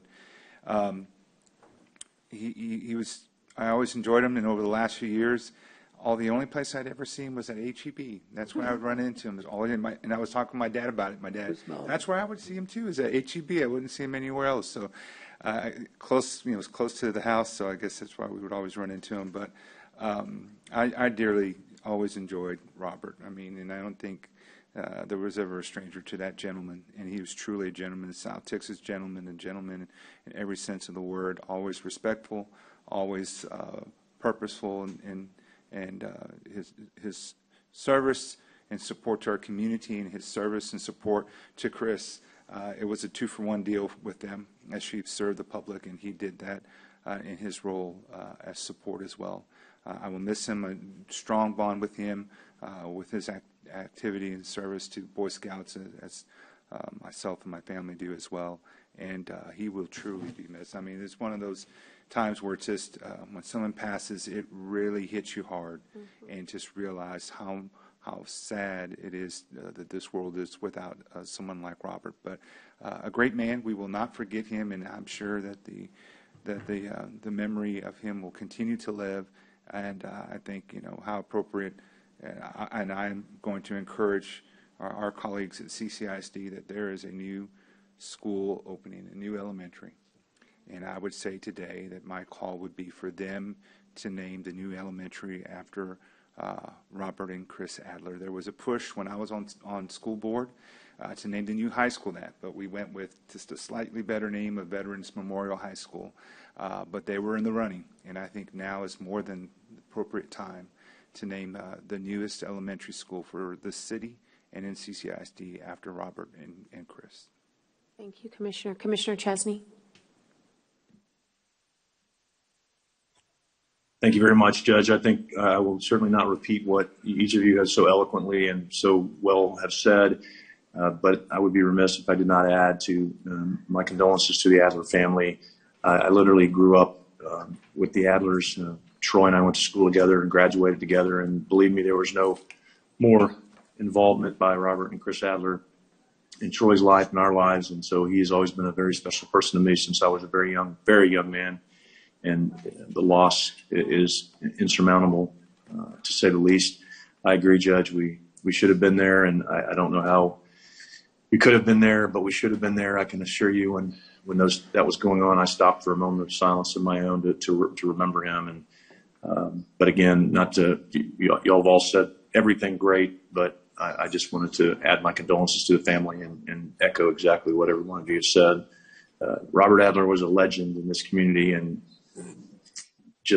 he was a legend in this community and a wonderful husband, father, grandfather, and friend. Thank you. Judge, I also want to express my condolences to the family.